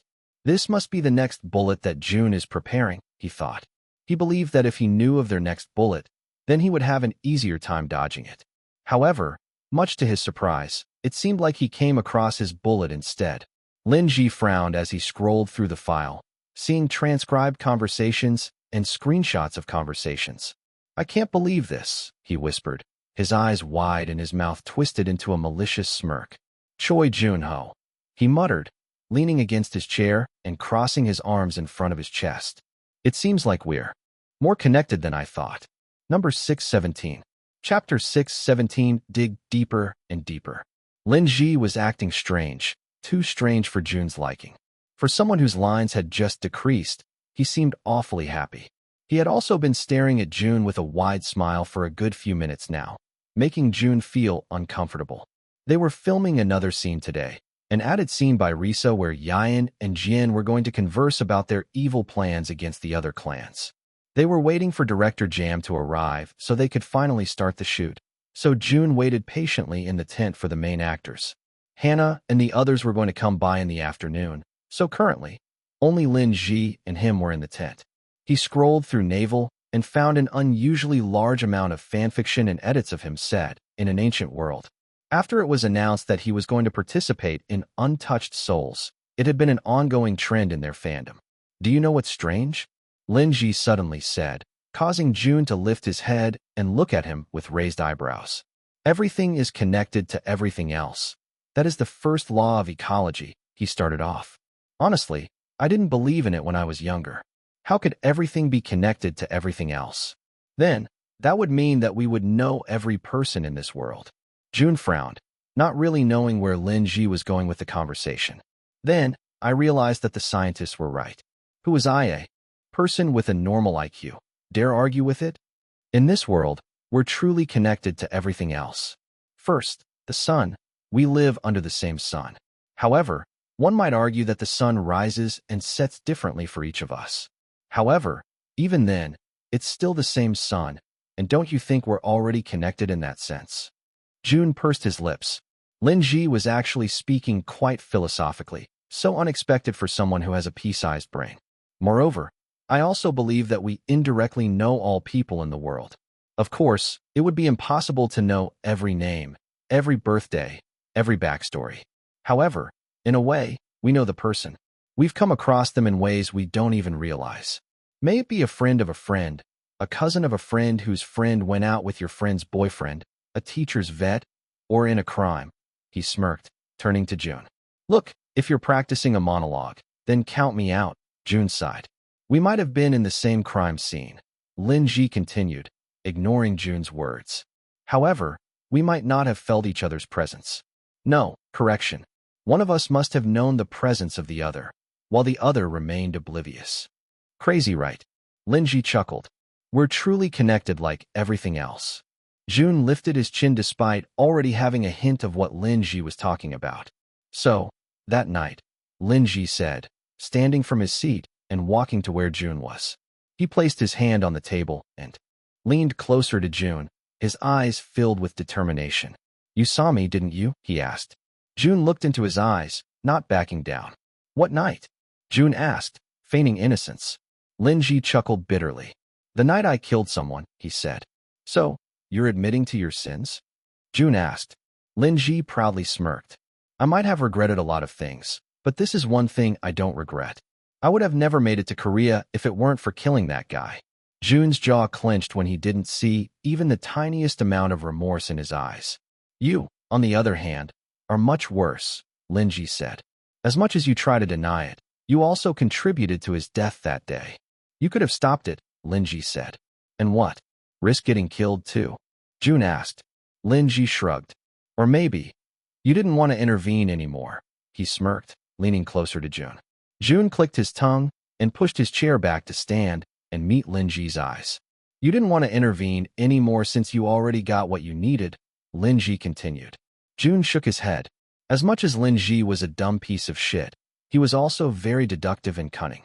It was one of the reasons why Lao Hu let him stay by his side for so long. He had a lot of flaws and was easy to manipulate. However, he was just as evil as Lao Hu.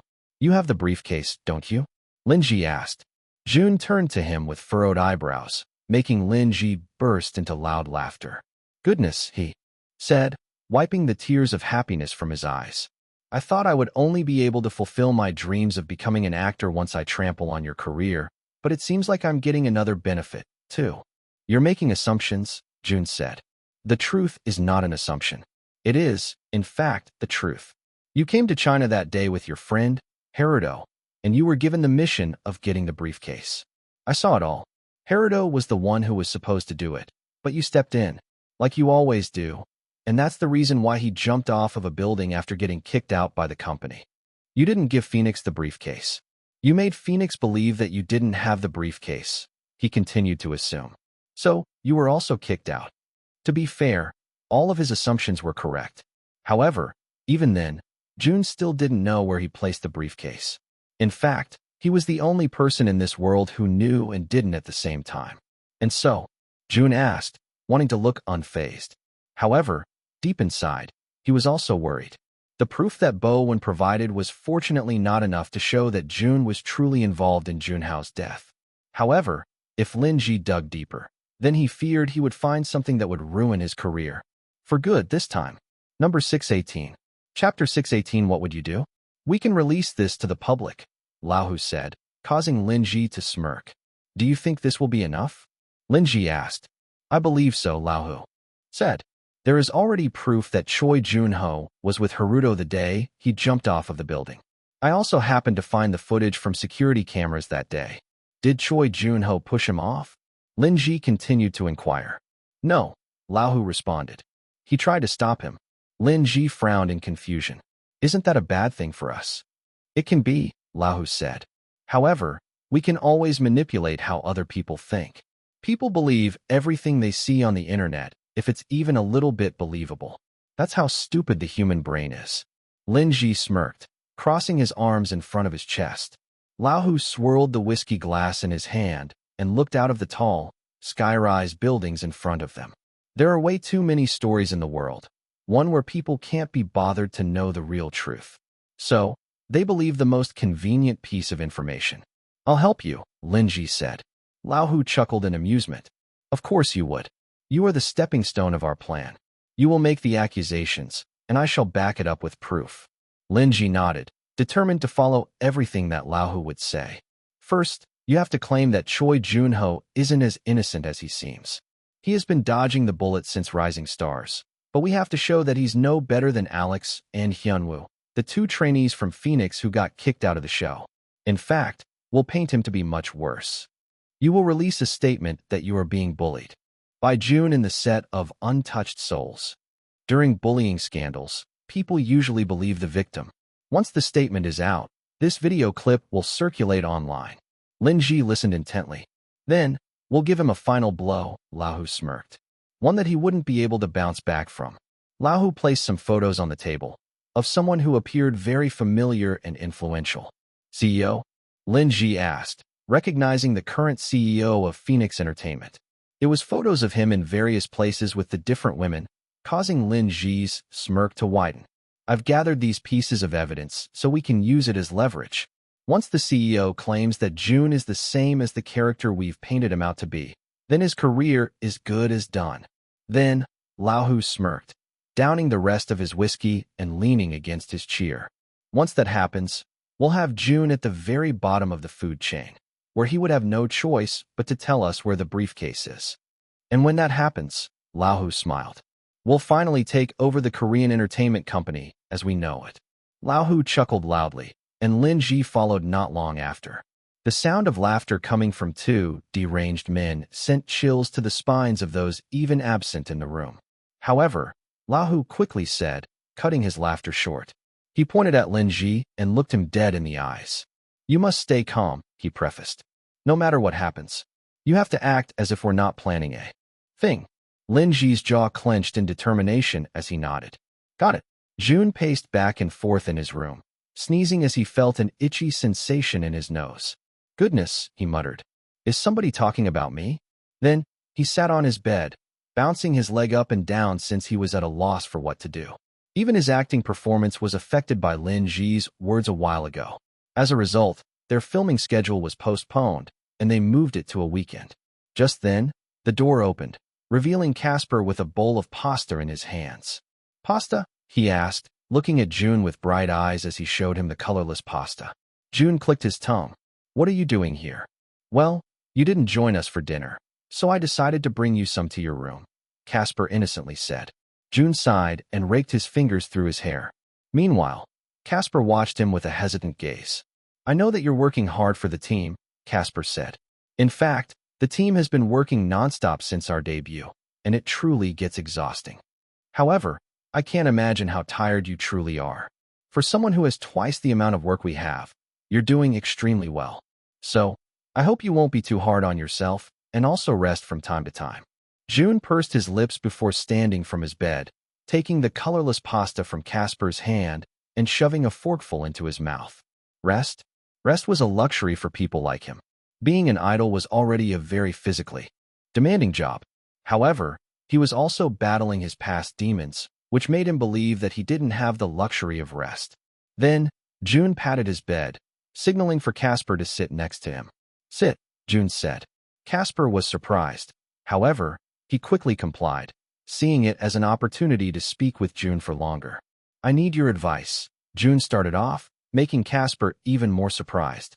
Usually, the boys came to Jun to ask for advice. Moreover, Casper was the very last person that the members talked to for some rational advice.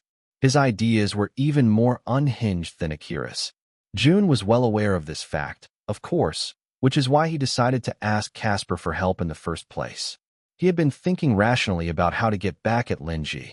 However, he believed that rational thinking wouldn't cut it this time. What would you do if you needed to destroy a person? Jun vaguely asked. Destroy a person? Casper asked with raised eyebrows. Jun nodded. The entirety of their being. Their reputation. Their life. Their conscience. Everything. Casper scratched the back of his head. That would be hard to do, wouldn't it? Why would you want to destroy a person's life? Jun clicked his tongue. Look at it this way. What if someone takes an important aspect of your life, and it still hasn't been given justice? Casper hummed and placed his hand under his chin. I'll tell the authorities? He asked. Jun sighed in frustration. Casper was not getting his intention at all. Then, it clicked to him. The most perfect question. He turned to Casper and looked him in the eyes. What would you do if someone kills Luther, gets away with it, and is now living their best life under the spotlight? Number 619. Chapter 619 You Owe Me.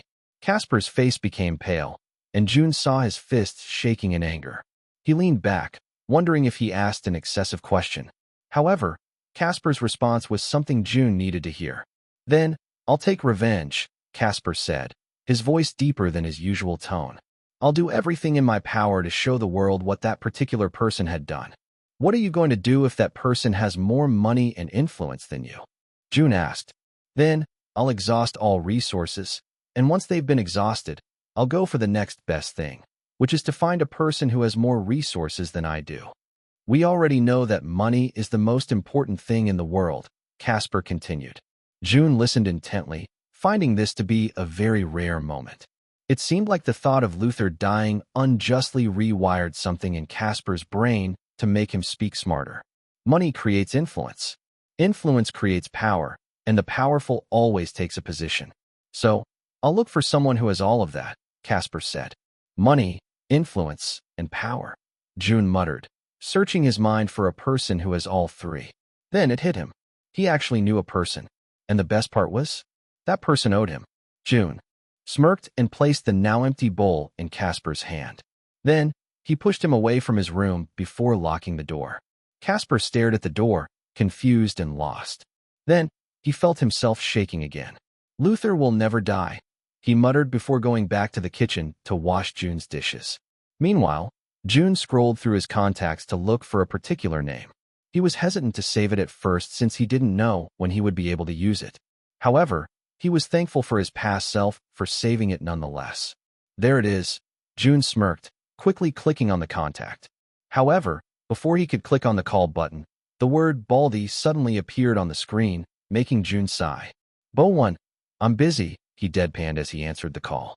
I know, Bowen urgently said. But this is a very serious matter. What is? Jun asked. I think my computer had been messed with.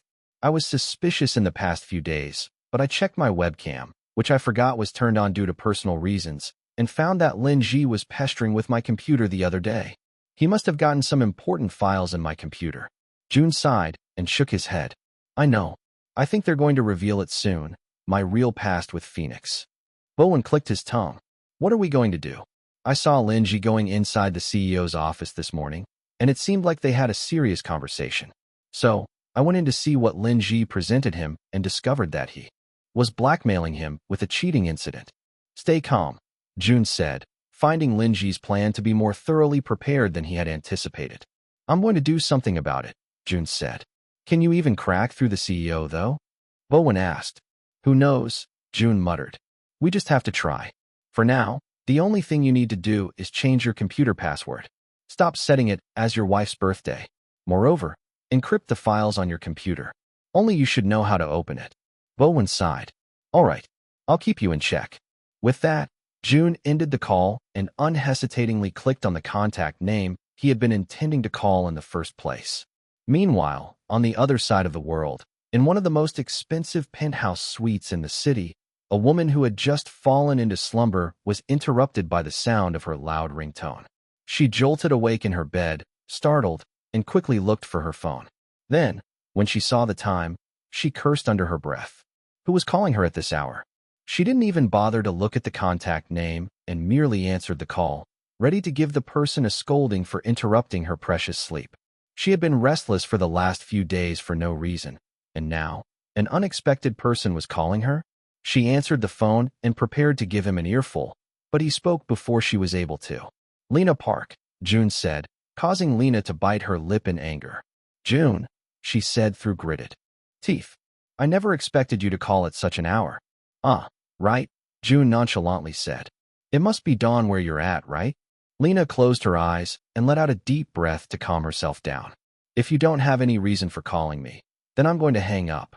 I do have a valid reason, Jun quickly said. Is it about Minjun? Lena asked, the sleepiness suddenly leaving her body. Or my mom? She fervently asked. Nope, Jun nonchalantly said, making her even more annoyed. Then, what? She nearly screamed. You have a lot of money, right? Jun asked, causing her to frown. You called me at 3 in the morning just to tell me that, she asked in disbelief. Just answer the question, Jun said. You have a lot of money. Your husband does, too. Lena sighed and ran her fingers through her hair. Yes, I have a lot of money, power, and influence. And I can probably even buy you if I wanted, she exclaimed out of anger. Good, Jun said, making Lena confused. Now, what are you going on about? She asked, already tired of their conversation. I need you to do something for me. Lena's eyebrows raised in surprise. She couldn't believe she met someone with such a thick face in this lifetime. What am I? Your servant. Jun didn't answer her question and mentioned the favor he needed instead. My career is on the line, Jun said. Someone from Phoenix is going to release a statement about me one of these days, and the CEO is probably going to back him up, Jun continued. Lena's eyebrows furrowed once Phoenix was mentioned. She knew that Jun had been affiliated with Phoenix before, and she also knew about the incidents that led to his departure from the company. However, why was he still affiliated with them now? So, what do you want me to do? Lena asked. I don't know what you truly do, nor do I know the extent of your money or power, Jun started off. However, I know that you're much more powerful than I am. In this sense, I need you to stop the CEO from backing the allegations against me at all costs. Lena shook her head. Why won't you ask me to block the allegations instead? Because it will always get out, some way, somehow. However, we may not control how information is going to flow, but we can always manipulate how people are going to interpret it. Lena pursed her lips. Granted that I can do this. Why would I be helping you? You're not my family. You're not my friend. We don't consider each other as important people in each other's lives. I know, Jun said, looking out of his window. But you owe me, he continued, causing Lena to frown. You owe me, Mississippi Lena Park. Lena was brought back to the time when Jun saved Minjun from a near-death experience, causing her to curse under her breath. You're not going to go back on your word, are you? Number 620. Chapter 620. It's time for a human experiment. Jun smiled as he arrived at a familiar building. After his long conversation with Lena last night, he decided to visit the hospital. He decided to take the bus since it had been a while since he used public transportation. Fortunately, nobody recognized him, and he didn't have to go through the hassle of being mobbed. As he arrived at the hospital, the nurses at the lounge instantly recognized him, not as Jun, but as the mysterious man who came to visit Grandma from time to time. Grandma's resting, one of the nurses said. She just finished her second cycle of chemotherapy, so she might be pretty tired. Jun nodded in acknowledgement. Yes, thank you for all of the hard work. Then, he placed the food items he had brought on top of their table. Here's a small token for working so hard, he said. The nurses were surprised, then they bowed their heads at him. Thank you so much, sir. We'll make sure to enjoy it. Jun hummed. You're welcome. However, even then, he remained still, leaving the nurses perplexed. Aren't you going to visit Grandma today, sir? They asked. Jun didn't answer their question and asked a question of his own. Is Dr. O around? He asked. Well, yes, the nurses said. Dr. O is always around. He has so many specialties that he's practically in the hospital all day. Jun smirked. Can you tell me where he is? One of the nurses pursed her lips and hesitated for a moment. Well, it is his break time right now. It's his only one throughout the day, so he told us not to interrupt him at all costs. Can't you tell it for me, please? Jun asked, using his idol-like charms. Despite his face being covered, his gestures and voice were enough to make the nurses swoon. They turned to each other with pink cheeks and caved into his request. He's in his office. 901, she finally said. Thank you, Jun said, lifting his cap a bit so they could see the sincerity within his eyes. Then, he left to find Dr. O's office, oblivious to the chaos he had caused in the nurses' hearts. What the heck? Was he always this handsome? I always thought he was handsome. You haven't even seen him yet. Dr. O also doesn't let us enter the room when he's around. Yeah, and the times we've seen him inside the room, he's always wearing a mask. His silhouette is still handsome. And did you see his eye smile? He's like a cute cat. Jun finally arrived at the 9th floor and smiled when he recognized Dr. O's office right away. It was the largest in the entire floor and had an eccentric vibe that screamed it belonged to the doctor. Then, he wasted no time in walking inside the room, not even bothering to knock. He paused in his tracks, however, when he saw the current state that Dr. O was in. He had cucumber over his eyes while eating the rest of it like a bunny eating a carrot. Moreover, classical versions of modern pop songs played inside the room. The room also strangely smelled of cola, lemon, and a little bit of rat poison, making Jun click his tongue. Dr. O sighed as he felt another person's presence in the room. Goodness, he muttered. This is my only 1-hour break of the day. I told you not to interrupt me. He removed one of the cucumbers from his eyes to look at the intruder, his eyes immediately going wide when he saw that it was Jun. Jun, he exclaimed, popping the cucumbers from his eyes into his mouth. Dr. O, Jun said, ignoring his weird antics and sitting on the chair in front of his large table. Dr. O observed him with bright eyes, his eyes folded on the table. You didn't tell me that you were visiting, the doctor said. It was unplanned, Jun honestly said. I just thought of visiting the hospital. Well, did you go and see Grandma? She just finished her second cycle and appears to be receiving it well. She's feeling a lot of the side effects, though, so she will continue to stay here until all of her cycles are finished. Yes, Jun said. Her daughter doesn't have any problem with her staying in the hospital. Dr. O nodded, impressed. Must be a rich woman, he muttered. Then, Dr. O cleared his throat.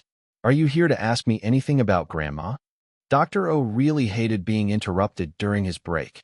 However, if it was Jun, then he could make an exception. I didn't come here to visit Grandma, Jun said. Dr. O frowned in confusion. Then, are you here to get a checkup? He asked, sounding concerned. Jun shook his head. No, I came here to see you. Dr. O's eyebrows raised in surprise, and he suddenly found himself feeling excited. Me? Just for me? Asked, fluttering his eyelashes. Don't be flattered, Jun quickly said. I came here to ask for a favor. A favor, Dr. O said. As long as it doesn't cost me my career, then I can help you. Jun opened his bag and brought a piece of paper out of it. Then, he placed it on top of Dr. O's table. The white-haired doctor grabbed the paper and read through it. What is this? He muttered. This seems like a fake diagnosis. Right? Jun asked. The medical impression doesn't coincide with the test results. This isn't a depressive disorder or general anxiety disorder. Strange, Dr. O said. This is from the hospital, too. Jun nodded. Can you investigate this for me? I certainly can, Dr. O said, safekeeping the piece of paper. I'll make sure to go to the bottom of this. After all, you are talking to the director of the hospital. Jun was surprised, quickly glancing at his nameplate and confirming that he was, indeed, the director of the hospital. So, the doctor that had been pestering him so much actually held a lot of influence. Then, grant me another favor, Jun said. After you're done with your investigation, can you provide me with more proof that the doctor created a misdiagnosis? Dr. O frowned. That would be too much. I can't possibly divulge a patient's test results. Well, you did take the Hippocratic Oath, Jun muttered. But you just need to give me the real diagnosis. Just that, he said. Dr. O clicked his tongue, still feeling hesitant. Jun sighed and crossed his arms in front of his chest. I'll give you something in return. Dr. O raised his eyebrows in curiosity. I'll give you a sample of my DNA and tissues. Feel free to study it as you like. Number 621. Chapter 621 Impromptu Backstory. Not now, though, Jun said as soon as Director O agreed to his plan. Let me finish the filming of my movie first. Then I'll come back here on my own accord. Dr. O pursed his lips in disappointment, but eventually nodded in agreement. You better keep your word, Dr. O said. You have my promise, Jun said. With that, he finally left Dr. O's office. As he arrived at the first floor, however, he suddenly felt himself getting lightheaded, with the world spinning around him. His eyes widened in surprise as he quickly placed his hand on the cold, hard wall before leaning against it. The world was still spinning, so he closed his eyes to stabilize himself. What is happening? He muttered, still leaning against the wall for support. Truth be told, this was the second time that his dizzy spells happened. The first time was when his dating scandal broke out, so he attributed it to the stress he felt at that time.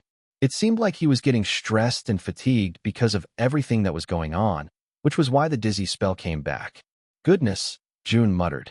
Fu, I really need some of your health potions right now. However, Fu didn't respond, making him shake his head. He slowly opened his eyes to see if the world was still spinning. Fortunately, it no longer wasn't, so Jun stood straight and stretched his neck.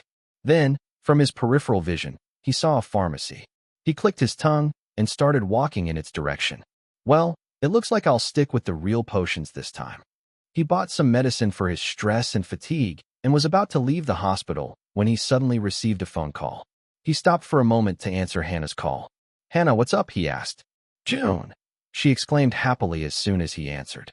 Thank goodness, you answered quickly. Why? Jun asked. Is there anything happening today? Well, this afternoon is free, and Director Jam wanted to try something. It's not part of the script, and it would only be a short scene. It also isn't guaranteed to make it into the final cut of the movie, but he said that he wanted you to try. What scene is it? Jun asked. Your backstory, Hannah happily said. If it does make it into the final cut, he said that it was most likely not going to be added to the first parts of the movie where the other background stories are. Instead, it will be shown once the plot twist is revealed. Is there a script? Jun asked. The other actors are already being oriented. It won't have Lin Ji or anyone like that. It's just you and your mother. All right, Jun said. I'll be there in less than an hour. It's all right. Take your time, Hannah said. We still have to film a few more scenes. With that, he ended the call. Jun quickly hailed a taxi and drank the medications he had brought. Meanwhile, in the set, one of the extras heard about Jun's added backstory. He pursed his lips and dialed a number on his phone. He bit his lips in anxiety as he waited for Lin Ji to answer. Why are you calling me? Lin Ji asked right away, sounding annoyed. I'm busy. The extra scratched the back of his head. You told me to report the new happenings within the set. Only the important ones. Lin Ji sighed impatiently. You're interrupting something very important right now. You better tell me something worth hearing. Well, the extra bit his lip. I just heard Director Jam speaking with the main actors today. Get to the point, Lin Ji snapped. It seems like they're adding a bonus scene into the movie. It's not part of the script, and it's not even guaranteed to make it to the final cut, but I thought you'd just need to know. A bonus scene? For what? Lin Ji asked. The extra was silent for a while before he responded. For Jun, he answered. They're going to add a backstory for Jun. Now, it was Lin Ji's turn to become silent. He pursed his lips as he felt anger rushing through his heart. Calm down, he muttered, knowing that his temper was one of his greatest weaknesses. Lahu had also already told him plenty of times about his habit. Calm down, he repeated. However, the extra kept going on and on about what was happening on the set. Jun just arrived, he said. They're all greeting him as if they hadn't seen him in months. Director Jam is nearly hugging him too. It looks like he really wants Jun to nail his backstory so it can make it into the final cut. With those statements, Lin Ji couldn't contain his anger anymore. He quickly ended the call and slammed the phone on the table, making the tempered glass shatter into pieces. He breathed raggedly before throwing the items on his table onto the floor. A backstory? For a side character? You have got to be kidding me. He might as well be the main villain if that was the case. Lin Ji looked outside the window, which only escalated his anger when he saw yet another one of Jun's billboards hanging outside. Fuck! He screamed loudly before going back to his table and grabbing his laptop. I'm going to destroy you, he furiously typed. You're never going to get back on your feet. I'll take over everything you have. Then, I'll kill you, he laughed manically. I'll kill you with my own 2 hands. In the set, where Jun had just arrived, Director Jam gave him and the other actors an overview of what he wanted to see for Jin's backstory. You're going to be abandoned by your mother. She'll believe you're just a mistake. Your father takes you in and makes you a messenger because he believes you are still powerful because of his blood, Director Jam said. This scene will show how your mother will leave you and how your father is the first person who will accept you back. This will become the reason why you stayed by Yayan's side despite his evil and irrational plans. Jun and the actress portraying his mother nodded in understanding. So, we don't get a script at all? The middle-aged woman asked. Director Jam shook his head. This is my challenge for you. I rarely film these types of scenes, but when I do, they're always a hit. Remember King of Tears? The iconic scene with the lead actor is brought about with this kind of setup. Jun nodded, internalizing his backstory once more. Again, it wasn't too far from what he had experienced. His mother never betrayed him, but she did leave him when he wasn't ready, so he was going to channel those feelings into the scenes. Are you up for the challenge? Jun snapped out of his thoughts and looked into Director Jam's eyes. Of course. Number 622. Chapter 622 Mommy Issues 1. Mommy issues. It was something that a lot of people in this generation had. It was also a fact Jun was hugely aware of.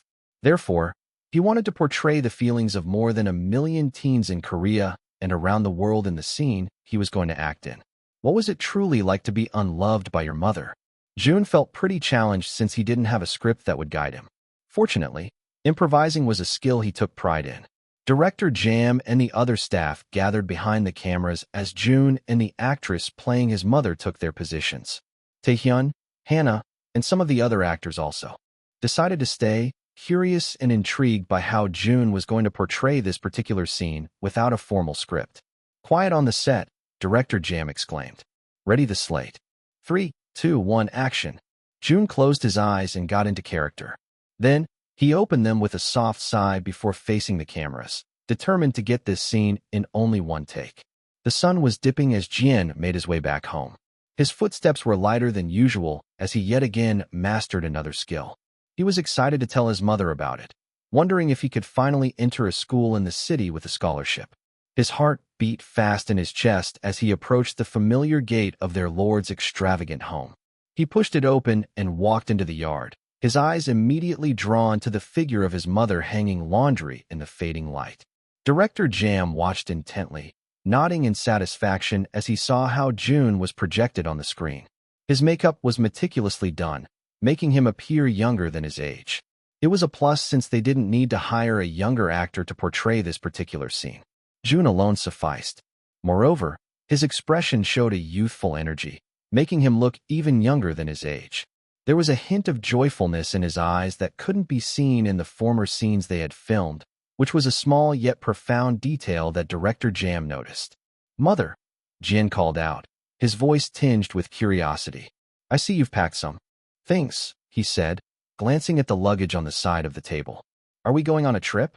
His mother turned to him, her gentle face painted with determination and coldness. "Yes, Jin," she replied softly, her voice barely audible over the rusting of the clothes in the breeze. "Cool," Jin chimed, sitting under the small pavilion of her mother's lord. "Where are we going?" His mother pursed her lips and stayed silent for a couple of seconds. "We're not going together." Confusion clouded Jin's features.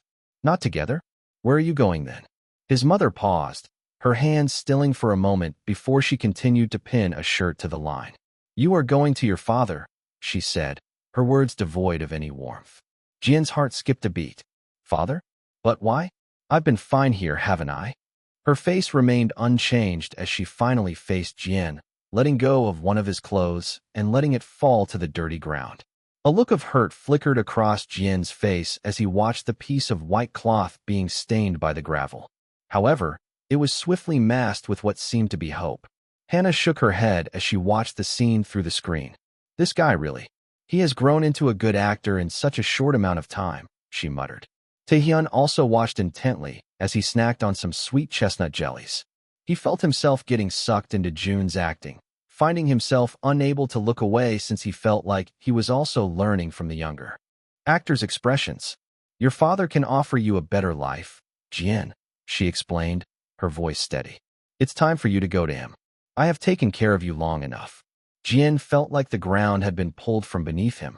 His father, whom he barely knew, was suddenly the solution to all their problems? It didn't make sense. "But mother," he protested, his voice cracking with emotion. "Why? Why now? And why do I have to leave you?" Jun's gaze showed his protest of the situation. Moreover, it appeared like he was silently telling his mom that it would be all right for him to go to his father, just as long as she was going to join him. His mother's gaze softened as she met his eyes, but there was a distance there, a coldness that sent shivers down Jin's spine. "Because it's what's best for you, Jin," she whispered. "You must go as soon as possible. They are in need of a new messenger. You are not a useless yielder, so you will be treated nicely by his family," she said. Tears welled up in Jun's eyes, the feeling of rejection finally hitting him. This wasn't the mother he knew, the warm and loving woman who had always been there for him. She seemed like a stranger, a puppet of fate with her strings pulled by forces beyond her control. For a long moment, they stood there in silence, with the only sound being the gentle fluttering of the laundry in the evening breeze. Jin wanted to reach out to his mother, to hold her close and never let go, but something held him back. There was a wall between them now, built of secrets and sacrifices, and he didn't know if he could ever tear it down. However, just as the camera focused on Jun's face, his expression suddenly turned into that of determination, surprising Director Jam for his sudden shift in portrayal. Even though he didn't give the actors a script, he also already had a plot in mind. Someone who had seen the process of the production would also have this kind of thought. Jin is a pushover, and that is why he accepts everything that Yayan orders him to do for more than half of the movie. That was Jin's character, one that was strangely kind, easily manipulated, yet never clumsy. He was the type of character that people would love regardless of their stand on the plot. So Director Jam wondered why Jun was showing a different character than what most of the staff, and even Risa, the writer, had anticipated. As he stared at Jun's handsome face on the screen, he tilted his head to the side in inquiry. Why does he look so stubborn? Director Jam muttered. Number 6, 23.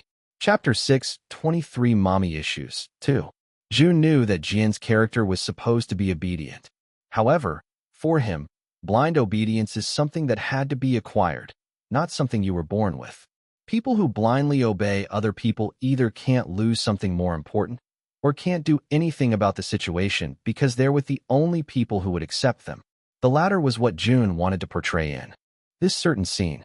Before Jian became the trusty messenger of the Shadow Clan, he was also a teen, someone who had the same aspirations as others, someone who was stubborn if they wanted to keep something. Jian crossed his arms in front of his chest, grabbing the bag from the table and placing it next to him. I'm not going, he stubbornly said, surprising even the actress he was working with. She narrowed her eyes at her son. What do you mean you're not going? She incredulously asked. I said what I said, Jian said. I'm not going. I'm staying here no matter what you say. You can't even attend school in this place, his mother sighed, massaging the bridge of her nose. I don't care about comfort, he whispered, his voice trembling with determination. I don't care if our house is small or if we have to serve others. I don't even care if I have to clean the pig pens or endure the taunts of the Lord's sons. None of it matters, as long as I'm with you. He walked closer to his mother, holding onto her hands. His mother pulled back slightly, her eyes still cold. Jian, you deserve better, she protested. Jian shook his head, his eyes shining with unshed tears. Those watching from the side couldn't tear their eyes away from the screen. No, mother, he insisted, his voice gaining strength with every word. I don't want comfort or opportunity if it means being without you. I don't want a life where I'm not by your side, where I'm not here to support you, to take care of you. You're all I need, Mom, he said, finally letting go of himself as a tear fell from his eyes. Why was it so hard to show our parents that we aren't asking for too much? I just want to be by your side, he whispered. The actress playing his mother was swayed away by Jun's acting, and for a moment, she found herself tearing up at his words. It seemed like she was looking into the eyes of her real son, who was begging her to stay. She could sense the profound love that Jian, the character, had for his mother, and it made her want to cave in. However, at the same time, she knew not to break the character that Director Jam had provided her. He specifically instructed her not to show any remorse, to be as cold as possible. This place, it's not for you, she said, swallowing the lump in her throat. However, even with her continuous hostility, Jian remained desperate. I can stay, he said with bright eyes. I won't be a burden, I promise. Just then, his mother's eyes flashed with sudden intensity, making Jian step back in surprise. You don't understand, Jian, she cried out, her voice raw with emotion. I don't want you, she finally said. The set became dead silent as the actress spoke such painful words. Jun's eyes widened in surprise. This was also something he didn't expect. In fact, it was better than what he had expected. This was exactly what he needed to hear, an outright rejection from the woman he treasured the most in the entire world. I never wanted this life, she continued. I never chose to have a son and to be tied down to this place. If it weren't for you, I would be free. Free to live as I please and pursue my dreams. But instead, I'm stuck here, suffocating under the weight of responsibilities I never asked for, she screamed, losing the iciness in her voice and replacing it with pure fire. Hannah gasped loudly, covering her mouth in shock as she waited for the next dialogue. There were already tears threatening to fall down her eyes as she stared at the screen. She didn't expect to be so moved by such a short scene. In fact, she only stayed so she could see how Jun's acting had improved. It was hard to gauge his acting skills with what they had filmed so far, yet today, he proved that he was now worthy of being called an actor. Not even an idol actor, but just an actor, one who can compete with them in their own expertise. Jian staggered back, his heart shattering into a million pieces at his mother's words. Then, even though he wasn't much of a crier, tears streamed down his cheeks as he struggled to find his voice. Director Jam held his breath as he waited for Jun's next line. But I didn't choose this life either, he whispered. I didn't choose to be born or to burden you with my existence. He paused, letting his words sink in. However, I did choose to stay, he said in a vulnerable voice. Isn't that what makes life beautiful? When we choose to stay even though it's difficult. When the small bouts of happiness we feel is enough to overshadow the sadness that happens constantly within our lives. Hannah let out the breath that she was holding. Again, it was something she wasn't expecting, yet it was perfect for the scene. I know this is your first life, he continued, smiling bitterly as he gazed at the ground. And it must be shame. Then, he looked up once more, his eyes showing all of the emotions that Director Jam was looking for. There it is, the director whispered, his eyes focused on the screen. The expressive eyes that he admired so much. It was fascinating how Jun was able to portray everything with just a look in his eyes. Consume sympathy potion, Jun thought, knowing this would be the last, most powerful weapon that he could bring out. Sympathy potion consumed. Jun wasn't even sure if this scene was going to make it into the final cut, but still, he wanted to show off everything for this scene. And just like that, another depth had been added to his gaze, making him look even more pitiful than he was. His voice broke as he said his next words. But please be kind to me. Because this is my first life, too. Number 624. Chapter 624, a very competent actor. There was a shift in the actress' eyes. The facade she had worked hard on building was now crumbling to the ground. Tears threatened to fall from her eyes as she looked away from her pained son. Jin nodded his head as he gazed at the ground, tears falling from his eyes like crystals in a dark cave. As he looked up to the camera once more, another tear fell, glistening under the moonlight, and watched the scene before her and shook her head. His tears are paid actors. Those look like diamonds just now, she muttered. It seemed like everybody in the studio held their breaths as they waited for the scene to finish. It was almost like they were already watching the movie in the front row of the cinema for its very first premiere. Jin, sensing that his mother wasn't going to change his mind, nodded to himself once again. But if this will make you happier, he started off, grabbing the bag on his side with a heavy heart. Then, I guess I have no choice, he whispered, even if it costs me my own happiness. With that, he slung the bag over his shoulder and looked at his mother once more, trying his best to smile. However, it was evident in his eyes that he was anything but happy. The contrast between his melancholic eyes and the smile playing on his lips was impeccable, showing what it was like to stay strong when you were in your most vulnerable state. With that, Jin walked away from the courtyard, leaving his favorite white robe on the ground. His mother's face was shown on screen, and it showed her real feelings. However, even then, she couldn't bear to turn around. She knew that she didn't have the right to call his name after all that she had said. Moreover, she was afraid that she would ask him to come back if she turned around and saw his retreating figure. So, just like that, two people were shown on screen, their backs turned away from each other, one staying still and the other slowly and tearfully walking away. Goodness, this is sadder than my backstory, Taehyun said. Hannah turned to him and glared with teary eyes. You have a fantastic backstory, Hannah deadpanned. Taehyun covered his mouth as he looked at his coworker's face. Are you crying? He asked. Shut up, Hannah said, still not over their scene. They did a great job, didn't they? Taehyun asked, looking at Jun, who still appeared to be in character. Hannah nodded in agreement. I feel like this wouldn't have been as good if there was a script. That's how good it is, she said. Director Jam was also pleasantly shocked, unable to cut the scene right away. Cut, he finally exclaimed. Jun turned back to face the crew, and at that moment, he went back to his usual nonchalant mood, like he didn't just show one of the greatest crying scenes of the entire movie. Director Jam shook his head as he continued to look at Jun through the screen. What a scary young man, he muttered. He knew that the scene wasn't part of the script, and the chance of it making to the final cut was lesser than other scenes. However, with what they had filmed, Director Jam was sure that this scene was going to make it in the movie. Most definitely. Jun finally arrived at their dorm after a long day, feeling more tired than usual. But at least his acting aspect increased by 1, now making it into the A+ range. He was greeted by his members as he arrived, appearing to be eating dinner already. Oh, Jun, Akira exclaimed. You're home. Jun hummed.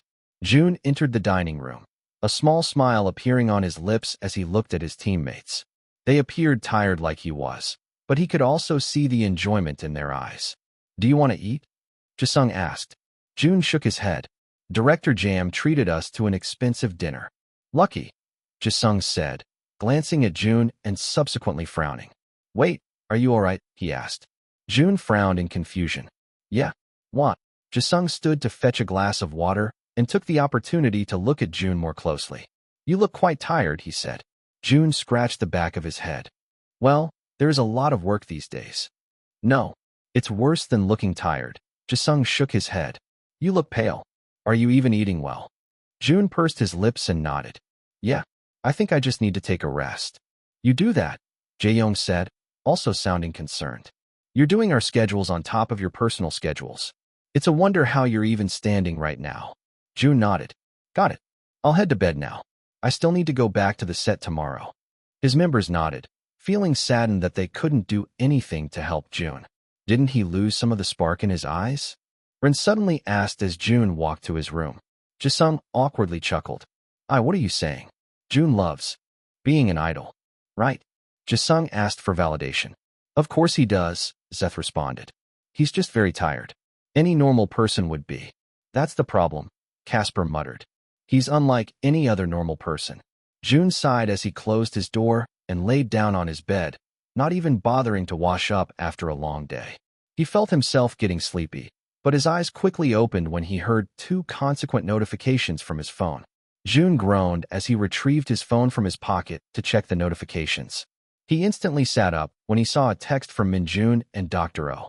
He first opened Dr. Oh's message, a small smirk appearing on his lips when he saw the real interpretation of Lin Ji's test results.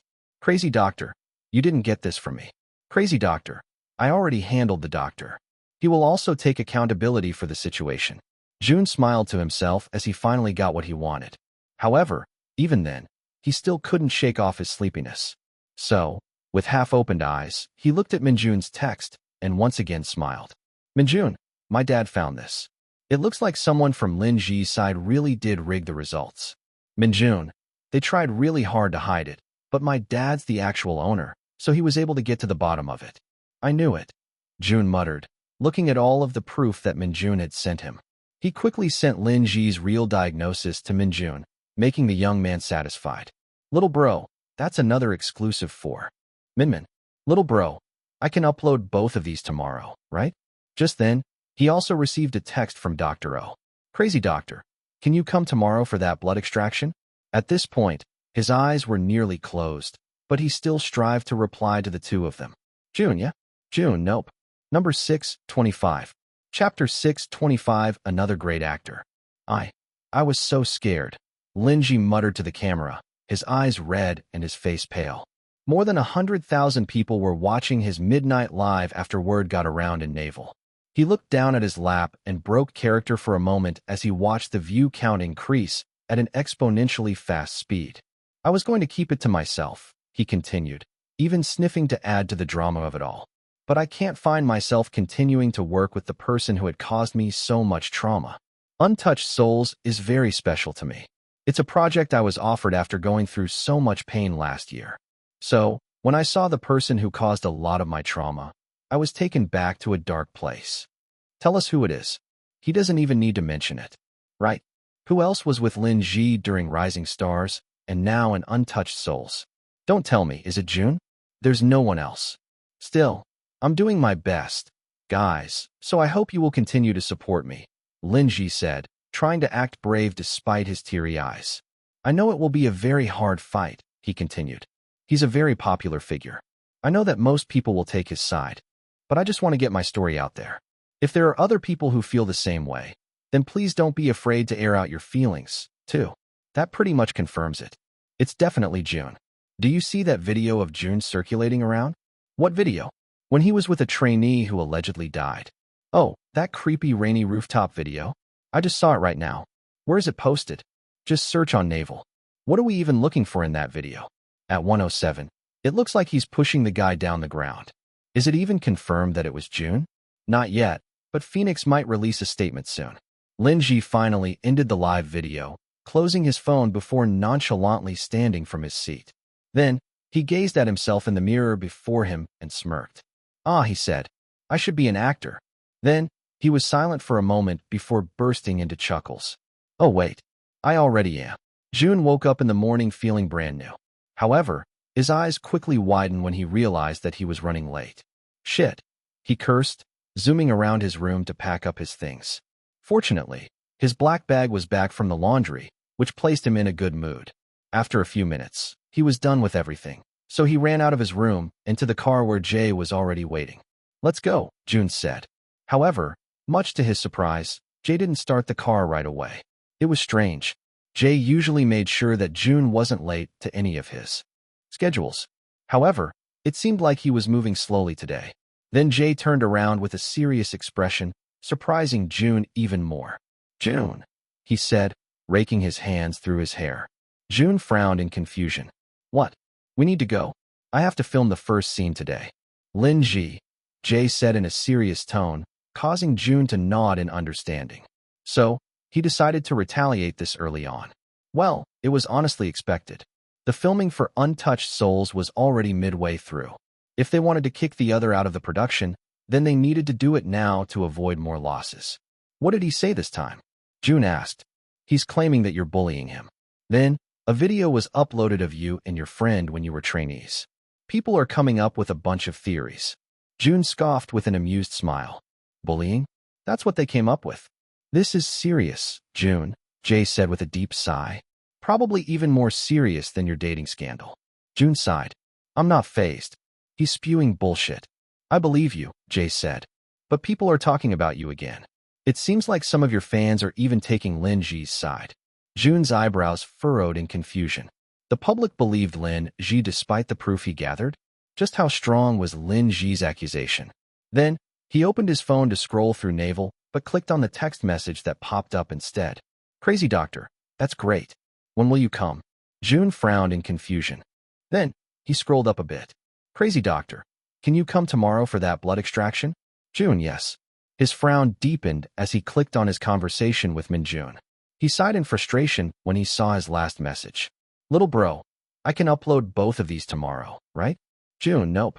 Jun massaged the bridge of his nose as he quickly typed another reply. Jun, please upload it as soon as possible. However, Jun knew that there would be some delays because Min Jun was currently in school. Goodness, Jun muttered. Let's just go to the filming site. Jay sighed and followed Jun's instructions. As soon as he got there, he was once again the talk of the entire set. It seemed like déjà vu when his dating scandal broke out.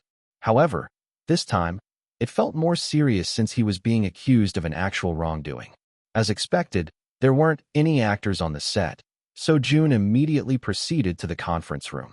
He opened the doors and saw the main actors, along with the directors and writers, inside. They all turned to him as he entered, but Jun was only looking at one person. Lin Ji. He had a black hoodie on, and it seemed like he was crying his eyes out last night. Jun silently scoffed in disbelief. He did a great job making himself look pathetic. Jun, sit down, Director Jam said, his voice devoid of the warmth that it usually had when he spoke to Jun. Jun nodded and went to sit on one of the chairs just right in front of Lin Ji. Director Jam sighed as he looked at his actors. So far, this has been the most stressful production he had ever partook in, and the movie hasn't even aired yet. I didn't know that these things were happening within the set, he started off. Lin Ji, I hope you know that these accusations are serious, he continued. Lin Ji nodded pitifully. I thought hard about it. It's way too difficult for me to film with Jun after everything that happened between us. Jun held back from rolling his eyes. What do you say about this, Jun? Director Jam asked. He doesn't have any proof of his accusations. Lin Ji pursed his lips. You also don't have any proof that you didn't do those kinds of things. The company will post about it soon, Lin Ji said, a smirk threatening to show on his lips. Will they? Director Jam asked, wondering how this was going to end. Of course, he would be disappointed if Lin Ji's accusations were all true. Jin undoubtedly became his favorite character in the production. However, if Phoenix had proven this to be true, then he would have no choice but to formally expel Jun from production. And gasped as some important news broke out. The others all turned to in. However, Jun and Lin Ji continued to stare at each other with narrowed eyes. The CEO of Phoenix has finally spoken. Number 626. Chapter 626 snapped. Lin Ji was confident. The only thing that Kim Young-do loved more than money was his reputation. It wasn't his wife that he feared, but the repercussions when the public finds out that he is, indeed, a conniving cheater. With the proof that Lahu had gathered on him and his cheating escapades, Lin Ji knew that he would have no choice but to confirm his statements. However, Lin Ji also knew that Jun wouldn't go down without a fight. He might have done something behind his back already. Heck, Jun most probably knew about his plan, too, because of his affiliation with Bowen. However, Lin Ji knew that Jun didn't know a more powerful person than CEO Kim Young-do. Even Mr. Ong, the CEO of Azure Entertainment, wouldn't be able to do anything about the situation once Kim Young-do declared an official statement. So, with that, he was confident that Jun was finally going to get kicked out of the production. Jun, on the other hand, was unsure if Lena Park could actually help him. He acted a bit hastily by asking her a favor, but she was the first person who came to his mind after Casper suggested the thought. It wasn't like Jun knew Lena's background, but all he knew was that she had a lot of money. It also wasn't certain that she'd be able to get in touch with Phoenix's CEO, since her line of work might be different from the industry. That was why Jun gathered two crucial pieces of evidence that could counter Lin Ji's claim. It wouldn't completely debunk it, but it would reduce the credibility of his statements. "Read it out loud for us," and Director Jam said. The girl gulped in nervousness as she stood in front of the actors. Jun and Lin Ji now broke eye contact, anticipating An's words. "As CEO, I want to address the recent rumors surrounding our past trainee, Choi Joon-ho." Jun pursed his lips as he awaited the verdict. He was already expecting the worst since he knew that Kim Young-do was no better than their current CEO. Moreover, he was one of the people who undoubtedly contributed to Choi Joon-ho's death, which made him believe that he would support Lin Ji. After thorough investigation, installed, trying to build the anticipation, Taehyun sat at the edge of his seat, finding their situation very interesting. It almost seemed like this was a movie of its own. "Read faster," and Risa said, feeling like her heart would jump out of her chest at any given moment, and cleared her throat and sheepishly smiled at them. "After a thorough investigation, we found no evidence of bullying by Choi Joon-ho. Regarding the accusations from our artist, we believe this is a personal matter and will not comment further." "Thank you." The room was silent for a second. No, it was definitely more than just a second. It was for 3 whole minutes. "Yup," Taehyun counted, and sat back down in her seat with a small smile playing on her lips. She knew that Jun was a good person based on their interactions in Rising Stars, but she was still relieved to hear that he was truly innocent. Meanwhile, Hannah sighed in relief, finally able to relax in her seat. When Lin Ji's accusations first came out, she immediately thought that he was spewing bullshit. Hannah had known Jun since their trainee years, and she knew he was incapable of doing such things. He was just a small, innocent, cute cat who couldn't even hurt a fly. Oh, how innocent Hannah was. Director Jam also couldn't help but sigh in relief. He knew he shouldn't be too biased against one artist, but he couldn't help it. On the other hand, Jun was stunned, now feeling like he had been fooled. Just how rich and powerful was Lena Park? Just then, he received a text, and he quickly checked his phone. "Lena, I've paid my dues. Don't ask for anything anymore." Jun smirked and turned off his phone before crossing his arms in front of his chest and staring straight into Lin Ji's eyes. However, he found that Lin Ji was staring off into the distance, appearing to be in shock. "Lin Ji," Director Jam called. "Lin Ji," he repeated. However, Lin Ji wasn't responding. He still looked out of it. The things he could have achieved flashed right before his eyes. Performing as an idol, making it onto big billboards, being on the big screen, and taking over the entertainment industry. All of these objectives started fading right before his eyes, and it was all because of one person. "Lin Ji," Jun said, louder this time, making Lin Ji snap out of his thoughts. However, that wasn't the only thing that snapped inside him. "Do you have anything to say?" Director Jam asked. However, Lin Ji ignored his question and continued staring at Jun, his mind going haywire. "It's you," Lin Ji muttered, standing with closed eyes. Director Jam frowned in confusion. "Lin Ji?" he asked, trying to gauge the young actor's behavior. "Calm down. Your temper would ruin you in the long run." Laohu's voice echoed in the back of his mind, and yet Lin Ji still couldn't control his anger. "You ruined everything." It's all your fault, Lin Ji muttered, his voice barely above a whisper but filled with venom. His mind raced with thoughts of Jun. He's not as innocent as he looks, Lin Ji hissed, his eyes darting around the room as if searching for an unseen enemy. Taehyun frowned in confusion before nudging Hannah's shoulder. This isn't acting, right? Shoo, Hannah said, finding the situation serious. It seemed like Lin Ji had truly lost it now. I'll make you see. I'll make all of you see. With each word, his voice grew louder, echoing off the walls like a mantra of madness. He paced back and forth, the sound of his footsteps like the beating of a demented heart. He killed someone, he exclaimed, his voice quivering in excitement. Little Choi Joon-ho would do anything to debut. So he became the CEO's little slut and did favors behind the other trainees' backs, one of which involved murdering someone. A twisted smile played across his lips as he imagined the chaos he could unleash. Director Jam stood and stepped back, now realizing the gravity of the situation. Were they always in the midst of a psychopath? Jun, however, remained calm, a small smirk even playing on his lips. Even better, he muttered as he continued to watch Lin Ji's breakdown. I have connections, he declared, his voice filled with a false sense of authority. You'll regret ever crossing me. Suddenly, his laughter filled the room, a chilling sound that echoed off the walls like a curse. I'll ruin you all, Lin Ji vowed, his eyes gleaming with a madness that bordered on obsession.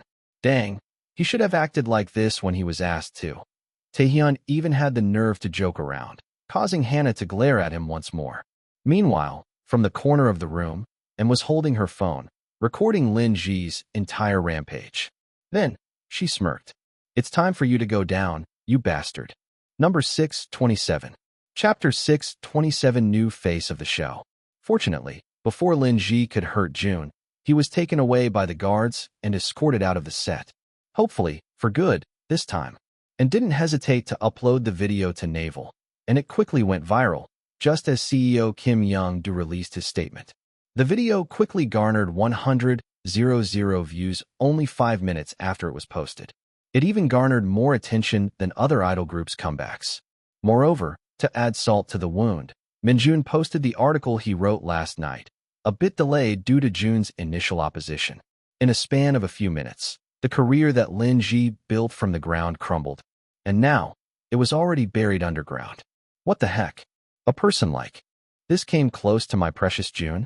I knew he was a narcissist as soon as he appeared on Rising Stars. I can't believe he got diagnosed with depression when he's actually narcissistic. Is Jun safe? I'm worried for him. I hope he never hurts my kitty cat. Jun is a strong boy. Imagine getting accused of all these things for the past month. He's really been through it. I'm worried for his health. Goodness, what's going to happen to untouched souls now? Don't worry, guys. Director Jam is very strict on the set. Lin Ji's as good as done. I heard they're already midway through the filming. That doesn't matter for Director Jam. All right, Director Jam said, massaging his temples as they were already aching. Let's postpone the filming for today. I need to talk with the investors and the other producers about the replacement of Lin Ji. Wait, he's going to be replaced? Hannah asked. Why? Director Jam asked. Are you expecting me to keep him after everything that has been proven? Jun's smirk widened, so he quickly covered his mouth to hide his happiness. No, Hannah shook her head. I'm just surprised. It's usually not this fast. Director Jam clenched his fists under the table. Indeed, there needed to be more processing before a cast member was expelled from the production. However, thinking about how his precious Jun was hurt because of Lin Ji made him speed up his decisions. I'll see you guys during the weekend, Director Jam said. We'll proceed with the other scenes then. The others nodded in agreement while Director Jam made his way out of the room, already receiving calls from some of the investors. Jun dusted his hand as the other actors got up and started gossiping about what had just happened, still in disbelief at Lin Ji's breakdown. He's done, Jun muttered to himself with a mischievous glint in his eyes. Jun was certain that Lin Ji's stardom now plummeted to the ground, buried, and with no chance of being revived.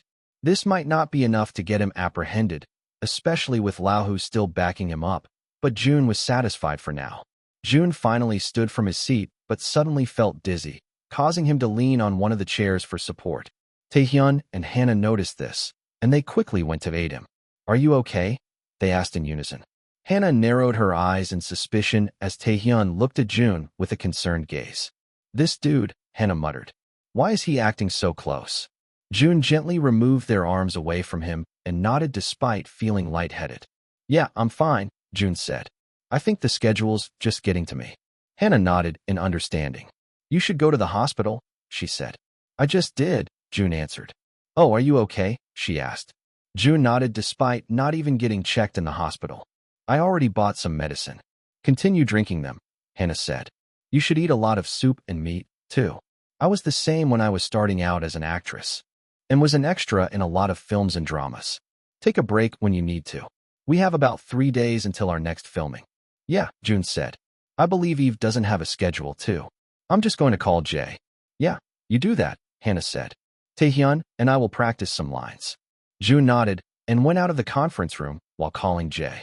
Fortunately, his manager was eating at a nearby restaurant after dropping Kai off, so Jay quickly finished his meal and went to fetch Jun. Jun sighed in relief when he saw the van approaching. After thinking of what to do and gathering evidence for the past week, Jun felt just how tired he was.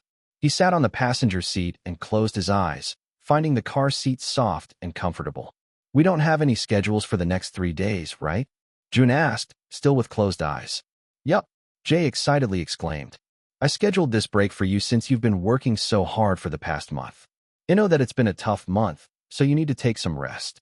A small smile appeared on Jun's face. However, you guys have another shoot for a makeup brand after the 3-day break. Moreover, you're going to perform at a festival this summer. Jun nodded. It's all right. Just as long as he was free for the 3 whole days. Then he felt like he could fully recuperate. I also don't have a schedule. Jun smiled, almost falling asleep. Really? Jay asked, sounding too elated. Yeah, Jun nodded. The shoot is postponed because of Lin Ji. I guess I have something to thank that bastard for. I can finally rest after months of working. Jay pursed his lips together. Well, you see. Jun opened his eyes and looked at Jay with a suspicious gaze. Oh, he knew that kind of gaze. Did you book me for something again? Jay aggressively shook his head, some spit even spilling from the side of his mouth. I didn't, he exclaimed. I really didn't. Then, why does it seem like I have a schedule for these 3 days of rest? Jay sheepishly smiled while scratching the back of his head. Jun groaned in frustration as he ran his fingers through his hair. Just tell me, Jun said, already feeling tired. Somehow, he already knew that a 3-day break was too good to be true. Do you know that Rising Stars has a new season? Jun frowned in confusion. Has it been 1 year already? Nope, Jay shook his head. It's near, though. Your 1-year anniversary is coming up, too. I believe they're going to air it around the same time, maybe a bit earlier, since this one is a girls' season. You're over-explaining, Jun deadpanned. Just tell me. You know the role of Minho in your season? He asked. Jun nodded. Well, Azure had decided to give that role to you this year. Number 628. Chapter 628 Time to Shine. Jun sighed as he was handed his script. He read it a couple of times before giving it back to the young intern, who blushed as she brushed her fingers with Jun. Have you memorized it? Already? She asked with wide and bright eyes. Jun nodded. Yeah, it's all good. I just have to say this in a grandiose way. She nodded excitedly. Yeah, don't worry about anything else. Thanks, Jun said, turning around to practice his lines once. After memorizing longer scripts, he found this task particularly easy. However, he still felt that it was a shame to be in a studio when it was supposed to be his day off. He didn't even get a lot of sleep because he kept thinking if he already deserved to be the new host of Rising Stars. It's too soon, he muttered. But then again, he couldn't really deny the role since Azure had already made up their mind. Being under Azure, he didn't have a choice but to comply. Just then, a piano sound resonated in the entire studio, making him feel a bit nostalgic. It wasn't the same as their theme song, but it still sounded hopeful and dreamy, a signature sound created by Azure to move the audience. Jun shook his head. They were a damn awful company, but they still knew how to make great hits, especially in survival shows. Then, he turned around once more, stopping when he saw that the intern was still looking at him with bright eyes. Wait a second, he said, looking into her eyes. She stopped for a moment, feeling like her world had just stopped. Jun, the Jun, was actually staring into her eyes. Did he find her pretty or something like that? Goodness. She knew she was attractive, but she didn't think that Jun would be captivated by her looks, too. In reality, Jun was just using her pupils as a mirror. She had very black eyes, almost like a bug, so it was very useful. He smiled to himself when he saw that he didn't look too bad. In fact, he still looked handsome despite his dizzy spells throughout the day. Jun finally stopped staring into her eyes. "What's your name?" he asked, wanting to get close to her like how he got close to and back then. The past in turn has become a great confidant even until now. So he felt compelled to get to know this girl, too. "Sheila," the girl answered. "Sheila," Jun hummed. "Thanks for orienting me." Sheila shook her with bright red cheeks. "I'm just doing my job," she muttered. Just then, the producers, the ones who also lead Rising Stars in its 4th season, gasped in surprise as soon as they saw Jun. "Oh my goodness!" Yena exclaimed. "It's really you. I feel like it's been too long." "You're so handsome now," Yejin continued, wiping the tears from her eyes in an exaggerated manner. "I still remember when you wore that cat mask of yours. We can say this now since you managed to debut, but we were really hesitant about accepting you into the show. However, I thank the universe every day that we decided to accept you in the end," Yejin said. Yena nodded in agreement. "We've spearheaded 3 seasons already, and your season was one with the highest viewership. It had the greatest amount of support, too. I doubt that other seasons in the future would be able to surpass that," she said. "Honestly, it still feels a bit surreal," Jun said. "Last year, I was the one watching Minho through a small screen in my beat-up apartment. I can't believe I'm now the one who's going to be watched on the screen." Yejin pushed his shoulder lightly. "You act as if you aren't on the big screens just yet. You're a star now, Jun. That's why we didn't hesitate to suggest your presence on the show." Jun scratched the back of his head. Well, aside from the increased schedules and inability to walk around without getting mobbed, he still felt the same. A guy who just wanted to show off his talents. "Well, we won't take much of your time. I know that you're busy with Eve and Untouched Souls. Why don't we start the commercial filming?"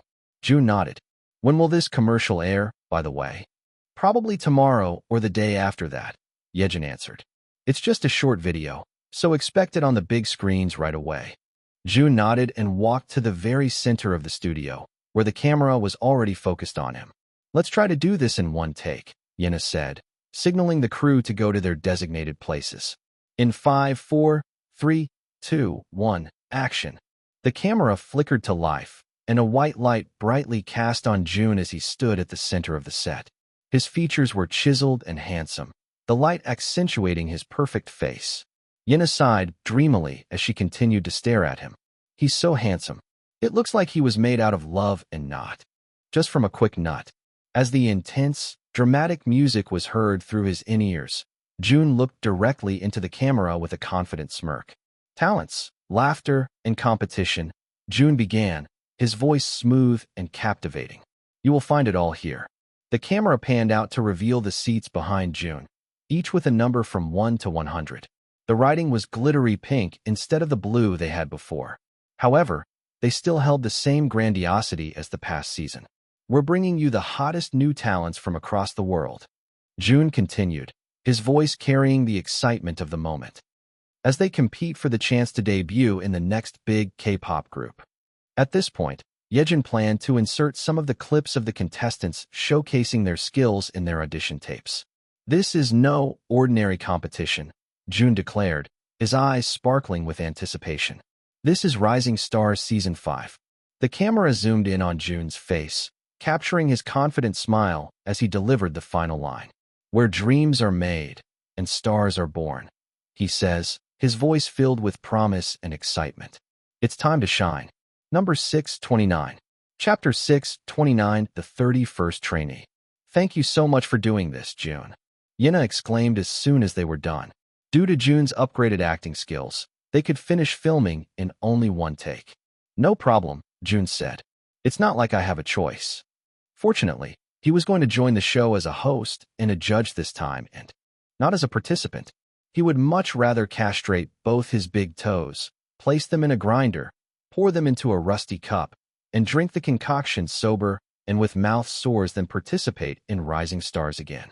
That was how stressful it was. "Well, these are the confirmed applicants," Yena said. "We will be filming on Friday, and it will be aired 2 weeks later." We'll be having weekly filming schedules from there on out. However, we won't bother you too much if you have a prior schedule. We know that you also have a lot on your plate. Thanks for being considerate, Jun said through his teeth. If they knew he had a lot on his plate, then they should have called somebody else. May I ask who the new judges are, by the way?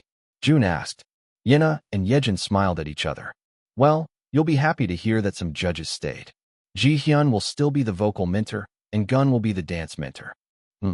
Jun hummed, somehow comforted that he was going to work with familiar people. Do they know that I have been chosen as the special host? Jun asked. Yena excitedly shook her head. I guess they'll find out once the commercials are out. Jun smirked. He wondered how they were going to react. Spoiler, they're going to react ballistically. Those two love Jun to a great extent now. Bowen will also retain as the rap mentor, Yejin continued. But there are 2 new people added to the roster. Amira will be the other dance mentor. Jun tilted his head to the side in confusion. Amira? Who was that again? And Lee Sik will be the other vocal mentor. Jun's eyebrows raised in surprise. He didn't expect to meet his master in a new show. He felt that the trainees would be really lucky to be able to be taught by him right away. I see, Jun said. That's a great lineup. Yejin nodded in agreement. And with your addition, we have the perfect lineup. Jun chuckled in amusement. We'll see you on Friday then, Yena said, bringing out something from her bag. This is the list of the confirmed trainees and their short descriptions. We have made sure to recruit a variety of trainees, so I think this season's going to be fun. More fun than ours. Jun teased. Yejin and Yena shook their heads. Never as fun as your season, Yena confirmed. With that, Jun made his way back to the dorms, finally having the chance to relax for the entire day. As he arrived, his members all huddled toward him. You're going to become the special host of Rising Stars. Jisung exclaimed. Jun nodded. Jay told you. They all nodded enthusiastically. Yeah, Jun sighed. Another project added to the huge line of projects. That's so cool, though. Jaeyoung exclaimed. Last year, we were the ones competing on the show, and now you're going to be the one hosting it. It makes me feel emotional, he said, feeling tears brimming in his eyes. Our first-year anniversary came too fast. Rin clicked his tongue. There goes our emotional leader. When is the first episode going to air? I can't wait to see how this season goes, he said. 2 weeks from now, Jun responded. We're going to film on Friday. Sweet, Rin said. I guess I'll have another show to watch. Me too, Akira said with a wide smile. I can't wait to see all the pretty ladies. All the legal ones, though. I wouldn't even look at the minors. Jun rolled his eyes and placed the food he bought for his members on the table. Here, he said. They flocked to the treats like starved dogs. However, in the process, Akira caught a glimpse of the paper that Jun was holding in his hand. Rising Stars Season 5 Trainees. Akira's eyes widened, and he quickly snatched the paper away from Jun's grasp. What is this? Akira excitedly chimed. The trainee profiles? Jun sighed and crossed his arms in front of his chest. Give it back. I haven't even read it yet, he said. Then, let me do the honors, Akira said, already flipping through the pages. Oh, what's this? Jimin? What a pretty lady. She's my age, too, Akira happily said before flipping through the next page. Jeannie? So cute. Ooh, she's a rapper? She doesn't look like it. Jun sighed and started chasing Akira around the room, but the latter continued flipping through the profiles, hastily skipping through some pages. Nope, that's a child, Akira said, quickly flipping to the next page. Then, when he saw the next one, he quickly stopped, looking at the photo with wide eyes. What? Jun asked. So pretty, he muttered. She looks like someone I know.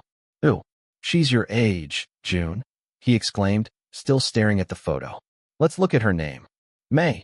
Akira snapped out of his fantasy as Jun snatched the paper from his hands, flipping it back to the first page.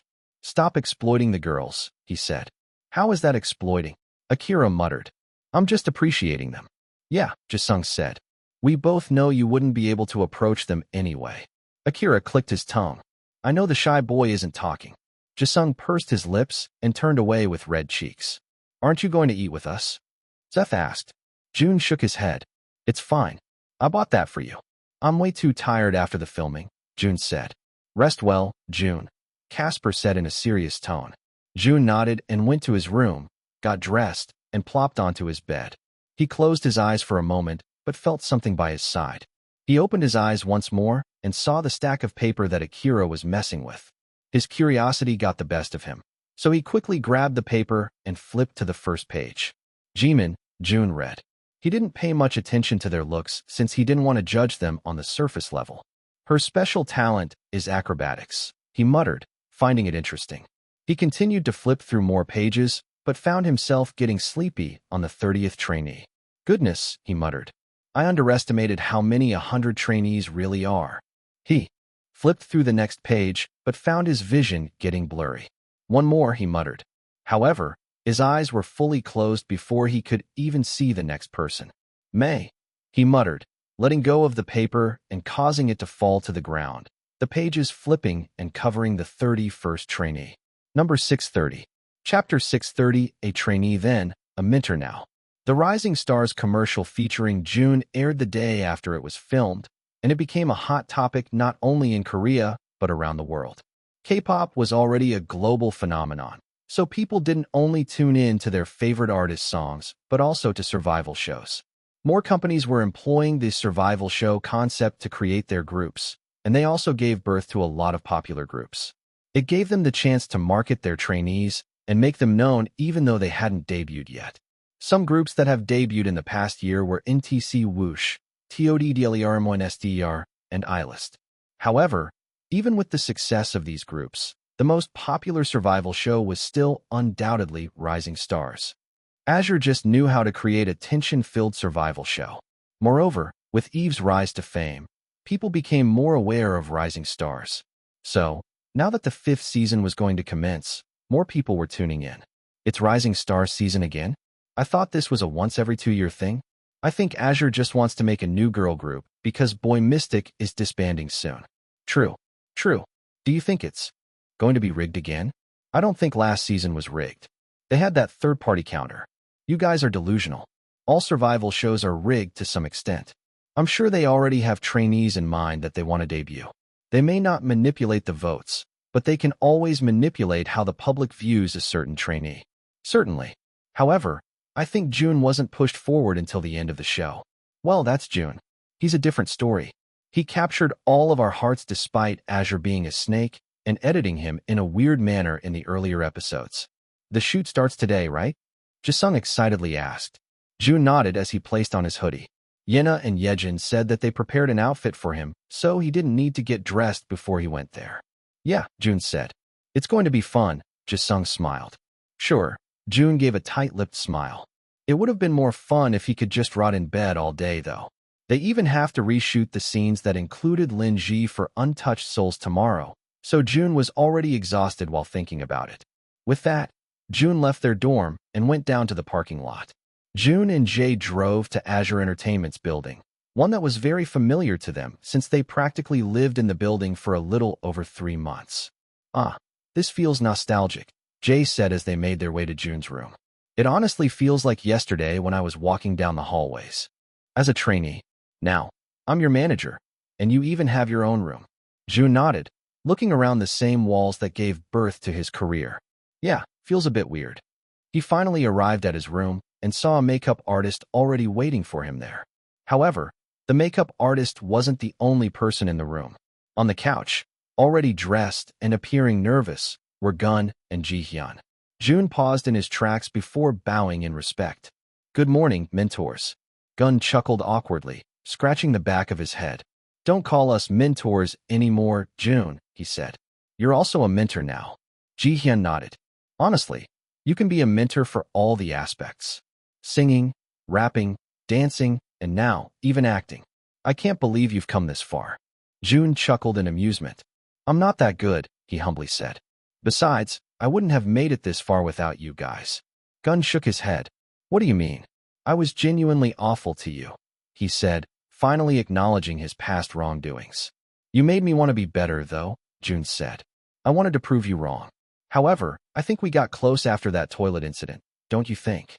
Gun froze as soon as the toilet incident was mentioned. Hyun looked at him curiously, but he cleared his throat and brushed the topic off. Meanwhile, Jun sat on his seat to start getting his makeup done. He closed his eyes while the makeup artist placed a headband over his head. Then, She softly clicked her tongue. This kind of face doesn't need any makeup, she thought. By the way, Gun said, breaking the silence. Have you went through the trainees' profiles? Kai froze as soon as Gun asked him that particular question. Yesterday, he slept all day long, a whole 18 hours. His members even thought he had a stroke because of how unarousable he was. However, it was something that his body really needed. Still, there was a nagging voice in the back of his mind the entire day, subtly reminding him that he had something to do. However, he couldn't pinpoint what it was, so he decided to ignore it. It turned out it was this. He didn't read through the trainees' profiles. He didn't even know where the papers were. Gun and Ji-hyun chuckled as soon as they saw Jun's expression in the mirror. It's all right, Gun said. I only briefly went through them. They were quite interesting, so I couldn't put the papers down. Me too, Ji-hyun said. I even had the privilege of watching some of the audition tapes. You did? Gun asked in surprise. How come I wasn't informed? I came as a surprise, Ji-hyun responded. Anyway, there are a lot of talented trainees, but of course, you can't erase the comedic trainees in the show. Like CJ? Gun asked. Ji-hyun nodded. Jay chuckled in amusement. I'm a changed person, mentors. I even changed my name. It's only Jay now. Jun sighed. I went through only about 30 trainees, Jun chimed.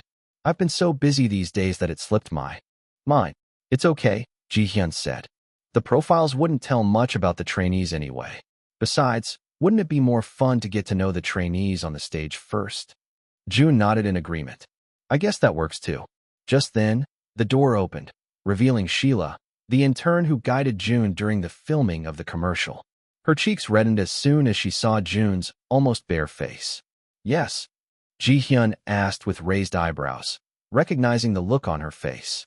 She subtly shook her head. Another soldier has fallen for Jun. Good morning, Sheila respectfully said. I just wanted to check up on you and see if you're almost finished. We're good, Gun responded. This will take about 20 to 30 minutes, the makeup artist said, pertaining to Jun. All right, Sheila said. I'm just here to inform you that the shoot will finally start. The first trainee is arriving at the set as we speak. Number 631. Chapter 631-5 is the magic number. Trainees from different companies arrived in front of Azure Entertainment's building. Some came with celebrity vans, some with normal hatchbacks, and some came through public transportation. A girl clad in a school uniform with a pink skirt that matched her pink hair loved the attention she got as she stepped down from the celebrity van of their company. Some looked at her with envy. However, one girl continued walking with her earphones in, practicing the song that she was going to sing for her auditions. She even marked some of the moves, not paying attention to her surroundings. The girl with pink hair walked slowly as if she were the main character of the show, also not paying much attention to her surroundings. Just then, the two of them collided, causing the pink-haired girl to drop to the ground. Her eyes widened as she looked at the black figure that bumped into her. The other girl, with wired earphones and dressed in a long black puffer jacket that covered her outfit underneath, stared down at the preppy girl with a nonchalant look. Sorry, she briefly said before proceeding to the venue. What the heck? The pink-haired girl muttered. Who even is that? Jimin, her manager exclaimed. What happened? The pink-haired girl shook her head as she stood, dusting off her skirt with furrowed eyebrows. Let's go in, she said, already in a bad mood.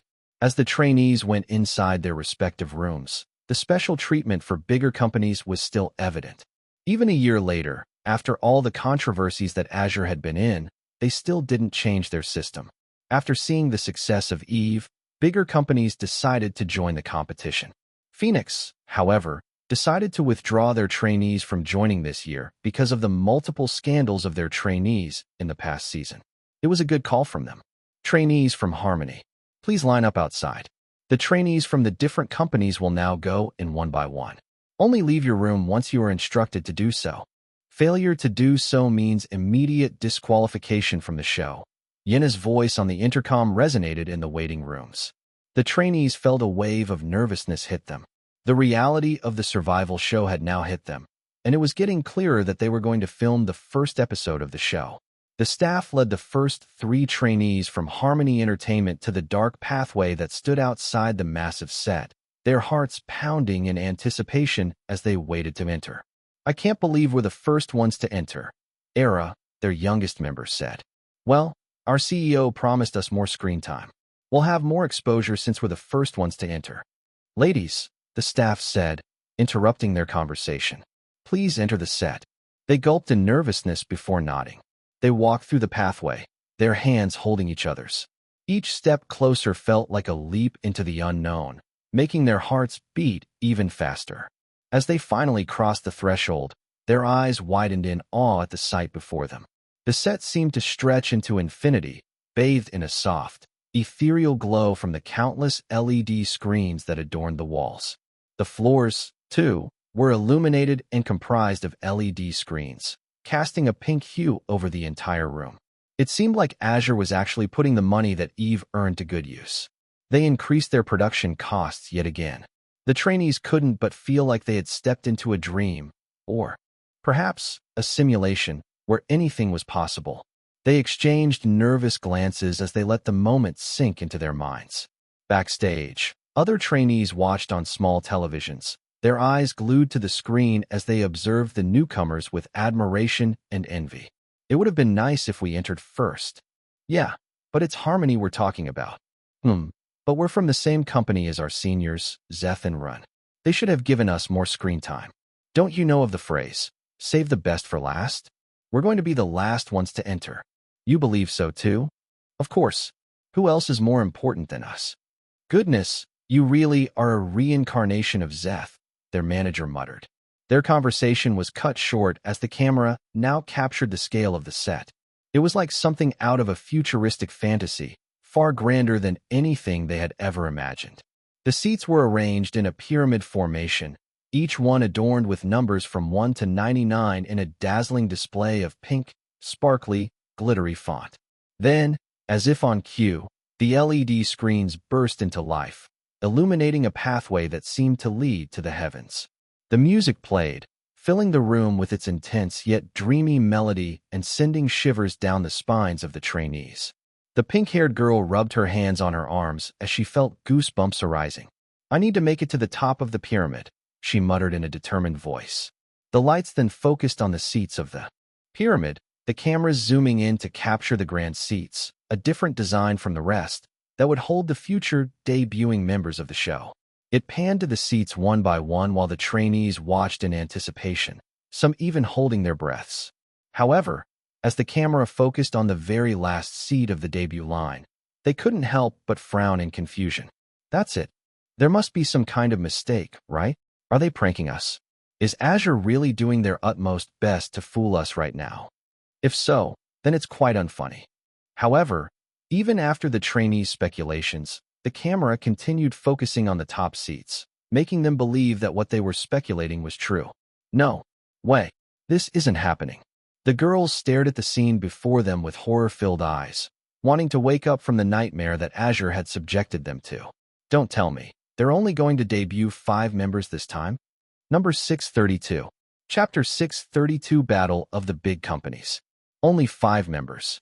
Jun went out of the dressing room as he heard Gun's, Ji-hyun's, and Jae's conversation. They still had about 15 minutes before they needed to enter the set, so they were busy gossiping about the changes in the show. They turned to Jun, who was now all dressed up, and found themselves swooning at his appearance. Dang, all these trainees are going to experience their first love and heartbreak through him, Gun muttered. Meanwhile, Jae raised his eyebrows in surprise. You don't know about this? He asked. You've already filmed on the set for the commercial, right? You must have noticed that there were only 5 special seats at the very top of the pyramid. Jun scratched the back of his head. Well, I guess I didn't notice it, he said. It's true though, Ji-hyun said. They're only going to debut 5 members this time. I don't know if it's because of budget constrictions or if they want the competition to be more intense. However, I believe it will be a hot topic once the episode comes out, so Azure really knows how to do their job. I think it's also because of the influx of girl groups with fewer members. It's a lesser hassle to maintain, and it seems like they're doing much better than larger groups, too, Jun added. The others nodded in agreement. Jae looked at his watch and hummed. Half of the trainees have probably entered by now, right? He asked. Jun nodded. It's time for the independent trainees to arrive during this time. Meanwhile, in the set, the independent trainees indeed started making their way inside the venue.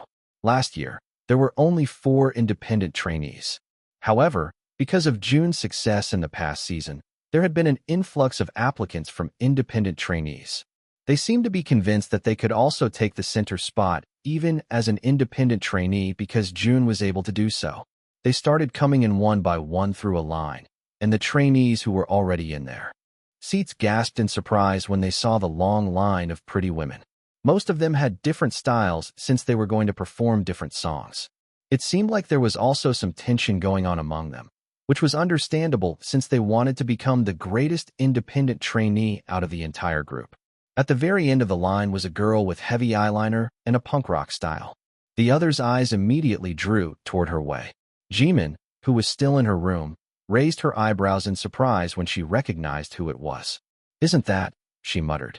However, before she could dwell too much on the thought, the camera panned away from the girl with a gothic aesthetic.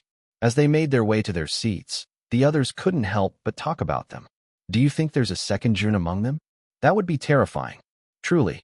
He came from the bottom and somehow managed to get the top spot. We need to look out for these independent trainees." Their conversations came to a halt. However, when the next company logo was shown on screen, Top Star Entertainment, the 5 girls backstage conversed quietly as they waited for their cue to enter. "I thought we were going to enter last. I saw that there were still 2 trainees behind us," Yuri muttered.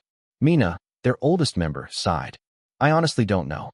This must mean that a bigger entertainment company than Top Star is joining this year." However, the trainees outside weren't aware of that. There were currently 7 vacant seats in the entire pyramid. The 1st to 5th spots had already been taken, so those at the bottom and the middle remained. So, when they saw Top Star's logo, they believed they were the last company to join. "Enter," the staff directed, so the 5 ladies entered the set with confident smiles. The other trainees immediately gasped as soon as they saw them.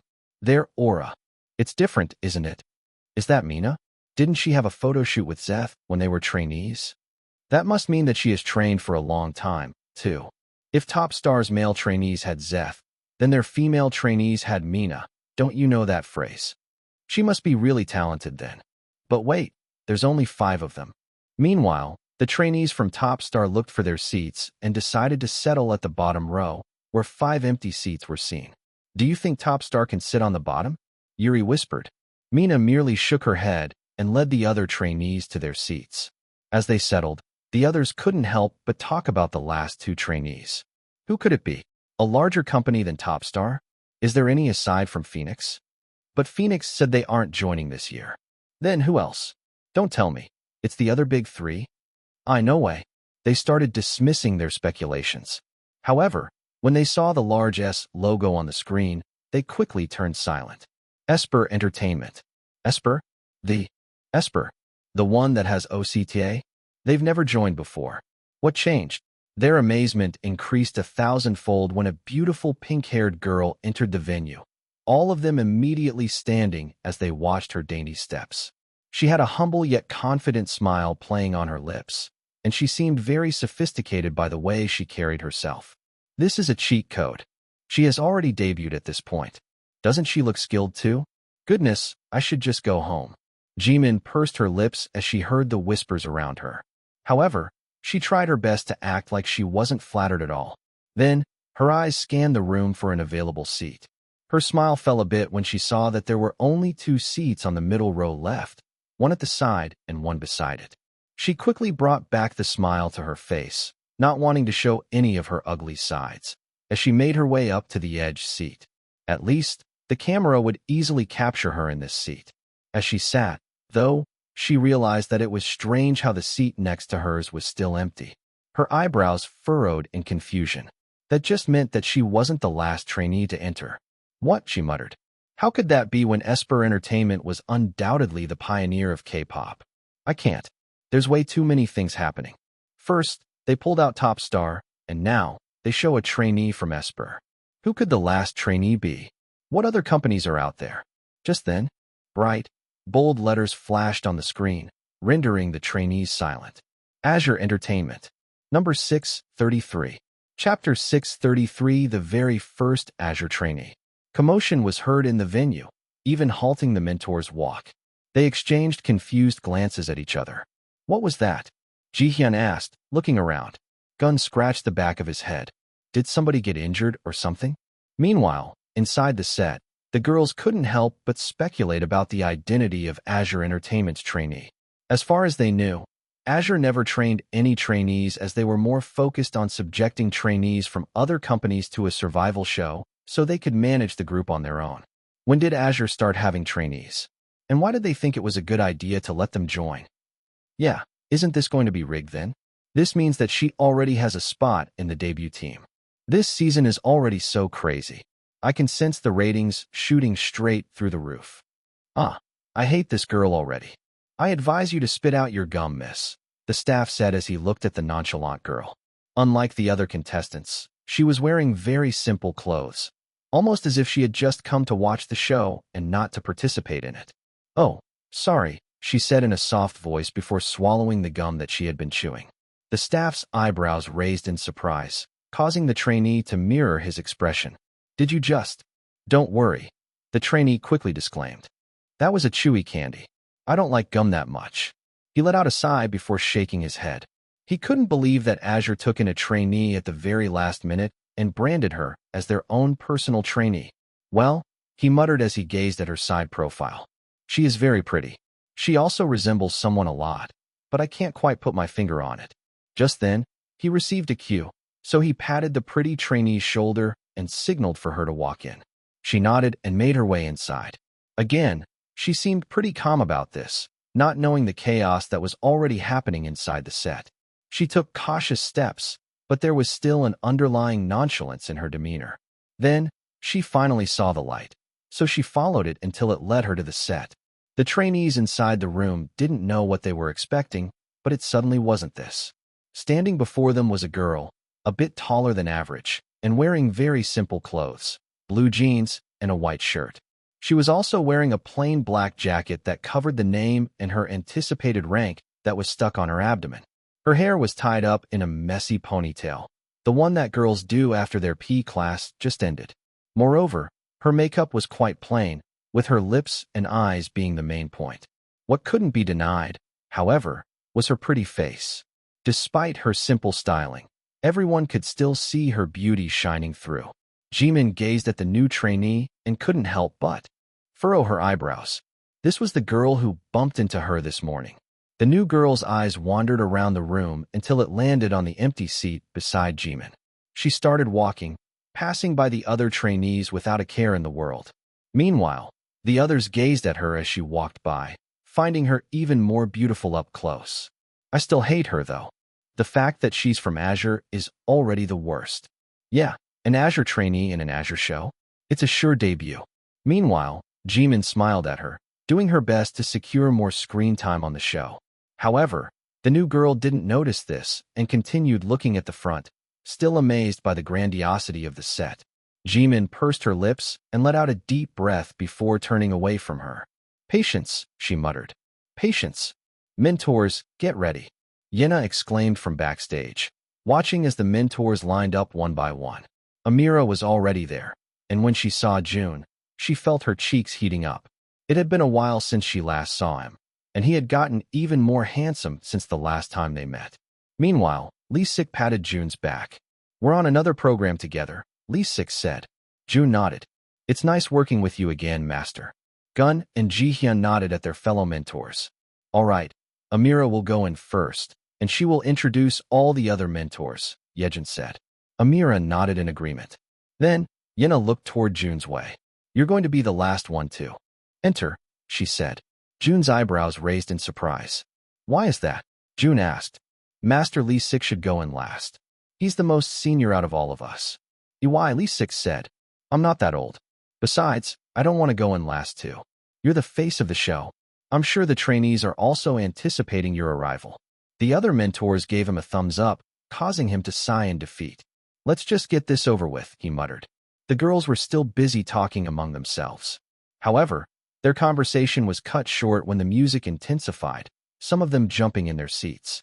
Goodness, Mina said, placing her hand over her heart. Then, the LED screen started to rise, causing the girls to exclaim in excitement. All of them had already seen the teaser with Jun, So they were expecting him to be the MC of the show, similar to what Miho did last season. However, instead of muscular legs, a thin yet curvy silhouette greeted them instead. At first, they were disappointed since it wasn't Jun. However, they still cheered when they saw that it was the very beautiful Amira. "Good morning, everyone," Amira greeted with a professional smile, making the girls cheer even louder. "It's nice to see such beautiful faces in the morning," she started off. "You're even more beautiful," a trainee shouted from the seats, causing chuckles to erupt in the venue. Amira bowed in gratitude. "I am flattered." Then, she suddenly turned serious. "However, this isn't a place for only pretty faces.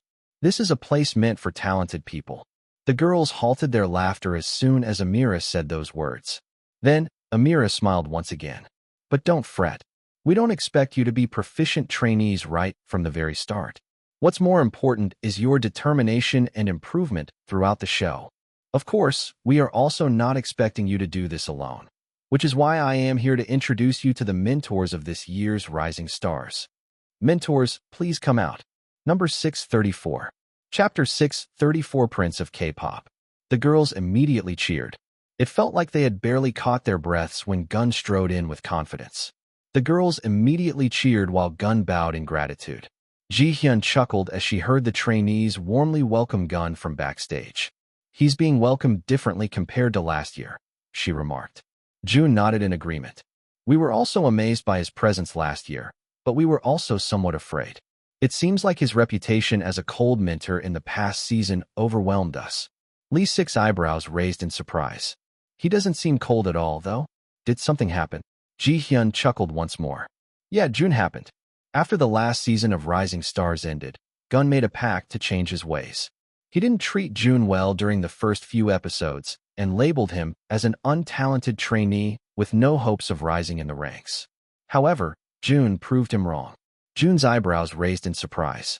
He was aware that Gun wasn't fond of him when he was a trainee, but he didn't know that it was to that extent. "Yeah, June changed his mind," Bone chimed. "He's become kinder since then. He's also become more relaxed on social media, and I think the girls are aware of the change." With that, their conversation came to an end. However, June couldn't shake off the tingly feeling in his chest. He wasn't aware that he could influence other people to be kinder. Strange. "And now, for our vocal mentors," Amira announced. Lee Sik respectfully held out his hand for Ji-hyun, and the latter gently placed her hand on top of it. Then, they walked to the entrance, where they waited for it to open. Jimin clasped her hands in front of her chest as she waited for the vocal mentors to enter. As a self-proclaimed all-rounder with a specialty in vocals, she was looking forward to meeting the vocal mentors the most. When the LED screen opened, she wasn't disappointed at all. Ji-hyun and Lee Sik, two industry veterans whose mere presence commanded respect, greeted them with wide smiles. Their years of experience and wisdom were evident in every move they made, and the trainees couldn't help but feel overwhelmed by their presence. How could they, a group of fresh-faced rookies, ever hope to measure up to such seasoned professionals? Lee Sik? Even Lee Sik is in this season. How could I sing in front of them now? Don't be fooled by mentor Ji-hyun's smile. It's very pretty, but she's also very lethal. Goodness, I'm palpitating. The girl next to Jimin also smiled as she gazed at Lee Sik, one of her idols when it came to singing. She religiously watched Disguise Surprise Singer when he was the reigning champion, and her admiration increased 1,000-fold since then. Up to this day, she still felt upset that someone unimportant beat her favorite singer. The venue was overflowing with energy as they stared at the big stars ahead of them. However, the surprises didn't end there. As the trainees caught their breaths, another mentor made his entrance. Bone, known for his kindness and expertise in rap. His warm smile and gentle demeanor instantly put the trainees at ease, and they welcomed him with open arms. "I missed him. He was so kind during Rising Stars. I can't wait to learn more from them." They couldn't have chosen a better rap mentor. The rap mentor is mentioned last, right? So, Bone is the last one to be called. Is that it? No one else is coming now. I think so. They seem complete. Amira once again took center stage, smiling as she read her cue card. She pretended that Bone was last to be called, teasing the trainees with the idea that the lineup was already complete. However, They were in for a pleasant surprise. Jun and Amira had schemed this plan right before Amira entered, so she waited for Jun to make a surprise entrance for the trainees. However, as she continued stalling, she found that Jun was taking longer than necessary. Meanwhile, backstage, Jun was about to walk in when he saw a notification from Fu suddenly appear. He stopped in his tracks and looked at the screen before him. Really? Jun whispered. You decided to show up now? Congratulations, you've stepped on a lucky mission. The title of the mission is Show Off. You deserve it. As a multi-talented artist, you can beat everyone with your talents. However, the host doesn't like flaunting that much. Fu is disappointed. This mission is designed to flaunt the host's talents. Boast in front of the trainees. The more they feel humbled, the better. Increase one skill after the accomplishment of this mission. Deadline, 8 hours. Jun massaged the bridge of his nose. Goodness, he muttered. Fu was definitely running out of ideas for missions now. So, I guess I wish you all luck for your audition. Yeah, you only get one chance. Jun snapped out of his thoughts when he heard Amira's filler statements. He chuckled at her cute attempt to continue speaking with the trainees while waiting for him to enter. Sorry, Amira, he muttered to himself before fixing his collar. The trainees on the set began to feel anxious, whispering to their teammates about some last-minute reminders for their performance. However, a soft yet deep voice suddenly echoed through the venue, causing everyone to turn in surprise. You didn't forget about me, did you? Unexpectedly, the LED screen lifted once more, revealing Jun, the hottest K-pop male idol of the moment. The trainees gasped in awe as they laid eyes on him, instantly captivated by his presence. Ji-hyun kept her gaze on the trainees, shaking her head when she saw their love-struck expressions. I was right, she muttered. They were all going to fall in love with Jun. No matter how hard they try to deny it, no one can escape his charm. Truly, dressed in a silky white button-up, Jun was the epitome of charm and sophistication, with his glowing skin, tastefully styled blonde hair, and an aura of professionalism that seemed to radiate from every pore. As the trainees took in Jun's appearance, they couldn't help but feel a sense of awe. Here was a true prince of K-pop, and now he was standing before them. They couldn't believe it. Surprise, Amira said, cutting through the awe-filled whispers. We have one last special mentor for all of you, none other than Jun from Eve. He was in the same place as you last year, so he'll be a great help to all of you this season. These are your mentors for Rising Stars Season 5, Amira concluded, gesturing to the big stars on the stage. Now, let's get started with the auditions. Number 635. Chapter 635, Do You Get Deja Vu? Jun looked around the trainees. Most of them were looking toward his way, but he honestly couldn't tell. His eyesight was getting worse and worse throughout his career, and now he had to squint in order to see things from far away. At this point, he could only see the faces of the trainees in the first 3 rows. The others were a blur to him. Then, the mentors finally sat in their respective seats, with Jun in the very middle. He grabbed the papers in front of him, the trainees' profiles placed in chronological order based on their performance. As he went through the first applicants, his eyebrows raised in surprise. They're having this group perform first? Gun asked, a bit confused. That's new, Ji-hyun muttered. I'm not complaining, though. I do want to watch their performance soon. Just then, the large logo was shown on the screen, surprising even the trainees.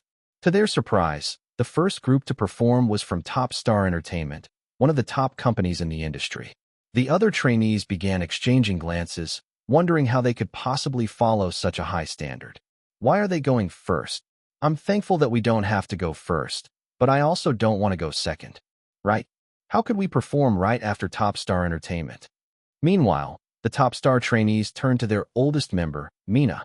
Mina calmly stood from her seat and nodded at her members, silently telling them to get ready. Of course, Mina was also nervous about starting the show, but at the same time, she was grateful for the opportunity to set the bar for the rest of the auditions. Good morning, mentors. Mina led the greeting for their team. The mentors nodded in acknowledgement. Whenever you're ready, Amira said. The Top Star trainees nodded before going to their respective positions. As they finalized their formation, Jun couldn't help but feel a sense of familiarity wash over him as he heard the opening notes of Oasis. It was a song he knew well, one that held a special place in his heart. He watched intently as the trainees performed, a small smile tugging at the corners of his lips. After the performance, Jun took the microphone, a curious gleam in his eyes. Subtle squeals were heard from the audience, causing Amira to shake her head. The effect that Jun had on these trainees was honestly insane. That was unexpected, he remarked, his voice filled with genuine surprise. Why did you choose Oasis? The top star trainees exchanged nervous glances before Mina stepped forward to answer. It's a song that we all love, she explained. We thought it was a song that would show off our fresh charms really well. Jun nodded in understanding. I see. Well, I enjoyed watching your version of the song. Despite some minor mishaps and nervous moments, their performance was stable and solid, with each member giving it their all. You guys live up to your name really well, Lee Sik commented. Zeth and Run must be proud. He even mentioned the two senior idols from their company. They all bowed in gratitude. Yeah, Ji-hyun agreed. There are some stability issues, but it's understandable. You guys are still trainees. However, I wish you would improve on that throughout the show. The trainees nodded. So strict, the others muttered. I thought it was perfect. I guess there are some things that mentors see that trainees do not. Jun heard the last statement and nodded to himself. Truly, if he had watched this particular performance last year, then he would have also failed to notice some of the incongruencies in their performance. However, being an idol for almost 1 year, he was now more aware of certain areas in which other performers could improve. Amira took the microphone after the mentors deliberated. For 5 stars, we have Mina, she started off, and no one else. The others slumped in disappointment. However, they also couldn't deny that their oldest member was the one who deserved the 5-star rating the most. With that, the top star trainees bowed and left the stage. As the second group took the stage, the pressure was on. After the high standards set by Top Star Entertainment, it would be hard for anyone to break it. Fortunately, it was the Harmony trainees who took the stage next. Why are all the big companies going first? This will definitely make us look bad. Will we be okay? I honestly don't know. Let's see how Harmony performs. Obviously, they're going to perform well. Saint Jisung is on their side. Saint Jisung. Yeah, Saint Jisung, the precious baby that we love and praise. As the auditions continued, the Harmony trainees took the stage with confidence. They were told by their senior, Jisung, to have more confidence since that was what he lacked. During the show, they had chosen to perform Love Leap by IB, a song that perfectly captured their charm and energy. With each note, they danced and sang with confidence, which left the audience in awe. Their rendition was met with thunderous applause, the judges nodding in approval at the impressive display of skill. What's happening? Ji-hyun chimed in amusement. These trainees are very talented too. Jun said, smiling to himself. He could see the traces of his members from the trainees that represented their respective companies. It made Jun wonder what it would be like if his members were judging along with him. It would certainly be more fun, he muttered. You all get 4 stars, Ji-hyun announced, causing the girls to cheer. The show was definitely off to a great start, with 2 big and talented companies setting high standards for the other trainees. However, as the auditions progressed, it became apparent that not everyone possessed the same level of talent. There were plenty of interesting characters, to be sure, but the lack of vocal skills among many of the contestants was undeniable. It seemed as though they were holding auditions for a dance show rather than a K-pop survival program. Well, this has been a valid criticism from the public for recently debuted K-pop groups. Their vocal skills were truly lacking. Ji-hyun scratched the back of her head as another dance-centric audition finished. I don't get it, she sighed. Why would companies send trainees who can't even hold a tune? Yeah, Amira said. I wasn't born a great singer, too, but I practiced hard to get to where I am today. I'm not seeing that effort from most of the trainees we saw today. Why don't you say something to them, Jun? Lee Sik suddenly suggested, causing the other mentors to turn toward him. Jun's eyebrows raised in surprise as he pointed to himself. Me, he asked. Yeah, Gun nodded. I think they'd listen to you the most. Jun pursed his lips. He honestly didn't want to say such words. He would feel guilty since he also wasn't a great singer or a dancer during his auditions. Why don't we watch another performance? He bargained.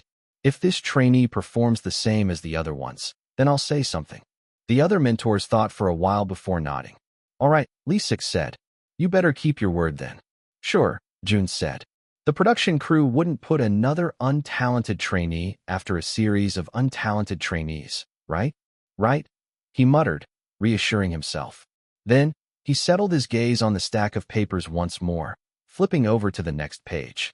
However, he paused when he saw familiar words in the trainees' company category. Azure, he muttered. However, that wasn't what surprised him the most. What was more surprising was the photo staring back at him. No, he whispered, frowning in confusion as he held the paper closer. Oh no, this was not happening. Mei Ling. Number 636. Chapter 636. My sweetest, dearest sister. Jun couldn't believe his eyes. Standing before him was Mei Ling, his sister whom he hadn't seen in almost a year. He gazed at his sister and felt tears forming in his eyes. He also felt an ache in his heart, making him clutch onto his chest. What is this, he thought. He thought of Mei Ling almost every day. However, as he began to become busier with his schedules, he thought about her less and less. It didn't signify that he didn't miss her anymore, though. Now that she was right in front of his eyes, all of the emotions hit him like a truck. Although only a year had passed, he felt that she had changed so much. Her skin was smoother, and she appeared more vibrant. She had gotten skinnier, too, making him shake his head. She was already skinny, to begin with. How was she going to withhold the stress of the show if she wasn't being nourished? The most notable thing that changed about her was that she had gotten prettier. He almost couldn't believe it. The sister he was used to seeing was always barefaced, foul-mouthed, and lazy at showering. Why the heck does she look like a proper idol right now? However, that wasn't the most important thing. What was more important was that she was actually trying to become an idol. How did she even come to Korea and become a trainee under Azure Entertainment? Just then, Amira nudged his shoulder, causing him to snap out of his thoughts. Jun gazed at her, and Amira's gaze softened further. Are you okay? She asked. Jun wasn't able to answer for the first few seconds. Honestly, he didn't know the answer to the question, too. Of course, he wanted to see his sister in this life. However, seeing her on the show like this made him feel ambiguous. He knew that she had been fond of the idol culture at a very young age, but he never expected her to be interested in becoming an idol. Yeah, Jun said after a while. I'm okay. However, even then, Amira's frown didn't ease. Then, why do you look like you're about to cry? Amira asked. Jun's eyebrows raised in surprise. He quickly wiped his eyes and found that he, indeed, was on the verge of tears. Oh, he chuckled, trying to mask his real feelings. This is nothing. I'm just sleepy. Amira wasn't convinced, but she nodded nonetheless, not wanting to pry further.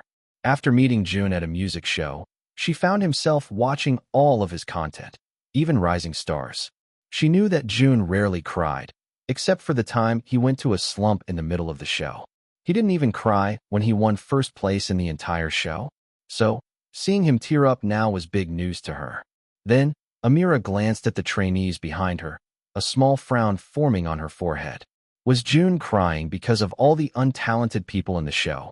If so, then they needed a proper scolding. Could you introduce yourself to us? Gun finally asked the pretty girl on the stage. Good day, mentors, she said, her Chinese accent almost unnoticeable in the way she spoke.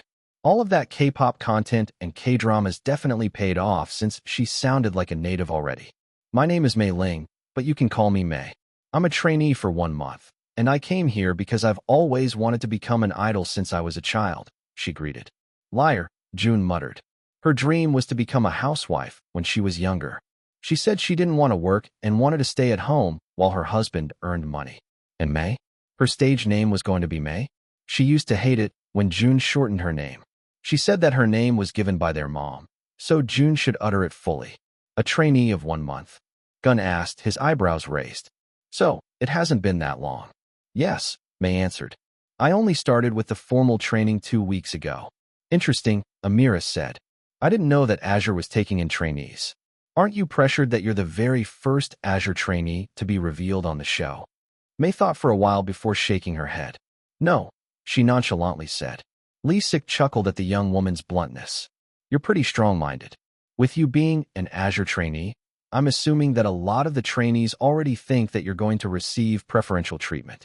This is an Azure show, after all, he continued. Yena and Yejin turned to each other with a smile. Lee Sik was asking the most important questions.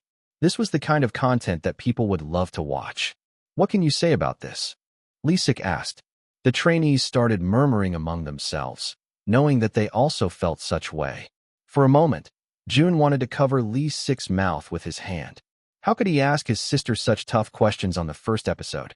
However, Mei remained nonchalant despite the whispers surrounding her. Then, she shrugged, shocking most of the people inside the set. I don't think that's my problem, she said. I didn't choose to be an Azure trainee. They reached out to me and said that they wanted me on the show. They didn't even train me that much. However, they did pay for everything, including my trip to Korea and all that. I also live in their dorms. Others could continue talking about me, and it will just give me more screen time. Isn't that how most survival shows work? They need someone they can talk about to make the show more interesting, she said with a straight face. The mentors were silent for a moment before they erupted into chuckles. Meanwhile, Jun sighed and covered his face with his palm, biting his lip to restrain himself from scolding his sister. Well, you're quite honest, Bones said. Not only did she diss Azure Entertainment, but she also called out the entertainment industry. Moreover, the trainees who were speaking ill about her were also silenced, knowing that everything she said was right. Thank you, Mei said, even bowing as if that was a compliment, making the mentors erupt into laughter this time. Mei Ling, Jun muttered continually, shaking his head. It was only her first appearance, but she was already creating such a topic. But then again, Jun already expected this. Why? Because Mei Ling had the same personality as him. However, the main difference was Jun was also afraid of Mei Ling. Number 637. Chapter 637, A Lifetime Isn't Enough. You're definitely memorable, Lee Sik said, his face red from chuckling too much. Amira nodded in agreement. She then nudged Jun's shoulder. What do you think she's going to sing? She asked. Her clothes don't give anything away. She's just wearing a plain shirt. We can't even see her anticipated rank, Ji-hyun said, realizing that they didn't ask her to reveal it. They were so engrossed in her blunt personality that they forgot to formally ask her. That just makes me more curious, Bones said. Usually, people who dress more simply are more talented, right? Meanwhile, Jun remained silent throughout their conversation. He held himself back from saying anything. Anyway, Lee Sik said, clapping to end their conversation. We can't wait for you to show us your talents. Please take the stage. Mei nodded. However, she didn't move from her spot and just placed the microphone over her lips. She really reminds me of someone, Gun muttered as she continued looking at Mei. Me too, Ji-hyun said, placing her hand under her chin. Mei closed her eyes for a moment, the camera focusing on her and flashing her on the widescreen. The others exclaimed in amazement once her face was illuminated on the screen. She's really pretty. I can't deny it. That's true. It sucks. I could have been recruited by Azure, too, if I was born prettier. Even Jimin pursed her lips, finding the simple girl beautiful. She's still weird though, she muttered. Meanwhile, Jun still couldn't believe that her sister grew up this way.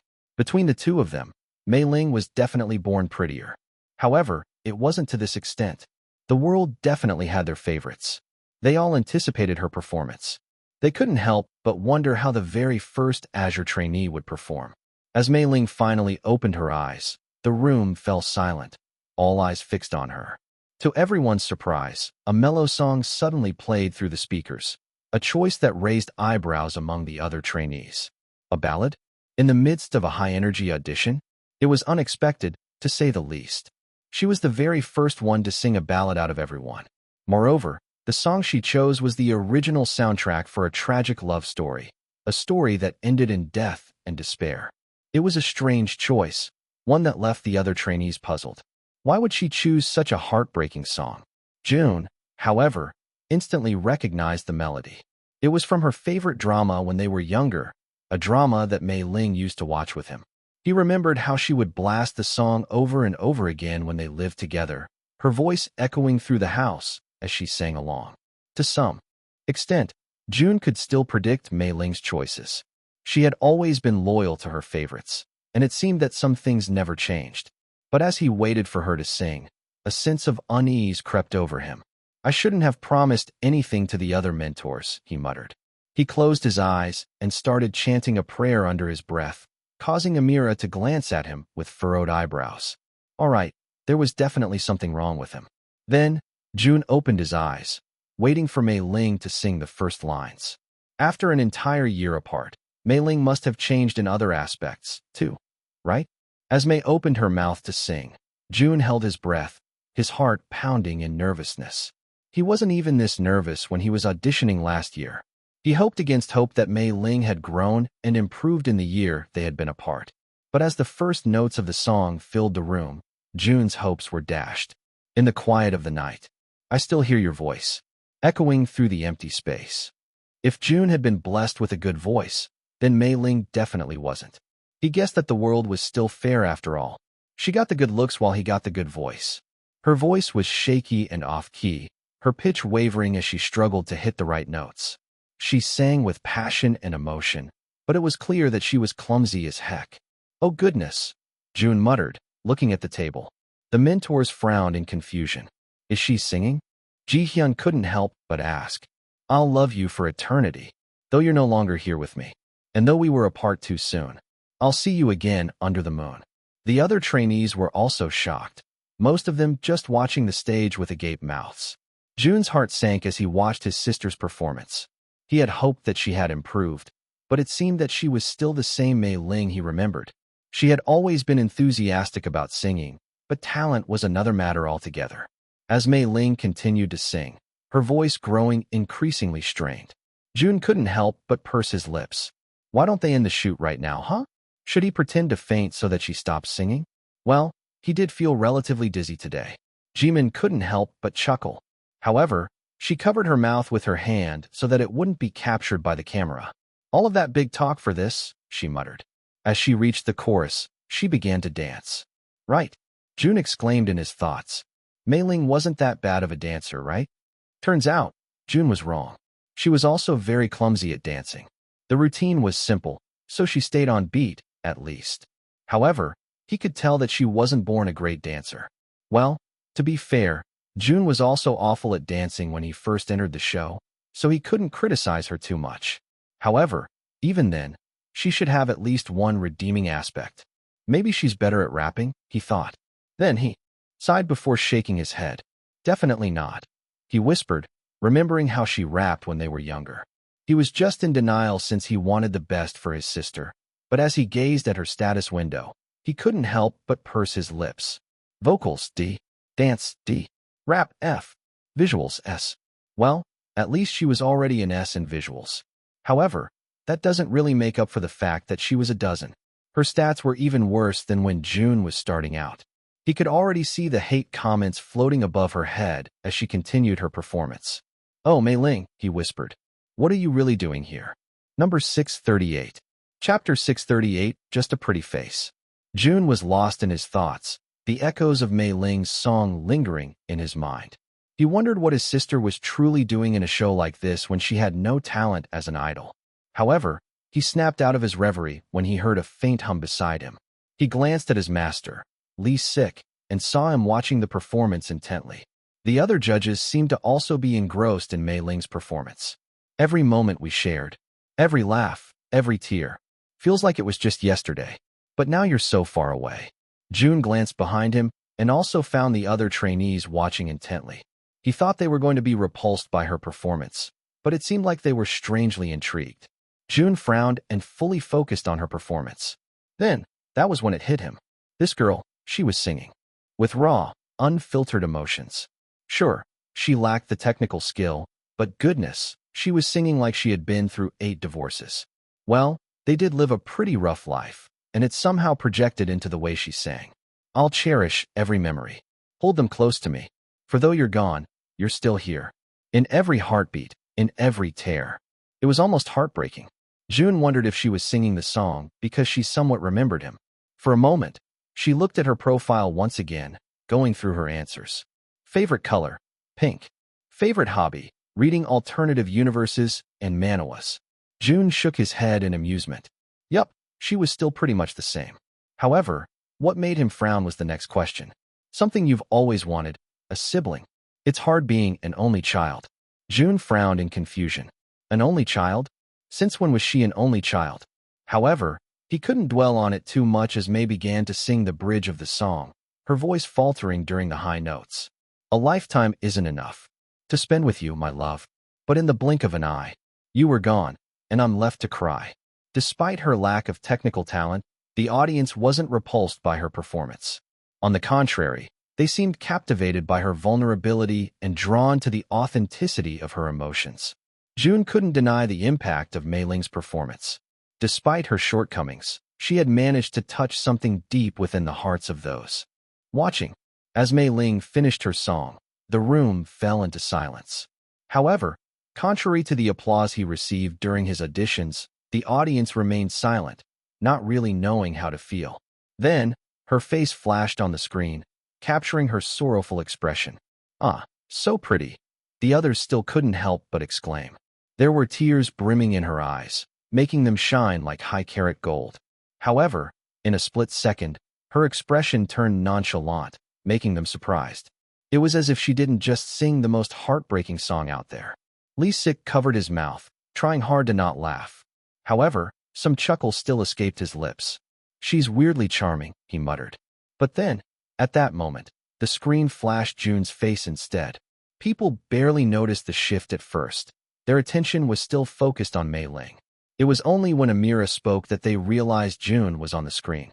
"Wait," she said, looking at June and Mei before her eyes widened in disbelief.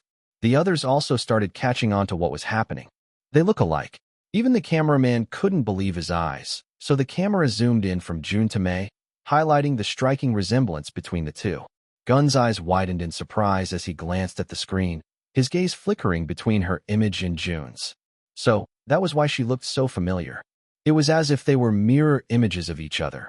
June with his sharp features and piercing gaze, and Mei with her softer, more delicate features. The audience murmured in amazement, some even leaning forward in their seats to get a better look. The resemblance was uncanny, almost eerie in its accuracy. June, who had been watching the screen, pursed his lips. He had never noticed the resemblance before, but now that it had been pointed out, he couldn't unsee it. How could they even look alike when they weren't related in their current bodies? "She's your female version," Gun said as if it weren't already strikingly obvious. "Thank you for your performance," Lee Sik said, finally proceeding with the comments. "You're welcome," Mei responded respectfully. Lee Sik glanced at June before smiling. "She somehow acts like you too," he said. June pursed his lips. That was what he was afraid of. Having his attitude in the entertainment industry would definitely give her a harder time. "So, you've only been training for a month?" Lee Sik asked.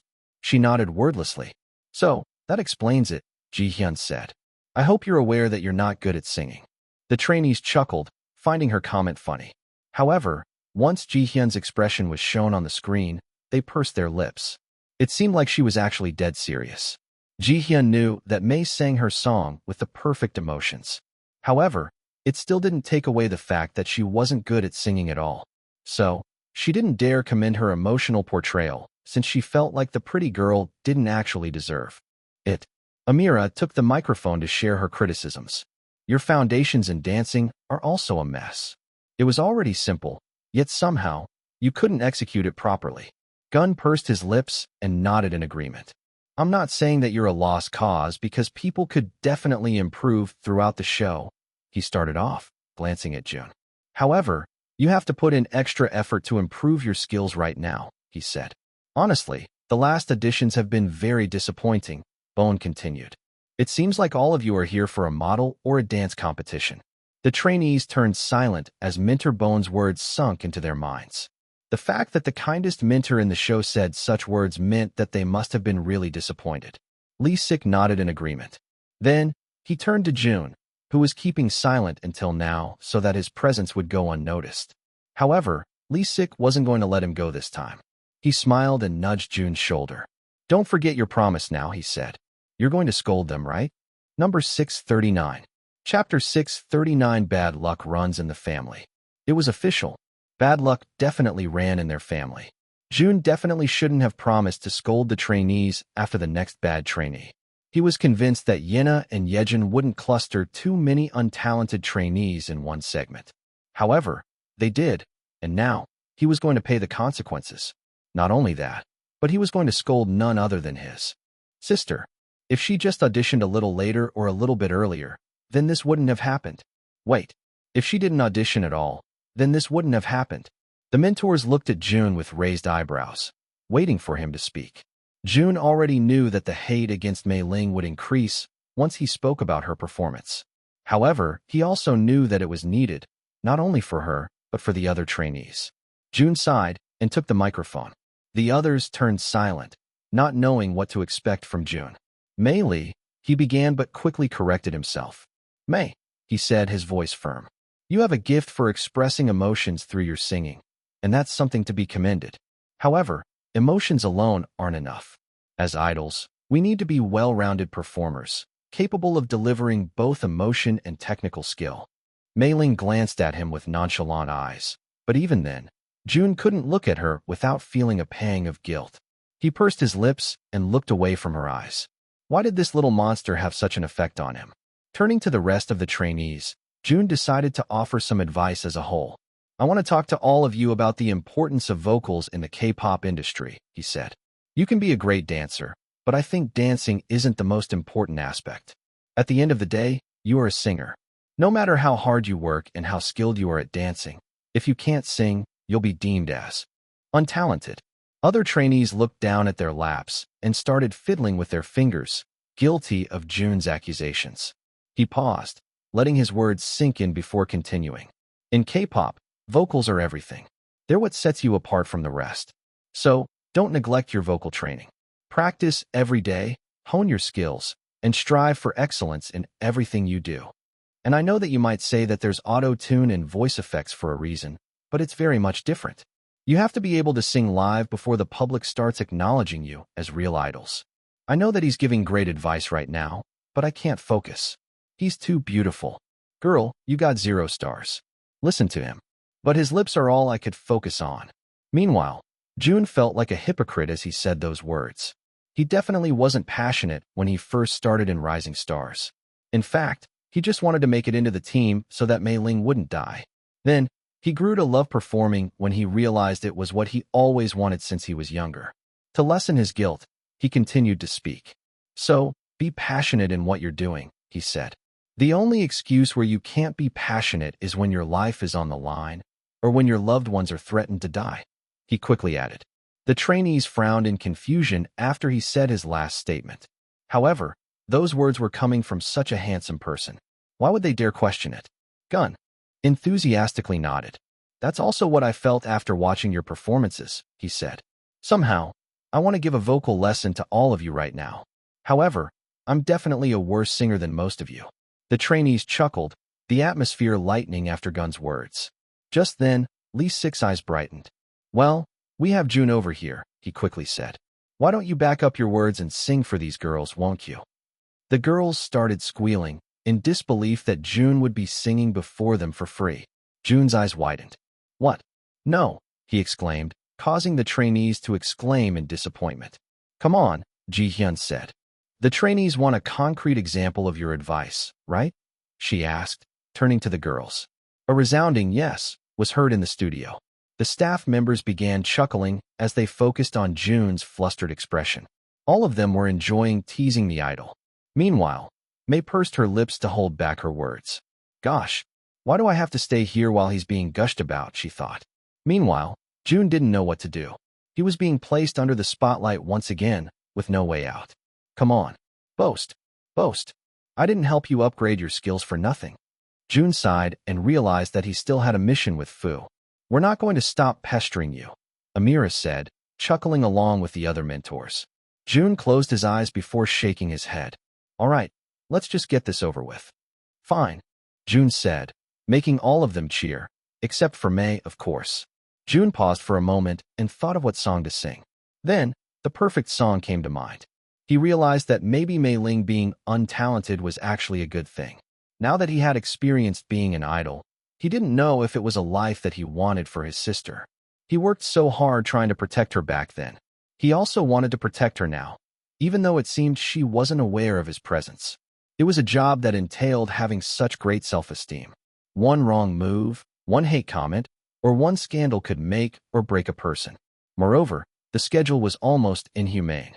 As much as he loved performing, he also didn't like some of the conditions that came with it. It was similar to being part of a gang, somehow. So, maybe, if she doesn't debut through this show, she would be happier. With that, he took the microphone and placed it on his lips, determined to dampen her dreams.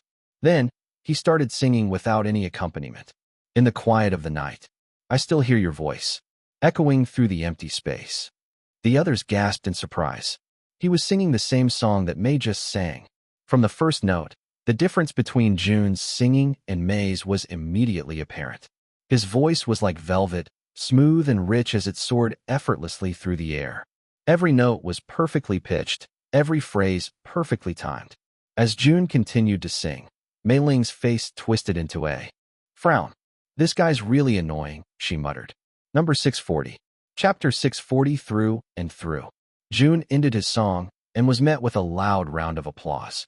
He saw himself on the screen and noticed that his cheeks were red from embarrassment. He didn't think much about it when he was singing, but it seemed like he was actually pretty embarrassed to sing in front of the trainees. The trainees didn't fail to notice this, and they started fangirling about Jun once again. I can't. I need to take care of him. Why is he so cute? Seriously, why am I fawning over a grown man? That face, I want to dominate it. Girl, I sure hope that the cameras didn't catch what you just said. Meanwhile, Lee Sik nudged Jun's shoulder. You're really good at singing now, he said. Jun raised one eyebrow in a teasing manner. Does that mean that I wasn't good at singing back then? You were, Lee Sik said. But you're improving so fast. Sometimes, I feel like you've debuted for more than 10 years. Jun shook his head at Lee Sik's ridiculous statement. The two of you sang it very similarly, Ji-hyun suddenly said, her hand covering the microphone. Gun couldn't help but exclaim in disagreement. They didn't sing alike at all. Well, obviously, their skill set is different, Ji-hyun elaborated. But they sang it with the same emotion. Am I making sense? Or is it my menopause talking? Gun chuckled loudly. Come on, you're not that old. Now that you've mentioned it, they did with the same sentiment. Ji-hyun chuckled along with him. I thought I was going crazy. How are we going to evaluate her, though? Amira pursed her lips. I can't talk about her skills. I don't think she's ready to be an idol at this time. Bone hummed. However, I do believe that everybody has the potential to improve. Her looks and her stage presence are actually not that bad. Not that bad, Lee Sik exclaimed. It's actually very impressive. She was singing out of tune most of the time, but did you notice that the audience was still paying attention? You need to have a lot of stage presence for that to happen. Gun nodded in agreement. And her looks are actually phenomenal. I can already tell that she's going to be popular with the public just based on her appearance. She's going to get a lot of hate for being unskilled, though, Amira said. No, Jun exclaimed in his mind. They were saying the things that he didn't want to hear. The fact that they were talking about her for so long already meant that she was going to get a lot of screen time. That wasn't ideal. Now that Mei Ling is within his grasp, he wants to protect her at all costs. What better way to do that than to make her practically unnoticeable so she can be peacefully eliminated? Just like those trainees who become forgettable after the show. However, things weren't looking good for Jun or for Mei Ling. Regardless of what Jun said, Mei Ling was going to get a lot of attention, both negatively and positively. More so on the former. People on the internet were honestly ruthless. Based on her potential alone, I think we can give her 2 stars, Lee Sik said. What? Ji-hyun asked. That's too high. Really? Bone asked, scratching the back of his head. I kind of agree with the 2 stars now that you've made your points. How about 1 star then? Gun asked, making a suggestion. Amira sighed and glanced at Mei, who appeared to be wandering off into dreamland already. I still think that it's too high. She can't keep up with simple dance moves. 1 stars already have basic foundations. Goodness, this is the most difficult evaluation today, Ji-hyun muttered. Why aren't you speaking, though? Lee Sik suddenly asked, turning to Jun. Jun was caught off guard, and he stammered. Nothing, he said. My voice is getting hoarse. Oh, Ji-hyun said, believing his excuse. You do need to preserve your voice. What do you think, though? She couldn't help but ask. What rank can we give to this girl? Jun pursed his lips and thought for a moment. He recalled his rank during Rising Stars. He got 3 stars for such a mediocre performance. When he was in 3 stars, he had a hard time adjusting to the skill set that the other trainees already had. Maybe that was what Mei Ling needed, so she could withdraw from the show. It wasn't too late to run from Azure. 3 stars, he suggested, causing the others to look at him with wide eyes. Even then, he was also unsure. All right, let's not ask for your opinion next time. Lee Sik chuckled. Jun scratched the back of his head. At this point, he still didn't know what to feel or even think of. He didn't get a lot of attention when he was in 3 stars because there were more trainees with better skills than him. He only started garnering attention when he was moved to 0 stars. So, he just wished that Mei Ling wouldn't end up with the same fate as him. He could still imagine the stress he went through when he was in 0 stars. Wait, I just realized. We still haven't asked her about her predicted rank, Amira suddenly said. Right? Ji-hyun exclaimed. I was curious about that. It's covered by her jacket. Lee Sik said. Why don't we just follow whatever her predicted rank is since we can't come to an agreement? That's actually not too bad, Gun said. What if she predicted her rank to be 5 stars, though? Amira suddenly asked. Nah, Gun shook his head. You could tell from the empty white spaces that it can't be more than 4 stars. Amira shrugged, leaning against her seat in a relaxed manner. That's fine with me then. I'll do the honors, Lee Sik said. May, he said to the mic after a long deliberation. The other trainees finally paid attention. It seemed like an eternity had passed before the judges spoke. Can we please see your predicted rank? He asked. The others were confused as to why Lee Sik suddenly asked that particular question. Nonetheless, they were also curious about what May thought about her own skills. Jun pursed his lips and waited in anticipation. Not 0 stars, he thought. Please, not 0 stars, he said. May didn't hesitate to move her jacket to the side, finally revealing her predicted rank. Then, she brought the microphone to her lips. It's 0 stars, she said. Jun felt like he was kicked in the balls. Goodness, they really were siblings. Number 641. Chapter 641, It's Just a Joke. Then, you get 0 stars, Lee Sik concluded, making the room erupt into whispers. Why did they deliberate so long then? I don't know.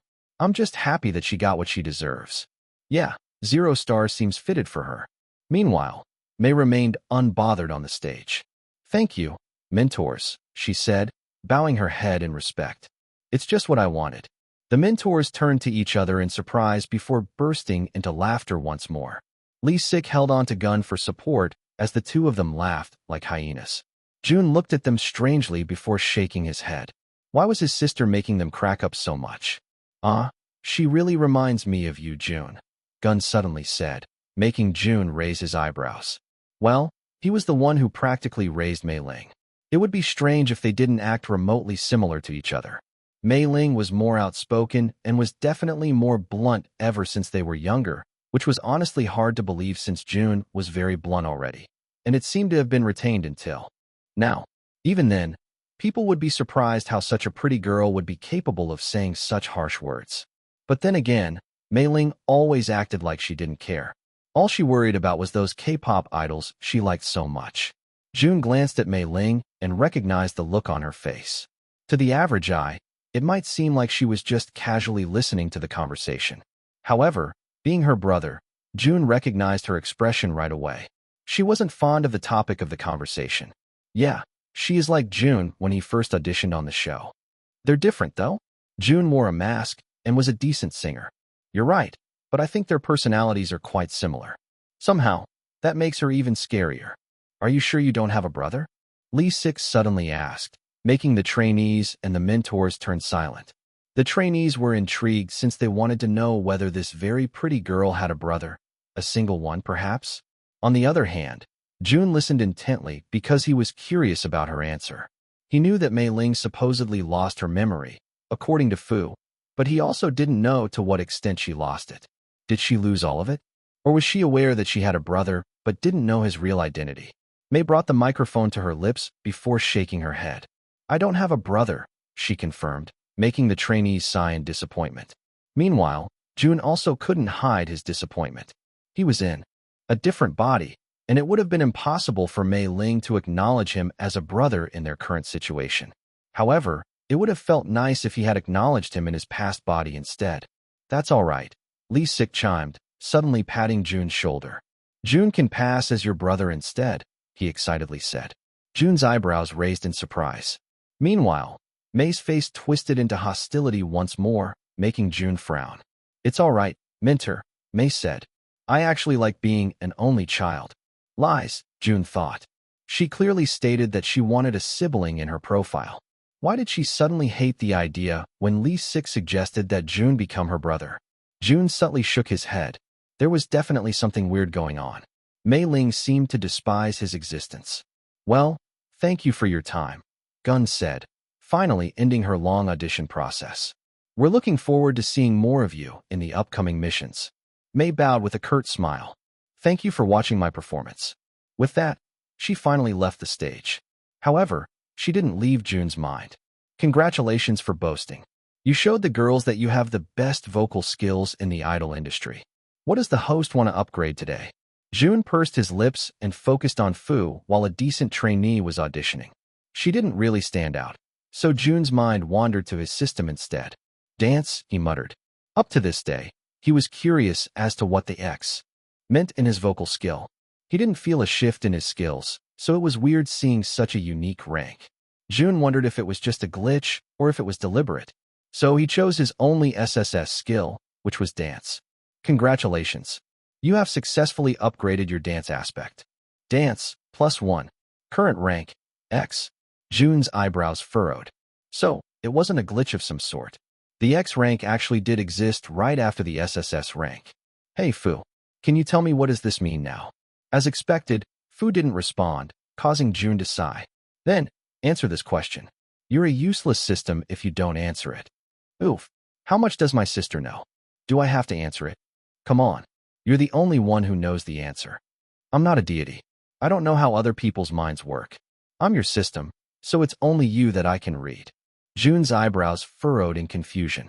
But you told me back then that she lost her memories. You already knew, to begin with. Any human being can discover that. But you're not human. How do you know? Stop playing with me now, Fu. I can't play this game with you. You know everything that's going on. You even threatened to kill her if I didn't become an idol. Oh, you believe that. It was just a joke. Jun's movements halted after Fu revealed those last words. It was just a joke. Just a joke. A joke. A joke? Everything was just a fucking joke? Are you kidding me? Just then, Jun heard a voice inside his head, making him even more confused. There was no doubt, someone sighed inside his mind. I'm going crazy, he whispered, looking around to see if he was still in the same reality. Then, Fu appeared before him once again. Not everything is a joke. The universe is a strange place. It's a single reality, but each of us has our own truth, our own dreams buried deep within our unconscious. Systems like mine operate from that unconscious realm, tapping into the potential of the human mind. You were chosen because you possess a unique combination of qualities that make you receptive to my guidance. Your journey to becoming a top idol and the missions you've been given were all part of a larger plan to awaken something within you. This still doesn't make any sense. Why can't you just give me a straight answer?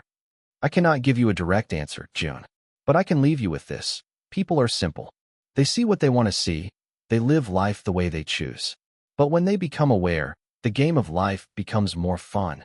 Always remember the origin. Life has 3 strikes. Jun frowned since his last 2 statements seemed out of place. What are you even talking about? It's the answer to your question. Number 642. Chapter 642, A Potential Frontrunner. Jun let out a deep breath as he leaned against his seat. He thought everything would be much clearer once Fu answered his questions, yet it seemed like he was just getting more confused instead.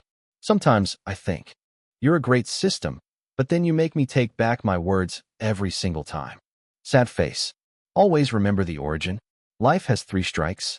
What does he mean by all of that? Just then, Jun snapped out of his thoughts when Lee Sik suddenly patted his shoulder. What did you think, Jun? Jun lifted his head and saw that a new trainee was already on stage. He cursed inside his mind since he wasn't able to watch her performance at all. He could feel the anticipating stares of the other trainees and the mentors, which made him feel even more pressured. Jun cleared his throat before speaking into the microphone. You've worked hard, he vaguely said since he didn't know how the particular trainee performed. The mentors looked at him with raised eyebrows, surprised by his comment. Fuck, he thought. Was she awful? The trainees were silent, too. not giving anything away. Then, they suddenly burst into whispers. He's so kind. He's the only one to tell her that she has worked hard.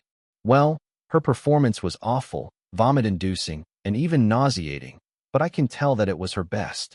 Dang, that's pretty rude. I'll cry if I hear that. Jun is really such a kind soul, though. She's been training for a long time, but she's just not talented. Gun looked at Jun with admiration in his eyes. His lips pursed as he held back his tears. I have a lot to learn from him, he muttered. Lee Sik also showed a guilty smile, patting his back once again, but gentler this time.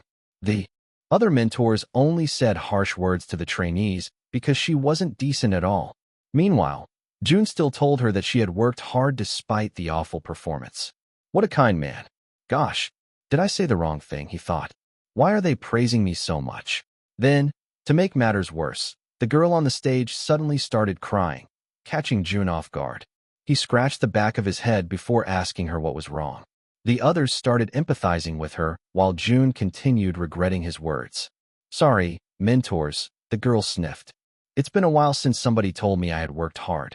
I also really like Jun and his group, Eve, so it means a lot to me. Thank you, really. Jun pursed his lips and subtly shook his head. Goodness, he was being misunderstood all day long. However, he couldn't really burst her bubble, so he decided to proceed with it. You've worked hard up until now, Jun repeated. However, I hope you realize that hard work is not enough. You need help from others, and you need to examine where your weaknesses lie. Through that, you'll be able to improve. If you think you're working hard enough, then think again. There might be something wrong with how you're practicing. The girl pursed her lips, trying to hold back her tears.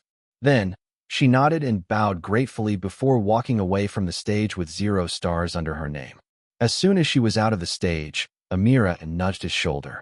You're quite the ideal mentor, she said. Jun raised one eyebrow in surprise. What do you mean, he asked. Nothing, she muttered. You're my ideal man too. What did you say? Jun asked, not really hearing what she just said. Amira shook her head and quickly changed the topic. The last contestant is coming. Everybody started gossiping as the last trainee of the day made her way to the center of the stage. Above her was the intimidating logo of her company, and others began to voice their envy since it was a company that all of them wanted to be accepted into. Good afternoon, mentors, the pink-haired girl greeted. My name is Hong Jimin. I am 19 years old and from Esper Entertainment. She introduced herself. The trainees clapped, appearing to be fond of her already. Well, she was the embodiment of an idol trainee. Her looks were comparable to May's. However, she had more idol-like charms. She looked approachable, warm, and had a lot of ambition. Meanwhile, May was a cold, blunt beauty that most people would be afraid of. Jimin, Gun said, reading through her profile. It's the first time that a trainee from Esper Entertainment has joined Rising Stars. Jimin smiled and nodded. I was sent by my company after seeing the success that Eve experienced, she said in all honesty. Jimin smiled and nodded. I was sent by my company after seeing the success that Eve experienced, she said in all. There were a lot of trainees who wanted to go, but I was chosen, she continued. Lee Sik raised his eyebrows in surprise. You must be really good, then, he said. Jimin shook her head and even stepped back, her cheeks reddening from embarrassment. No, I'm not that good. I was just the most enthusiastic one, so they gave it to me. You're humble too, Jihyun noted, already liking her personality. At that moment, Jun glanced back at Mei Ling. He saw that she was almost dozing off, making him shake his head. If Jimin was the embodiment of an idol trainee, then her sister was the complete opposite. Well, he couldn't really blame her since he was also the same up until the end of Rising Stars. Why don't you start your performance? Lee Sik said. Jimin nodded and went to the center, immediately assuming her position. She placed her handheld microphone over her lips and tilted her head a bit as she waited for the music to start. Then, the loud music began, startling most of the trainees. Even, who had been bored after all the mediocre performances, snapped out of her sleepy state as Jimin's voice resonated in the entire studio. Oh, it's so electric. Give me that love, so magnetic. The clock going tick-tock tick. You can never give me the ick. She sang a popular K-pop song with some questionable lyrics, yet she somehow still made it work. Jun looked at her status window and nodded in acknowledgement. It was already the highest he had seen in the day. It seemed like there was a reason why Esper Entertainment was the pioneer of the K-pop industry. Vocals, A. Dance, A+. Visuals, S. Rap, B-. She's good, the other mentors began to say, enjoying her performance. Jun nodded in agreement as he nodded his head to the beat. She's a potential frontrunner of the show. Number 643. Chapter 643, She Hates His Guts. After a long day of filming, the shoot had finally ended. Mentors, this way, the staff instructed, allowing them to go back to their waiting rooms before the girls. The trainees started waving goodbye to the mentors, a bit disappointed since they wanted to talk to them for longer. Meanwhile, Jun was stuck in his seat, not finding the strength to stand after everything that had happened. Then, he turned around and saw Mei Ling still dozing off in her seat. He shook his head and held himself back from going to her and poking her forehead. Why was she dozing off in such an unusual place? Jun, Lee Six said, snapping Jun out of his thoughts. Let's go. Jun pursed his lips and eventually stood from his seat to follow after the other mentors. When they got backstage, they bid farewell to each other before going to their respective waiting rooms. Jun walked slowly to his waiting room, still reflecting on everything that had happened this day. Then, as he stood outside his waiting room, he felt compelled to walk around and look for his sister. He placed his hand on the knob and was frozen for a couple of minutes. He hesitated to turn the knob and eventually decided to follow his instincts. Fuck it, he muttered, before letting go of the doorknob and walking through the hallways of the studio. Fortunately, having experienced living in this very studio, he knew where the trainees currently were. They were probably receiving the t-shirts that corresponded to their ranks. Jun let his feet guide him to the familiar place. However, when he got there, he saw a large crowd of female trainees, making him halt in his spot once again. He was so preoccupied with the feelings of longing for his sister that he nearly forgot that he had to face the other trainees, too. He let out a deep breath and peeked through the small gap on the door as he thought of what to do next. Jun didn't know what he wanted.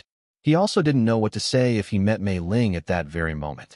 However, all he knew was he wanted to meet his sister. It had been far too long since he had seen her. I knew you were strange, to begin with, but I didn't expect you to be a pervert, too. I guess I should have lowered my expectations more. A familiar voice suddenly said from behind Jun, causing him to freeze on the spot. The girl scoffed. Are you going to continue peeking at the girls? They're not going to change their shirts there, you know. Jun finally had the courage to turn around, seeing the girl who was the very reason why he was an idol today. Mei Ling, he muttered, causing the girl to frown. What did you say? She asked. Jun pursed his lips before shaking his head. Mei, he said her stage name this time. Mentor Jun, she said with narrowed eyes. Jun bowed slightly, but he couldn't take his eyes away from her, still in disbelief at everything that was happening. Mei's eyes narrowed further, and she quickly placed her arms over her chest, making Jun's eyes widen. I'm not a pervert, he quickly defended himself. Mei raised her eyebrows. That's something a pervert would say. Jun sighed and ran his fingers through his hair. He was glad that Mei was still as suspicious as ever. However, it was also quite offensive to be accused of being a pervert. Me? Jun asked. A pervert? With this face? Why? Mei asked. Do handsome men have a past now or something? Someone's appearance has nothing to do with being a pervert. Jun sighed and scratched the back of his head. You're right, but I'm not that kind of person. I was just looking for you, seeing how you guys were adjusting.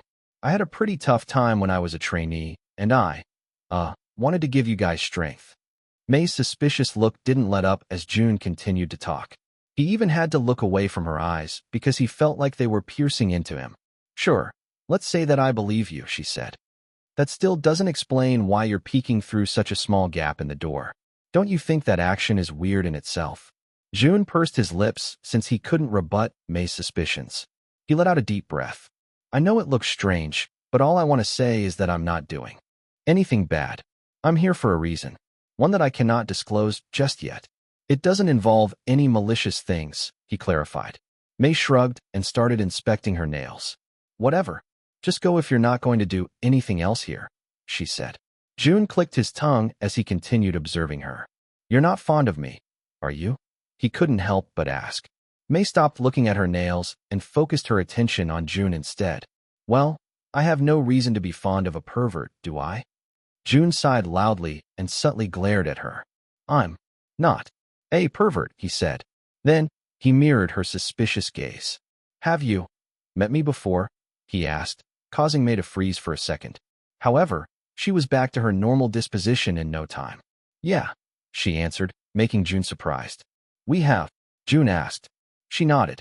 I've met you plenty of times on the television. Oh, I've seen you on billboards too. It's not that I want to though. My grandma seems very fond of you, so I can't escape you at home. Then, when I came here, your face was all over the billboards. It seems like I can't escape you even here. Jun sighed and shook his head. I'm not talking about that, he said. I mean, have we met before? In person? He asked. Jun felt like they had a connection with each other aside from being siblings. Why else would she be so hostile to him? May took her time to answer his question. Then, eventually, she shook her head. No, she said. I don't know if you're aware of this, but I'm from China. I wouldn't be able to cross paths with you if you trained here for a long time. I went there, though, he muttered, but May was still able to hear him. Her expression hardened before shaking her head. Aren't you going to leave? She asked. Jun ignored her question and pondered upon a thought. Your grandma, he suddenly brought up. You don't have any parents? He asked. May raised one of her eyebrows. Don't you think that's too personal? Jun pursed his lips since he just wanted to know if all of her memory had been erased. I'm just curious, he said. May shook her head, a small smile of disbelief playing on her lips. Well, don't be serious, she said, looking him dead in the eyes. I'm not obligated to tell you anything. It's not like you're my brother or something. Number 644. Chapter 644, My Pretty Princess. If only you knew, Jun muttered, making May frown even deeper. You're really weird, you know, she said, causing Jun to smile. She had always called him as such when he was in his original body. Jun pursed his lips and nodded to himself. He still believed that the two of them had some sort of connection, not with Jun Hao, but with Choi Joon-ho. There must be a reason why she suddenly came to Korea and wanted to pursue being an idol. He still didn't agree with her ambition, but at the same time, he was happy to see that she was healthy. Jun had a lot of questions in mind, but he held himself back since he didn't want to bombard May with information. What he needed to focus on at the moment was to find out their connection and to stop her from being an idol. Saving her from Azure was also one of his priorities. Well, are you just going to stand there all day? She asked, making Jun snap out of his thoughts. Jun chuckled as he shook his head. I'll get going now, he said. I guess I'll see you more while the show progresses. May pursed her lips before muttering under her breath. I sure hope not. See you later, Jun said, waving goodbye before walking away from her. However, he couldn't hold himself back and turned around to say his final words. Don't forget to rest. Don't overexert yourself too. The food here is really good, so eat a lot of it. Don't go on a strict diet, just so you can keep your image. It's not healthy. Also, he said, looking May in the eyes, think about this later before you sleep. Do you really want to become an idol? With that, he turned around and started walking back to his waiting room.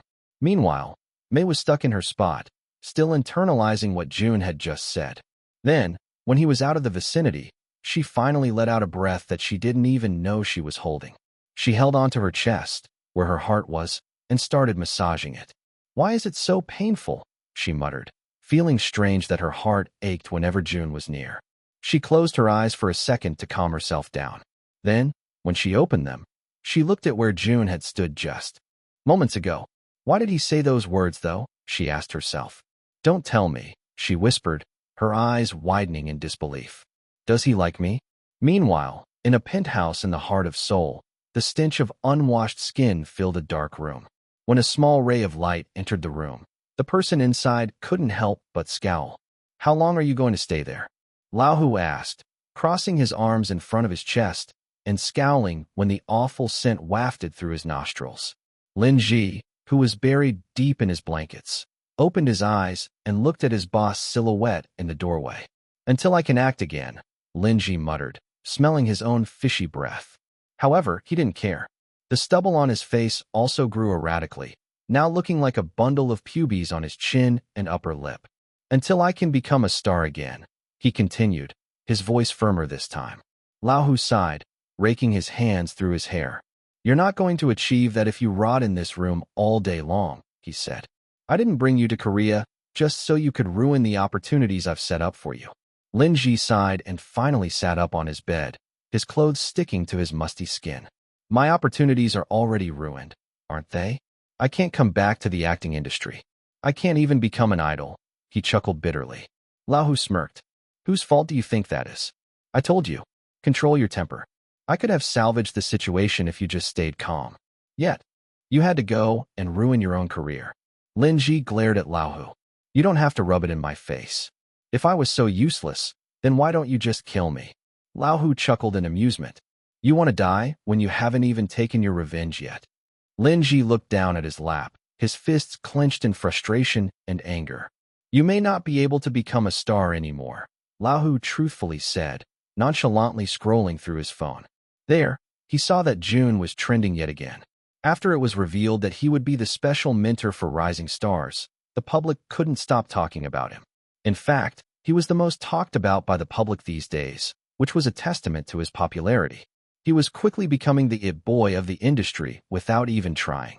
Lao Hu clicked on one of June's photos and showed it to Lin Ji. While you're out here rotting in your own skin, your competition is thriving. I don't know about you, but I wouldn't be able to live with that. Lin Ji's jaw clenched in anger when he saw June's photo.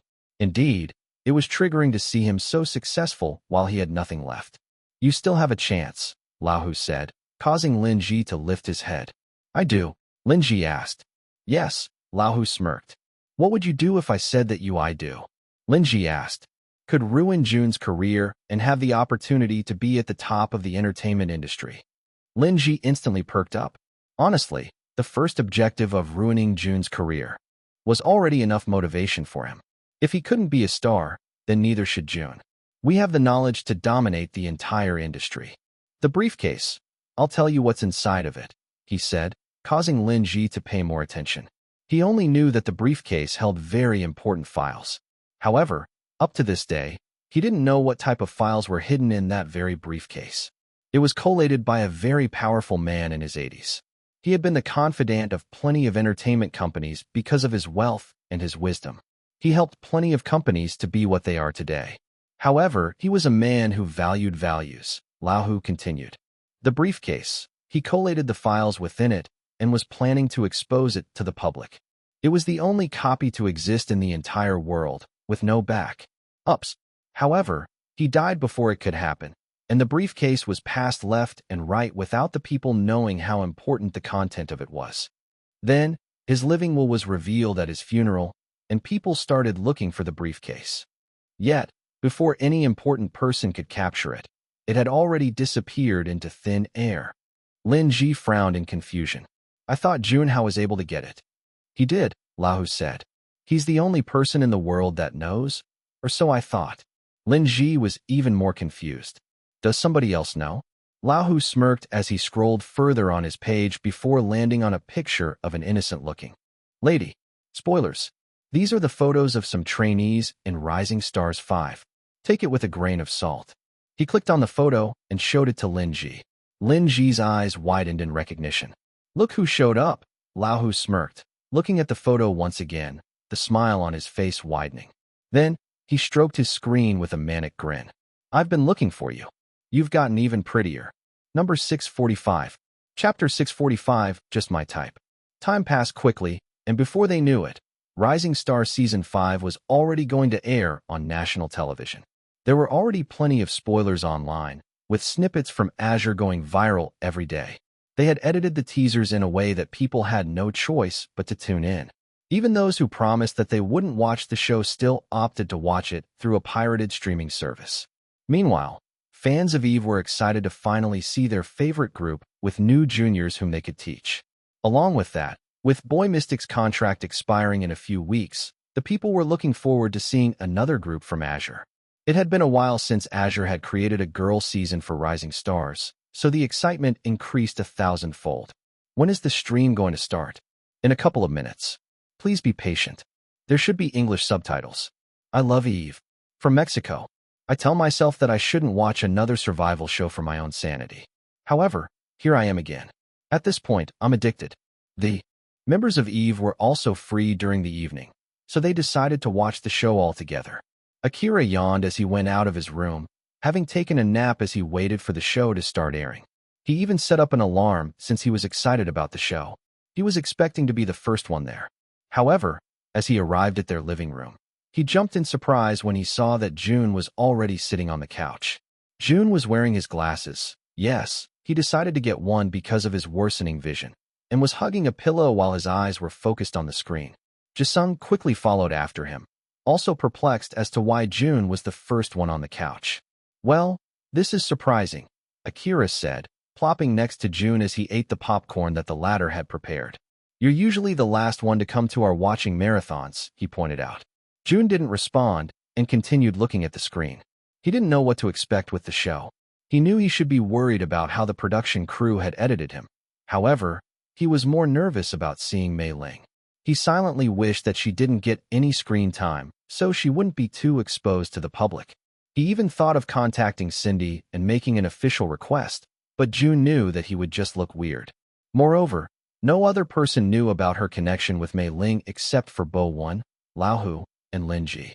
Then, he froze in his spot as he recalled his previous thought. "Crap," he muttered. That was right. Lin Ji and Lao Hu knew of Mei Ling's existence. He sighed once again before closing his eyes and massaging the bridge of his nose. Everything just became even more complicated. The other members started arriving, all of them looking forward to the show. They didn't enjoy watching the previous season because they still felt the stress of being a participant. Now, having survived the show, they were looking forward to watching the 5th season. "It's starting," Akira exclaimed, making the members turn their attention to the screen. Not Jun, though. His eyes were already focused on the screen even before Akira said those words. "OMG, it's really here. I'm so excited. I can't wait to see Jun and the girls, mostly Jun. Goodness, it feels like everybody's watching this show for Jun. Well, of course. Who would deliberately choose to torture themselves and watch the trainees suffer? I already saw Hong Jimin's profile last week on Naval. She's so pretty. I saw another pretty girl. What was her name again? To be frank, a lot of them are pretty. You're right. Why can't mediocre-looking people ever be idols?" The show started with the girls entering the venue one by one. "It's harmony," Akira exclaimed as the first trainees arrived at the set. Then, some snippets of their interview were shown. "I hope we can make our senior, Jisung, proud. He gave us a lot of advice before this audition, and we've prepared to the best of our ability. I hope you love us as much as you love Jisung," one of them cutely said. As soon as she said those words, the members started teasing Jisung. "You're a senior now," Akira said, nudging his shoulder. Jisung's cheeks reddened in embarrassment. "It must be nice to have juniors," Sehun said, quite sad that their company didn't join this time. Jisung scratched the back of his head. "I hope they do well." "Of course they would," Rin said in an almost baby tone. "They're your juniors, after all." Akira shook his head. "You should stop babying him." Rin clicked his tongue. "Shut up. You're just jealous that Jisung's my favorite." Akira rolled his eyes. "Whatever." They continued watching the show, and they were intrigued once again when the top star trainees entered the venue. "Whoa, Mina's going to join?" Rin asked, surprised. Zeth turned to him. "You didn't know?" "Nope," Rin said, shaking his head. "Well, she is. It's long overdue. She's been training for 7 years. 7 years? Jae-young asked with wide eyes. "That's even longer than me." "Yeah," Zeth said. "She started very young. She's very talented, though." Jun nodded in agreement. Aside from Hong Jimin, Mina was the most talented trainee in the entire show. "There's no doubt that she's going to debut," Rin said. "She works hard, and she has the skills to back it up." Zeth nodded in agreement, also rooting for the beautiful girl. When Jimin, Esper's trainee, entered the set, the boys started talking about how she was also a no-brainer debuter. "What the heck? She's from Esper? I was rooting for her without knowing about her company. Now, I like her even more. Esper's idols are my favorite. Our talented queen. She hasn't even performed yet. I just feel it. I can tell that she's going to be the main character of the season already," Sehun pointed out. Jisung nodded. "Agreed. I'm already intimidated by her." "What do you mean?" Casper suddenly asked. "She looks sweet." The other members turned to him before collectively shaking their heads. "Those are the scariest trainees," Akira bluntly said. "It's strange that she's not the last one to enter, though," Casper pointed out. "Is there a bigger company than Esper?" "I don't know," Jisung said. It's making me more curious, though. The editing is so intense. Jae-young sighed. Won't you spoil it for us, Jun? He asked. All right, Akira exclaimed. I almost forgot that Jun knows about this already. However, Jun kept silent, not giving anything away. Then, Azure Entertainment's logo was finally shown. The boys almost fell out of their seats as they stared at the logo with wide eyes and agape mouths. Azure? The Azure? What went through Azure's mind? How can an Azure trainee participate in an Azure show? It's rigged, after all. Even I think this is unfair, Akira said. It's like Jisung participating in the show again. The others nodded in agreement. Meanwhile, Jun sighed in frustration. Mei Ling was already garnering so much attention when they hadn't even shown her yet. The boys continued talking about how unfair it was to the other trainees. However, as Mei's entrance was shown on screen, they quickly shut their mouths. Jun frowned in confusion at their sudden silence, about to ask them what was wrong. However, Akira's next words made Jun want to punch a hole in his face. Akira gasped loudly. She's just my type. Number 646. Chapter 646, A Slap for You. And you. Jun couldn't help himself. Before he could comprehend his next actions, he had already slapped the back of Akira's head. It wasn't the usual slap. It felt like a bat was used to hit him. Akira couldn't even make a loud sound when he felt the impact. Instead, he slowly turned to Jun with wide eyes, wondering what had just happened. Meanwhile, the other members also looked at him with wide eyes. What was that? Akira asked. I felt like I was sent to another dimension. Jae-young chuckled in amusement. Then, he turned to the television once more. She's very girl next door vibes. That must be why she appears very attractive. She's my type, too, he said. Again, as if it was already an instinct, Jun slapped the back of his head. What the heck? Jae-young exclaimed, immediately clutching onto the back of his head. What did I do? Hey Jun, you've met her, right? Do you think you can ask for her number? Zeth asked, which led Jun to do the same action. Ow! Zeth exclaimed. What is your problem, man? Meanwhile, Akira, despite the ache in the back of his head, gazed at the screen with loving eyes. She's really pretty, he said in a dreamy tone. Casper pursed his lips. It looks like she'll spit on you if you approach her. Akira smiled, even wider. Much better. Jun closed his eyes and held himself back from murdering Akira. Goodness, Mei Ling was still a child in his eyes. How could they talk about her so freely like this?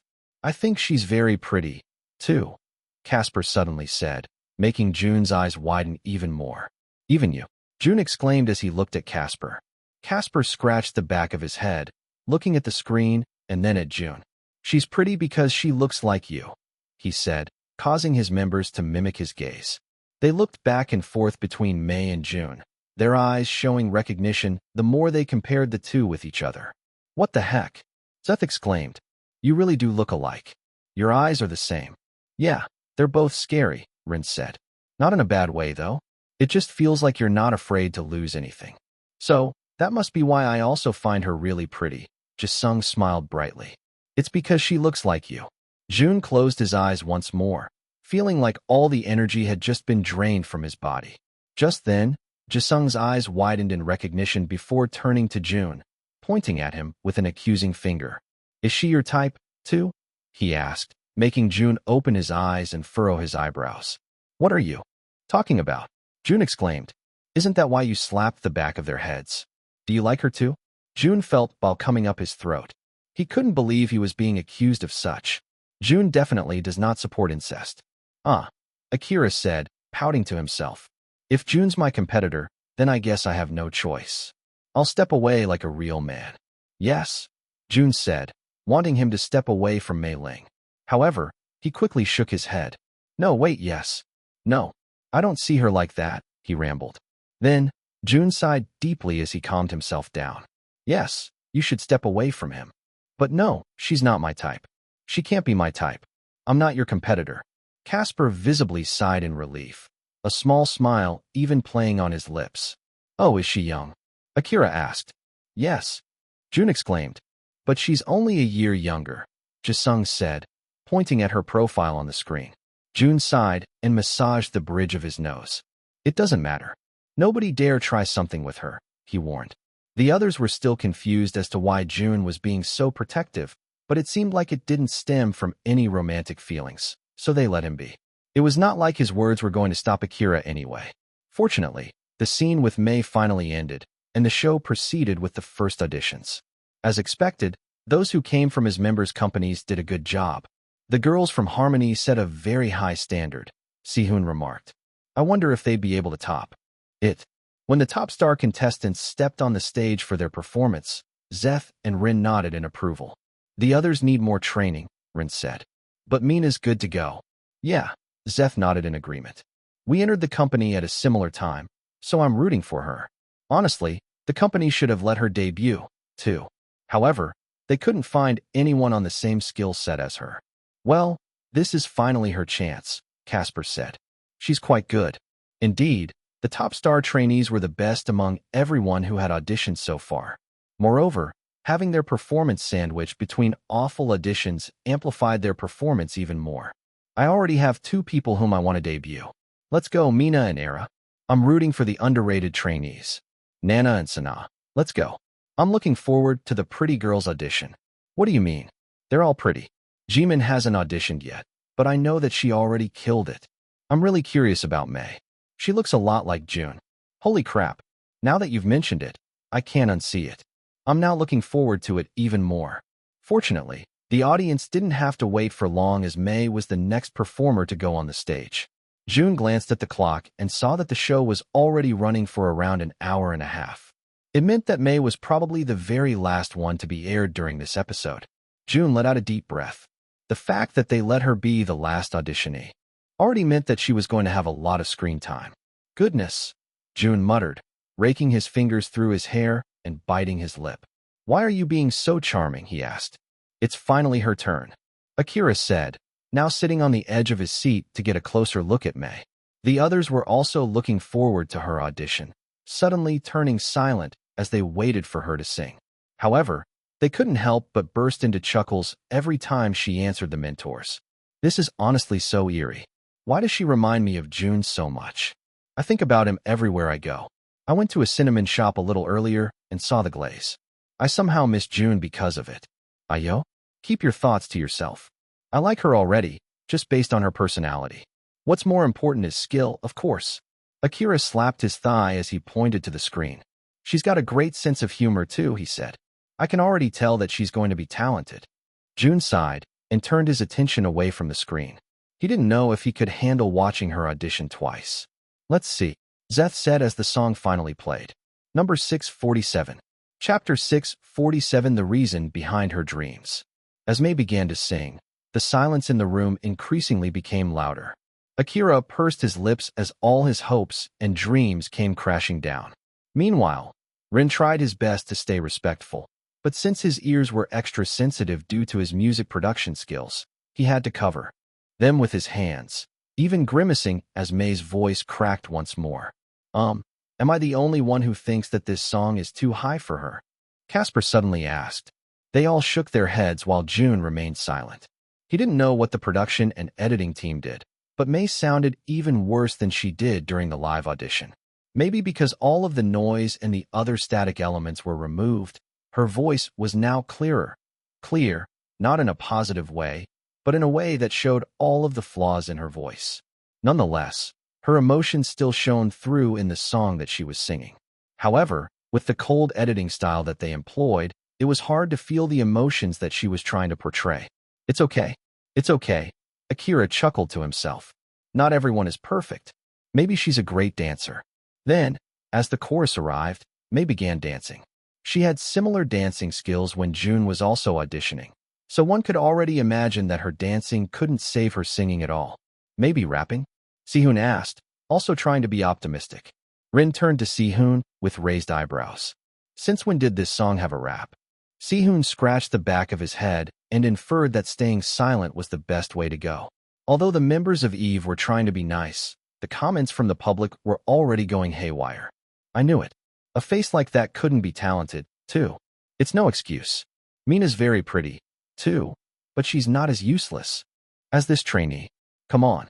You have to admit that Mei's on a different level when it comes to visuals.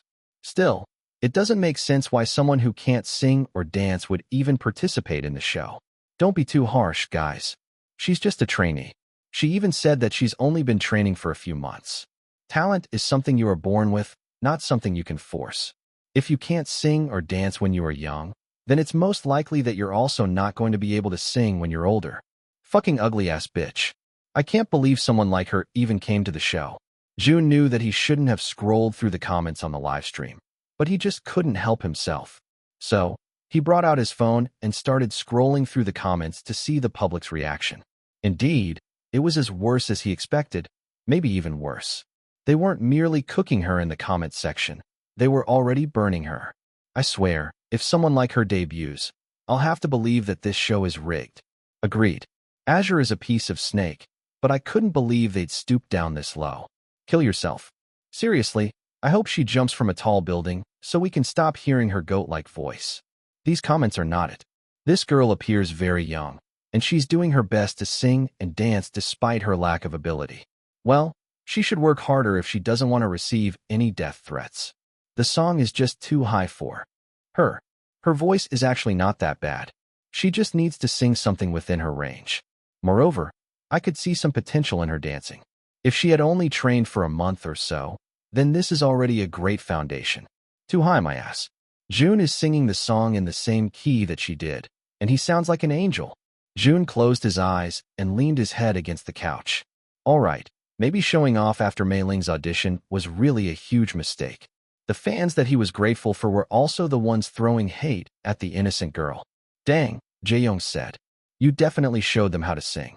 I nearly cried at your rendition. Jun is the best singer in the idol industry. It's unfair to compare the trainees to him, Casper remarked. Jun nodded in agreement, still feeling awful about the hate comments that were being thrown at his sister. Finally, her audition ended, yet the hate comments didn't stop. Jun sighed in relief when he felt that the show was already coming to an end. However, he nearly forgot that Rising Stars always did a compilation at the end of the first episodes, ones that would elicit pity from the audience so they would continue watching the show. The words, "Why did you become an idol?" were shown on screen, accompanied by mellow, melancholic music that made the audience pay greater attention. Because I'm not good at anything else. It's my passion. I want to make my parents proud. I want to make other people happy. I don't know. With the sound of Mei's voice, Jun lifted his head, only to be met with Mei's bare face. This was the sweet, innocent sister, not really, that Jun was aware of. However, it was evident that she had gotten prettier. Her bare face was somehow even more attractive than the one with makeup. Mei sat in the white room with which the boys were all too familiar with. The music had now gotten softer, adding even more emotionality to the scene. I don't know, Mei repeated, her voice soft. For the longest time, I felt like something was missing inside me. Like there was a void in my heart that I couldn't fill. For a year, I woke up every day with this emptiness gnawing at me. I tried to ignore it, but it was always there. Then one day, she continued, I saw idols dancing on stage. Their movements were so full of life. And suddenly, I felt this urge, this longing to be up there with them. She looked up, her eyes meeting the camera, making those watching feel her sincerity even more. It was like the missing piece of my heart was right there in front of me, Mei confessed. But if you ask me why, I don't know. Maybe it's because when you're on stage, you can give happiness to others just by being yourself. Maybe it's because of the love and adoration you receive from fans. Or maybe there is no reason. It just is. Number 648. Chapter 648 Crazy Attracts Crazy. Just then, Jun heard a sniff from beside him, causing him to look at Jae-young with raised eyebrows. What are you doing? He couldn't help but ask. Jae-young sniffed once more as he wiped his eyes with the back of his hand. That was so beautifully said, he muttered. She just encapsulated what it would be like to become an idol. It's a job that a lot of people misunderstand. Like, why would anyone want to become an idol with all the restrictions that come with it? But this is what I want. There's no other reason. It just is, he said, another tear falling from his eyes. Goodness, Akira muttered, patting their leader's back. I thought you were over your crybaby era. And since when did someone else make you tear up other than Jun? Jae-young shrugged. I don't know. She speaks very calmly and philosophically. It's like they're related or something. Jun shook his head. It seemed like everybody around them was noticing their similarities. However, Mei was the most oblivious about it. Jisung pursed his lips. I think she really wants to become an idol. I feel her passion oozing out from the screen. Jun couldn't help but let out a deep breath. Does she? He muttered. After the show ended, 3 trainees made it into the local trends list: Heemin, Mina, and Mei. Surprisingly, Mei was the most talked about that night. While Heemin and Mina mostly received compliments for their talents, Mei got mixed reactions. Not going to lie, I quite like her personality. She really reminds me of Jun. Talent, personality. Argue with me. If she has a great personality, then she should have been a flight attendant instead. You know damn well that she would get fired on the first day for her job with her blunt personality. It's not that she appears kind. She just appears passionate. I think that's what most people like about her.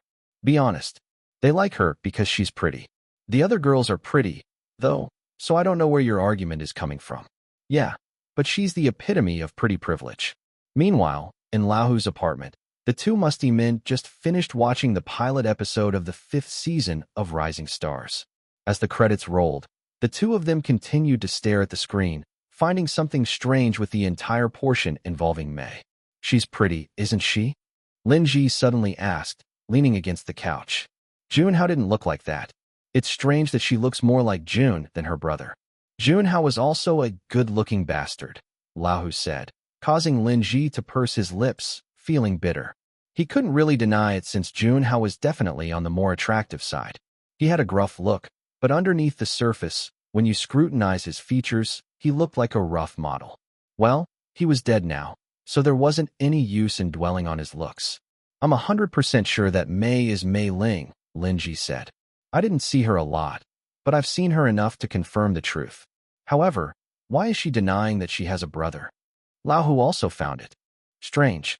However, he also knew that mostly everything they saw in the media was a lie. It doesn't matter, Laohu said. I'm also sure that it's Mei Ling, he continued. I've been looking for her everywhere, but it seems like there's an invisible force protecting her, as she cannot be found on the face of the earth. However, it looks like she fell right into our palms. Lin Ji nodded in agreement. Any plans? He asked. The briefcase is still our key to success, Laohu said. And Jun Hao is the only person who knows where the briefcase is. Or Jun, Lin Ji said, knowing that he was the one sent by the CEO of Phoenix Entertainment to steal the briefcase when he was a trainee. Laohu frowned. Or Jun. However, we aren't sure. How come? Lin Ji asked. He's much more powerful than we thought. He must know something. He definitely does, Laohu said. However, if he had known the information inside the briefcase, then he would have been unstoppable. With the way he is being treated by Azure, we could only assume that he wasn't able to steal it. Besides, I'm sure that Jun Hao was the last person who had it, he continued. Lin Ji nodded as Laohu's words made sense. Then, Laohu smirked, his eyes fixed on the commercial now playing on the TV. However, we might have one more person who knows, Laohu said. Lin Ji pursed his lips. How do we know that Mei Ling knows? He asked. As far as I know, Jun Hao didn't like involving her sister in the gang. You're right, Laohu said, crossing her arms in front of her chest. But Mei Ling does, he smirked. Mei Ling liked meddling in her brother's business because she always thought she could protect him. What a beautiful sibling relationship they have, trying to protect each other, he muttered. So, he continued. Jun Hao might not have divulged the information to Mei Ling, but her sister would have some kind of information, a clue where the briefcase is. Lin Ji nodded, his thoughts easily manipulated by the cunning man. What do you need me to do? He asked. We'll employ the same thing that Kim Young-do used on Jun Ho and Haruto when they were trainees in Phoenix. Trainees are the most desperate for a chance to debut. So, we'll offer something she won't be able to decline, a sure chance. I already learned my lesson with you, Laohu said, placing his hand on Lin Ji's shoulder. They have a different third-party vote counter this time because of the errors that happened last year, and we could grant Mei Ling a chance to debut. Or a chance to be mine, he muttered. Lin Ji pursed his lips, his thoughts suddenly consumed with uncertainty. And if we're not able to convince her? Laohu's smirk widened as he swirled the glass of whiskey in his hand. There wasn't an ounce of worry on his face, which made Lin Ji wonder what he had up his sleeve. Then, I guess we'll have to go the more traditional route. The corner of his lips almost ripped with how wide he was smiling. The violent one. Number 649. Chapter 649. Heck no. At the set of Untouched Souls, a handsome and fresh-looking young man clad in historical clothes was sitting in one corner with his legs crossed and his hands busily scrolling through his phone. A new discussion had opened up about the trainees of the 5th season of Rising Stars, and May was quickly becoming the most trending topic. Jun clicked his tongue. How come she's getting so much attention already? Can we talk about May's visuals? She looks like a well-known Chinese actress, right? Like Angel Baby? Exactly, that's who she looks like. Then, attached to the thread was a collage of the two of them looking similar in some angles. They edited this so well, Jun muttered. She only looks like her from the side. Angel Baby is way prettier. Her vocals sound like a dying goat, though. If I was her, I'd go back to my homeland and study at a university instead. However, I highly doubt that she'll pass the entrance exam since she looks dumb. Jun bit his lip in annoyance. Mei Ling is actually an achiever in school. We inherited our mom's mind, so the two of us are smart. I'm still smarter, though, he said, still talking to himself. I want Mei to be my girlfriend. You don't have to be an idol anymore, bub. I already have a stable job, so I can take care of you. Maybe you can sing and dance for me personally instead. Jun's face twisted into a grimace as he clicked on the profile of the man who said those words. Only to find a middle-aged man who appeared to be into NFTs. However, all he had on his page were retweet deals that encouraged people to follow him. He should worry about his job instead, he muttered. I want Mei to debut. I feel like she'll improve a lot on the show. I'm looking forward to it. Don't look forward to it, Jun exclaimed, his voice sounding a bit louder, causing and in some interns whom she was training to look in his direction, and looked at him weirdly as he continued looking at his phone. However, it seemed like the interns were infatuated as they started taking note of his professionalism. Jun practices even after their filming is over, one of them exclaimed, jotting it down in his notebook. He's very hardworking indeed. And massaged the bridge of her nose. What are you even writing? About how we should work as hard as Jun, he exclaimed, and was about to tell them that Jun wasn't practicing, but she held her words back. Maybe this was actually a good thing for him. Passionate employees were great to work with. Sure, she said, patting his back. Make sure to work hard, okay?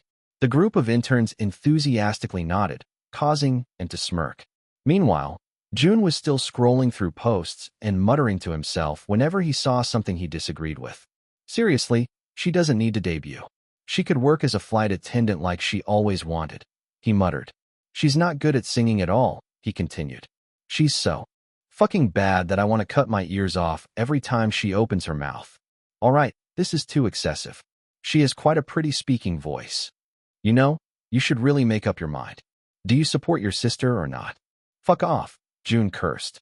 Oh, sorry, a familiar voice suddenly said, causing Jun to freeze. He lifted his head and saw Hannah looking at him with an embarrassed expression.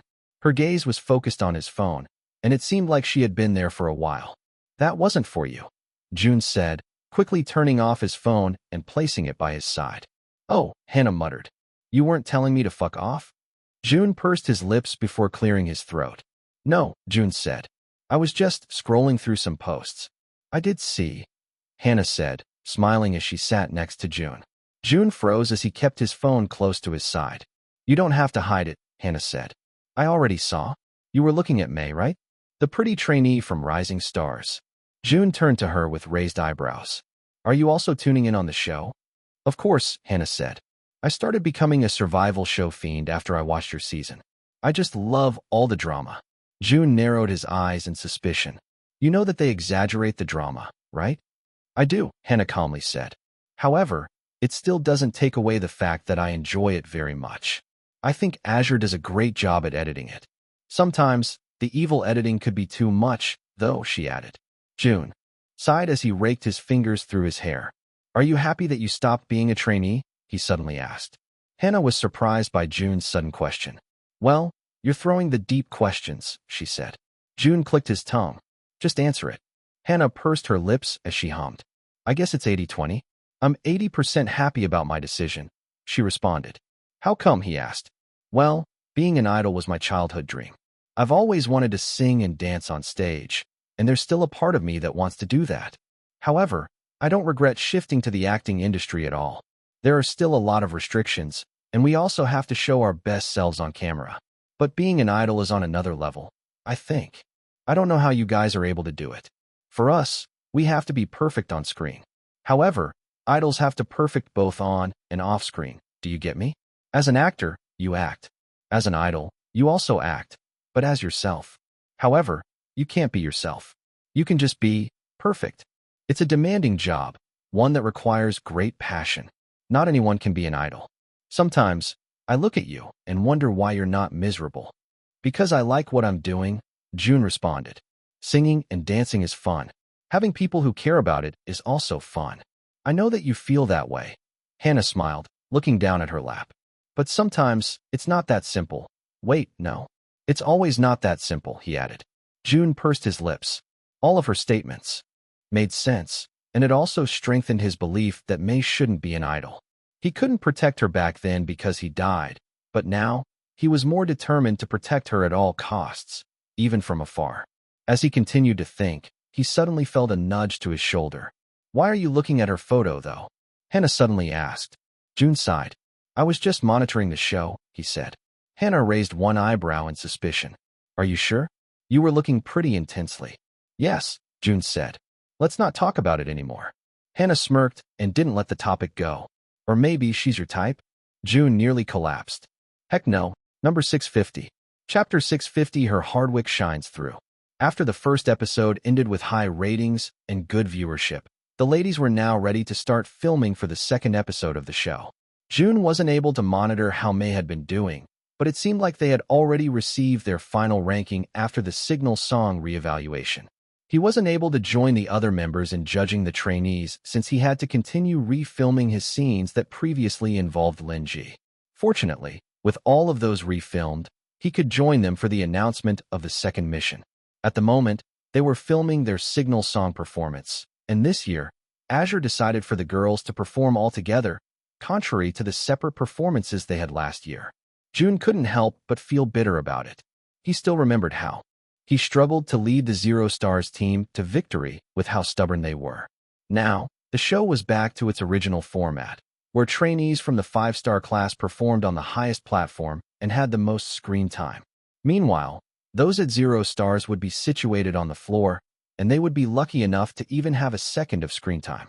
Jun glanced around to look for May and frowned when he didn't see her on the ground. Did she rise in ranks? He muttered, directing his gaze upward so he could continue looking for his sister. However, even then, she couldn't catch a glimpse of her.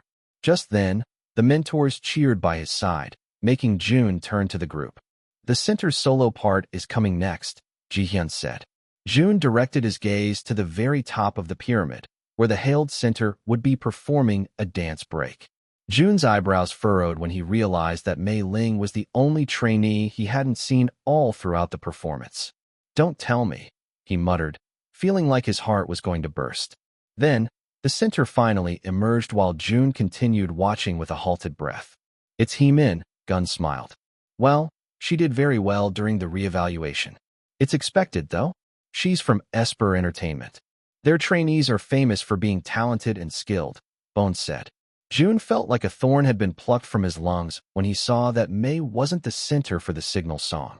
First, it would be ridiculous for her to improve at such a fast pace. Second, Jun believed that she would become even more hated once that happened. Jun cleared his throat, capturing Lee Sik's attention. How did my lookalike do? He asked, trying to be subtle. Lee Sik looked at him with amusement. So, you also acknowledge that the two of you look alike? I bet that makes you more curious about her, huh? Jun subtly nodded. Well, how did she do? I don't think I've seen her yet. Lee Sik sighed as he looked down at the ground, making Jun frown in confusion. Well, let's just say that it's a shame, Lee Sik started off. Jun's frown deepened as he continued listening to his master. She's right there, Lee Sik said, pointing in her direction. Jun looked to where he was pointing and finally saw Mei Ling. She was at the farthest part of the stage, and she almost seemed invisible with how far she was from the center. It was obvious that she was struggling with the routine. However, it seemed like she had memorized all of the moves. She even lip-synced the song with a great expression, which led Jun to believe that his sister worked hard to get to such a point. What happened? Jun couldn't help but ask. I honestly don't know, Lee Sik said. She just didn't sing. When we asked her what was wrong, She also only responded with gestures. That led Amira to scold her for lacking passion. She only danced during her reevaluation, and although she had significantly improved, it wasn't really enough to hoist her rank up. In the end, we decided that she did the worst out of everyone, so we placed her at the very back. Jun clicked his tongue. His sister wasn't the type to give up, so he wondered what had happened. But then, his shoulders straightened when he realized that this might be a good thing for him. That's right. This is a hard job, he thought. Give up now before it becomes even more difficult. However, as he looked at her, smiling brightly while struggling to dance, Jun felt a pang in his heart. He placed his hand over his chest and massaged it. What's wrong with me? Really, he muttered. Then, just like that, the filming of their signal song finally came to an end. The camera went around to film for the various ending fairies. The trainees gave it their all to look the most beautiful out of everyone else. Usually, the ending fairies were the ones who went viral in the signal song performances and not the performance itself, so even those at the lower tiers felt like they had the chance to show off. All right, ladies, great job, Ji-hyun said through the microphone. The ladies clapped excitedly, some of them even jumping as they celebrated the end of their signal song performance. The signal song performance would be aired this Friday along with the other half of the auditions and the reevaluation. Then, after that, we're going straight to the live performances. The girls now chattered to themselves as they realized that the competition was getting real.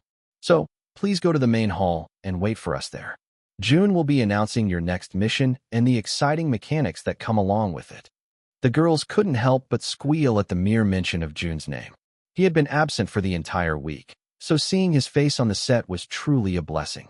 With that, they started going to the main hall, where their second official mission was finally going to be announced. Jun followed after them, but went through a different entry point. Then, he was handed a cue card that contained the mechanics of the second mission. He smiled as he read through the lines that the production crew had prepared. It seemed like they were still very creative with their missions based on what he had read. Jun positioned himself right at the entrance, where the curtain was occluding his vision. He could already hear the chatters of the ladies outside, so he straightened his back and prepared to emerge before them. Then, the staff finally tapped his shoulder. In 3, 2, 1, enter. Number 651. Chapter 651, Two Wise Trainees. The girls once again burst into squeals as Jun walked to the front of the stage. He looked ridiculously dashing with his casual clothes and unstyled hair, making them feel like they were closer to the idol. May clicked her tongue. Then, she whispered something to the girl next to her. Era, a trainee from Harmony, who fell from 3 stars to 0 stars after her nerves got the best of her. We just saw him earlier, she said. Era clicked her tongue and also whispered into her ear. It's different. The lights are making him look ethereal. May shook her head since she still didn't understand what the hype around Jun was. For her, he just looked average, like someone she would see on a daily basis. Jun cleared his throat into the microphone, causing the girls to turn silent. He smiled to himself as he looked at their anticipating eyes. Then, he stood at the center of the brightly lit stage, ready to announce the second mission of the 5th season. Ladies, Jun began, his soft yet deep voice projecting effortlessly through the hall. Your journey has already begun, and yet, there's still a long way to go. A murmur rippled through the crowd as the girls exchanged nervous glances. They knew what was coming next. We're about to enter the live missions, Jun continued. And with that comes the eliminations. He paused for a while to create some suspense. He had called Miho yesterday to ask for some tips, and the successful actor told him to relay the announcements as slowly as possible to keep the tension of the show. Jun knew that he was deliberately making it tough for the trainees. After a few seconds, Jun finally spoke. After this mission, only 60 of you will remain. Gasps and whispers erupted amongst the girls, the reality of the competition sinking in. That's so unfair. Why are they cutting us off by almost half? As far as I remember, they always went with the rules of 25, 100 to 75 to 50, and so on. Why are they suddenly changing the rules for us? Well, in the end, only 5 are going to debut from 100 trainees. They want to narrow down the numbers as soon as possible. However, before we get to the scary part, Jun said, halting their murmurs, we're going to have some fun. The trainees, although still nervous, were also excited for the next mission. Before I announce the mission, we need to create our teams. For this particular mission, we will have 10 teams, all with 10 members each. One person would have the chance to choose all of her teammates, and I'm sure you already know who's going to start us off for today, Jun said. The center, the girls immediately exclaimed. That's right, Jun smirked. Heemin, please come to the stage and call out your 9 teammates. Heemin, acting bashful, walked to the stage and shyly took Jun's microphone. Heemin was quite confident in herself. In fact, she thought that she was an extremely pretty woman. However, looking at Jun from up close, she realized that she still had room for improvement. His skin was so flawless, and it even glimmered under the artificial lights. Heemin, Jun said, making her snap out of her thoughts. Right, she chuckled nervously. I'll start off my team with Rihanna, she said. The talented vocalist went up the stage with a wide smile, happy to be called first. Then, the next one would be Leah. My 5th member is Zuri. She began to choose her teammates, and one by one, they walked to the stage. The other girls were hoping for Heemin to choose them. However, it seemed like she was only choosing trainees who did well during the auditions. May narrowed her eyes in suspicion. Isn't it strange, though? She asked Era, who was praying to be chosen. She felt like being chosen for Heemin's team was a sure win. What is? That I haven't been picked yet? If so, then I agree. No, May shook his head. I don't think she's going to pick you. Era frowned as she turned to her friend. Why not? She asked. May gestured to the stage, where Heemin's group of 10 was standing in an orderly line. Look at the girls she had picked, she continued. Era raised one eyebrow. What's wrong with them? They all did well during the auditions and reevaluations. They did, May said. There's no denying that. However, none of them are from 5 stars. They're mostly from 3 or 4 stars. If you look at it more closely, all of them are fairly popular, and they're also talented. However, not as popular or talented as Heemin, May continued. Era's eyes widened in realization. Holy crap, you're right. Meanwhile, Jun couldn't help but smile as he looked at their lineup. With one glance, he realized what Heemin was trying to do. She must have watched a lot of survival shows to be able to master the formula. Excel in your group, excel in the show. Heemin must have been aware of her popularity already despite her audition not even being aired yet, and she was willing to use it to her advantage. She deliberately picked out the trainees who were proficient and fairly popular, but not to the point where they could outshine her. What a scary one, Jun muttered. Thank you, Heemin, he said. Please walk over to the side and form the first line. The 10 trainees went down and waited for the other ones to complete their teams. The next ranked trainee, Jun continued. Please come up the stage. Mina, who was even more popular with the trainees for her skills and leadership, had everyone praying for her to pick them. They all wanted to perform with her once since she seemed great at leading a team. Even May couldn't help but think that teaming up with Mina would be the best choice. Well, it seems like a lot of people want to be on your team, Jun remarked. Mina humbly shook her head. Let's not make them wait any longer. So go ahead and choose your teammates. Mina nodded and didn't hesitate to say the first name. Era, she said. Era smiled in happiness as she skipped to the stage. So me. Lizzie. Yeri. By the 7th name, Jun also realized what kind of strategy Mina was implementing. While Heemin went with the singular spotlight route, then Mina was aiming for a full-blown satellite. She was only calling out the names of the trainees who were hot topics on Naval. Yuna, which would only mean one thing. Jun froze when he realized what was coming next. Mina placed the mic over her lips to say the name of her last teammate. And May. Number 652. Chapter 652 Team Kill. Those 2 teams are cheat sheets. I hope they compete with each other and not against us. Agreed. Strong teams should only go against strong teams. That's just how it is. I don't make the rules of life. Jun, on the other hand, pursed his lips after calling the 3rd trainee to the stage. May was actually part of a strong team. If this was a normal mission, then Jun would have been happy. With her current skill set, she was going to be pushed to the back with fewer lines and lesser time to shine. At that point, the sole visuals of the show tend to be forgotten by the public if they don't prove themselves to be worthy of their rank. They might not be eliminated during the first elimination, but they were most likely eliminated during the 2nd or 3rd one, with most of them not making it to the finals. However, Jun knew that this wasn't a normal mission. The chosen trainees were finally done picking their teams, and the 10 teams each stood before Jun in the order that they were formed. With the groups formed, Jun revealed the 10 songs they would be performing. Gasps of awe filled the room as the girls realized that all the songs were from famous girl groups. Jun chuckled at their excited expressions. "I see you like the song choices," he remarked. The girls started discussing among themselves, excitedly strategizing and planning their performances. Jun, meanwhile, picked 2 song choices that he felt would be the best to perform if he were a trainee. Hate Sick Men by P. Bink and Leash by Toddler Monster. The former was a famous song that was released 2 years ago. It has a nostalgic instrumental and an explosive chorus, which makes it well loved by the public.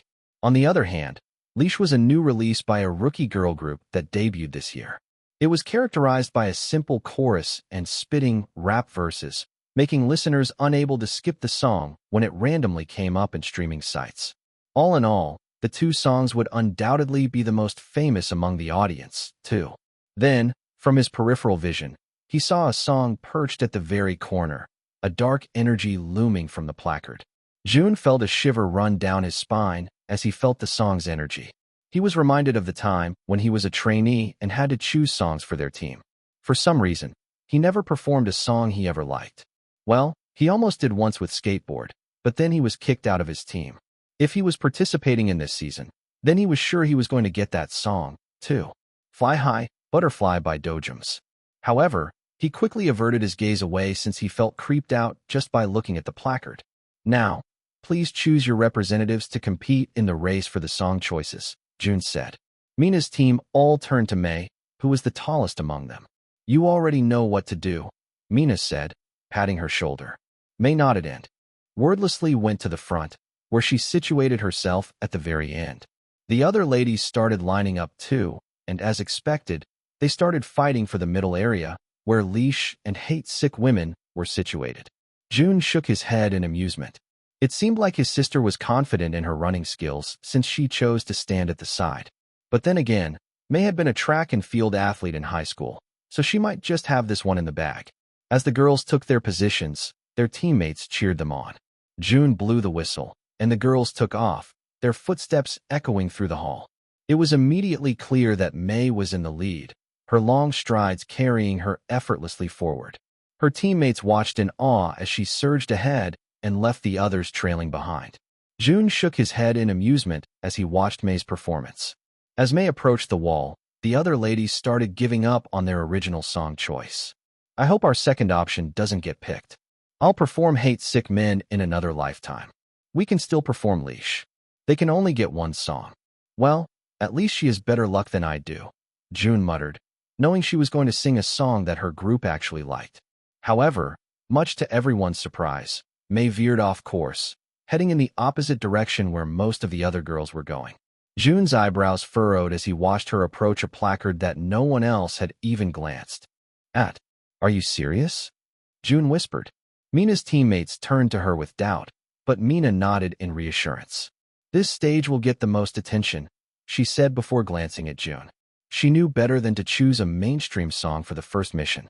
It was actually harder to perform these songs since the public would undoubtedly compare them to the original artists. It was human nature. No one could change that. If this season had commenced last year, then Mina would have chosen the 2 popular songs, too. However, Jun changed the normal trajectory of the show. He made it possible for non-trendy songs to trend once again by putting his own twist to it. Mina believed that it was the reason why he was able to debut at the very top spot. It was also the very reason why she chose the trendiest trainees despite some of them lacking talent. So, with this song, Mina was determined to take the show by storm. Meanwhile, Jun couldn't help but purse his lips as he watched May victoriously go to her team and place the placard on the post right in front of them. He couldn't believe she chose the hardest song when she had the chance to literally take everything else. The other girls also took their song placards, some of them appearing happier than others. Heemin's team wasn't able to secure their desired song, but Heemin believed that she could make every song iconic, so anything was fine with them. "Settle down," Jun said once they've all made it back, making the trainees go silent. "I'm sure all of you are excited to perform your chosen songs," he continued. Some cheered, while some were visibly disappointed. With this, let me formally announce the second mission of the show. Jun paused to create some suspense before placing the mic back to his lips again. Sometimes, we do not need to look at the external to find our opponents. Most times, they're the people beside us. The trainees started speculating Jun's vague words, some of them feeling weirdly nervous. This is the team kill mission. Number 653. Chapter 653. A mission for her, a challenge for him. Team kill mission? Doesn't that sound a bit brutal? I can't believe they named this mission after a literal crime. I'm curious what it means, though. Team kill, a term frequently used during online games when one teammate kills another teammate. This may be accidental or deliberate. However, they both entail the same thing. Killing the one who trusted you the most. Jun read the dramatic opening statement that the production crew had prepared. May's eyes narrowed in suspicion when she finally realized what was going on. For this round, you aren't going to choose your rival groups, Jun finally revealed. Instead, your rivals are the people within your own group, he said. The girls erupted into erratic whispers, not expecting the twist that Azure had incorporated in their very first live mission. Unskilled members felt like they were at a loss, while skilled members internally rejoiced. Heemin appeared composed. However, she was grinning from deep within. She knew that no one in her team would be able to surpass her in terms of talent and popularity, so everything was working in her favor. Meanwhile, Mina froze after she heard the announcement. She knew that Azure had a lot of tricks up their sleeves, but they just took it up a notch with the unexpected twist. She looked at her teammates and knew that they already had fandoms of their own, some bigger and some smaller than others. Just then, Heemin raised her hand, so Jun gestured for her to speak. Do we have the privilege to choose our teammates within the team, too? She asked. The others disagreed with her question, saying that it was unfair. So, when Jun shook his head, they all sighed in relief. Meanwhile, Heemin merely smiled gratefully. For her, it didn't really matter who her teammates were.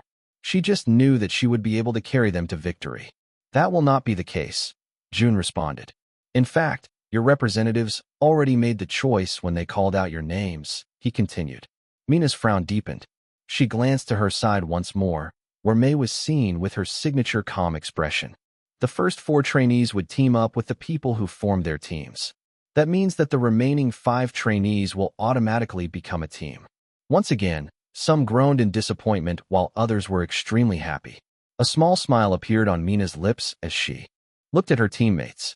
She didn't regret choosing them first since they were popular yet also talented. Ah, Era said by her side as she reached her hand to May. We'd be competing with each other. May merely smiled before shaking her head. That was when Mina's smile fell. However, she quickly smiled again as her members already huddled to talk about their strategy. Meanwhile, the remaining 5 trainees looked at each other warily, knowing that they were the lesser talented bunch in the group of 10. Yeri, who was the most experienced of them all, cleared her throat. Don't be discouraged, she said. Mentor Jun is still not finished with his announcement. The other girls nodded, albeit a bit hesitantly, before focusing their gazes on the stage once again. However, it doesn't end with that, Jun continued. While it is true that your team is going to be divided into sub-teams, it still doesn't take away the fact that you guys are a team. There would only be one performance, but you have to make some adjustments to make it look like you're a separate team while still maintaining the cohesiveness of the performance. Era held onto her head, suddenly feeling dizzy. Goodness, she muttered. Those were a lot of words. In short, Jun smiled, causing Era to sigh in relief. You guys have to perform as a whole team while showcasing the edges of your sub-teams, he concluded. At the end of each performance, the live audience will vote for their favorite sub-team.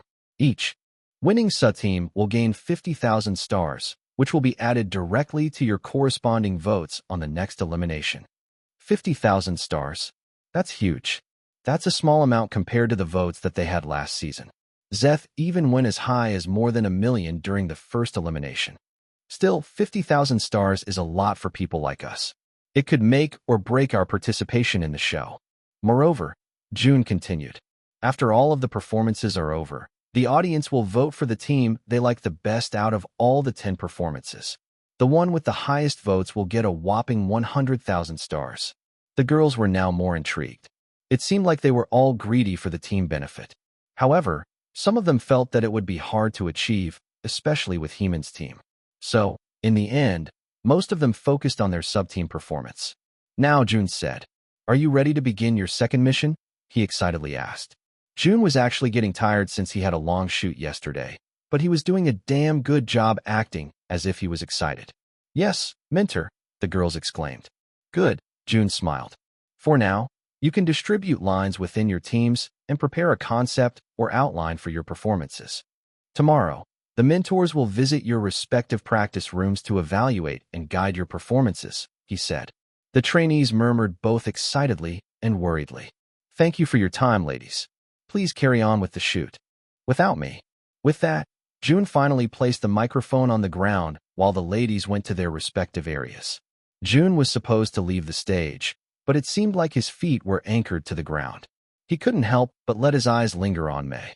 He could already see their team dividing themselves, with Mei's team in an undeniably awkward atmosphere. Jun sighed and shook his head. "Maybe this is for the better," Jun muttered. "Going against Mina would make her shine less. Although, I'm afraid she'll have a harder time." With that, he finally left the stage.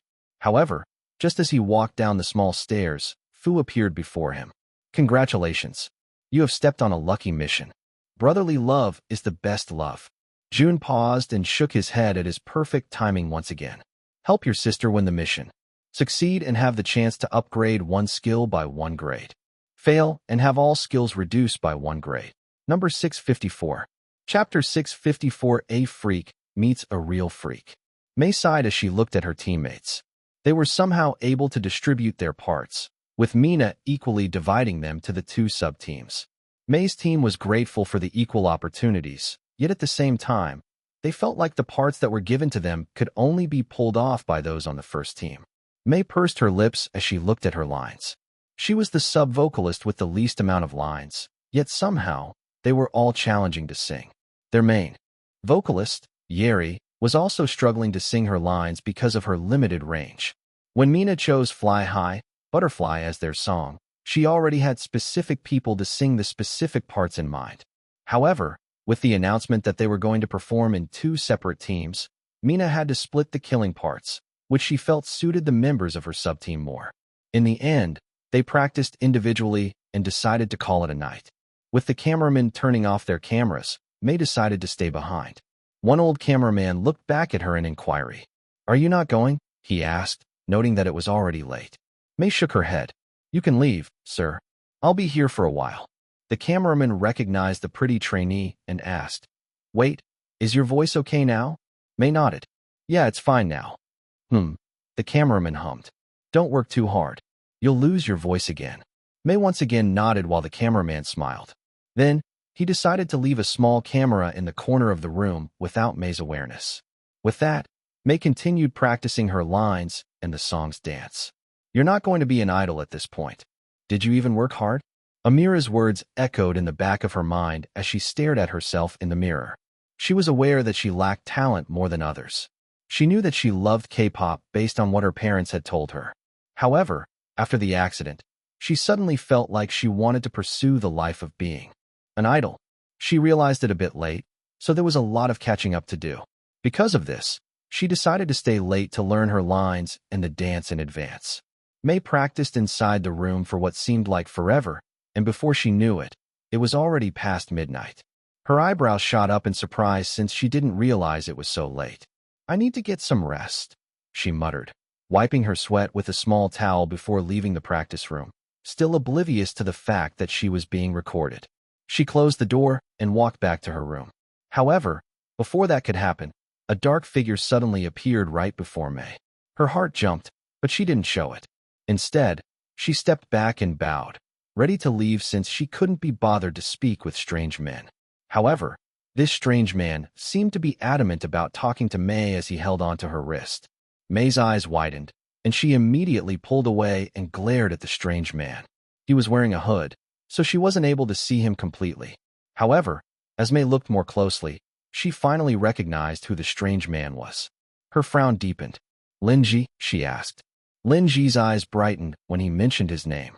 "You remember me?" he asked. Mei slowly nodded, finding him weird. She took another step back, but Linji followed her every move. She even went as far as brisk walking, But Lin Ji caught up to her in no time. Wait, I mean no harm, he said in a suspicious voice. May's eyes narrowed at the corner of the room before turning back around with crossed arms. What are you doing here? She asked, trying to calm herself down. Goodness, Lin Ji smiled. You did get prettier the last time I saw you. The last time you saw me? May asked. Why, yes, Lin Ji chuckled. The first time I saw you was when you were still a minor. I was young back then, too, though. So, you don't have to worry about that. A minor? You've known me since I was a child? The heck? That's so weird, she bluntly said. Lin Ji paused for a while. Then a frown graced his face. Yes, Lin Ji said after a while. When you were younger, we've met. Don't tell me that you've forgotten. I'll be hurt if you do, he pouted, causing a shiver of disgust to run down May's spine. No, May deadpanned. I know you because I've seen you on the show and on the news. I never recalled seeing you when I was young. My parents don't let me meet weird people, she said. Your parents? Lin Ji asked in surprise.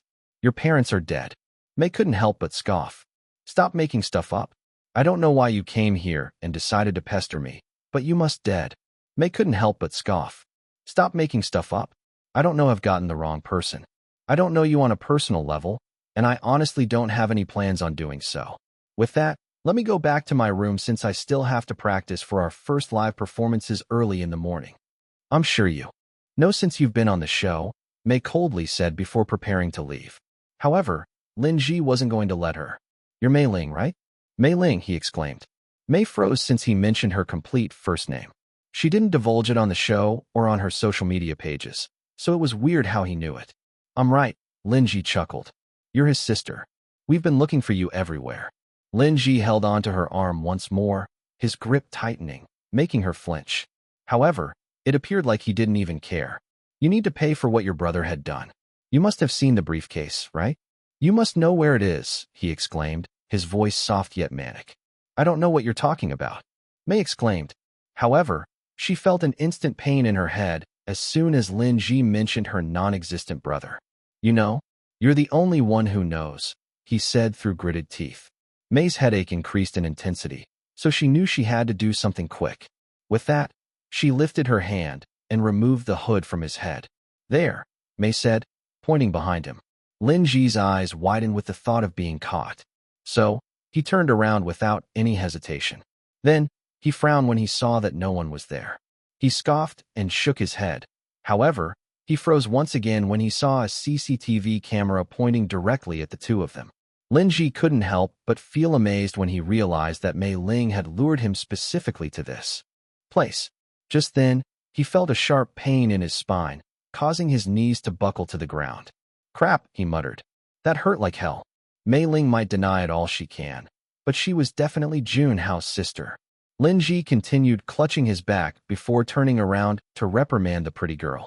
However, Mei was looking at him with more resentment. Don't talk to me again, freak. Number 655.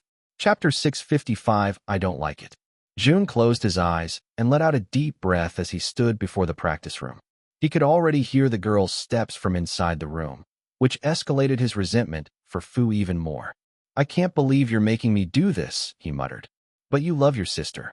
You kept her away from me for an entire year, and now you want me to interact with her? You're even asking me to help her win the mission when I want her to live a peaceful life.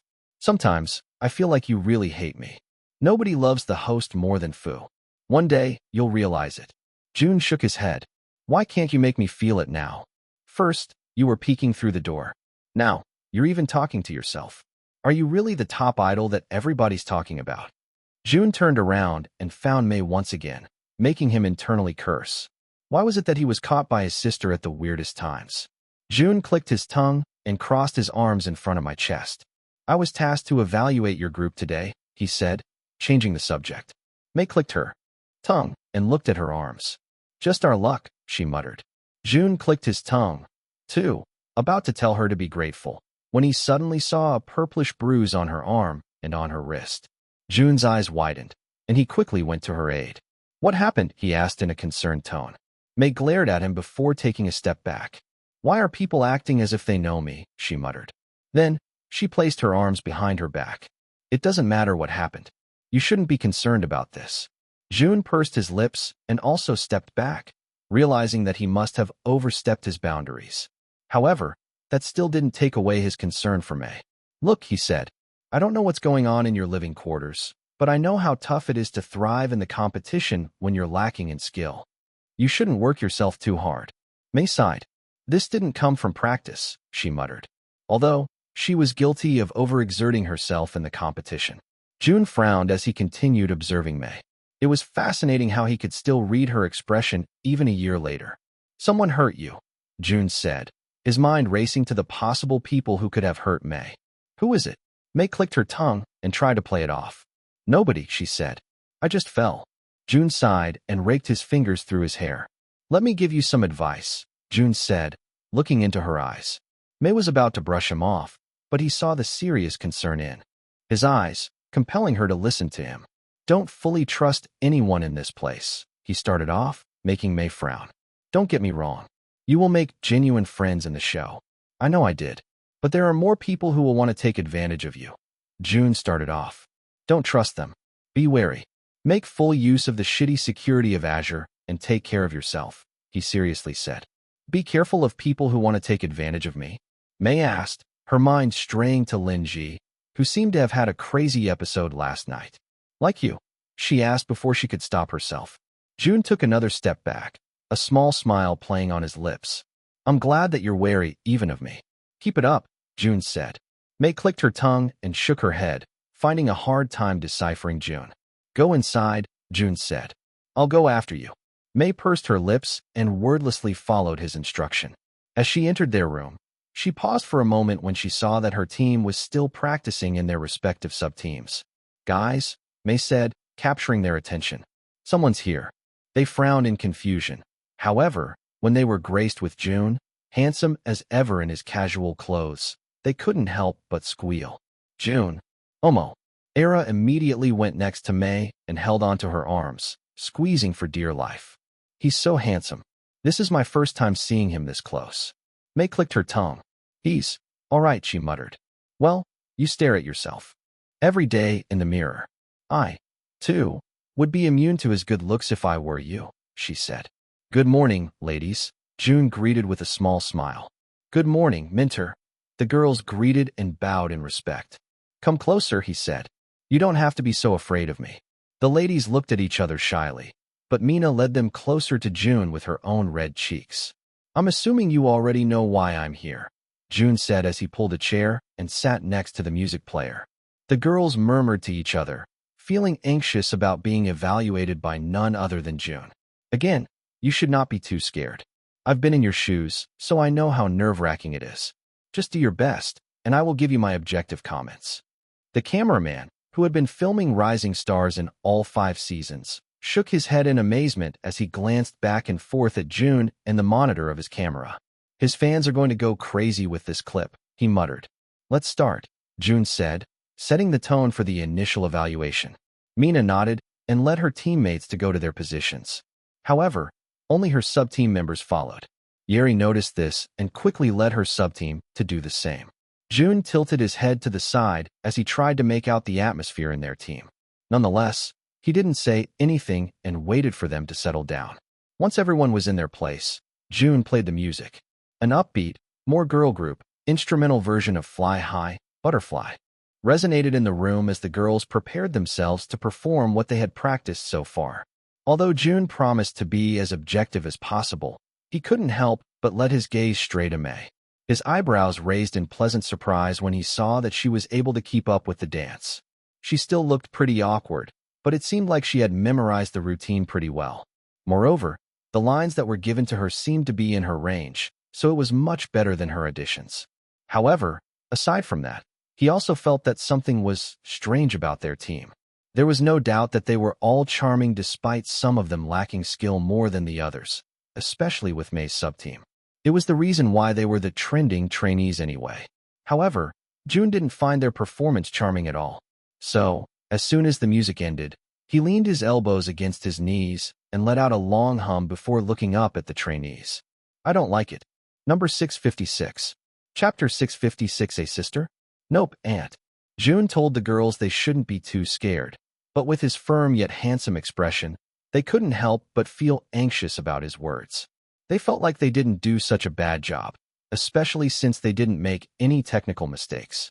It was definitely pitchy in some parts, and maybe they were also a bit unsynchronized during the tough dancing moments. But aside from that, everything else was fine.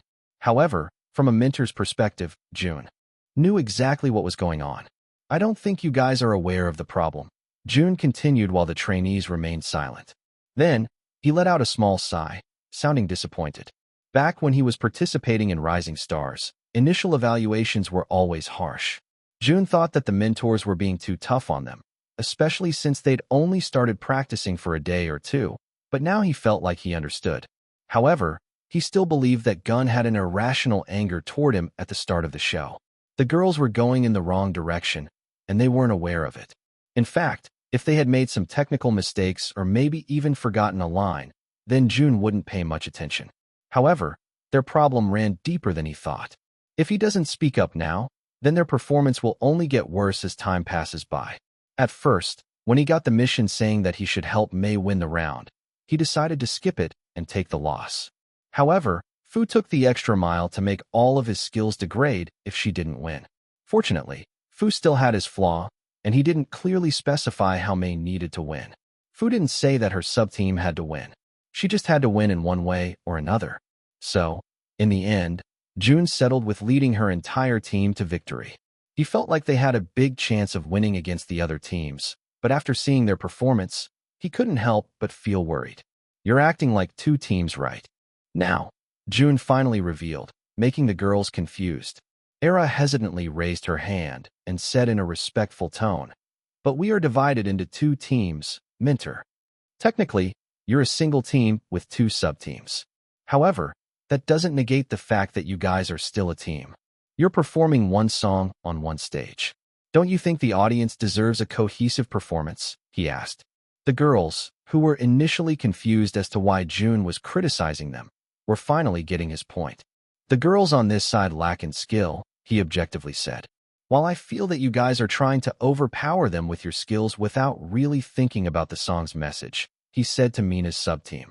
"You've created an obvious barrier between the two, and it feels like I'm watching two different performances on just one stage. You know what that means, right?" he asked, turning to Mina. Mina pursed her lips before responding. "We look messy," she muttered. "Exactly," Jun said. "You're going in the wrong direction. Maybe you're confused since the mission has deliberately set up a competition within the team. However, at the end of the day, you guys are still a team. You can win greater benefits if you show a good performance as a team, not just with your sub-teams." The girls started nodding in agreement. Meanwhile, Mei stared at Jun and pursed her lips. She reminded her of someone she knew but didn't at the same time. His words felt familiar, or maybe she had gotten used to his mini speeches when she watched the show. Nonetheless, Mei saw Jun's passion for his job at that moment. She realized that Jun was not a mere weirdo and actually knew what he was talking about. So, Jun continued, a small smile now gracing his lips to lighten up the atmosphere a bit. "I suggest you start practicing as a team first before focusing on your sub-teams. Not the other way around." Mina nodded enthusiastically. "We'll take note of that, mentor." Jun smiled. "Good," he said. "Now, let's go in your technicals. I can teach you how to sing with more stability while you're dancing." "Wow," the crew exclaimed as they watched something on their phone.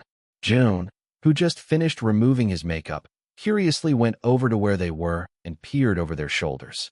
"What are you guys doing?" he asked.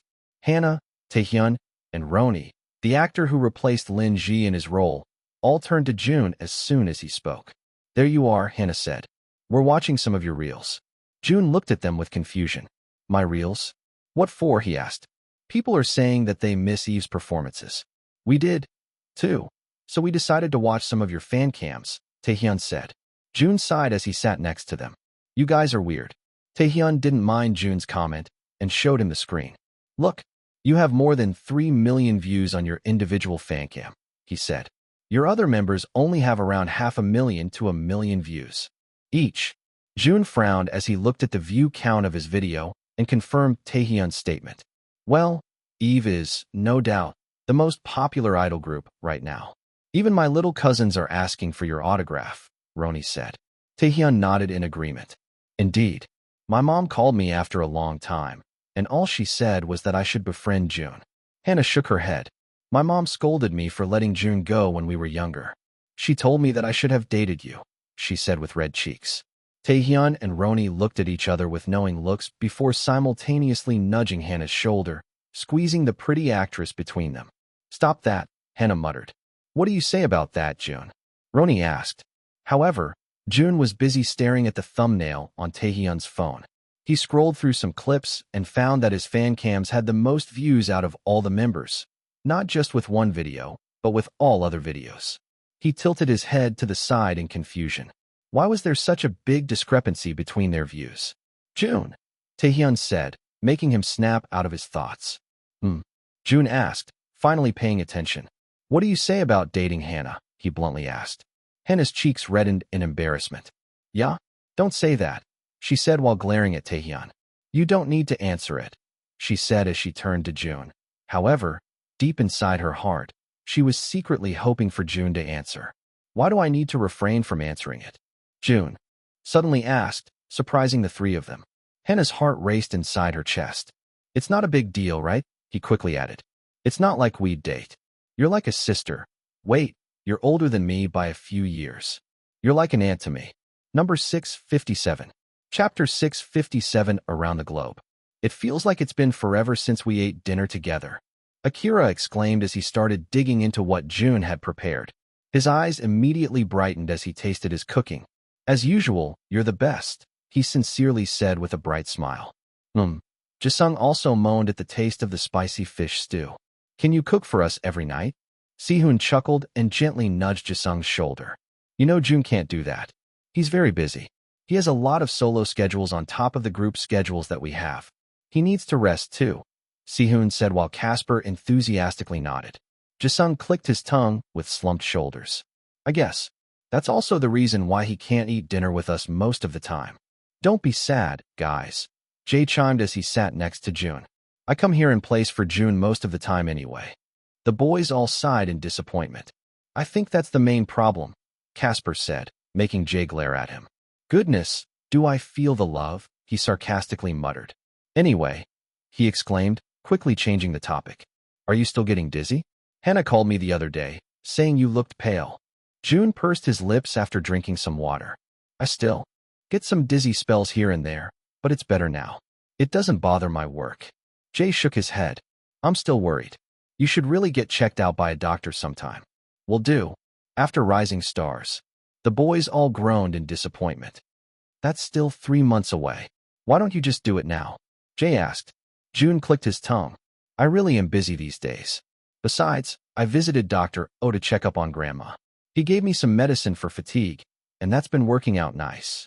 You should get some tests done, Jae-young said. Jun nodded. I'll do that as soon as possible. Jay narrowed his eyes in suspicion. I don't believe you. I'm booking you an appointment with Dr. O as soon as you're available, he said, opening his phone and scrolling through Jun's schedule. His frown became deeper and deeper as he looked at Jun's schedule. What the heck? You even have a schedule on a Sunday evening, he muttered. Jun shrugged. Told you. This company is overworking you, he said. No wonder you're getting dizzy. He exclaimed in happiness as soon as he saw a free afternoon. There. You have some free time in 4.5 weeks, he said. After a month? Jae-young asked.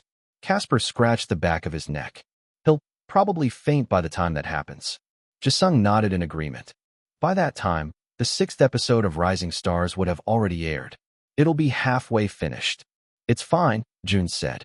I can take care of myself.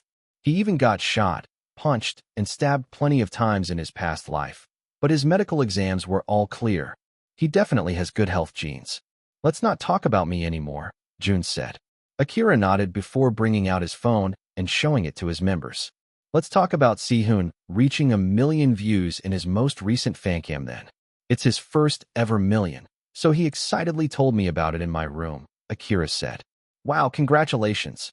Well deserved. Honestly, it's long overdue. Jun looked at Sehun and gave him a thumbs up. Nice job, he said. Meanwhile, Sehun scratched the back of his head. I told you not to tell them, Sehun said to Akira. Why not? Akira exclaimed.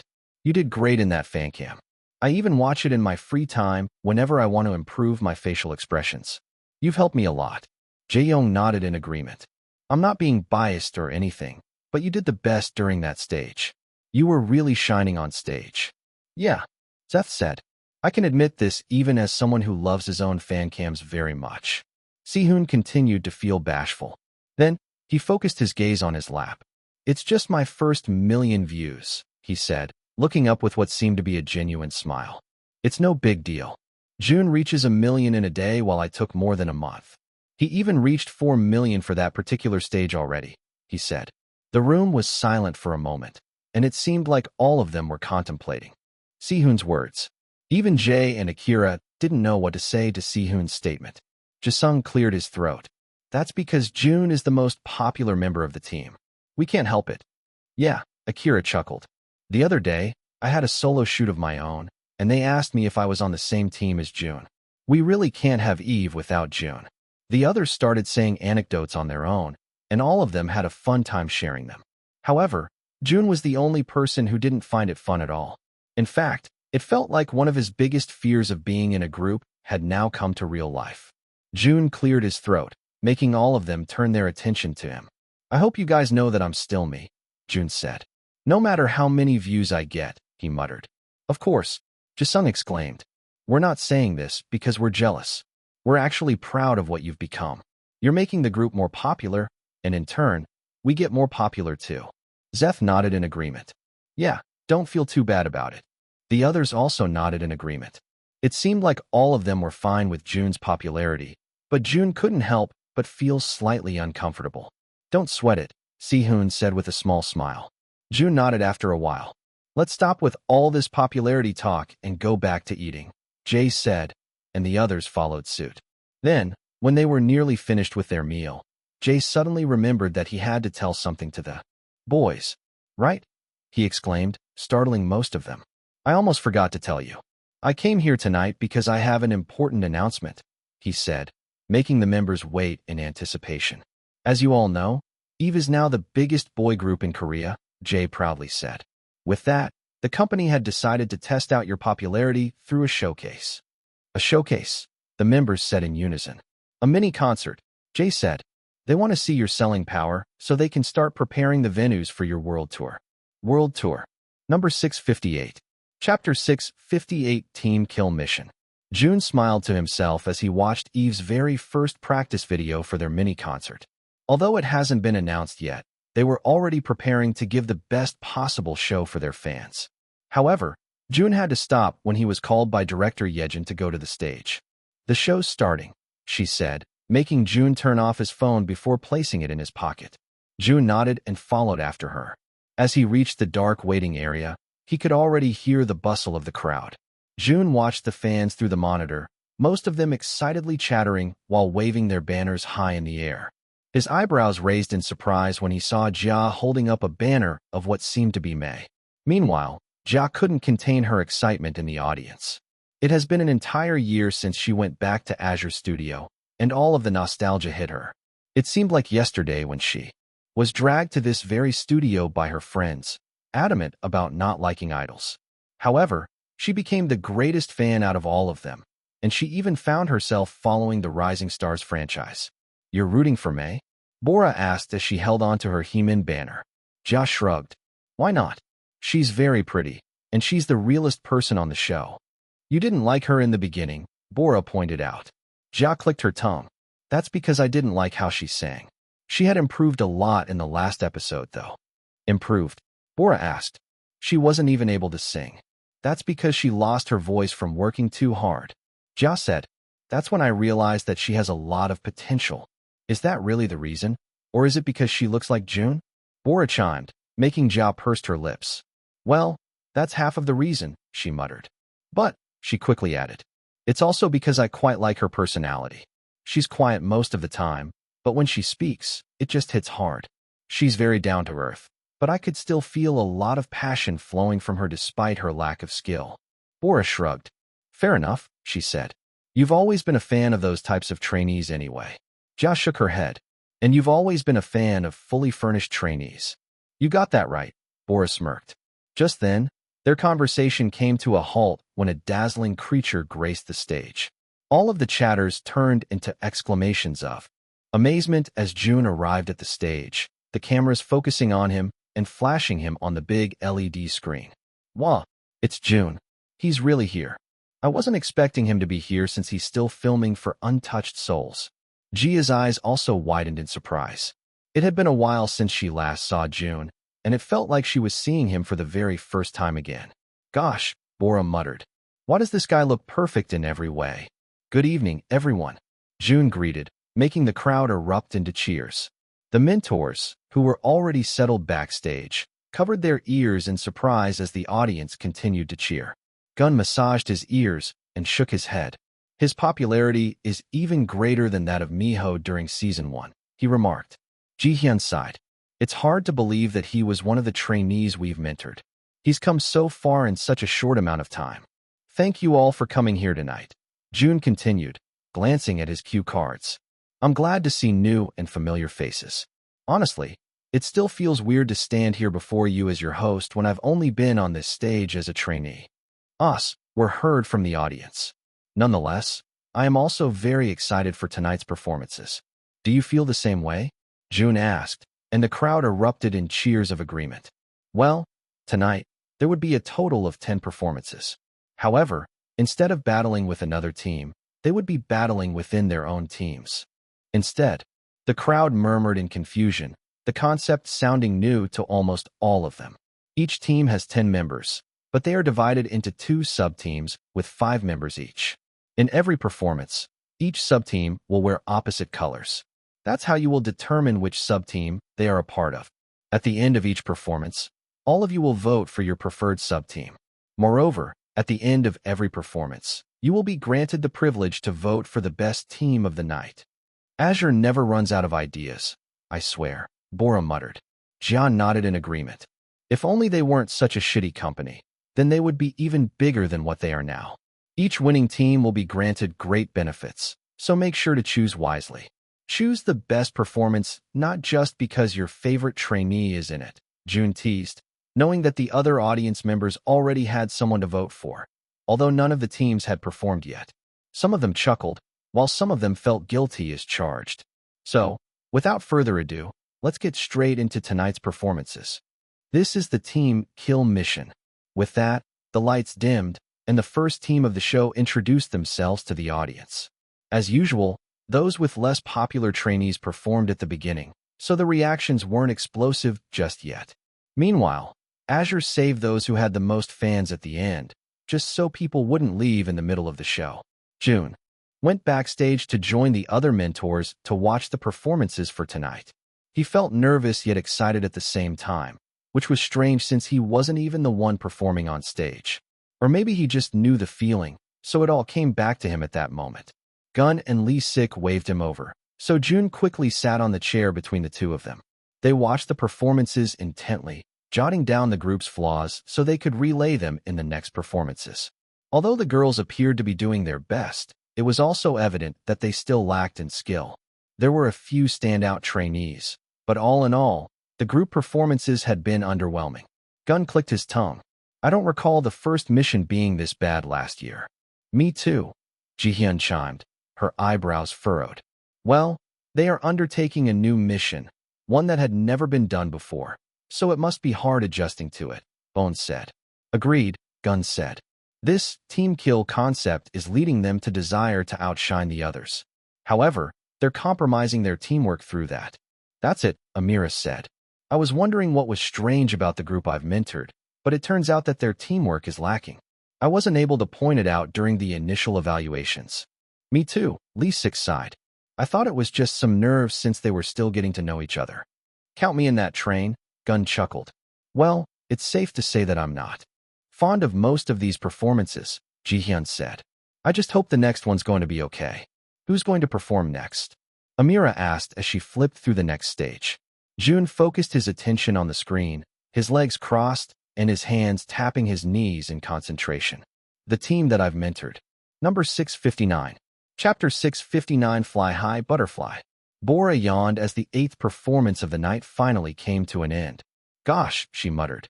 I didn't think this would be such a snooze fest. Jia pursed her lips before nodding in agreement. As much as she hated to say it, the girls all lacked the teamwork that would make their performance more dynamic. They're too aggressive, Jia said. Somehow, that makes their performance even more boring. Yeah, Boris said. I could feel the tension within their teams, and it's not giving their performance a good taste. Let's hope the next one is better, Jia said, having high hopes since her favorite trainee was yet to perform. I told you. You should have applied for this show, Bora teased, making Jia chuckle out loud. You're right. I would have devoured them all, she jokingly said before turning her attention to the front once more. She yawned, getting infected with Bora's sleepiness, and closed her eyes for a minute. However, they quickly snapped open when she heard the loudest screams of the night. She jumped up, startled, and was immediately greeted with the sight of a new team on stage. Wow, she couldn't help but exclaim as she saw the pretty and mature-looking trainee right in the middle. She's so pretty, Jia muttered, feeling like she was on a different level. However, as she glanced to her right, she saw someone looming in the shadows. Jia couldn't help but stop and stare. Even though she didn't get as much spotlight as the rest of the trainees, she still shone the brightest among all of them. Jia had always thought that Mei was pretty, especially when she came to the show with a near-bare face and a very simple outfit. It made her stand out from the rest of the trainees, for sure. However, seeing her in real life was another story. She looks like an actress, Jia said, turning to Bora, who was also looking at Mei with wide eyes. Then, she finally met Jia's gaze before nodding her head in recognition. I get it, Bora said. I get you. The others seemed to think the same thing, as those who didn't even like Mei were amazed by her appearance and charisma. She hadn't even said anything yet, but they were already captivated. That didn't take away their dislike for the pretty trainee, though. In fact, it just made them resent her further. They believed that she was only getting great results because of her good looks. However, the haters were devoured by her fans, and the room erupted into cheers as she was illuminated on the LED screen.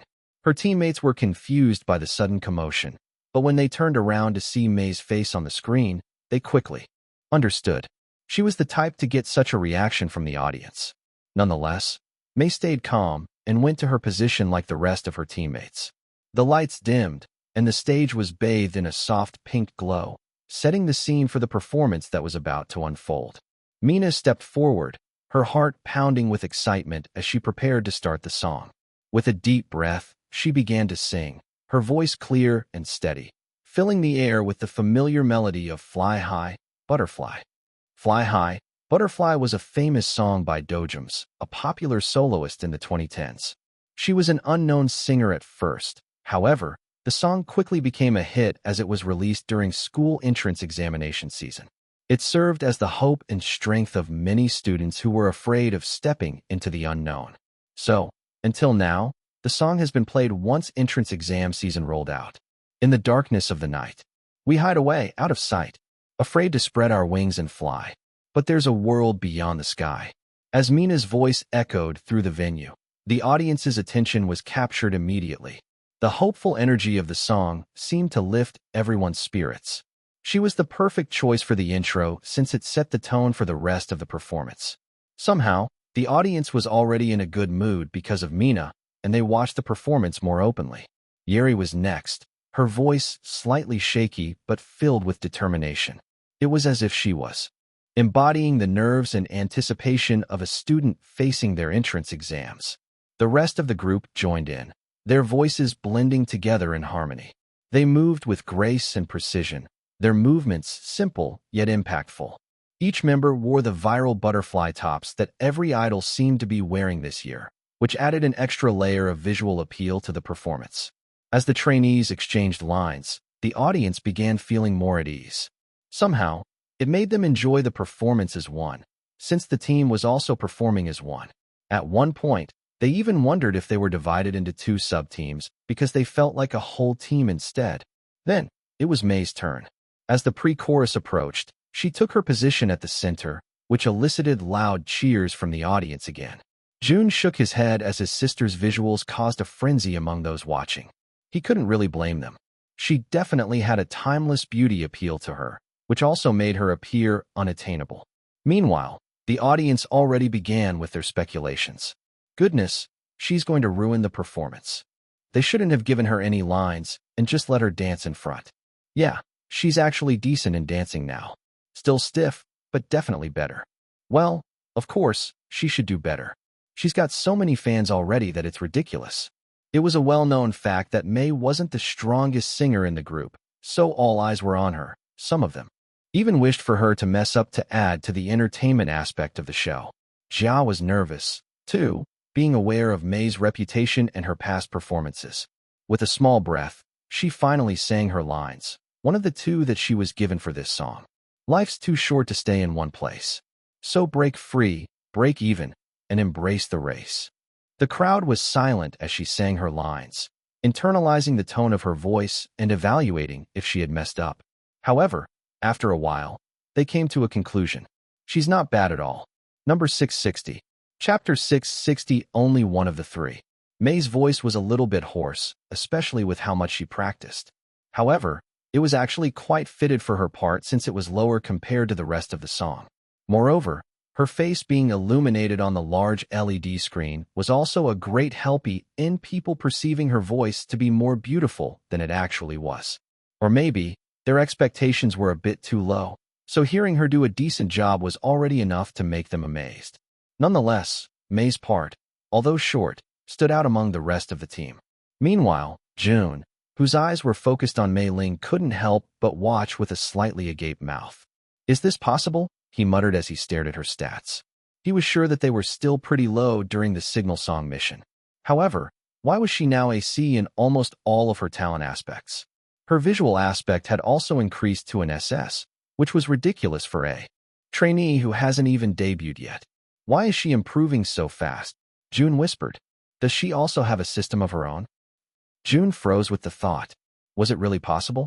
Before he could ponder about it further, their performance had already come to an end, and he was snapped back to reality with the loud cheers of the audience. They had the loudest cheers of the night, and rightfully so. They all stood out in their own way without compromising the team's cohesiveness. At the end of it all, the audience had a hard time choosing between the two sub-teams. However, it seemed like they were still able to make up their mind in the end. Then, the last performers of the night finally graced the stage. Their cheers were at par with the last team. However, what was the most notable was that majority of the cheers were for Jimin. She smiled at the audience, and it caused a frenzy among them. Similar to May, Jimin already had a lot of fans. She was able to get the top spot during the very first voting, and she was also the trainee with the highest skill index. She was definitely the trainee with the most fans on the show. However, May was the trainee that people talked about the most. May that be negative of positive. As expected, Heemin's group did a great job in their performance. The teamwork was evident, but it was also obvious that Heemin was the star of the show. In the end, it was already predicted for her team to take the first place, which made the other trainees dejected. With that, Jun went back to the stage to bid farewell to the audience. They cheered once more with Jun's presence. Once again, thank you all for coming tonight. The winners will be revealed to the trainees tonight, but you will only be able to see it this Friday, he teased, making the audience groan in frustration. I want to know.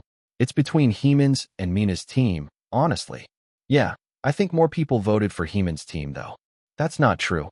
Mina's team has more famous trainees. Meanwhile, Heemin is the only famous trainee in her team.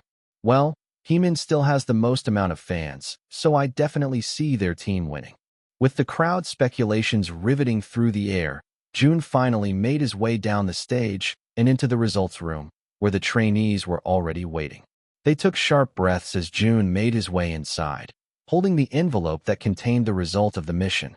He silently made his way to the stage while gripping on the envelope, somehow feeling nervous about the results, too.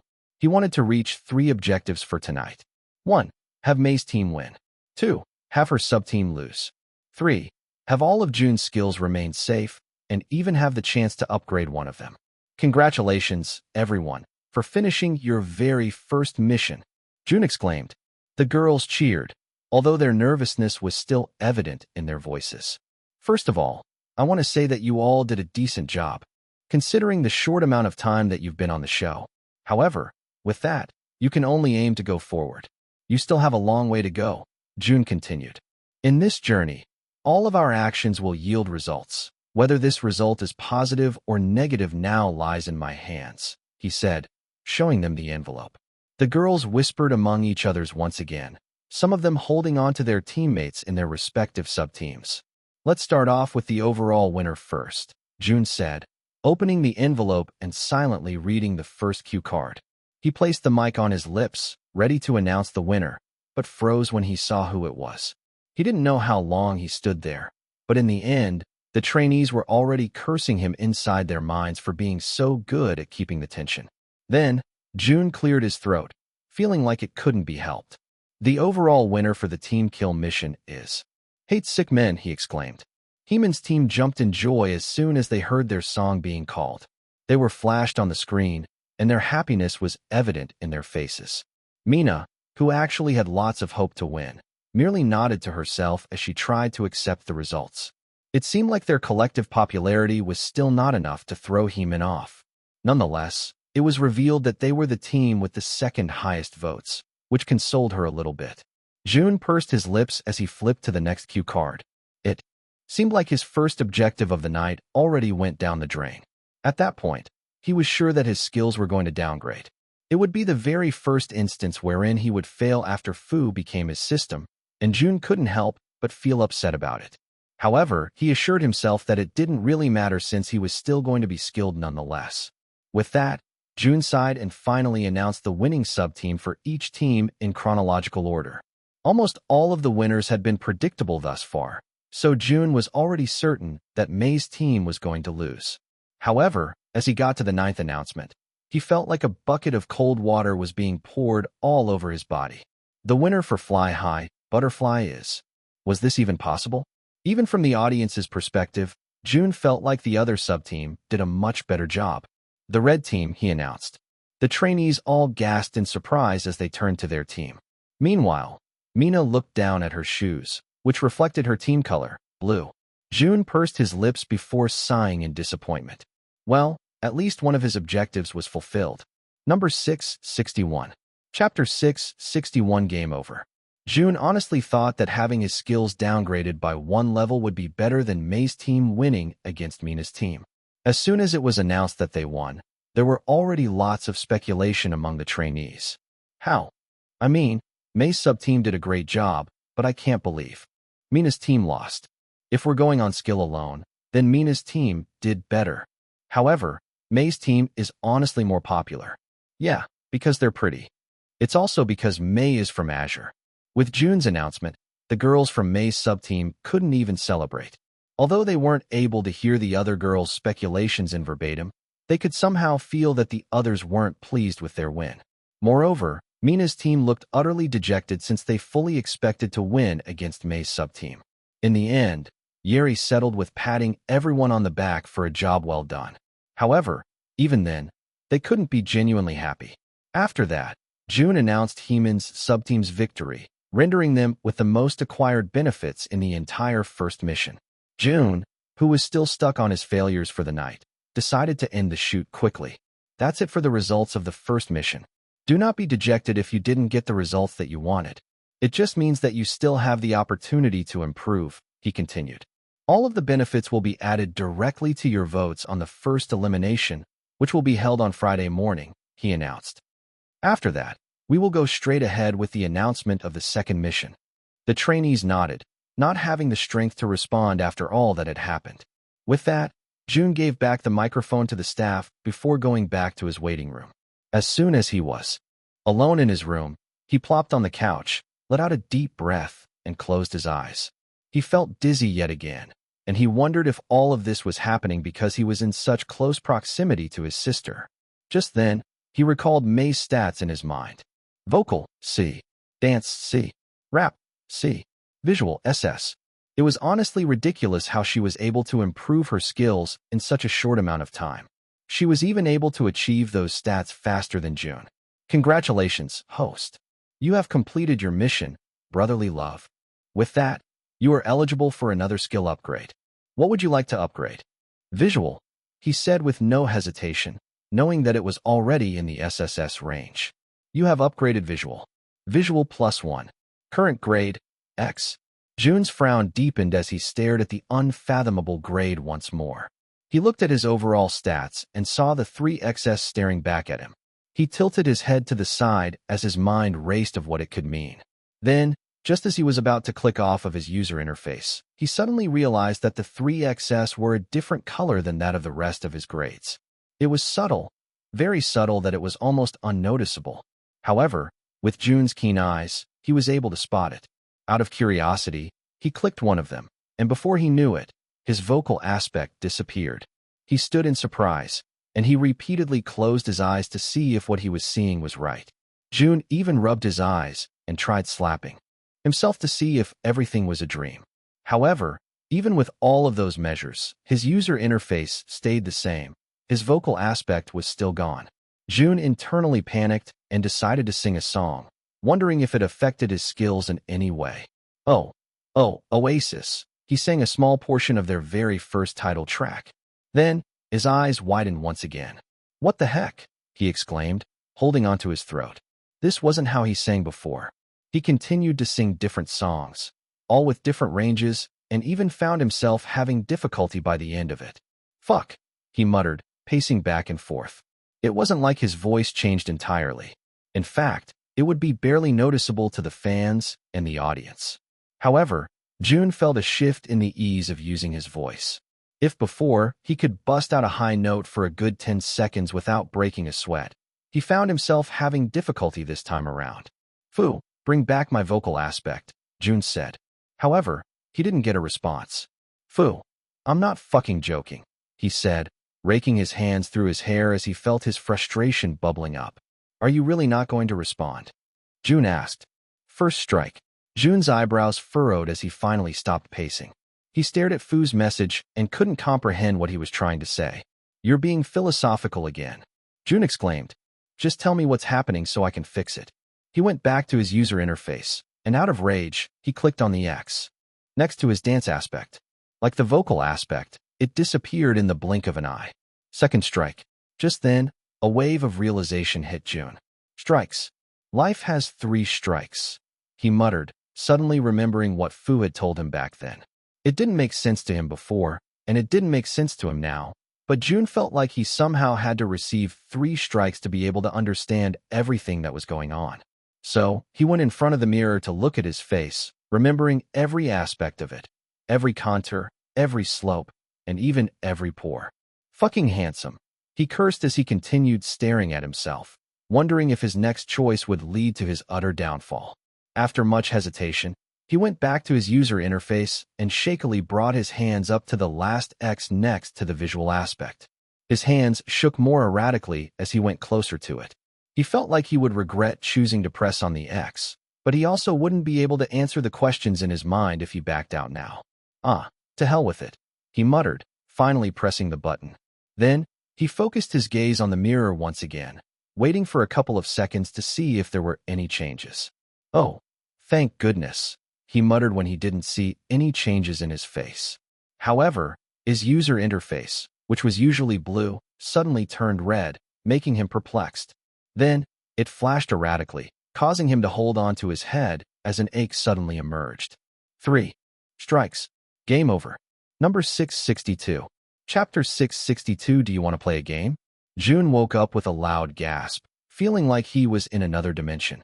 He quickly sat up and looked around, ignoring his pounding headache. Jun sighed in relief when he realized that he was in his room. Wait, his room? Just then, the door opened, revealing Jay with a glass of water in hand. Jay halted when he saw Jun and sighed in relief. "Oh, you're awake now." Jun pursed his lips as he took the water from Jay and drank it all in one go. "What happened?" Jun asked. "Shouldn't I be the one asking you that?" Jay asked. "I found you in the waiting room, sleeping, when you said you'd meet me at the parking lot. Then, when I woke you up, you mindlessly walked to the car without explaining anything. Afterward, you went here on your own and slept once again," Jay explained. "I was supposed to get annoyed since you made me wait for more than an hour, but you must be exhausted, so I'm forgiving you." Jun clicked his tongue before holding onto his head, trying to recall his memories. After his system started going haywire, everything just went into a blur. Then, that was when it hit him. He quickly visualized his user interface to see if everything that had happened was real. His eyebrows furrowed when he saw that Fu was still a different color. It was not the glaring red that made him collapse a while ago, but a grayish interface, one that made him feel uneasy. Then, he went back to his stats and found that his vocal, visual, and dance aspects were still gone. With that, he started singing once more, ignoring the weirded-out stares from Jay. Jay scratched the back of his head as Jun suddenly stood and busted into a spontaneous dance and song. "Maybe I should book that medical checkup sooner," he muttered. Jun performed luster until the end of the first chorus before smiling to himself. It seemed like he was still okay. Maybe the blunder that happened a while ago was due to his lack of rest. Now that he had slept it off, it seemed like his skills were still intact. However, he still didn't know why they suddenly disappeared. What was worse was Fu was keeping him in the darkness, like he always was. "Are you done?" Jay asked, a little bit creeped out. Jun turned to him and nodded, feeling slightly embarrassed for what he had done. However, he felt that it was essential. Besides, Jay was definitely weirder than him, even if he had done all that. "Join us for dinner then," Jay said. "I'm sure you're hungry." "Yeah," Jun said, now feeling his stomach grumble after the mention of food. As the two of them arrived at the dining area, the members flocked to Jun. "Are you really all right?" Jisung worriedly asked. "Yeah," Jun nonchalantly nodded. Jisung clicked his tongue. "You ignored us when you first came in." Akira nodded in agreement. "Yeah, it almost seems like you were on autopilot or something." Jay sighed and led Jun to sit on his usual chair. "Let's eat, guys," he said, changing the subject. Fortunately, the guys didn't pry any further as they all sat back down on their seats. Then, they started eating the jampong noodles that Jay bought for the team. They slurped the spicy broth and munched the chewy noodles deliciously, feeling their fatigue roll away with its taste. Jun enjoyed the food, too, which made him calm down a bit. But then, he felt someone's gaze on him, so he lifted his head and was met by none other than Casper. Jun narrowed his eyes in confusion. "What are you staring at?" Jun asked, causing the rest of the team to look toward his way. "Casper stares at you from time to time," Jisung said like it was a normal thing. Well, it was indeed normal. Casper just liked staring at Jun whenever he missed his cat. Casper shook his head before pointing at Jun's face. "You have something right there," he said. Jun raised his eyebrows. "Oh," he muttered. "Where?" "On your nose," Casper said. "There seems to be a red speck. It must be a chili pepper." The others looked at Jun and nodded in agreement. "Oh yeah, want me to get it out for you?" Jisung asked with wide, bright eyes, already reaching out his hand. Jun shook his head. "I'll do it myself." With that, he wiped his nose with his fingers, only to freeze when he felt a tender bump instead of the so-called chili pepper. Jae-young tilted his head to the side as he looked closer at Jun. "That's not a chili pepper. That's a pimple." "A pimple," Jun exclaimed as he looked at himself in the mirror, constantly turning his head in all angles to confirm his suspicions, even hoping for it to disappear the more he looked at it. He looked at it for a few more minutes before sighing in defeat and sitting on his floor. It was, indeed, a pimple. "What the heck is happening?" he muttered. Jun wasn't a stranger to pimples. Everybody had skin problems. When he was participating in Rising Stars, he would have a couple of pimples whenever he got stressed, ate too much unhealthy food, or stayed up too late. However, he was different now. After his visuals were upgraded to an A+, he hadn't encountered any skin issues. Even when he pulled all-nighters and drank bottles of sugary energy drinks to keep him awake, a single pimple didn't appear on his skin. However, now that his visual aspect was gone, a pimple suddenly popped up. Jun had no choice but to believe that the two of those were correlated. "When are you going to explain what's happening?" Jun groaned in frustration, raking his hands through his hair and even pulling at some of the strands. He sat there for a while, waiting for a response, until it finally came. The host achieved 3 strikes. Jun clicked his tongue when Fu finally responded. "Took you long enough," Jun muttered. "And I already know that. But I don't know what it means." "Do you remember what I said to you back then?"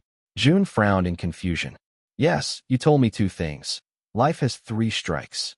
And find the origin. You have unlocked one of the criteria for unlocking the system's full potential. However, you can lose before you win. You can also win without losing. And lastly, you can lose everything. Are you willing to play?" Number 663. Chapter 663 The End of June. Jun sighed in frustration as he looked at Fu's consecutive messages. I really don't like you, he said with deep resentment. Where's the stupid, annoying system that gave out missions that made me get into trouble but always ended up being the best for me? Does the host like me that much? Jun pursed his lips. I take it back. You're still there. What is this game you're speaking of? Jun exasperatedly asked. I don't know if you know. You probably do since you've been with me all along, but I have a lot on my plate right now. I have to think of a way to protect my sister. I need to know how to avenge my old body's death. I need to find that briefcase and finally eradicate Lin Ji and Lao. I have to finish my duties and responsibilities in Eve, Rising Stars, and Untouched Souls. Mind you, I also have to go on a world tour. So no. Jun sighed, massaging his nose bridge. I'm not going to play your stupid little game. Casper, who wanted to give a pimple patch to Jun, halted when he heard his mini-rant from outside the door. He was about to knock, but quickly halted when he realized that Jun might be busy. I can't believe he's practicing his lines this late in the evening, he muttered. Then, he crouched in front of his door to insert the pack of pimple patches inside Jun's room without disturbing him. You shouldn't work too hard, he said as he stared at the door. With that, he walked away from the room, leaving Jun to practice for the night. Congratulations. We've really reached our objectives of becoming a top idol. Jun was about to scold Fu for changing the topic once again when he realized what his words might have meant. We've finally reached our objective of becoming a top idol, he muttered. Then, everything came flashing back into his mind, from the moment he was shot, to the time he entered Rising Stars, to his debut stage, and to the exponential growth of his popularity. All of these were made with the objective of becoming a top idol, which was his original intention. I became a top idol, Jun muttered. He knew he should be happy about it, but somehow, there was a melancholy inside his heart. Now that he has reached his objective, what was there left to do? What now? What is he living for? I didn't mean to send you into an existential crisis. I'm just fulfilling my promises to you. Jun's eyebrows furrowed as he tried to recall Fu's promises to him. If he became a top idol, then he would be granted two things, to meet his sister and to go back to his original body. Wait, he muttered. Am I now meeting May because of you? The universe works in strange ways. Once again, Fu gave a vague answer, one that Jun found hard.